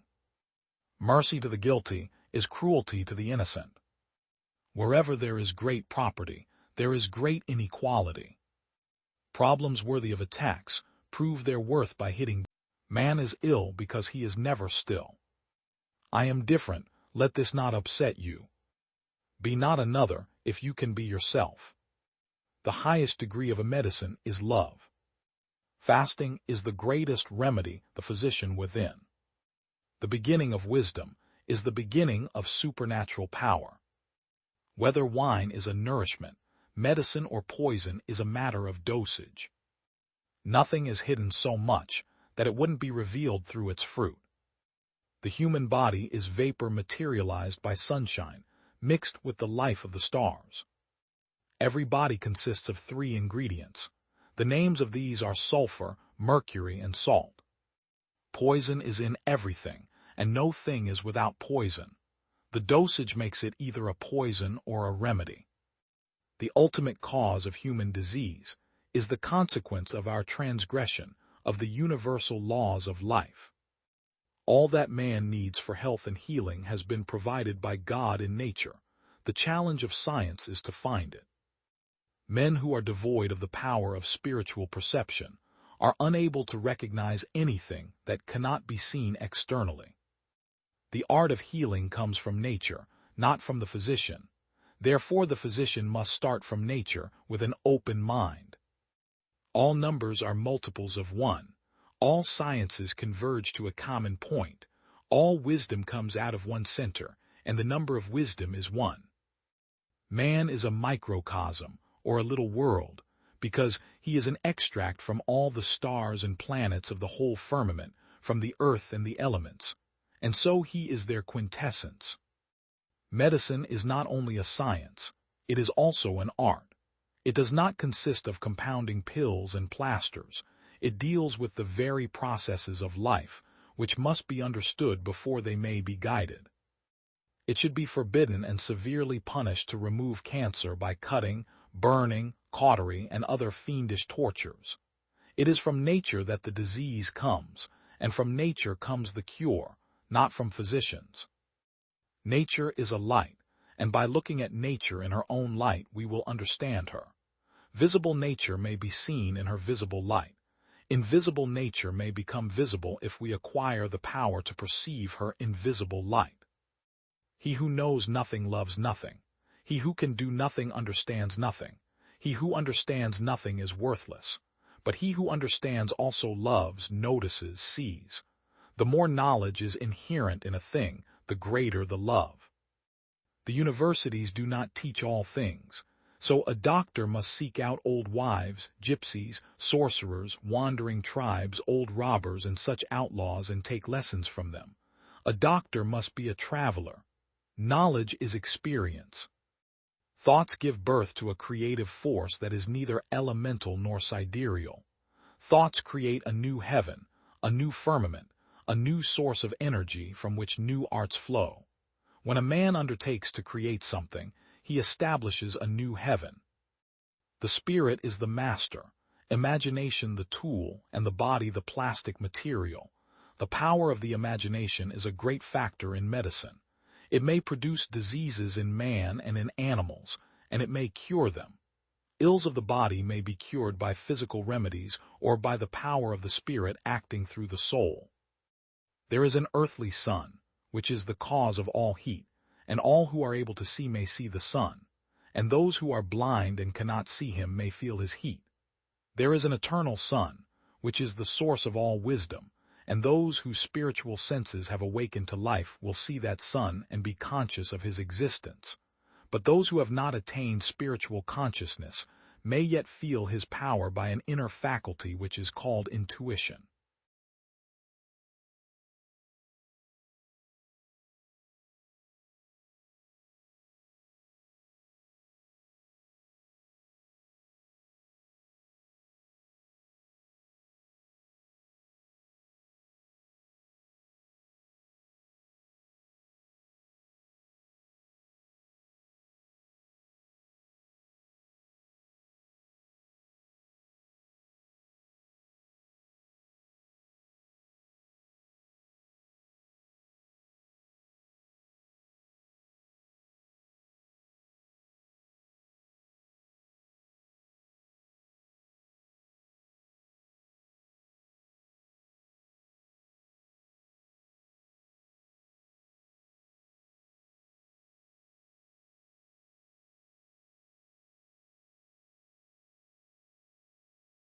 Every man lives by exchanging.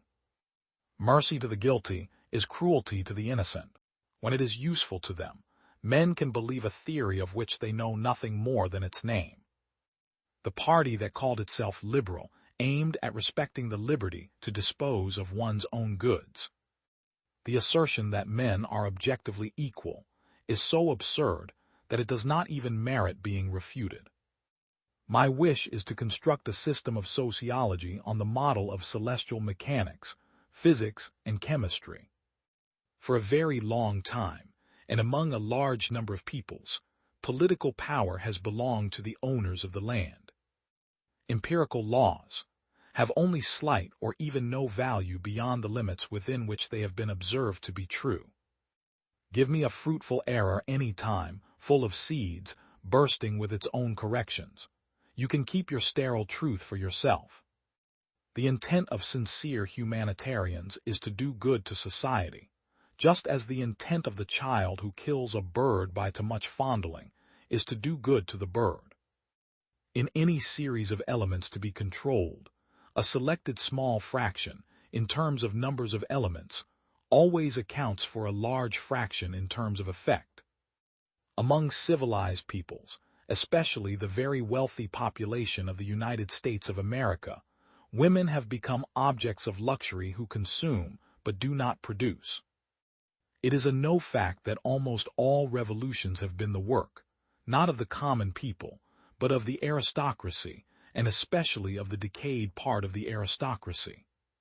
Society is not homogeneous, and those who do not deliberately close their eyes have to recognize that men differ greatly from one another from the physical, moral, and intellectual viewpoints.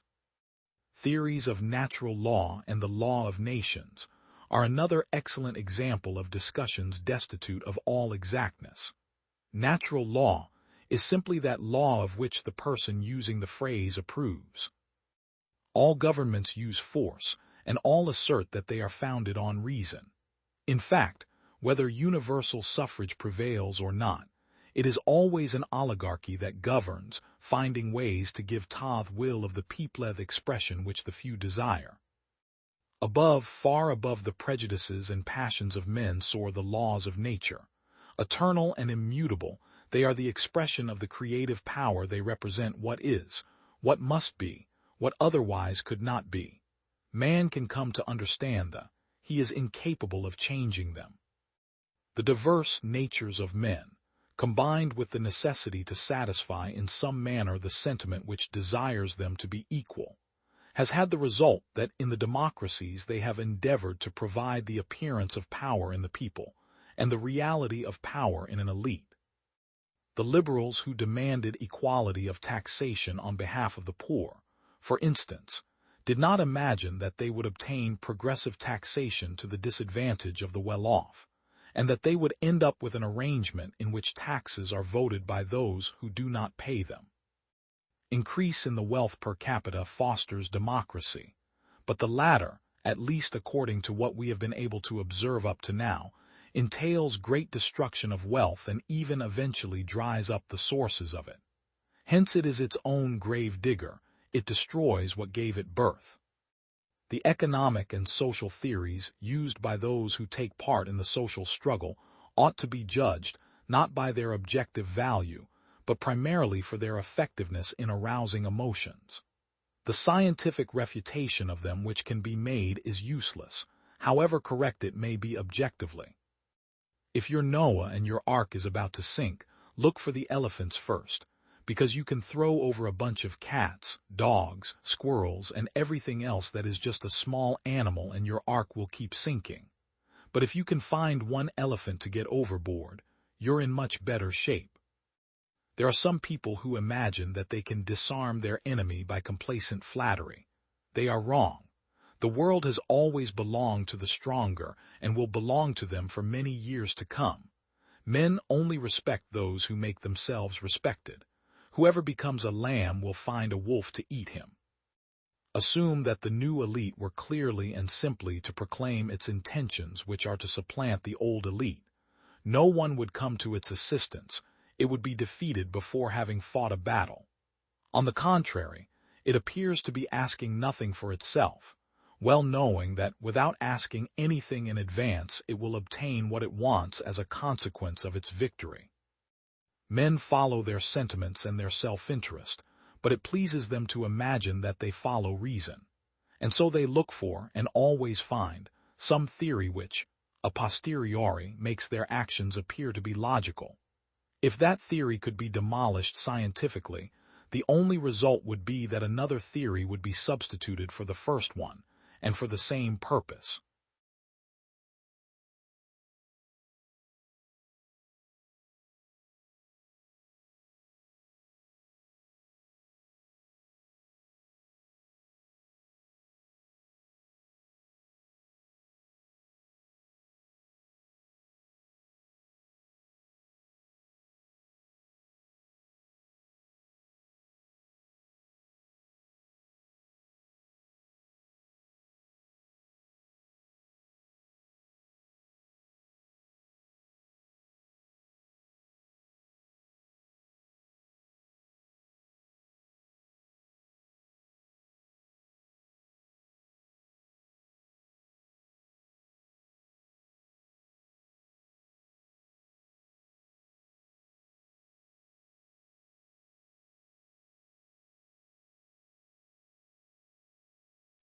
Every man lives by exchanging.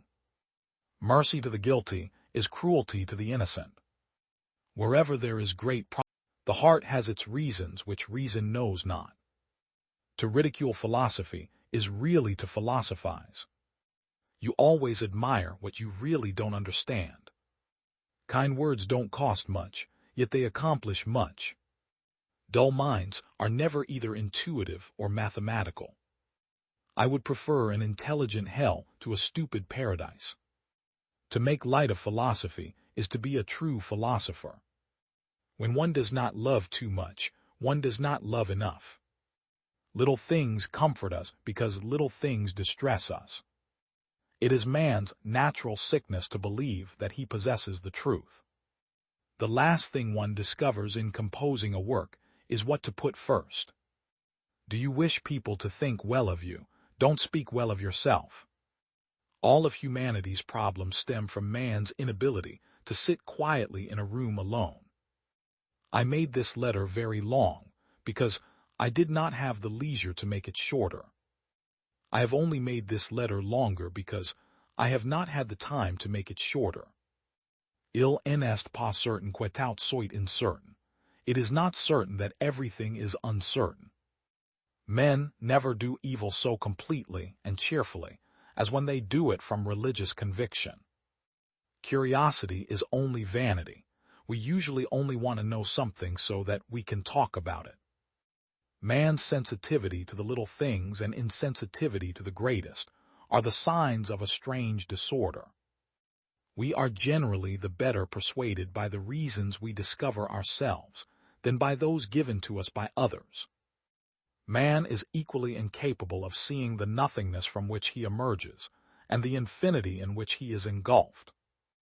I lay it down as a fact that if all men knew what others say of them, there would not be 4 friends in the world. Truth is so obscure in these times, and falsehood so established, that, unless we love the truth, we cannot know it. The heart has its reasons which reason knows nothing of. We know the truth not only by the reason, but by the heart.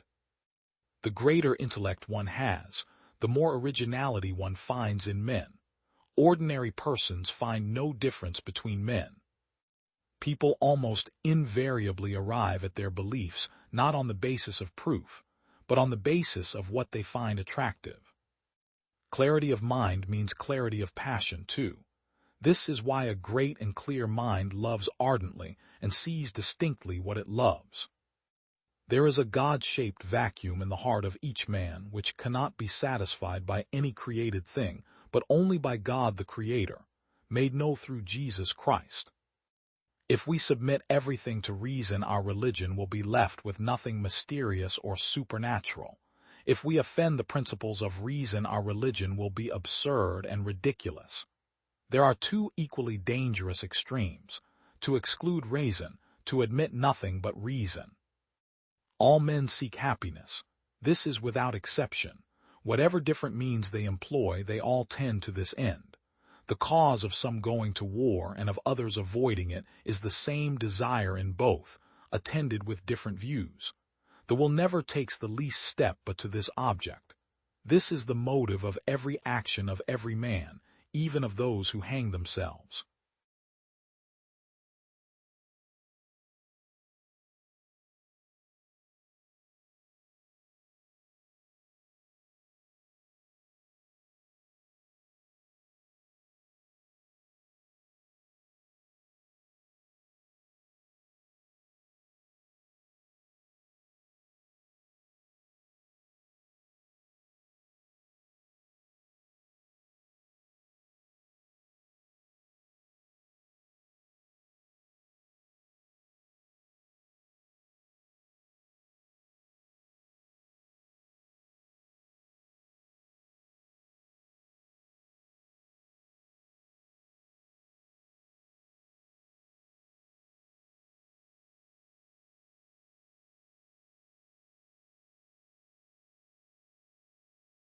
We've had some tough times, but we've hung in there.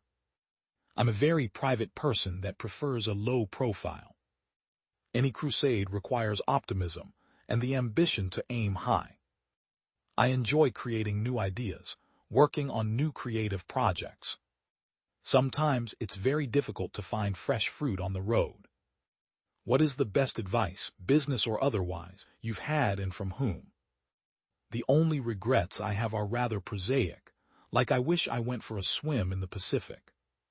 The possible is constantly being redefined, and I care deeply about helping humanity move forward. Even before I helped to co-found Microsoft, I saw a connected future. I called that future the wired world. You look at things you enjoy in your life, but much more important is what you can do to make the world a better place. In a company where tech decisions were still ultra-centralized, the repercussions of a distracted CEO had to be damaging. As a species, we've always been discoverers and adventurers, and space and the deep ocean are some of the last frontiers. Technology is notorious for engrossing people so much that they don't always focus on balance and enjoy life at the same time. What should exist? To me, that's the most exciting question imaginable. What do we need that we don't have? How can we realize our potential? In my own work, I've tried to anticipate what's coming over the horizon, to hasten its arrival, and to apply it to people's lives in a meaningful way. In global warming, I think everyone is scratching their heads. Are there technological things that can be brought to bear that can make a difference? The best museums and museum exhibits about science or technology give you the feeling that, hey, this is interesting, but maybe I could do something here too. You've got to enjoy time with your family and friends, and if you're involved in sports franchises, those peak moments in playoff games, you have to enjoy life. I think it's going to be great if people can buy a ticket to fly up and see black sky and the stars. I'd like to do it myself, but probably after it has flown a serious number of times first. For the most part, the best opportunities now lie where your competitors have yet to establish themselves, not where they're already entrenched. Microsoft is struggling to adapt to that new reality.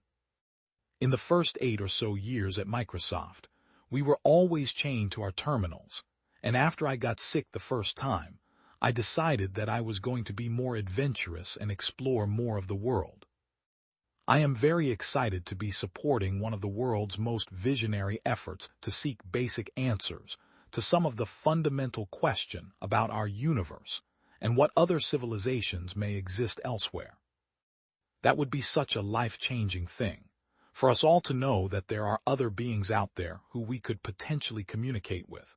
Or maybe we are listening to a signal that they transmitted hundreds of millennia ago. In the computer industry, you've got an interdisciplinary team of people who can come together, attack the problem, and work in a collaborative style. You knock down one problem after another, cobble things together, and then hopefully turn the crank at some point. I grew up around books. When I first held the book and it was a substantive, tangible thing, and I thought of all the work that went into it, not just my work but everybody else's and the research and so forth, there's a sense of really have done something worthwhile. The best advice I've received came many years ago from my father. He told me that you should love whatever work you do, you should try to find something you truly enjoy. And I've been lucky through the years that the work I've been involved with has been challenging and for the most part, fun.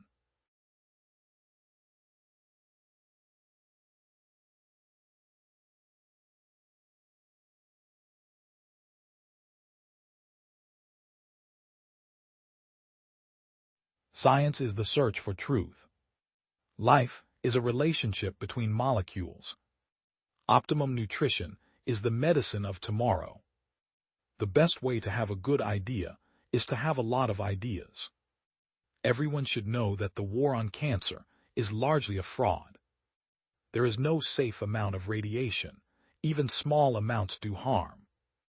Life is a relationship among molecules and not a property of any molecule. Just one living cell in the human body is more complex than New York City. Satisfaction of one's curiosity is one of the greatest sources of happiness in life. You can trace every sickness, every disease and every ailment to a mineral deficiency. Do unto others 20% better than you would expect them to do unto you, to correct for subjective error. Every ailment, every sickness, and every disease can be traced back to an organic trace mineral deficiency. Provided one has the correct level of vitamin, mineral, and nutritional input, the body can overcome disease. Man's great power of thinking, remembering, and communicating are responsible for the evolution of civilization. Science is the search for truth. It is not a game in which one tries to beat his opponent, to do harm to others. If you want to have good ideas, you must have many ideas. Most of them will be wrong, and what you have to learn is which ones to throw away. Humanism is a philosophy of joyous service for the greater good of all humanity, of application of new ideas of scientific progress for the benefit of all. Science is the search for truth, that is the effort to understand the world. It involves the rejection of bias, of dogma, of revelation, but not the rejection of morality. Everyone should know that most cancer research is largely a fraud, and that the major cancer research organizations are derelict in their duties to the people who support them. I have something that I call my golden rule. It goes something like this: do unto others 25% better than you expect them to do unto you. The 25% is for error. Do not let either the medical authorities or the politicians mislead you. Find out what the facts are, and make your own decisions about how to live a happy life and how to work for a better world. Does the commandment, "Thou shalt not kill," mean nothing to us? Are we to interpret it as meaning, "Thou shalt not kill except on the grand scale," or "Thou shalt not kill except when the national leaders say to do so"? By the proper intakes of vitamins and other nutrients, and by following a few other healthful practices from youth or middle age on, you can, I believe, extend your life and years of well-being by 25 or even 35 years. We must have research for peace. It would embrace the outstanding problems of morality. The time has come for man's intellect, his scientific method, to win over the immoral brutality and irrationality of war and militarism. Now, we are forced to eliminate from the world forever this vestige of prehistoric barbarism, this curse to the human race. When an old and distinguished person speaks to you, listen to him carefully and with respect, but do not believe him. Never put your trust into anything but your own intellect. Your elder, no matter whether he has gray hair or has lost his hair, no matter whether he is a Nobel laureate, may be wrong. The world progresses, year by year, century by century, as the members of the younger generation find out what was wrong among the things that their elders said. So you must always be skeptical, always think for yourself.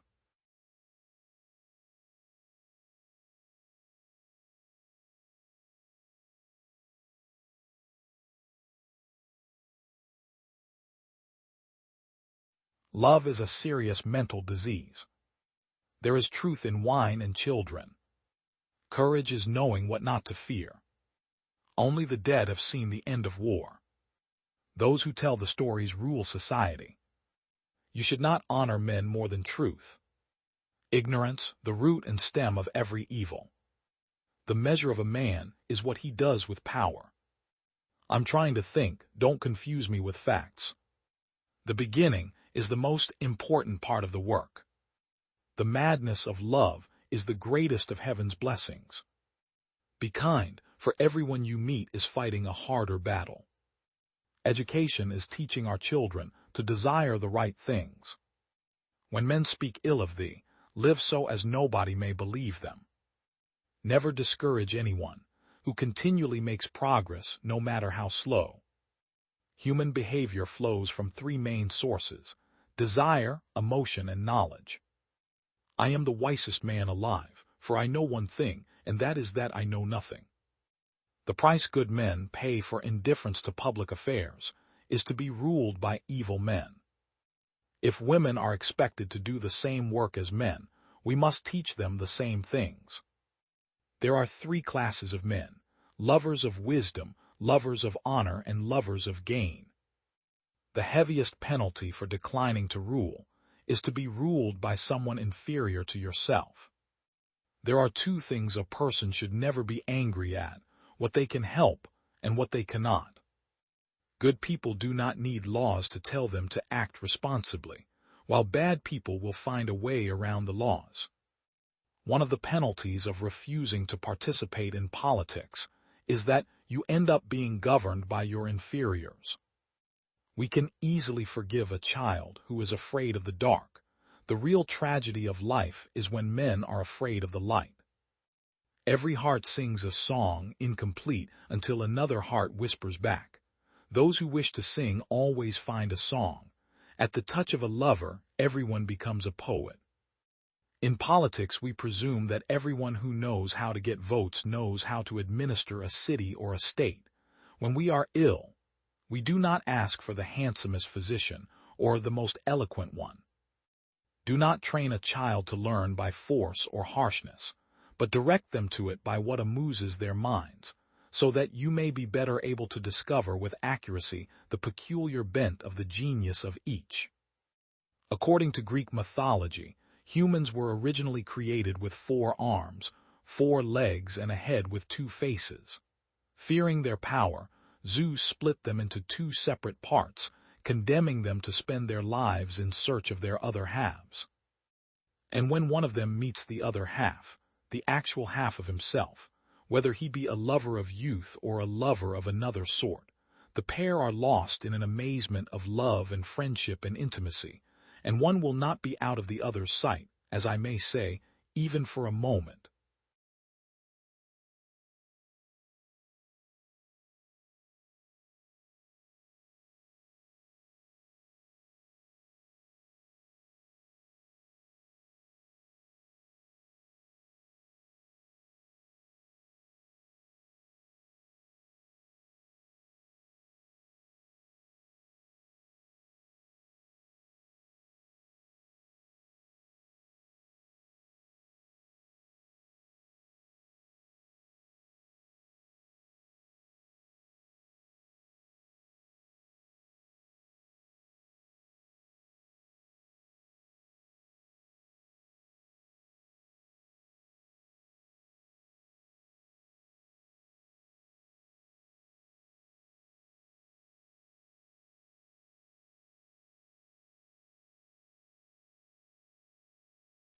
Every man lives by exchanging. Mercy to the guilty is cruelty to the innocent. Wherever there is great property, there is great inequality. Neither blame or praise yourself. Time is the wisest of all counselors. Character is simply habit long continued. For the wise man, every day is a festival. To fail to do good is as bad as doing harm. Knavery is the best defense against a knave. Instead of using medicine, better fast today. A few vices are sufficient to darken many virtues. What we achieve inwardly will change outer reality.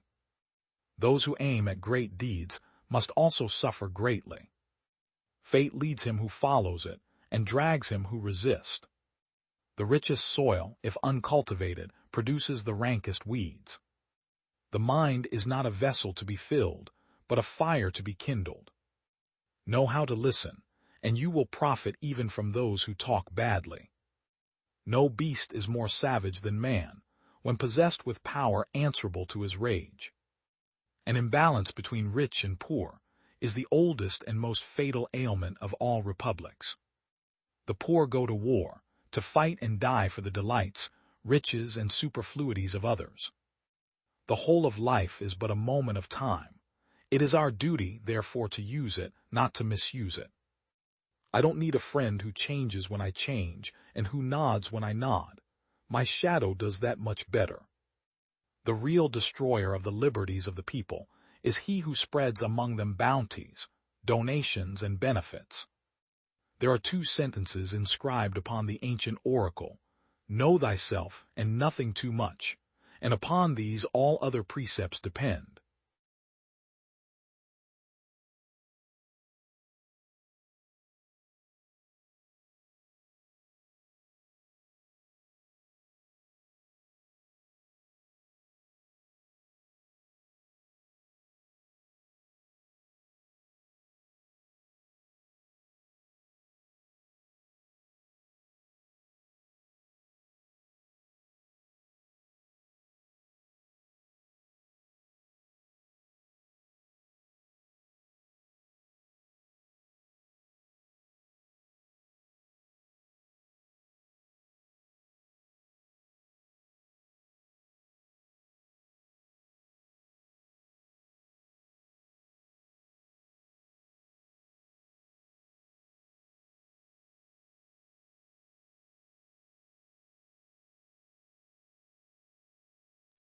Every man lives by exchanging. Logic sometimes creates monsters. It is by logic that we prove, but by intuition that we discover. Mathematics is the art of giving the same name to different things. It is through science that we prove, but through intuition that we discover. Thought is only a flash in the middle of a long night, but this flash means everything. Guessing before proving. Need I remind you that it is so that all important discoveries have been made? The scientist's brain, which is but a corner of the universe, will never be able to contain the entire universe. Experiment is the sole source of truth. It alone can teach us something new. It alone can give us certainty. To doubt everything and to believe everything are two equally convenient solutions. Each saves us from thinking. Pure logic could never lead us to anything but tautologies. It can create nothing new. Not from it alone can any science issue. If we wish to foresee the future of mathematics, our proper course is to study the history and present condition of the science. It is by logic that we prove, but by intuition that we discover. To know how to criticize is good, to know how to create is better. In one word, to draw the rule from experience, one must generalize. This is a necessity that imposes itself on the most circumspect observer. Physicists believe that the Gaussian law has been proved in mathematics, while mathematicians think that it was experimentally established in physics. The mathematician does not study pure mathematics because it is useful. He studies it because he delights in it, and he delights in it because it is beautiful. The scientist must set in order. Science is built up with facts, as a house is with stones. But a collection of facts is no more a science than a heap of stones is a house. A reality completely independent of the spirit that conceives it, sees it, or feels it, is an impossibility. A world so external as that, even if it existed, would be forever inaccessible to us. Most striking at first is this appearance of sudden illumination, a manifest sign of long, unconscious prior work. The role of this unconscious work in mathematical invention appears to me incontestable. Why is it that showers and even storms seem to come by chance, so that many people think it quite natural to pray for rain or fine weather, though they would consider it ridiculous to ask for an eclipse by prayer? Mathematicians do not deal in objects, but in relations between objects. Thus, they are free to replace some objects by others so long as the relations remain unchanged. Content to them is irrelevant. They are interested in form only. Thinking must never submit itself, neither to a dogma, nor to a party, nor to a passion, nor to an interest, nor to a preconceived idea, nor to whatever it may be if not to facts themselves, because, for it, to submit would be to cease to be. La pensée ni doit jamais si soumeter, nia un dogme, nia un party, nia un passion, nia un interert, nia un idée préconçue, nia quoique soit, si en est aux fates humerms parce que pour elle si soumeter, si serait cessar d'être. The aim of mathematical physics is not only to facilitate for the physicist the numerical calculation of certain constants or the integration of certain differential equations. It is besides, it is above all, to reveal to him the hidden harmony of things in making him see them in a new way. How is it that there are so many minds that are incapable of understanding mathematics, the skeleton of our understanding, and actually they are the majority? We have here a problem that is not easy of solution, but yet must engage the attention of all who wish to devote themselves to education. The philosophers make still another objection. What you gain in rigor, they say, you lose in objectivity. You can rise toward your logical ideal only by cutting the bonds which attach you to reality. Your science is infallible, but it can only remain so by imprisoning itself in an ivory tower and renouncing all relation with the external world. From this seclusion it must go out when it would attempt the slightest application.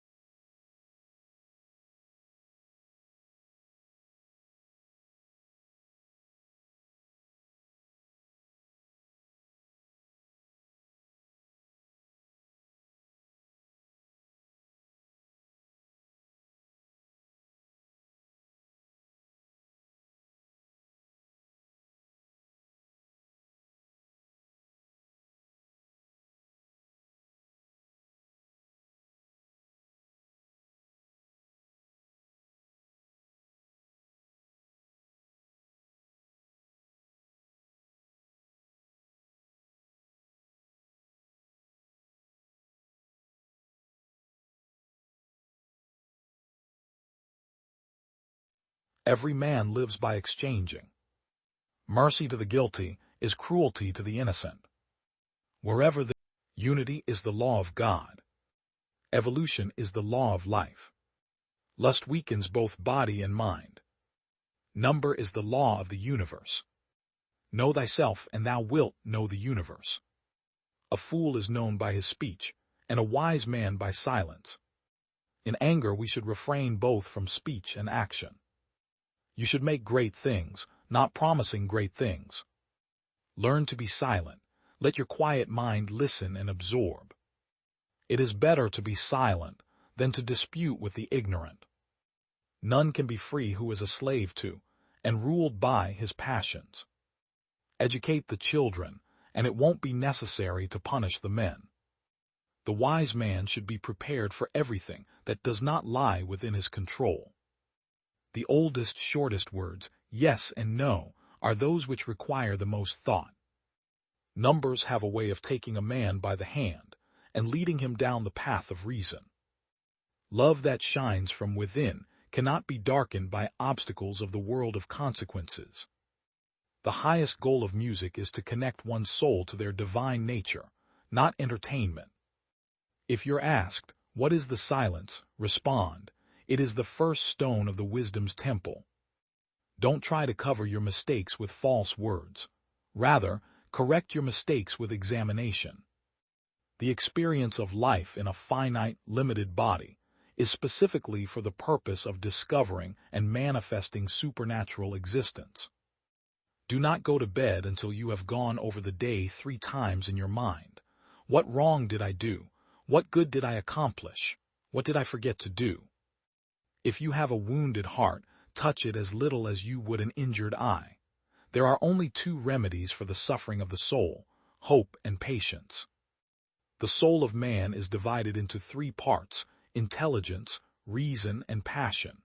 Intelligence and passion are possessed by other animals, but reason by man alone. As long as man continues to be the ruthless destroyer of lower living beings, he will never know health or peace. For as long as men massacre animals, they will kill each other. Hate and fear breed a poison in the blood, which if continued, affects eyes, ears, nose, and the organs of digestion. Therefore, it is not wise to hear and remember the unkind things others might say about you. We come from God, as the tree from the root and the stream from the spring. That's why we should always be in contact with him, as the trunk from the root. Because the stream dries up when it is separated from the spring, and the tree dies when it is uprooted. Each celestial body, in fact each and every atom, produces a particular sound on account of its movement, its rhythm or vibration. All these sounds and vibrations form a universal harmony in which each element, while having its own function and character, contributes to the whole.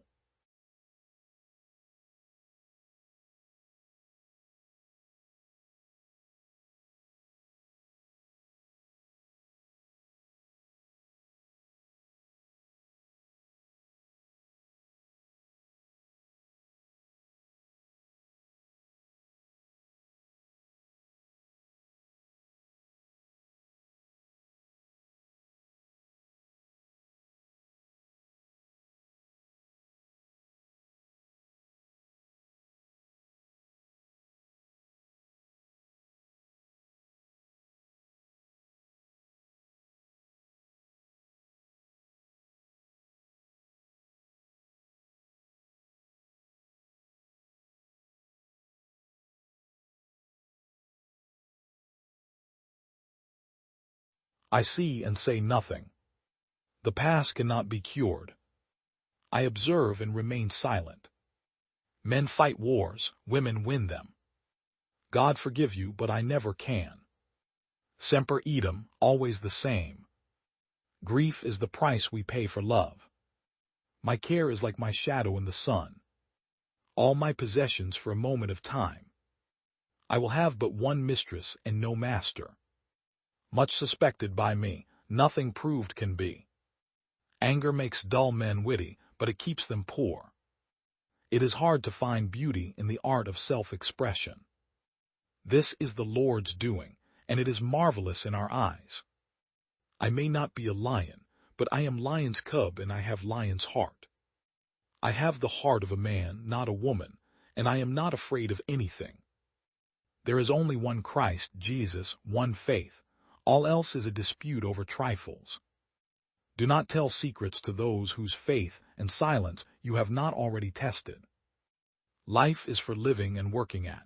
If you find anything or anybody a bore, the fault is in yourself. There is no marvel in a woman learning to speak, but there would be in teaching her to hold her tongue. If I follow the inclination of my nature, it is this: beggar woman and single, far rather than queen and married. To be a king, and wear a crown, is a thing more glorious to them that see it than it is pleasant to them that bear it. I know I have but the body of a weak and feeble woman, but I have the heart and stomach of a king, and of a king of England too. In the end this shall be for me sufficient, that a marble stone shall declare that a queen, having reigned such a time, lived and died a virgin. The use of sea and air is common to all. Neither can a title to the ocean belong to any people or private persons, forasmuch as neither nature nor public use and custom permit any possession thereof. We therefore beg your serene highness again and again that you be pleased to set a limit to your love, that it advance not beyond the laws of friendship for the present, nor disregard them in the future. And therefore I am come amongst you at this time, not as for my recreation or sport, but being resolved in the midst and heat of the battle to live or die amongst you all, to lay down, for my God, and for my kingdom, and for my people, my honor and my blood, even the dust. I know I have but the body of a weak and feeble woman, but I have the heart of a king, and of a king of England too. As for my own part, I care not for death, for all men are mortal, and though I be a woman, yet I have as good a courage answerable to my place as ever my father had. I am your anointed queen. I will never be by violence constrained to do anything. I thank God I am indeed endowed with such qualities that if I were turned out of the realm in my petticoat, I were able to live in any place in Christendom. While we perceive the zeal and love of your mind towards us is not diminished, yet in part we are grieved that we cannot gratify your serene highness with the same kind of affection. And that indeed does not happen because we doubt in any way of your love and honor, but, as often we have testified both in words and writing, that we have never yet conceived a feeling of that kind of affection towards anyone. We certainly think that if God ever direct our hearts to consideration of marriage, we shall never accept or choose any absent husband, how powerful and wealthy a prince soever, but that we are not to give you an answer until we have seen your person is so far from the thing itself that we never even considered such a thing. I have always given both to your brother, and also to your ambassador, likewise the same answer with scarcely any variation of the words, that we do not conceive in our heart to take a husband, but highly commend this single life, and hope that your serene highness will no longer spend time in waiting for us. From my years of understanding, I happily chose this kind of life in which I yet live, i.e., unmarried, which I assure you for my own part hath hitherto best contented myself, and I trust hath been most acceptable to God. From the which, if either ambition of high estate offered to me in marriage by the pleasure and appointment of my prince, or if the eschewing of the danger of my enemies, or the avoiding of the peril of death, could have drawn or dissuaded me from this kind of life, I had not now remained in this estate wherein you see me. But so constant have I always continued in this determination. Yet is it most true that at this day I stand free from any other meaning that either I have had in times past or have at this present.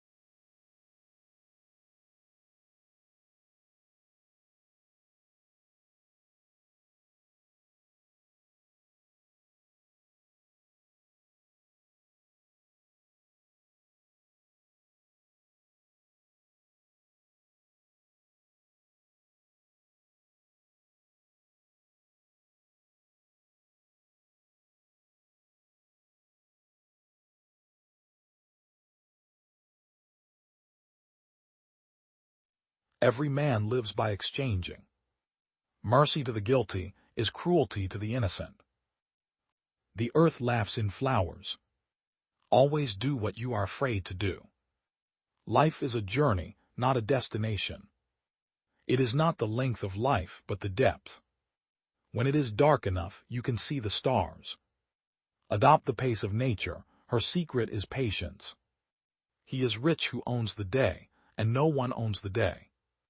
Nothing great was ever achieved without enthusiasm. Forget them as soon as you can. Tomorrow is a new day. Live in the sunshine, swim the sea, drink the wild air. Write it on your heart that every day is the best day in the year. What you do speaks so loudly that I cannot hear what you say. Make the most of yourself, for that is all there is of you. Write it on your heart that every day is the best day in the year. For every minute you are angry, you lose 60 seconds of happiness. Once you make a decision, the universe conspires to make it happen. All I have seen teaches me to trust the Creator for all I have not seen. Finish each day and be done with it. You have done what you could. The only person you are destined to become is the person you decide to be. If we encounter a man of rare intellect, we should ask him what books he reads. It is one of the blessings of old friends that you can afford to be stupid with them. Dare to live the life you have dreamed for yourself. Go forward and make your dreams come true. I cannot remember the books I've read any more than the meals I have eaten. Even so, they have made me. To be yourself in a world that is constantly trying to make you something else is the greatest accomplishment. Without ambition one starts nothing. Without work one finishes nothing. The prize will not be sent to you, you have to win it. Make your own Bible. Select and collect all the words and sentences that in all your readings have been to you like the blast of a trumpet. The purpose of life is not to be happy.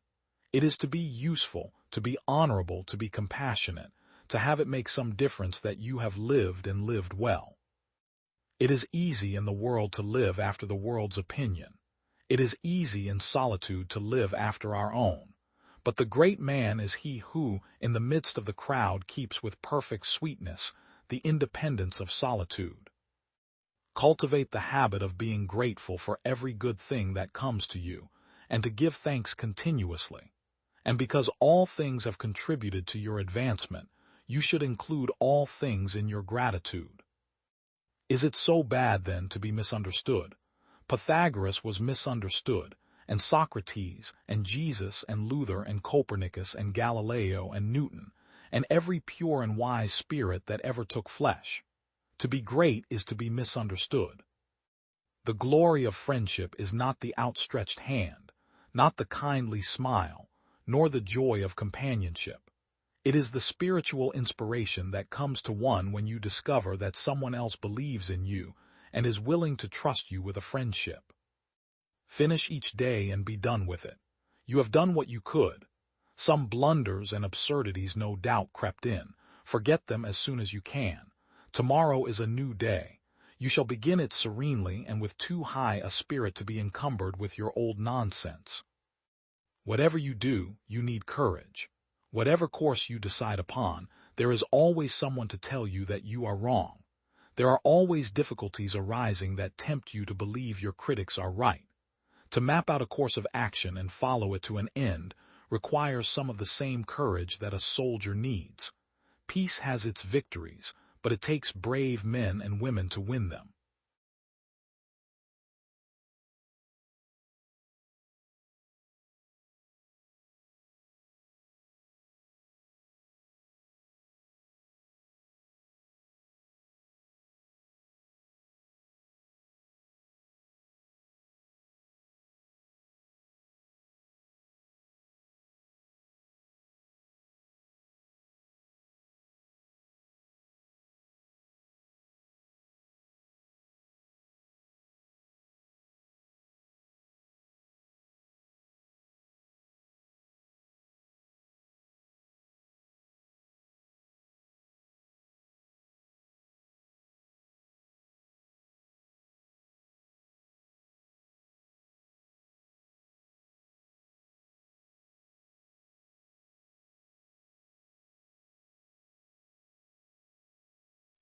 Every man lives by exchanging. Mercy to the guilty is cruelty to the innocent. Wherever there is great property, there is great inequality. Problems worthy of attacks prove their worth by hitting back. An equation means nothing to me unless it expresses a thought of God. No, it is a very interesting number. It is the smallest number expressible as a sum of two cubes in two different ways. To preserve my brains, I want food, and this is now my first consideration. Any sympathetic letter from you will be helpful to me here to get a scholarship. While asleep, I had an unusual experience. There was a red screen formed by flowing blood, as it were. I was observing it. Suddenly, a hand began to write on the screen. I became all attention. That hand wrote a number of elliptic integrals. They stuck to my mind. As soon as I woke up, I committed them to writing.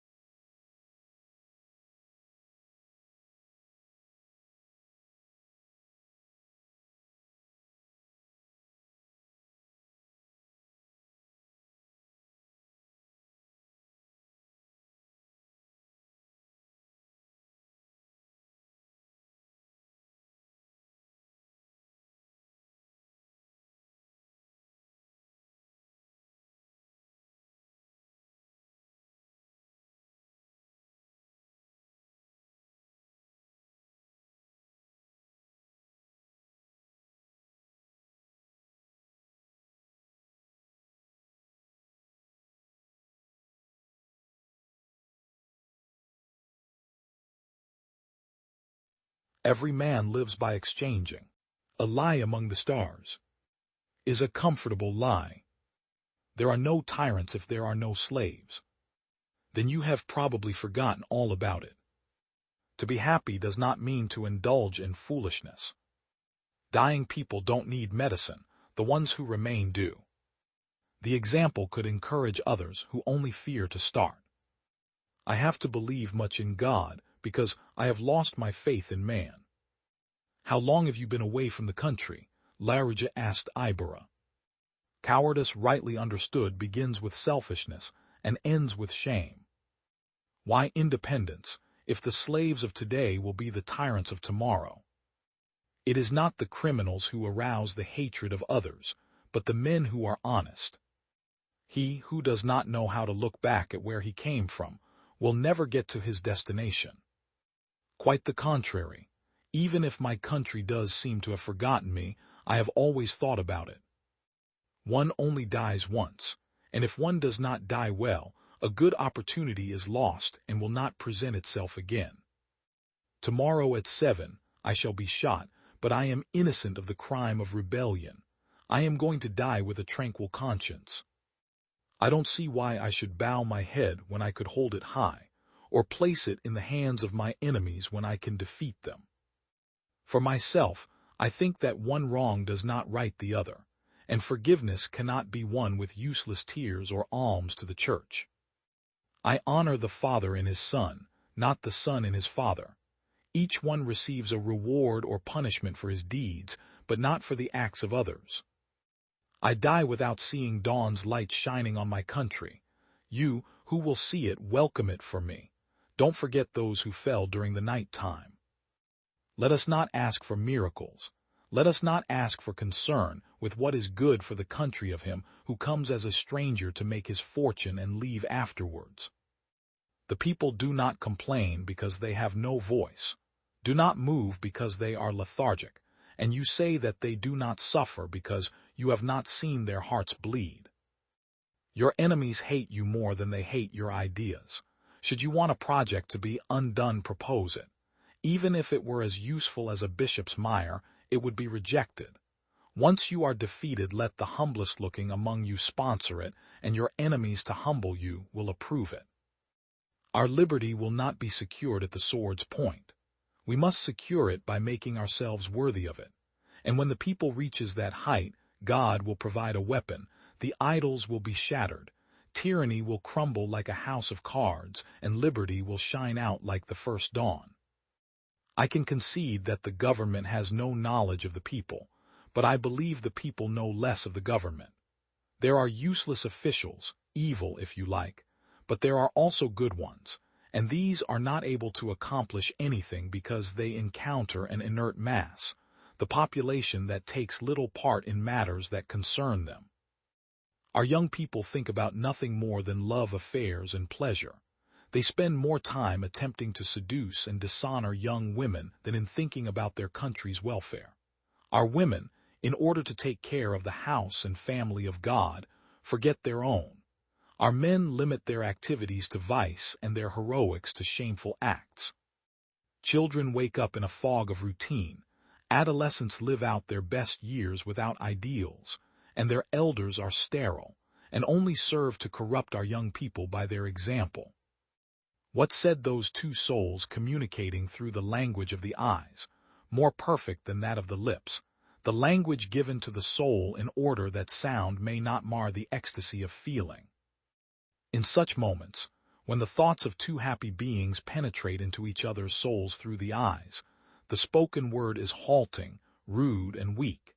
It is as the harsh, slow roar of the thunder compared with the rapidity of the dazzling lightning flash, expressing feelings already recognized, ideas already understood, and if words are made use of it is only because the heart's desire, dominating all the being and flooding it with happiness, wills that the whole human organism with all its physical and psychical powers give expression to the song of joy that rolls through the soul, to the questioning glance of love as it flashes out and then conceals itself.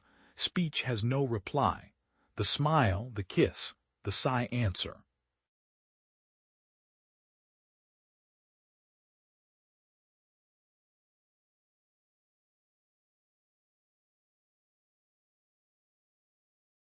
It is commonly believed that anyone who tabulates numbers is a statistician. This is like believing that anyone who owns a scalpel is a surgeon.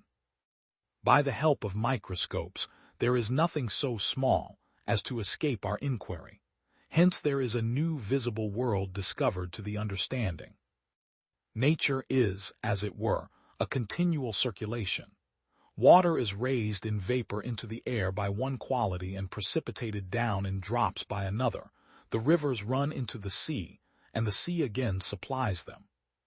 The footsteps of nature are to be tracked, not only in her ordinary course, but when she seems to be put to her shifts, to make many doublings and turnings, and to use some kind of art in endeavoring to avoid our discovery.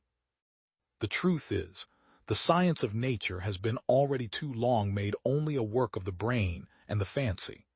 It is now high time that it should return to the plainness and soundness of observations on material and obvious things. The business and design of the Royal Society is to improve the knowledge of natural things and all useful arts, manufactures, mechanic practices, engines, and inventions by experiments, not meddling with divinity, metaphysics, morals, politics, grammar, rhetoric, or logic. There is scarce any one invention which this nation has produced in our age, but it has some way or other been set forward by his assistants. He is indeed a man born for the good of mankind, and for the honor of his country. So I may thank God that Dr. Wilkins was an Englishman, for wherever he had lived, there had been the chief seat of generous knowledge and true philosophy.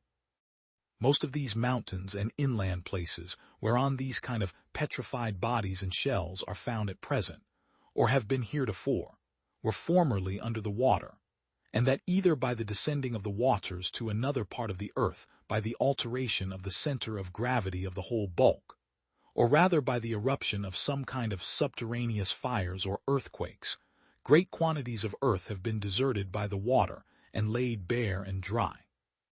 For the members of the assembly having before their eyes so many fatal instances of the errors and falsehoods, in which the greatest part of mankind has so long wandered, because they relied upon the strength of humane reason alone, have begun anew to correct all hypotheses by sense, as seamen do their dead reckonings by celestial observations. And to this purpose it has been their principal endeavor to enlarge and strengthen the senses by medicine, and by such outward instruments as are proper for their particular works. If the finding of coins, medals, urns, and other monuments of famous persons, or towns, or utensils, be admitted for unquestionable proofs that such persons or things have in former times had a being, certainly those petrifactions may be allowed to be of equal validity and evidence that there have been formerly such vegetables or animals. These are truly authentic antiquity, not to be counterfeited, the stamps and impressions and characters of nature that are beyond the reach and power of humane wit and invention, and are true universal characters legible to all rational men.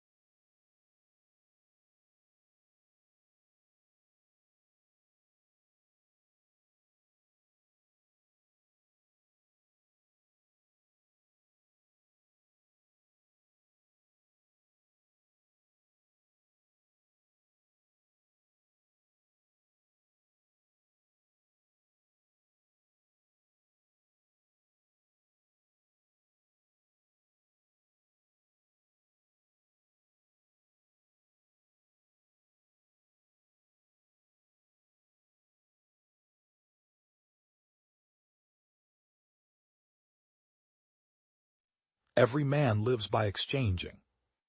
Mercy to the guilty is cruelty to the innocent.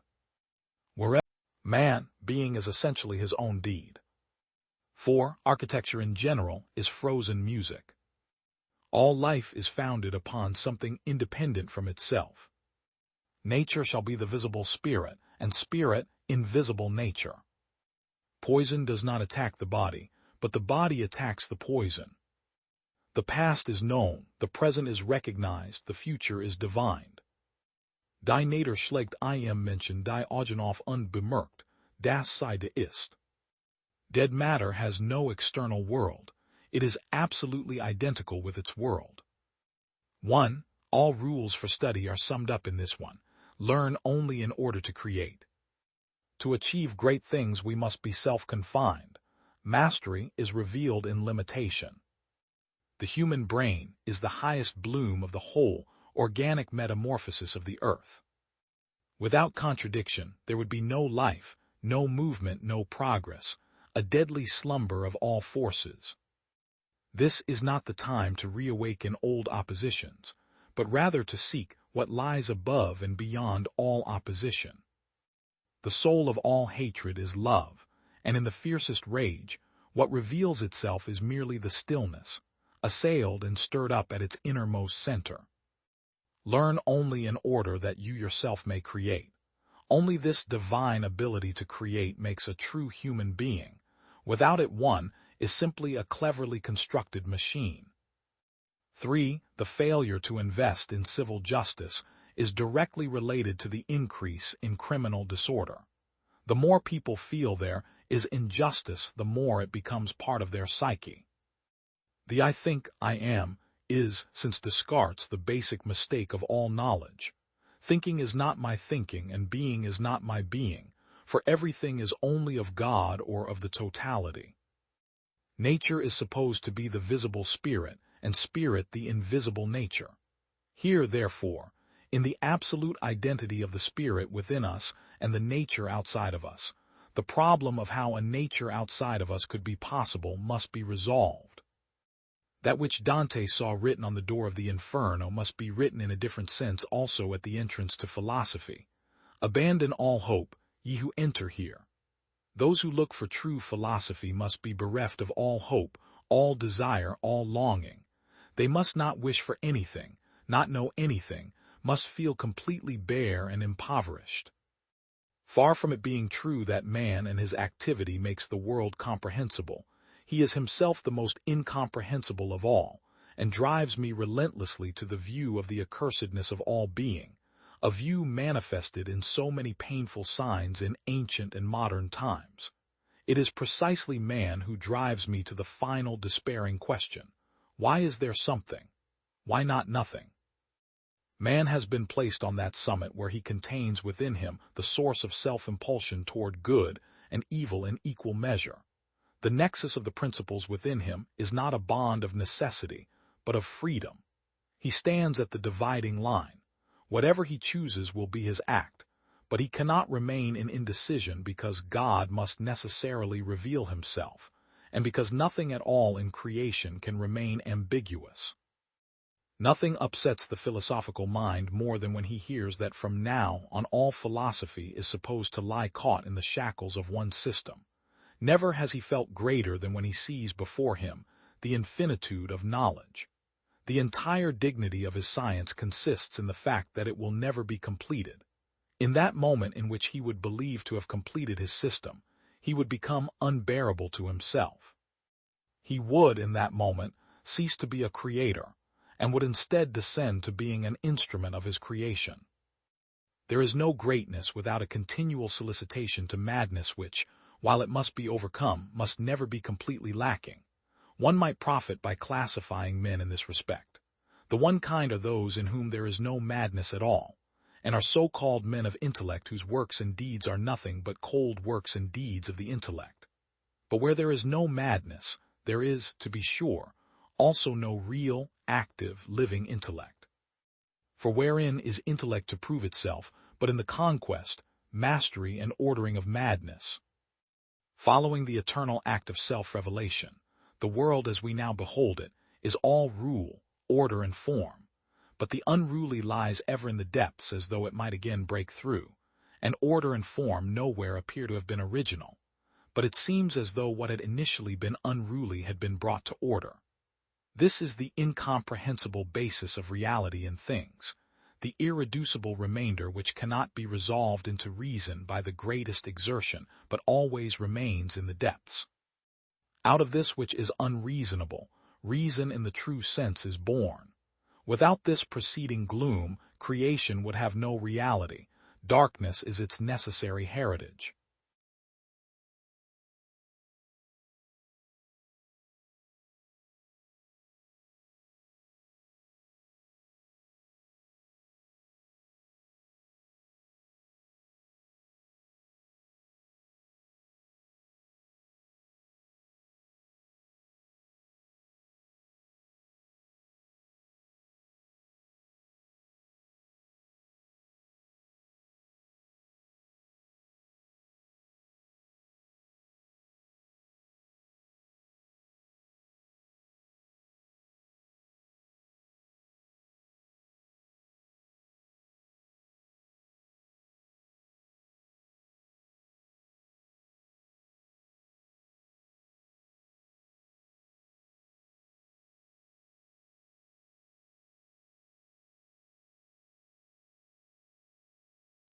Every man lives by exchanging.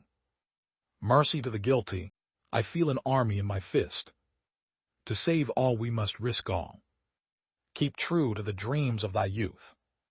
There are 3 lessons I would write. Every true genius is bound to be naive.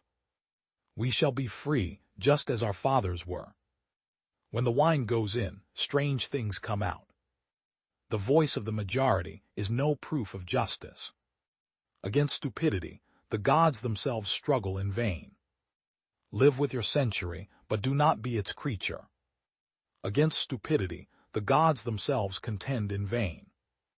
The joke loses everything when the joker laughs himself.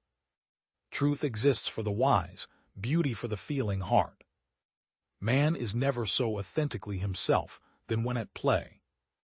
The iron chain and the silken cord are both equally bonds. Did you think the lion was sleeping because he didn't roar? Grace is the beauty of form under the influence of freedom. Disappointments are to the soul what a thunderstorm is to the air. Dare to err and to dream. Deep meaning often lies in childish play. It is not flesh and blood, but heart which makes us fathers and sons. Our age is enlightened. How is it then that we still remain barbarians? Only through beauty's morning gate dost thou penetrate the land of knowledge. Be noble-minded. Our own heart and not other men's opinions of us forms our true honor. If you cannot please everyone with your deeds and your art please a few, to please many is bad. Deeper meaning resides in the fairy tale he's told me in my childhood than any truth that is taught in life. On the mountains there is freedom. The world is perfect everywhere, save where man comes with his torment. Only those who have the patience to do simple things perfectly will acquire the skill to do difficult things easily. Man only plays when he is, in the fullest sense of the word, a human being, and he is only fully a human being when he plays. In the case of the creative mind, it seems to me, the intellect has withdrawn its watchers from the gates, and the ideas rush in pell-mell, and only then does it review and inspect the multitude. You worthy critics, or whatever you may call yourselves, are ashamed or afraid of the momentary and passing madness which is found in all real creators, the longer or shorter duration of which distinguishes the thinking artist from the dreamer. Hence your complaints of unfruitfulness, for you reject too soon and discriminate too severely.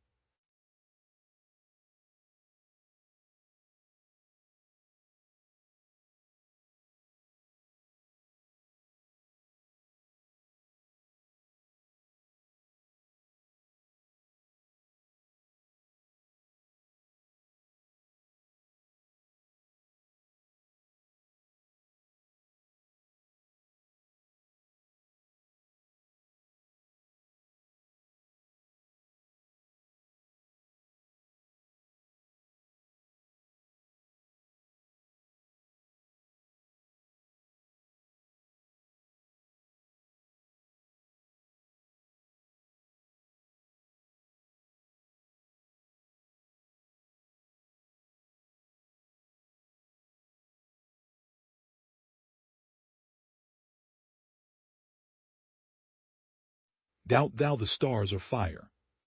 Doubt that the sun doth move. Doubt truth to be a liar. But never doubt I love. If music be the food of love, play on. Love all, trust a few, do wrong to none. My only love sprung from my only hate. You speak an infinite deal of nothing. Lord, what fools these mortals be! These violent delights have violent ends. Though she be but little, she is fierce. This above all, to thine own self be true. To be or not to be, that is the question. Hell is empty, and all the devils are here. We know what we are, but not what we may be. Don't waste your love on somebody who doesn't value it. I like this place, and could willingly waste my time in it. It is not in the stars to hold our destiny, but in ourselves. The fault, dear Brutus, is not in our stars, but in ourselves. All the world's a stage, and all the men and women merely players. There is nothing either good or bad, but thinking makes it so. Words are easy like the wind, faithful friends are hard to find. By the pricking of my thumbs, something wicked this way comes. Stars, hide your fires, let not light see my black and deep desires.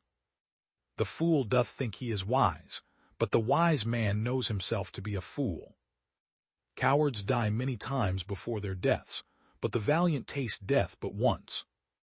The course of true love never did run smooth, but either it was different in blood. My tongue will tell the anger of my heart, or else my heart concealing it will break. Be not afraid of greatness. Some are born great, some achieve greatness, and others have greatness thrust upon them. Love looks not with the eyes, but with the mind, and therefore is winged Cupid painted blind. Nor hath love's mind of any judgment taste, wings and no eyes figure unheedy haste, and therefore is love said to be a child, because in choice he is so oft beguiled.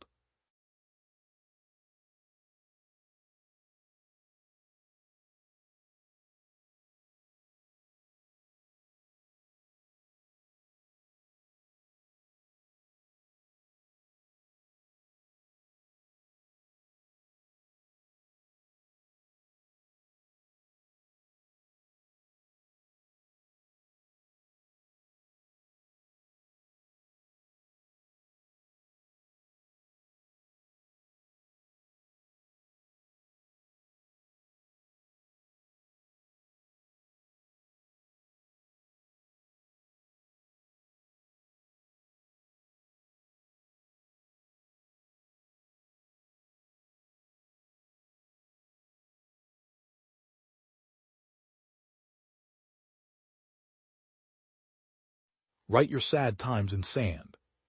Write your good times in stone. Don't wait for the right opportunity, create it. War does not decide who is right but who is left. The person I miss most is the one I could have been. Life isn't about finding yourself. Life is about creating yourself. Beware of false knowledge. It is more dangerous than ignorance. Life isn't about finding yourself. Life is about creating yourself. The only time my education was interrupted was when I was in school. Take care to get what you like, or you will be forced to like what you get. People who say it cannot be done should not interrupt those who are doing it. The things most people want to know about are usually none of their business. No diet will remove all the fat from your body, because the brain is entirely fat. We don't stop playing because we grow old. We grow old because we stop playing. A government that robs Peter to pay Paul can always depend on the support of Paul. The single biggest problem in communication is the illusion that it has taken place. He knows nothing and thinks he knows everything. That points clearly to a political career. I learned long ago never to wrestle with a pig. You get dirty, and besides, the pig likes it. Progress is impossible without change, and those who cannot change their minds cannot change anything. A socialist is somebody who doesn't have anything, and is ready to divide it up equally among everybody. The longer I live, the more convinced am I that this planet is used by other planets as a lunatic asylum. A life spent making mistakes is not only more honorable, but more useful than a life spent doing nothing. Both optimists and pessimists contribute to society. The optimist invents the aeroplane, the pessimist the parachute. The reasonable man adapts himself to the world. The unreasonable one persists to adapt the world to himself. Therefore, all progress depends on the unreasonable man. No diet will remove all the fat from your body because the brain is entirely fat. Without a brain, you might look good, but all you could do is run for public office. The reasonable man adapts himself to the world. The unreasonable one persists in trying to adapt the world to himself. Therefore, all progress depends on the unreasonable man. Don't lose faith. Promise yourself that you will be a success story, and I promise you that all the forces of the universe will unite to come to your aid. You might not feel today or for a while, but the longer you wait, the bigger the prize. A Native American elder once described his own inner struggles in this manner. Inside of me there are two dogs. One of the dogs is mean and evil. The other dog is good. The mean dog fights the good dog all the time. When asked which dog wins, he reflected for a moment and replied, "The one I feed the most." This is the true joy in life. Being used for a purpose recognized by yourself as a mighty one. Being a force of nature instead of a feverish, selfish little clod of ailments and grievances, complaining that the world will not devote itself to making you happy. I am of the opinion that my life belongs to the whole community, and as long as I live, it is my privilege to do for it what I can. It is a sort of splendid torch which I have got hold of for the moment, and I want to make it burn as brightly as possible before handing it on to future generations.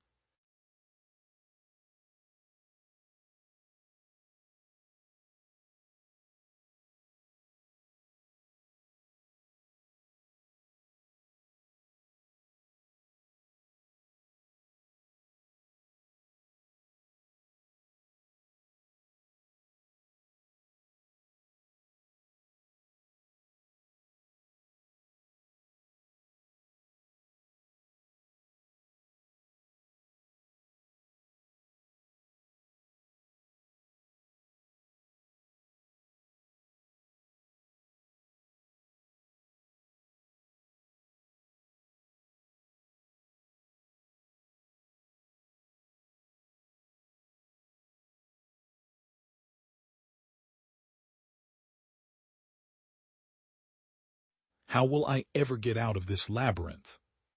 The art of winning is learned in defeat. Unity, unity, unity, or anarchy will devour you. There is but one step from the heroic to the ridiculous. All who have served the revolution have plowed the sea. The first duty of a government is to give education to the people. Beware the nation in which one man rules, for it is a nation of slaves. To achieve victory, it has always been essential to walk the path of sacrifice. They, the masters of the world, dominate us more through ignorance than through force. First, our native soil, above all else. Our lives are nothing more than the legacy of our country. Slavery is the daughter of darkness. An ignorant people is a blind instrument of its own destruction. The United States appear to be destined by Providence to plague America with misery in the name of liberty. The real discoverer of South America was Alexander von Humboldt, since his work was more useful for our people than the work of all conquerors. A great volcano lies at our feet. Who shall restrain the oppressed classes? The yoke of slavery will break. Each shade of complexion will seek mastery. A state too expensive in itself, or by virtue of its dependencies, ultimately falls into decay. Its free government is transformed into a tyranny. It disregards the principles which it should preserve, and finally degenerates into despotism. It is quite possible that New Granada will not agree to recognize a central government, for it is fiercely committed to federalism. It will then form a state of its own which, should it endure, could become highly prosperous thanks to its vast resources of every kind. As for heroic and unfortunate Venezuela, the events there have unfolded so rapidly, and the devastation has been so severe, that the country has been reduced to a state of utter destitution and appalling desolation, despite having once been one of the most beautiful lands that were the pride of the Americas.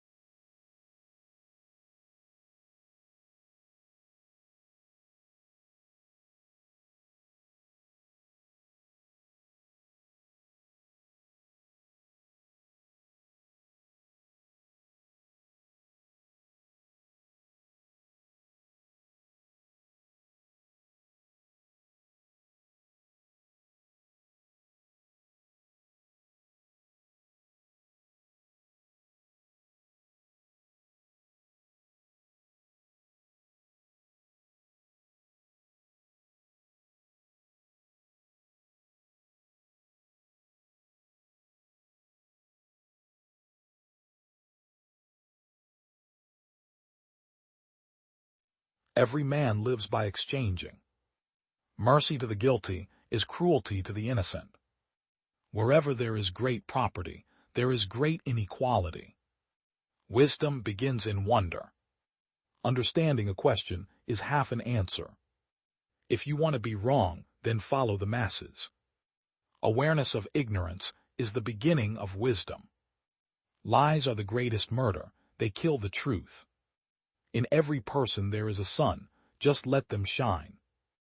The only true wisdom is in knowing you know nothing. It is better to suffer an injustice than to commit one. We are what we repeatedly do. Excellence then is a habit. Be the kind of person that you want people to think you are. When the debate is lost, slander becomes the tool of the loser. I know that I am intelligent because I know that I know nothing. I don't care what people say about me. I do care about my mistakes. There is no possession more valuable than a good and faithful friend. I am a fool, but I know I'm a fool, and that makes me smarter than you. Prefer knowledge to wealth, for the one is transitory, the other perpetual. Sometimes you have to let go to see if there was anything worth holding on to. Falling down is not a failure. Failure comes when you stay where you have fallen. Socrates quote, "Trust not a woman when she weeps, for it is her nature to weep." I call myself a peaceful warrior, because the battles we fight are on the inside. Trust not a woman when she weeps, for it is her nature to weep when she wants her will. Do not go through life like leaf blown, from here to there believing whatever you are told. Socrates quote, "Falling down is not a failure. Failure comes when you stay where you have." He who is not contented with what he has would not be contented with what he would like to have. The secret of happiness, you see, is not found in seeking more, but in developing the capacity to enjoy less. True wisdom comes to each of us when we realize how little we understand about life, ourselves, and the world around us. The real artist, who knew what he was imitating, would be interested in realities and not in imitations, and would desire to leave as memorials of himself works many and fair. And instead of being the author of encomiums, he would prefer to be the theme of them. Most people, including ourselves, live in a world of relative ignorance. We are even comfortable with that ignorance because it is all we know. When we first start facing truth, the process may be frightening, and many people run back to their old lives. But if you continue to seek truth, you will eventually be able to handle it better. In fact, you want more. It's true that many people around you now may think you are weird or even a danger to society, but you don't care. Once you've tasted the truth, you won't ever want to go back to being ignorant.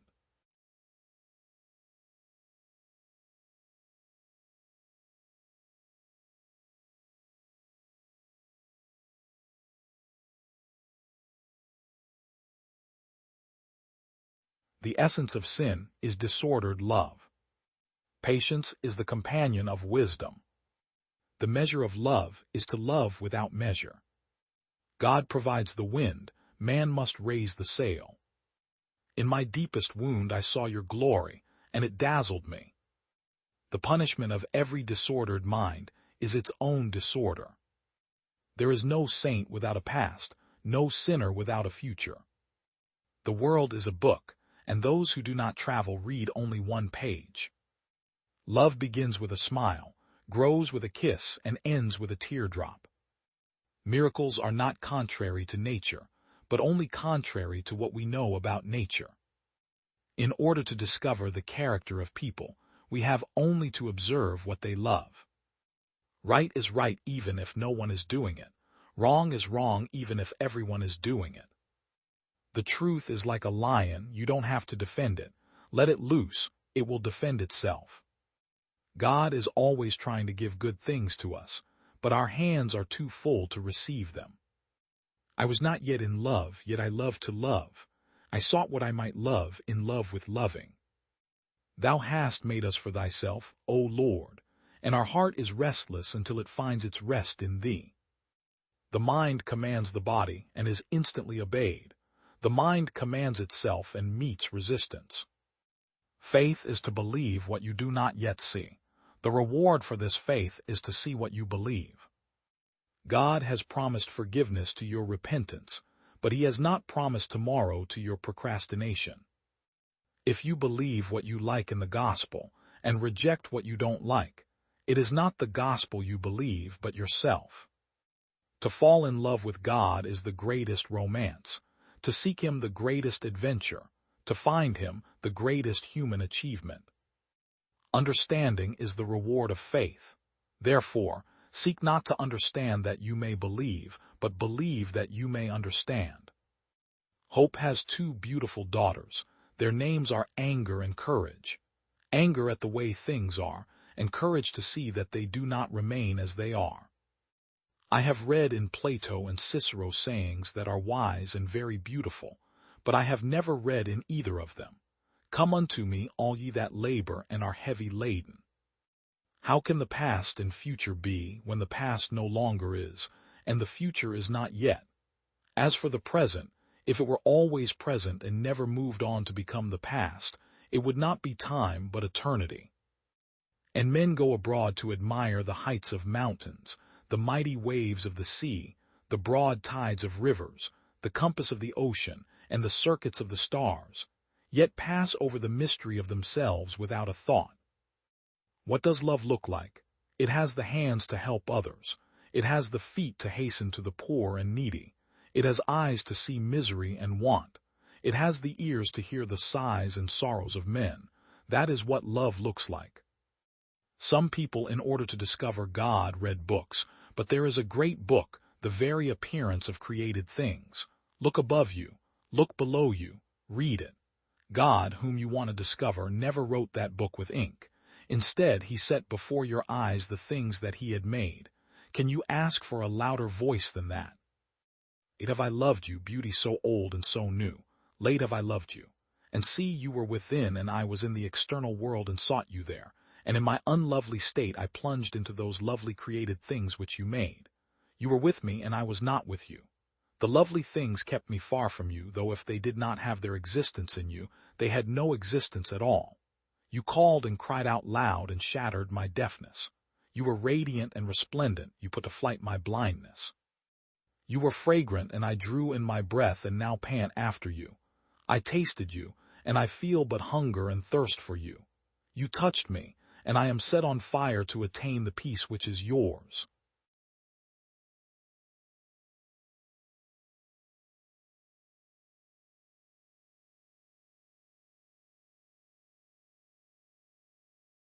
Peace begins with a smile.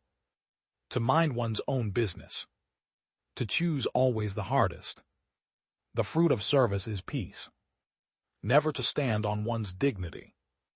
Live simply so others may simply live. To speak as little as possible of oneself. Not to want to manage other people's affairs. To be kind and gentle even under provocation. These are the few ways we can practice humility. To accept being slighted, forgotten and disliked. To accept contradictions and correction cheerfully. If you judge people, you have no time to love them. Never travel faster than your guardian angel can fly. Do not wait for leaders, do it alone, person to person. It's not how much we give, but how much love we put into giving. God doesn't require us to succeed, he only requires that you try. What can you do to promote world peace? Go home and love your family. The most terrible poverty is loneliness and the feeling of being unloved. Not all of us can do great things, but we can do small things with great love. Kind words can be short and easy to speak, but their echoes are truly endless. Yesterday is gone, tomorrow has not yet come, we have only today, let us begin. The hunger for love is much more difficult to remove than the hunger for bread. If we have no peace, it is because we have forgotten that we belong to each other. I can do things you cannot, you can do things I cannot, together we can do great things. I'm a little pencil in the hand of a writing God, who is sending a love letter to the world. I alone cannot change the world, but I can cast a stone across the waters to create many ripples. Every time you smile at someone, it is an action of love, a gift to that person, a beautiful thing. If you are humble, nothing will touch you, neither praise nor disgrace, because you know what you are. We will be judged by, I was hungry and you gave me something to eat, I was naked and you clothed me, I was homeless and you took me in. At the end of life, we will not be judged by how many diplomas we have received, how much money we have made, how many great things we have done. Prayer is not asking. Prayer is putting oneself in the hands of God at his disposition and listening to his voice in the depth of our hearts. We know only too well that what we are doing is nothing more than a drop in the ocean. But if the drop were not there, the ocean would be missing something. Let no one ever come to you without leaving better and happier. Be the living expression of God's kindness. Kindness in your face, kindness in your eyes, kindness in your smile. Do not think that love, in order to be genuine, has to be extraordinary. What we need is to love without getting tired. Be faithful in small things because it is in them that your strength lies. A sacrifice to be real must cost, must hurt, and must empty ourselves. Give yourself fully to God. He will use you to accomplish great things on the condition that you believe much more in his love than in your weakness. I am not sure exactly what heaven will be like, but I know that when we die and it comes time for God to judge us, he will not ask, "How many good things have you done in your life?" Rather, he will ask, how much love did you put into what you did? God made the world for the delight of human beings. If we could see his goodness everywhere, his concern for us, his awareness of our needs, the phone call we've waited for, the ride we are offered, the letter in the mail, just the little things he does for us throughout the day. As we remember and notice his love for us, we just begin to fall in love with him because he is so busy with us you just can't resist him. I believe there's no such thing as luck in life. It's God's love, it's his. The greatest disease in the West today is not TB or leprosy. It is being unwanted, unloved, and uncared for. We can cure physical diseases with medicine, but the only cure for loneliness, despair, and hopelessness is love. There are many in the world who are dying for a piece of bread, but there are many more dying for a little love. The poverty in the West is a different kind of poverty. It is not only a poverty of loneliness, but also of spirituality. There's a hunger for love, as there is a hunger for God.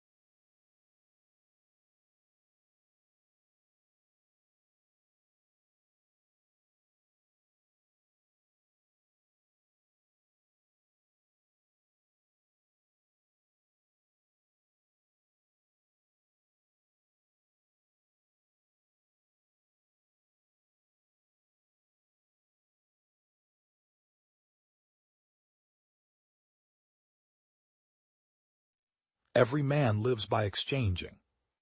Mercy to the guilty. The wise warrior avoids the battle. Opportunities multiply as they are seized. Know yourself and you will win all battles. Who wishes to fight must first count the cost.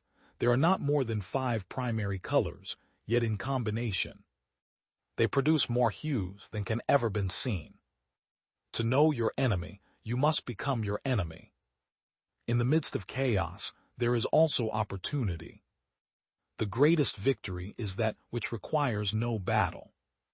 Build your opponent a golden bridge to retreat across. One he will win who knows when to fight and when not to fight.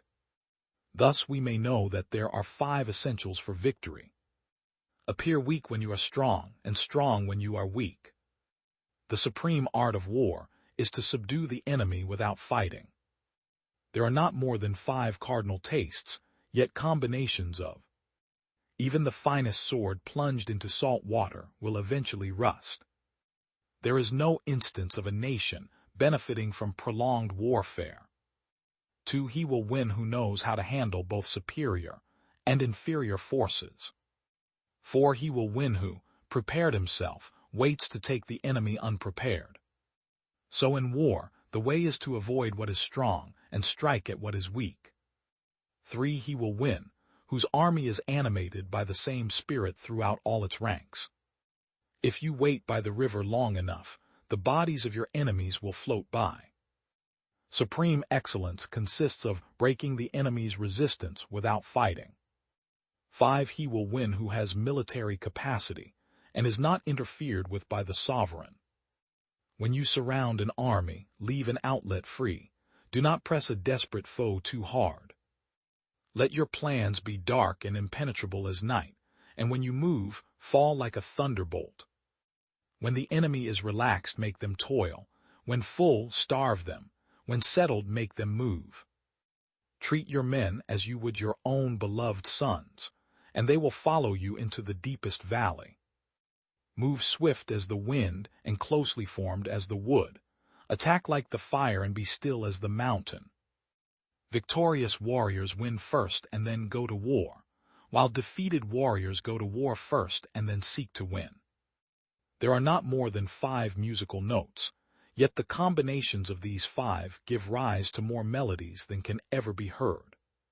To win 100 victories in 100 battles is not the acme of skill.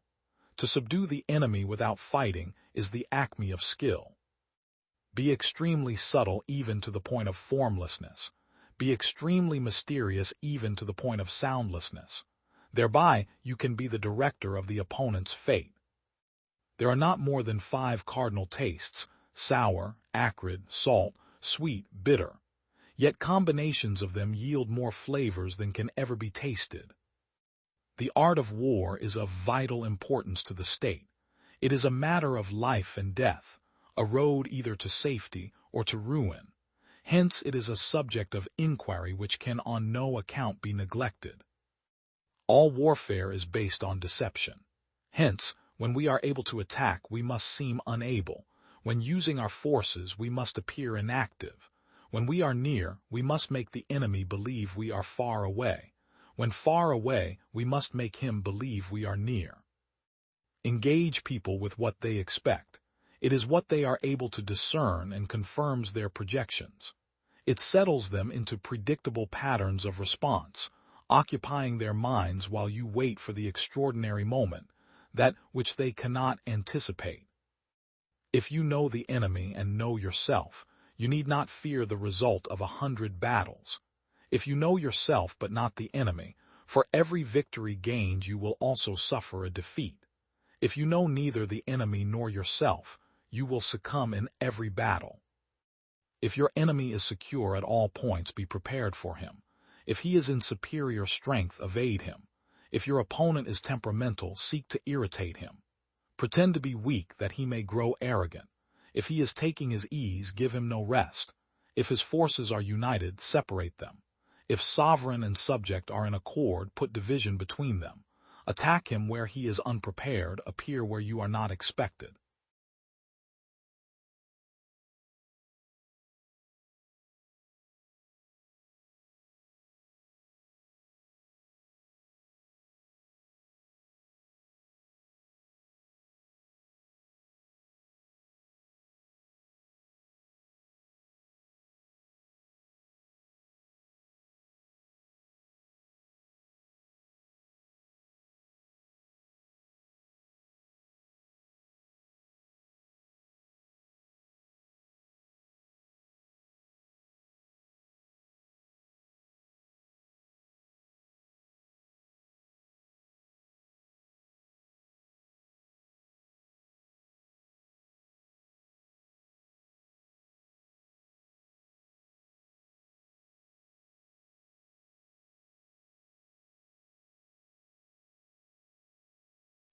Every man lives by exchanging.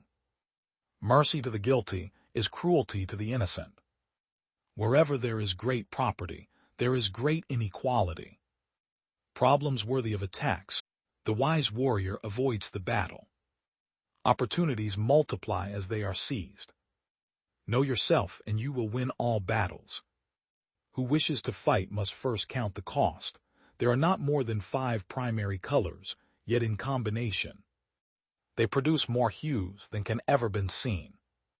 To know your enemy, you must become your enemy. In the midst of chaos, there is also opportunity.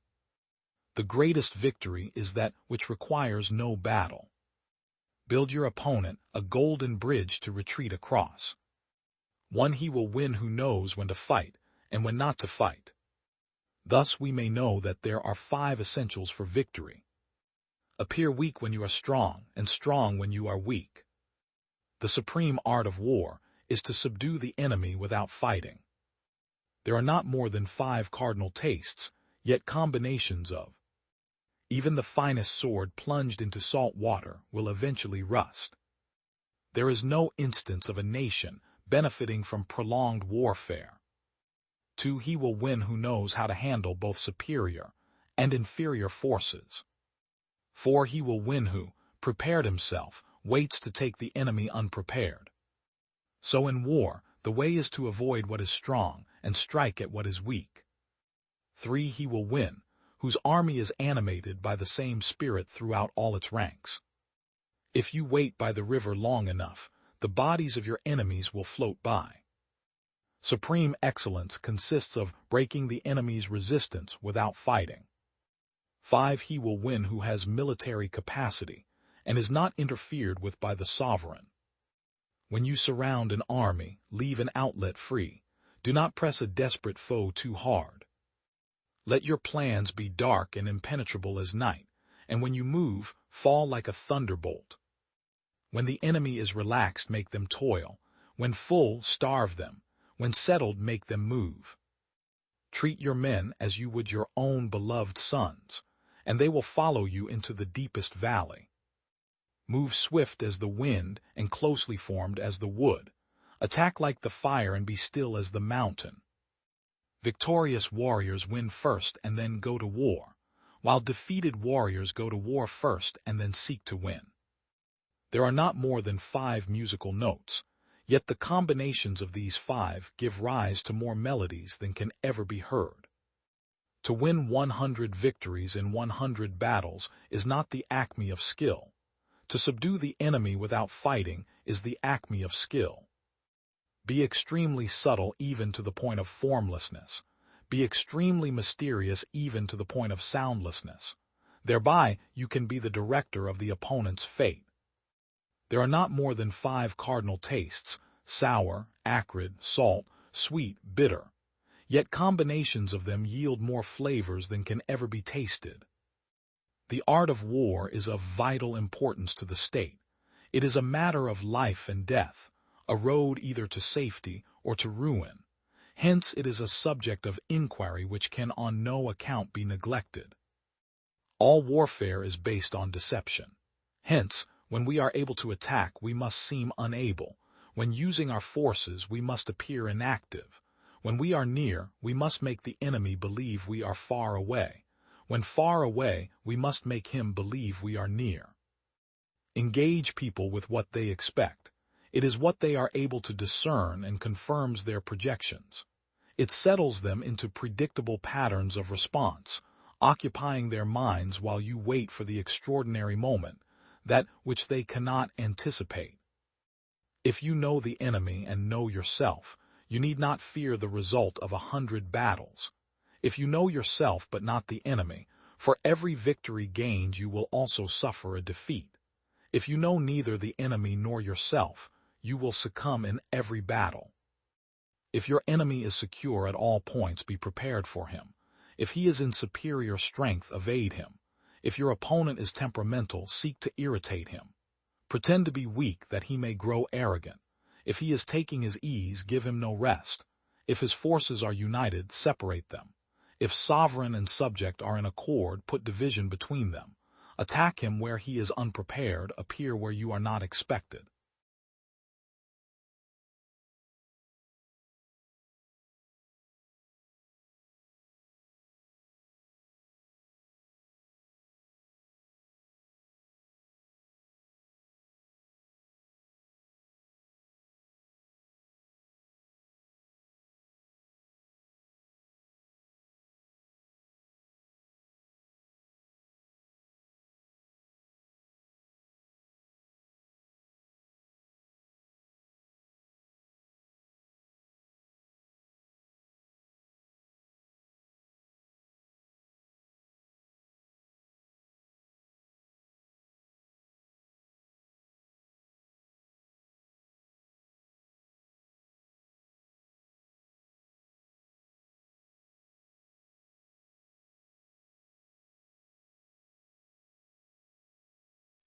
Every man lives by exchanging.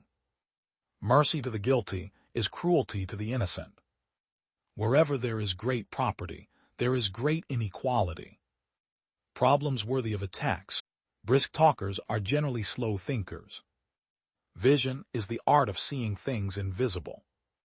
War, that mad game the world so loves to play. In men desire begets love, and in women love begets desire.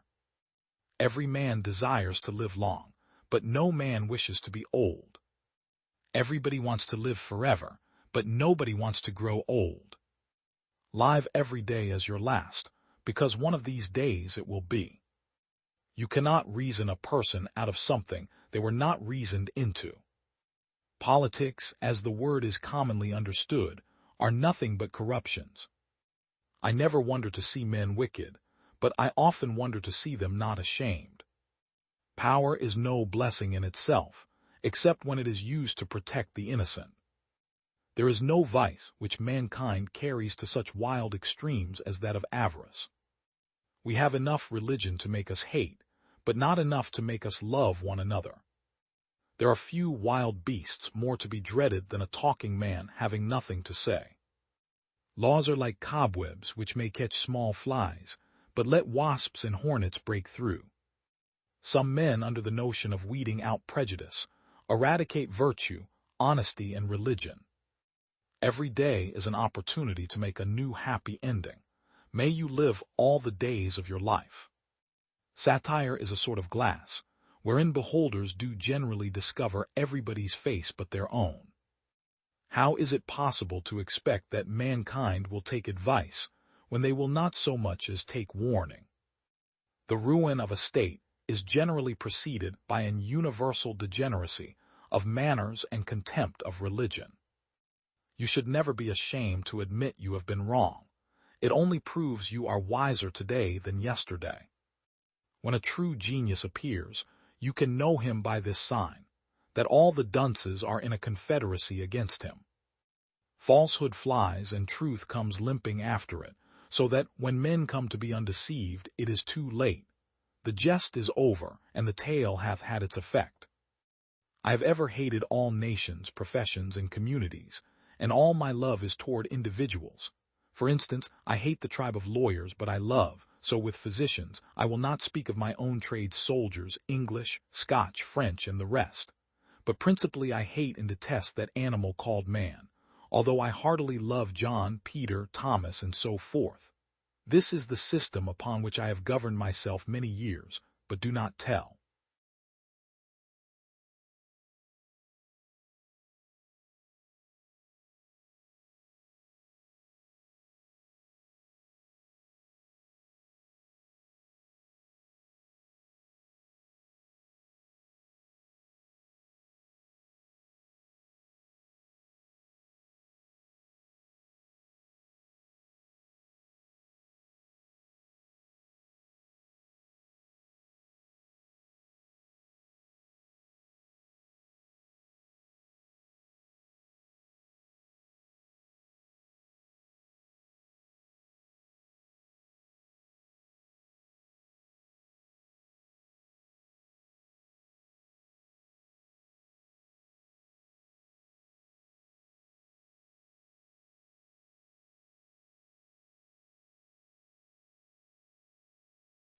Every man lives by exchanging.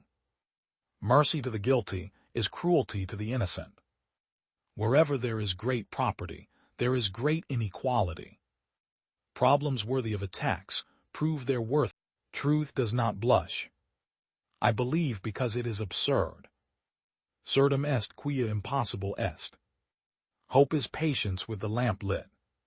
What has Athens to do with Jerusalem? The first reaction to truth is hatred.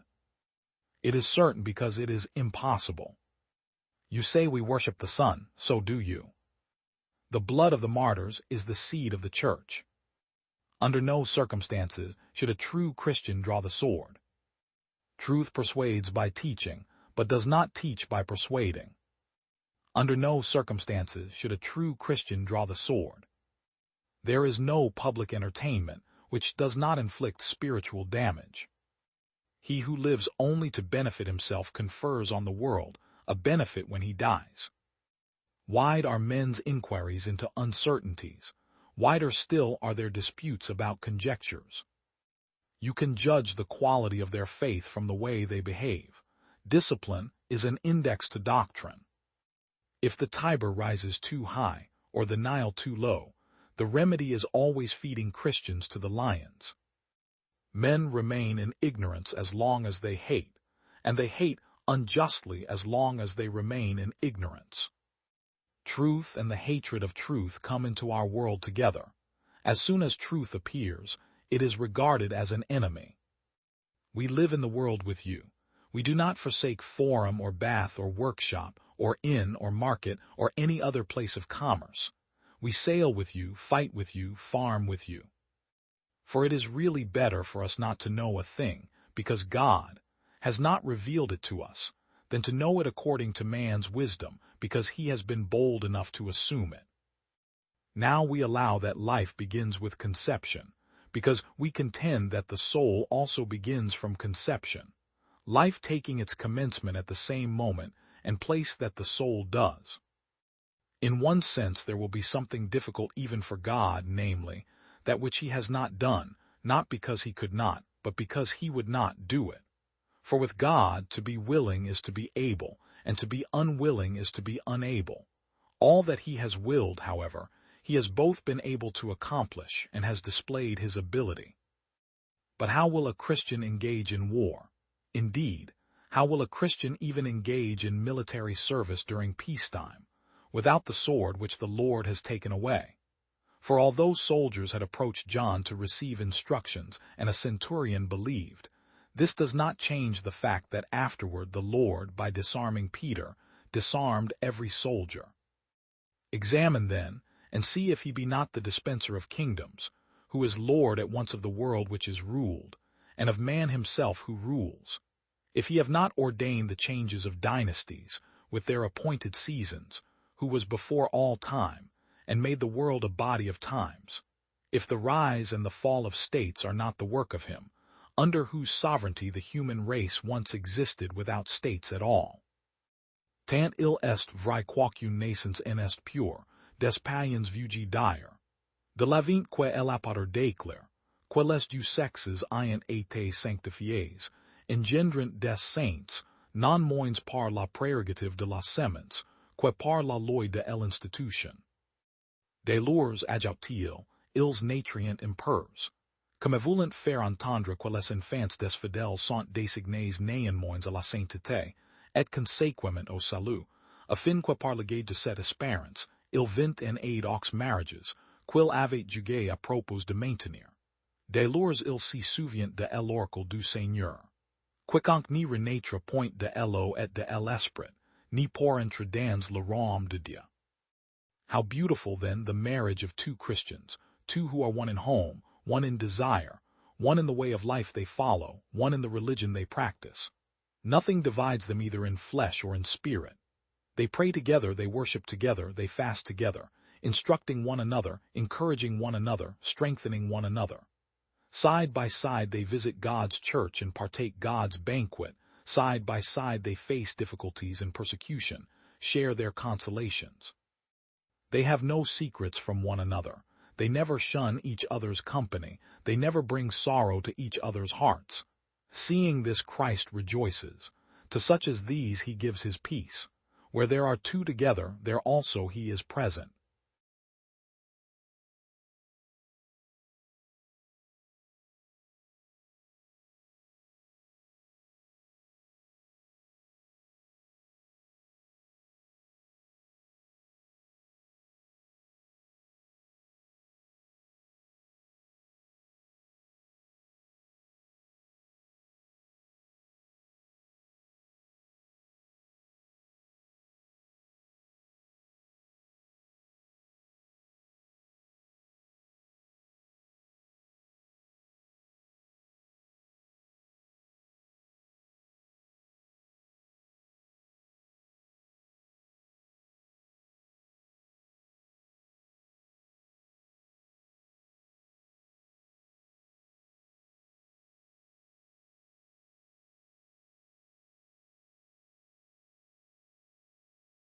Every man lives by exchanging.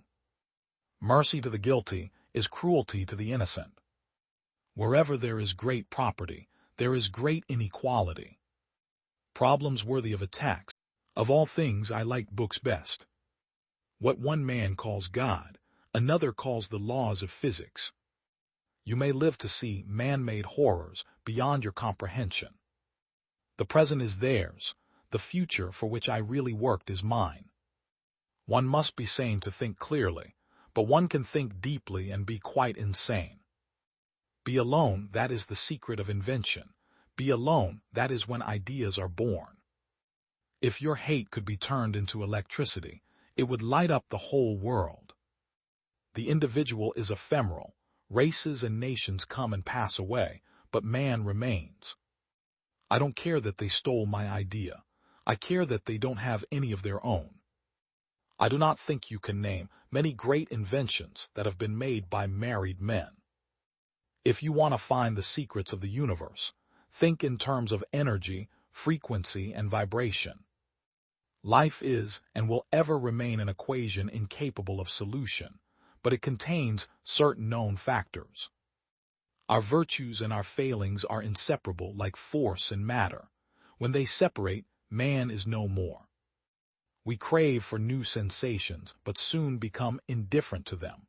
The wonders of yesterday are today common occurrences. The scientists of today think deeply instead of clearly. One must be sane to think clearly, but one can think deeply and be quite insane. The day science begins to study non-physical phenomena, it will make more progress in 1 decade than in all the previous centuries of its existence. All that was great in the past was ridiculed, condemned, combated, suppressed, only to emerge all the more powerfully, all the more triumphantly from the struggle. Let the future tell the truth, and evaluate each one according to his work and accomplishments. The present is theirs, the future for which I have really worked is mine. Today's scientists have substituted mathematics for experiments, and they wander off through equation after equation, and eventually build a structure which has no relation to reality. Invention is the most important product of man's creative brain. The ultimate purpose is the complete mastery of mind over the material world, the harnessing of human nature to human needs. My brain is only a receiver. In the universe there is a core from which we obtain knowledge, strength, and inspiration. I have not penetrated into the secrets of this core, but I know that it exists. The gift of mental power comes from God, divine being, and if we concentrate our minds on that truth, we become in tune with this great power. My mother had taught me to seek all truth in the Bible. I do not think there is any thrill that can go through the human heart like that felt by the inventor as he sees some creation of the brain unfolding to success. Such emotions make a man forget food, sleep, friends, love, everything. I am credited with being one of the hardest workers, and perhaps I am, if thought is the equivalent of labor, for I have devoted to it almost all of my waking hours. But if work is interpreted to be a definite performance in a specified time according to a rigid rule, then I may be the worst of idlers. What we now want is closer contact and better understanding between individuals and communities all over the earth, and the elimination of egoism and pride which is always prone to plunge the world into primeval barbarism and strife. Peace can only come as a natural consequence of universal enlightenment. Fights between individuals, as well as governments and nations, invariably result from misunderstandings in the broadest interpretation of this term. Misunderstandings are always caused by the inability of appreciating one another's point of view. This again is due to the ignorance of those concerned, not so much in their own, as in their mutual fields. The peril of a clash is aggravated by a more or less predominant sense of combativeness, posed by every human being. To resist this inherent fighting tendency, the best way is to dispel ignorance of the doings of others by a systematic spread of general knowledge. With this object in view, it is most important to aid exchange of thought and intercourse.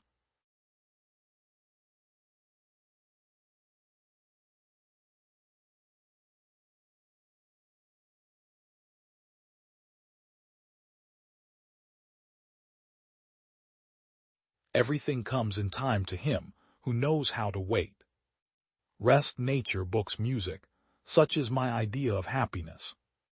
If you want to be happy, try only to please God, not people. The strongest of all warriors are these two, time and patience. Wrong does not cease to be wrong because the majority share in it. To sin is a human business. To justify sins is a devilish business. There is no greatness where there is no simplicity, goodness, and truth. Everyone thinks of changing the world, but no one thinks of changing himself. Upon meeting, you're judged by your clothes. Upon parting, you're judged by your wits. Leo Tolstoy quote, "Seize the moments of happiness, love and be loved. That is the only." When you love someone, you love the person as they are, and not as you'd like them to be. Leo Tolstoy quote, "Once we're thrown off our habitual paths, we think all is lost, but..." The great tragedy of atheists is that they walk through this world and have no one to thank. Truth, like gold, is to be obtained not by its growth, but by washing away from it all that is not gold. Since corrupt people unite amongst themselves to constitute a force, then honest people must do the same. Seize the moments of happiness, love and be loved. That is the only reality in the world, all else is folly. What counts in making a happy marriage is not so much how compatible you are, but how you deal with incompatibility. Once we're thrown off our habitual paths, we think all is lost, but it's only here that the new and the good begins. If you make it a habit not to blame others, you will feel the growth of the ability to love in your soul, and you will see the growth of goodness in your life. A man is like a fraction whose numerator is what he is, and whose denominator is what he thinks of himself. The larger the denominator, the smaller the fraction. Just as one candle lights another and can light thousands of other candles, so one heart illuminates another heart and can illuminate thousands of other hearts. Real wisdom is not the knowledge of everything, but the knowledge of which things in life are necessary, which are less necessary, and which are completely unnecessary to know. Men pray to the Almighty to relieve poverty, but poverty comes not from God's laws. It is blasphemy of the worst kind to say that. Poverty comes from man's injustice to his fellow man. Patience is waiting, not passively waiting. That is laziness, but to keep going when the going is hard and slow, that is patience. The two most powerful warriors are patience and time. Free thinkers are those who are willing to use their minds without prejudice, and without fearing to understand things that clash with their own customs, privileges, or beliefs. This state of mind is not common, but it is essential for right thinking. The most difficult subjects can be explained to the most slow-witted man, if he has not formed any idea of them already. But the simplest thing cannot be made clear to the most intelligent man if he is firmly persuaded that he knows already, without a shadow of doubt, what is laid before him. Memento mori, remember death. These are important words. If we kept in mind that we will soon inevitably die, our lives would be completely different. If a person knows that he will die in a half hour, he certainly will not bother doing trivial, stupid, or especially bad things during this half hour. Perhaps you have half a century before you die. What makes this any different from a half hour?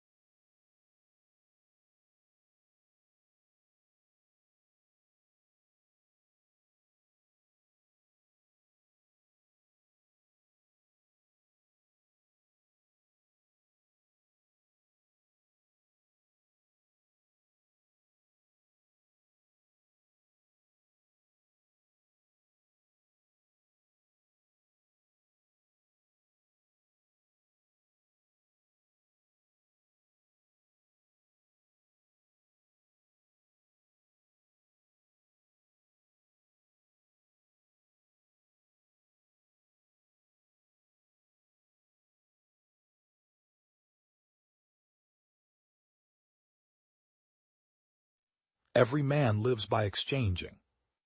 Mercy to the guilty is cruelty to the innocent. Wherever there is great property, there is be approximately right rather than exactly wrong. If we are going to make a mark, key 21, it might as well be a meaningful one. Numerical quantities focus on expected values, graphical summaries on unexpected values. The best thing about being a statistician is that you get to play in everyone's backyard. The greatest value of a picture is when it forces us to notice what we never expected to see. It's better to solve the right problem approximately than to solve the wrong problem exactly. This is my favorite part about analytics, taking boring flat data and bringing it to life through visualization. There is no data that can be displayed in a pie chart that cannot be displayed better in some other type of chart. An approximate answer to the right problem is worth a good deal more than an exact answer to an approximate problem. To be able to say that if we change our point of view in the following way, things are simpler is always a gain. I know of no person or group that is taking nearly adequate advantage of the graphical potentialities of the computer. When communicating results to non-technical types, there is nothing better than a clear visualization to make your point. The combination of some data and an aching desire for an answer does not ensure that a reasonable answer can be extracted from a given body of data. Far better an approximate answer to the right question, which is often vague, than the exact answer to the wrong question, which can always be made precise. All we know about the world teaches us that the effects of A and B are always different, in some decimal place. For any A and B thus asking, are the effects different, is foolish. In a single sentence the moral is, admit that complexity always increases, first from the model you fit to the data, thence to the model you use to think about and plan about the experiment and its analysis, and thence to the true situation. In a world in which the price of calculation continues to decrease rapidly, but the price of theorem proving continues to hold steady or increase, elementary economics indicates that we ought to spend a larger and larger fraction of our time on calculation. Visualization is often used for evil twisting insignificant data changes and making them look meaningful. Don't do that crap if you want to be my friend. Present results clearly and honestly. If something isn't working, those reviewing results need to know.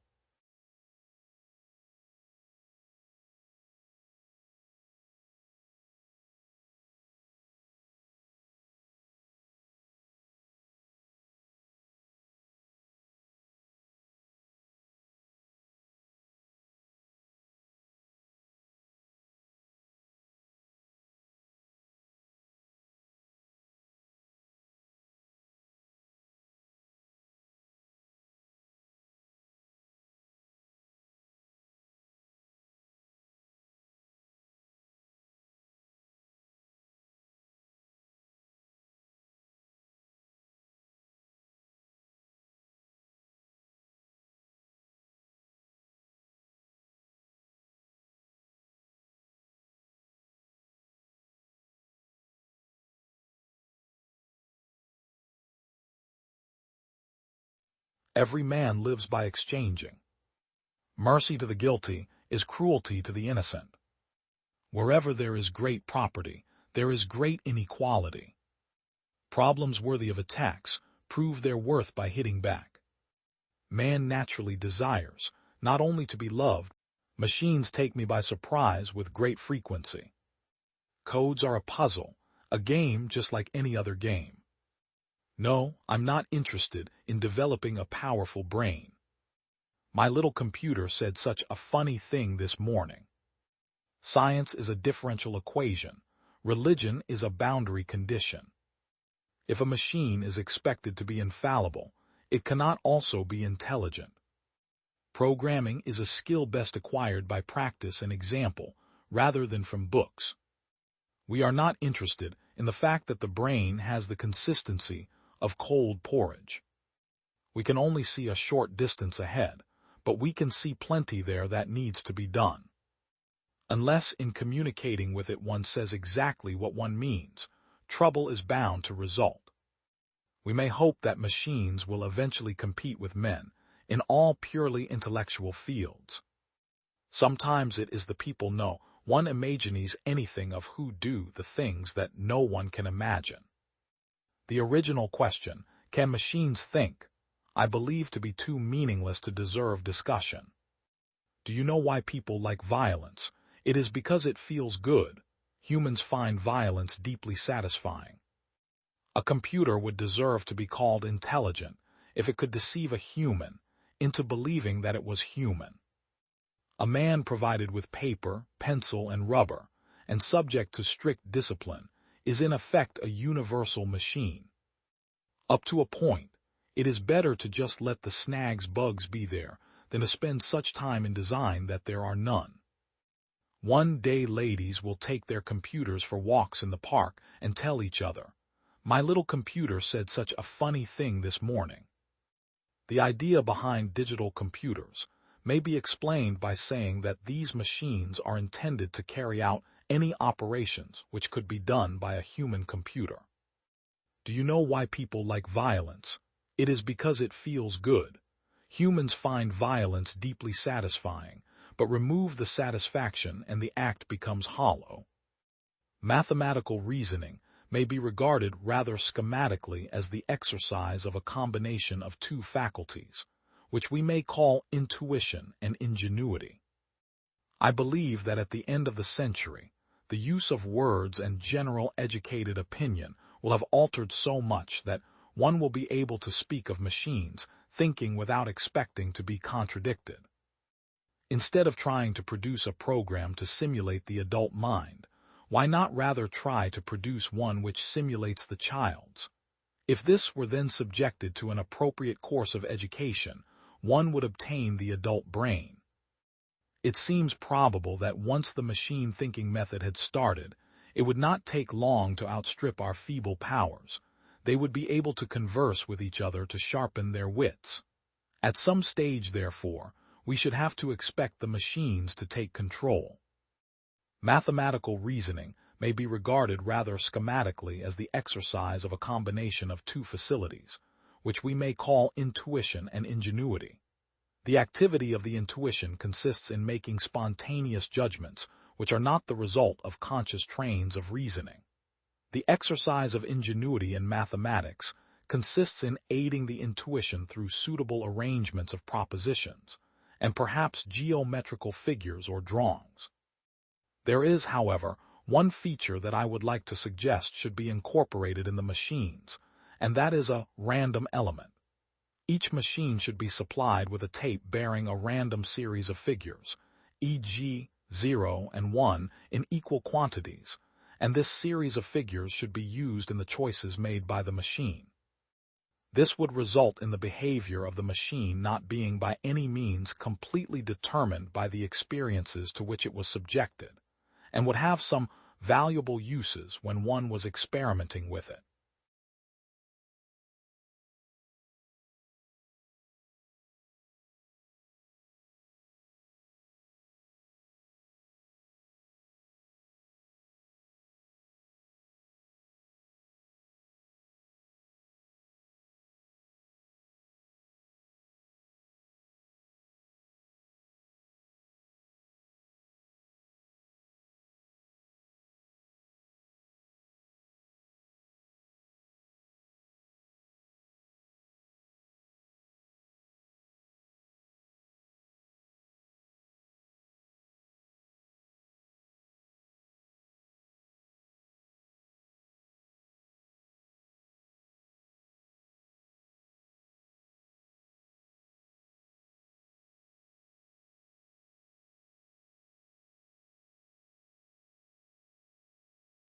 Every man lives by. You must be ready to give up even the most attractive ideas when experiment shows them to be wrong. What is it possible to do well, in physics particularly, if things are not reduced to degrees and measures? Each metal has a certain power, which is different from metal to metal, of setting the electric fluid in motion. I continue coupling a plate of silver with one of zinc, and always in the same order, and place between each of these couples a moistened disc. I continue to form a column. If the column contains about 20 of these couples of metal, it will be capable of giving to the fingers several small shocks.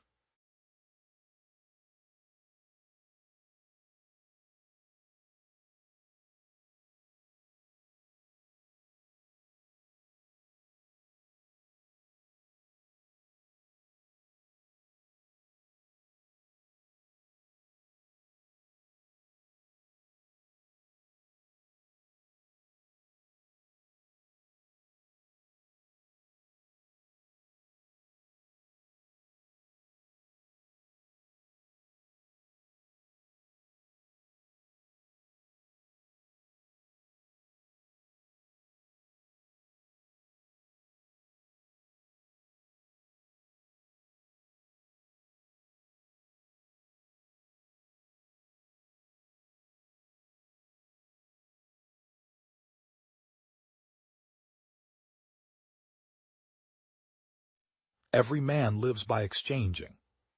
Mercy to the guilty is dare to think for yourself. Love truth but pardon error. Common sense is not so common. Faith consists in believing what reason cannot. The secret of being a bore is to tell everything. Every man is guilty of all the good he did not do. I don't know where I am going, but I am on my way. Ice cream is exquisite. What a pity it isn't illegal. Judge a man by his questions rather than by his answers. Now, my good man, this is no time to be making enemies. The most important decision you make is to be in a good mood. Cherish those who seek the truth, but beware of those who find it. God is a comedian playing to an audience that is too afraid to laugh. God is a circle whose center is everywhere and circumference nowhere. Life is a shipwreck, but we must not forget to sing in the lifeboats. Think for yourself, and let others enjoy the privilege of doing so too. Doubt is an uncomfortable condition, but certainty is a ridiculous one. Those who can make you believe absurdities can make you commit atrocities. It is better to risk saving a guilty person than to condemn an innocent one. The more I read, the more I acquire, the more certain I am that I know nothing. It is dangerous to be right in matters on which the established authorities are wrong. Let us read and let us dance. These two amusements will never do any harm to the world. Appreciation is a wonderful thing. It makes what is excellent in others belong to us as well. I have never made but one prayer to God, a very short one. O Lord, make my enemies ridiculous, and God granted it. Every man is a creature of the age in which he lives, and few are able to raise themselves above the ideas of the time. It is forbidden to kill. Therefore all murderers are punished unless they kill in large numbers and to the sound of trumpets. Our wretched species is so made that those who walk on the well-trodden path always throw stones at those who are showing a new road. Fools have a habit of believing that everything written by a famous author is admirable. For my part, I read only to please myself and like only what suits my taste. Despite the enormous quantity of books, how few people read. And if one reads profitably, one would realize how much stupid stuff the vulgar herd is content to swallow every day. I have wanted to kill myself 100 times, but somehow I am still in love with life. This ridiculous weakness is perhaps one of our more stupid melancholy propensities. For is there anything more stupid than to be eager to go on carrying a burden which one would gladly throw away, to loathe one's very being and yet to hold it fast, to fondle the snake that devours us until it has eaten our hearts away?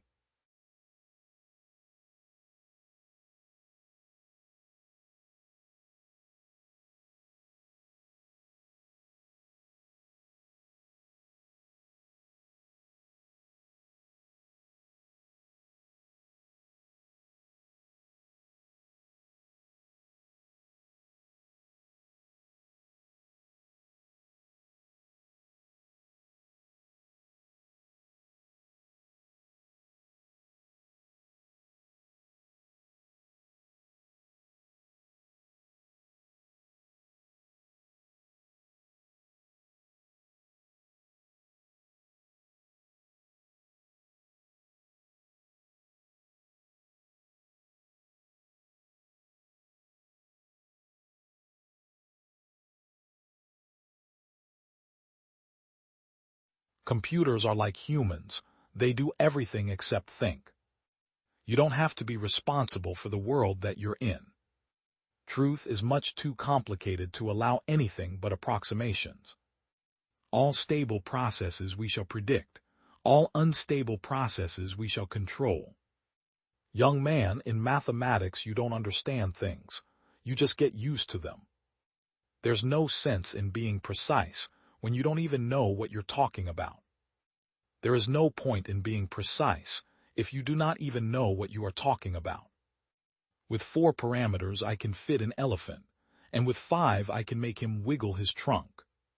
There probably is a God, Many things are easier to explain if there is than if there isn't.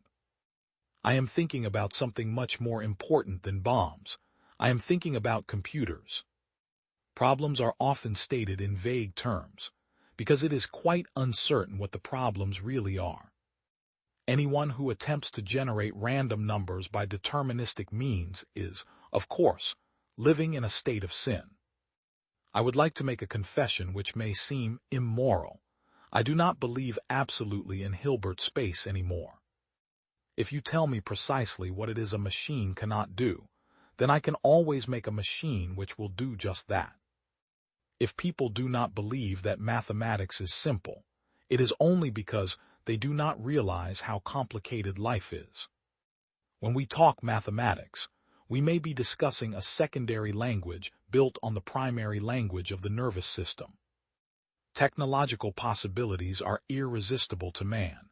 If man can go to the moon, he will. If he can control the climate, he will. If one has really technically penetrated a subject, things that previously seemed in complete contrast might be purely mathematical transformations of each other. You insist that there is something a machine cannot do. If you tell me precisely what it is a machine cannot do, then I can always make a machine which will do just that. It is just as foolish to complain that people are selfish and treacherous as it is to complain that the magnetic field does not increase unless the electric field has a curl. Both are laws of nature. Science as well as technology will in the near and in the farther future increasingly turn from problems of intensity, substance, and energy to problems of structure, organization, information, and control. The total subject of mathematics is clearly too broad for any of us. I do not think that any mathematician since Gauss has covered it uniformly and fully. Even Hilbert did not, and all of us are of considerably lesser width, quite apart from the question of depth, than Hilbert.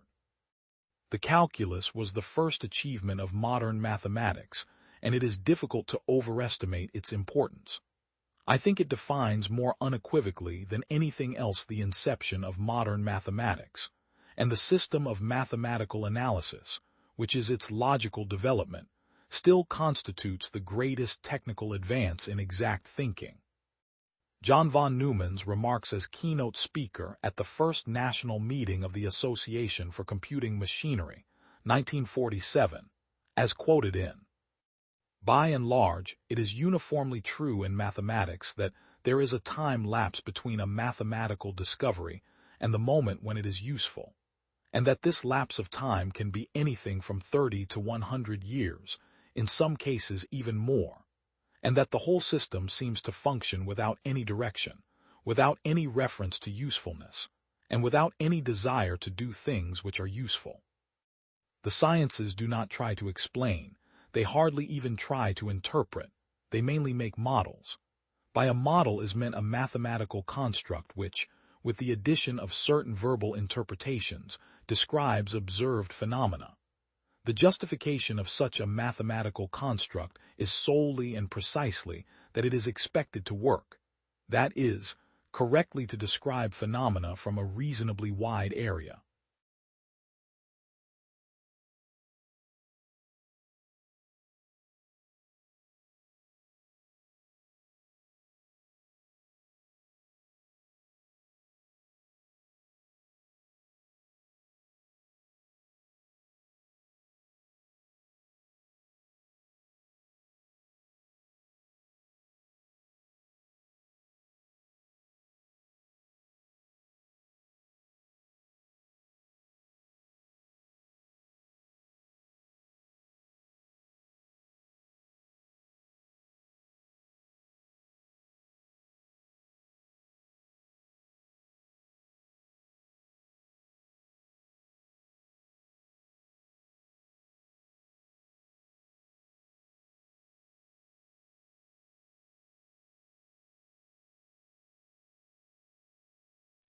Every man lives by exchanging. Mercy to the guilty is cruelty to the innocent. Wherever there is great property, there is great inequality. Great minds have purposes, others have wishes. Love is never lost. If not reciprocated, it will flow back and soften and purify the heart. A kind heart is a fountain of gladness, making everything in its vicinity freshen into smiles. The tie which links mother and child is of such pure and immaculate strength as to be never violated. Others may write from the head, but he writes from the heart, and the heart will always understand him. Ducks and geese are foolish things, and must be looked after, but girls can take care of themselves. There is nothing like the silence and loneliness of night to bring dark shadows over the brightest mind. Christmas is the season for kindling the fire of hospitality in the hall, the genial flame of charity in the heart. A tart temper never mellows with age, and a sharp tongue is the only edged tool that grows keener with constant use. I profess not to know how women's hearts are wooed and won. To me, they have always been matters of riddle and admiration. There is a sacredness in tears. They are the messengers of overwhelming grief, of deep contrition, and of unspeakable love. Sweet is the memory of distant friends. Like the mellow rays of the departing sun, it falls tenderly, yet sadly on the heart. Great minds have purpose, others have wishes. Little minds are tamed and subdued by misfortunes, but great minds rise above them. And if unhappy in her love, her heart is like some fortress that has been captured and sacked, and abandoned and left desolate. To look upon its grass-grown yard, where the sunbeams seem to sleep so quietly, one would think that there at least the dead might rest in peace. Balt Van Tassel was an easy, indulgent soul. He loved his daughter better even than his pipe, and like a reasonable man and an excellent father, let her have her way in everything. There is in every true woman's heart a spark of heavenly fire, which lies dormant in the broad daylight of prosperity, but which kindles up, and beams and blazes in the dark hour of adversity. There are certain half-dreaming moods of mind in which we naturally steal away from noise and glare, and seek some quiet haunt where we may indulge our reveries, and build our air castles undisturbed. There is a certain relief in change, even though it be from bad to worse, as I have found in traveling in a stage coach, that it is often a comfort to shift one's position and be bruised in a new place. There is a sacredness in tears. They are not a mark of weakness but of power. They speak more eloquently than 10,000 tongues. They are the messengers of overwhelming grief, of deep contrition, and of unspeakable love. Surely happiness is reflective, like the light of heaven, and every countenance, bright with smiles and glowing with innocent enjoyment, is a mirror transmitting to others the rays of a supreme and ever-shining benevolence. The scholar only knows how dear these silent, yet eloquent, companions of pure thoughts and innocent hours become in the season of adversity. When all that is worldly turns to dross around us, these only retain their steady value. And he would have passed a pleasant life of it, in despite of the devil and all his works, if his path had not been crossed by a being that causes more perplexity to mortal man than ghosts, goblins, and the whole race of witches put together, and that was a woman. Sometimes he spent hours together in the great libraries of Paris, those catacombs of departed authors, rummaging among their hoards of dusty and obsolete works in quest of food for his unhealthy appetite. He was, in a manner, a literary ghoul, feeding in the charnel house of decayed literature. Some minds corrode and grow inactive under the loss of personal liberty, others grow morbid and irritable, but it is the nature of the poet to become tender and imaginative in the loneliness of confinement. He banquets upon the honey of his own thoughts, and like the captive bird, pours forth his soul in melody. A mother is the truest friend we have, when trials heavy and sudden fall upon us, when adversity takes the place of prosperity, when friends desert us, when trouble thickens around us, still will she cling to us, and endeavor by her kind precepts and counsels to dissipate the clouds of darkness, and cause peace to return to our hearts. All these, however, were mere terrors of the night, phantoms of the mind that walk in darkness. And though he had seen many specters in his time, and been more than once beset by Satan in divers shapes, in his lonely preambulations, yet daylight put an end to all these evils. And he would have passed a pleasant life of it, in despite of the devil and all his works, if his path had not been crossed by a being that causes more perplexity to mortal man than ghosts, goblins, and the whole race of witches put together, and that was a woman.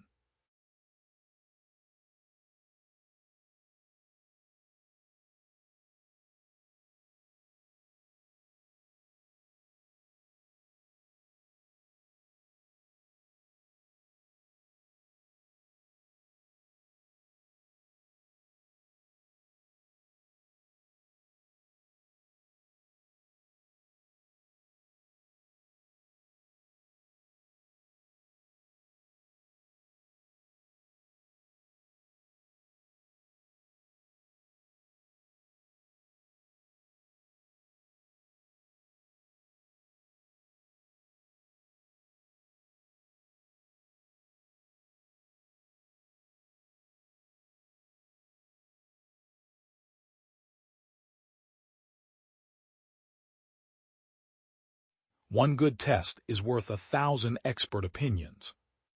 It was very successful, but it fell on the wrong planet. Science does not have a moral dimension. It is like a knife. We can lick gravity, but sometimes the paperwork is overwhelming. Basic research is what I am doing when I don't know what I am doing. The rocket worked perfectly, except for landing on the wrong planet. I have learned to use the word impossible with the greatest caution. A good engineer gets stale very fast if he doesn't keep his hands dirty. Don't tell me that man doesn't belong out there. Man belongs wherever. It takes 65,000 errors before you are qualified to make a rocket. Man belongs wherever he wants to go, and he'll do plenty well when he gets there. The best computer is a man, and it's the only one that can be mass-produced by unskilled labor. The same forces of nature which enable us to fly to the stars enable us also to destroy our star. If we continue at this leisurely pace, we will have to pass Russian customs when we land on the moon. Conquering the universe, one has to solve two problems, gravity and red tape. We could have mastered gravity. To simply dismiss the concept of God as being unscientific is to violate the very objectivity of science itself. Don't tell me that man doesn't belong out there. Man belongs wherever he wants to go, and he'll do plenty well when he gets there.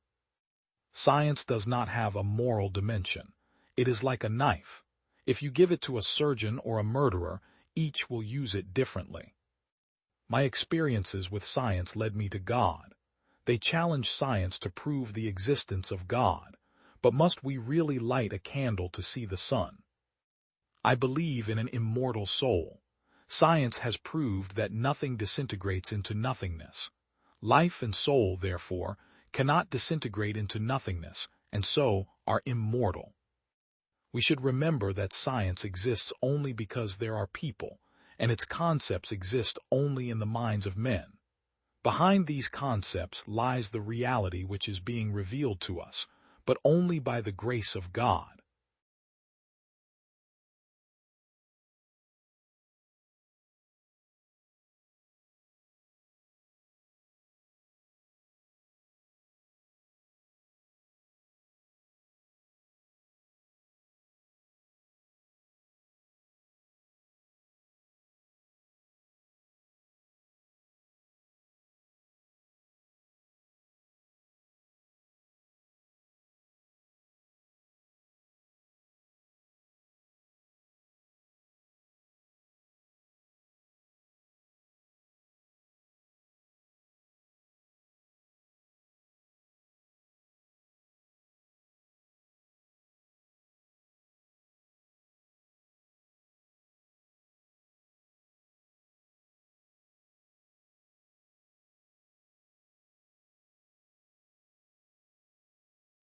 Every man lives by exchanging. Mercy to the guilty is cruelty to the innocent. Wherever there is great property, there is the best of all is God with us. Nothing short of God can satisfy your soul. Do no harm, do good, stay in love with God. Let your words be the genuine picture of your heart. Get on fire for God and men will come and see you burn. Proceed with much prayer, and your way will be made plain. What one generation tolerates, the next generation will embrace. We should be rigorous in judging ourselves and gracious in judging others. The church changes the world not by making converts, but by making disciples. People who wish to be offended will always find some occasion for taking offense. Whosoever will reign with Christ in heaven must have Christ reigning in him on earth. In all cases, the church is to be judged by the Scripture, not the Scripture by the church. Reading Christians are growing Christians. When Christians cease to read, they cease to grow. Not how much of my money will I give to God, but how much of God's money will I keep for myself? Let me do all the good I can, to all the people I can, as often as I can, for I shall not pass this way again.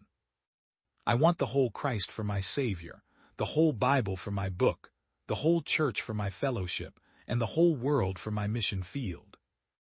Do all the good you can, by all the means you can, in all the ways you can, in all the places you can, at all the times you can, to all the people you can, as long as ever you can. Give me 100 preachers who fear nothing but sin and desire nothing but God, and I care not whether they be clergymen or laymen. They alone will shake the gates of hell and set up the kingdom of heaven upon earth. Though we cannot think alike, may we not love alike. May we not be of one heart, though we are not of one opinion. Without all doubt we may. Herein all the children of God may unite, notwithstanding these smaller differences. I have never known more than 15 minutes of anxiety or fear. Whenever I feel fearful emotions overtaking me, I just close my eyes and thank God that He is still on the throne reigning over everything, and I take comfort in His control over the affairs of my life. I am not afraid that the people called Methodists should ever cease to exist either in Europe or America, but I am afraid lest they should only exist as a dead sect, having the form of religion without the power. And this undoubtedly will be the case unless they hold fast both the doctrine, spirit, and discipline with which they first set out. You have nothing to do but to save souls. Therefore spend and be spent in this work, and go not only to those that need you, but to those that need you most.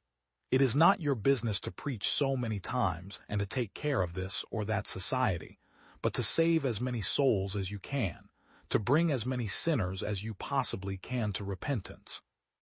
Do you not know that God entrusted you with that money, all above what buys necessities for your families, to feed the hungry, to clothe the naked, to help the stranger, the widow, the fatherless, and indeed as far as it will go, to relieve the wants of all mankind?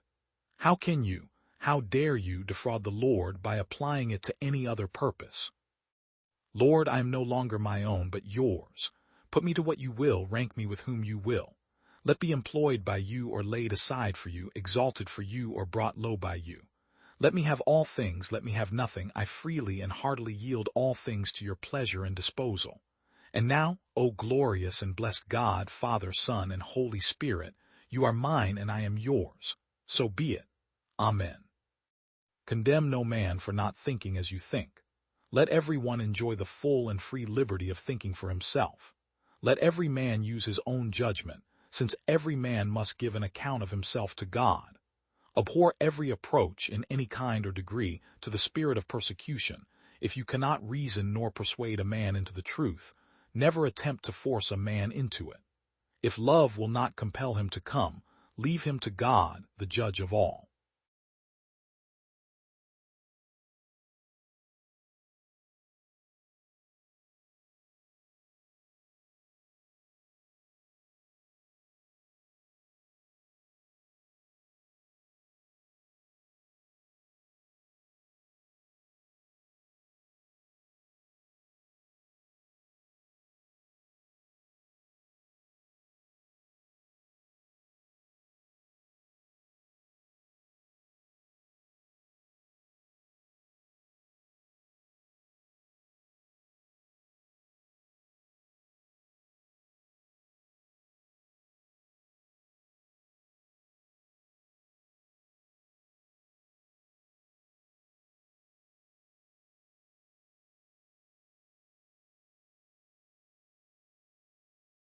No bird can soar in a calm. It is possible to fly without motors, but not without knowledge and skill. The best dividends on labor invested have invariably come from seeking more knowledge rather than more power. The desire to fly is an idea handed down to us by our ancestors who looked enviously on the birds soaring freely through space, on the infinite highway of the air. More than anything else, the sensation of flying is one of perfect peace mingled with an excitement that strains every nerve to the utmost, if you can conceive of such a combination. By the death of Mr. O. Chanute, the world has lost one whose labors had to an unusual degree influenced the course of human progress. If he had not lived, the entire history of progress in flying would have been other than it has been. I confess that in 1901 I said to my brother Orville that man would not fly for 50 years. 2 years later we ourselves made flights. This demonstration of my impotence as a prophet gave me such a shock that ever since I have distrusted myself and avoided all predictions. Now, there are 2 ways of learning to ride a fractious horse. One is to get on him and learn by actual practice how each motion and trick may be best met. The other is to sit on a fence and watch the beast a while, and then retire to the house, and at leisure figure out the best way of overcoming his jumps and kicks. The latter system is the safest, but the former, on the whole, turns out the larger proportion of good riders. It is very much the same in learning to ride a flying machine. If you are looking for perfect safety, you will do well to sit on a fence and watch the birds. But if you really wish to learn, you must mount a machine and become acquainted with its tricks by actual trial.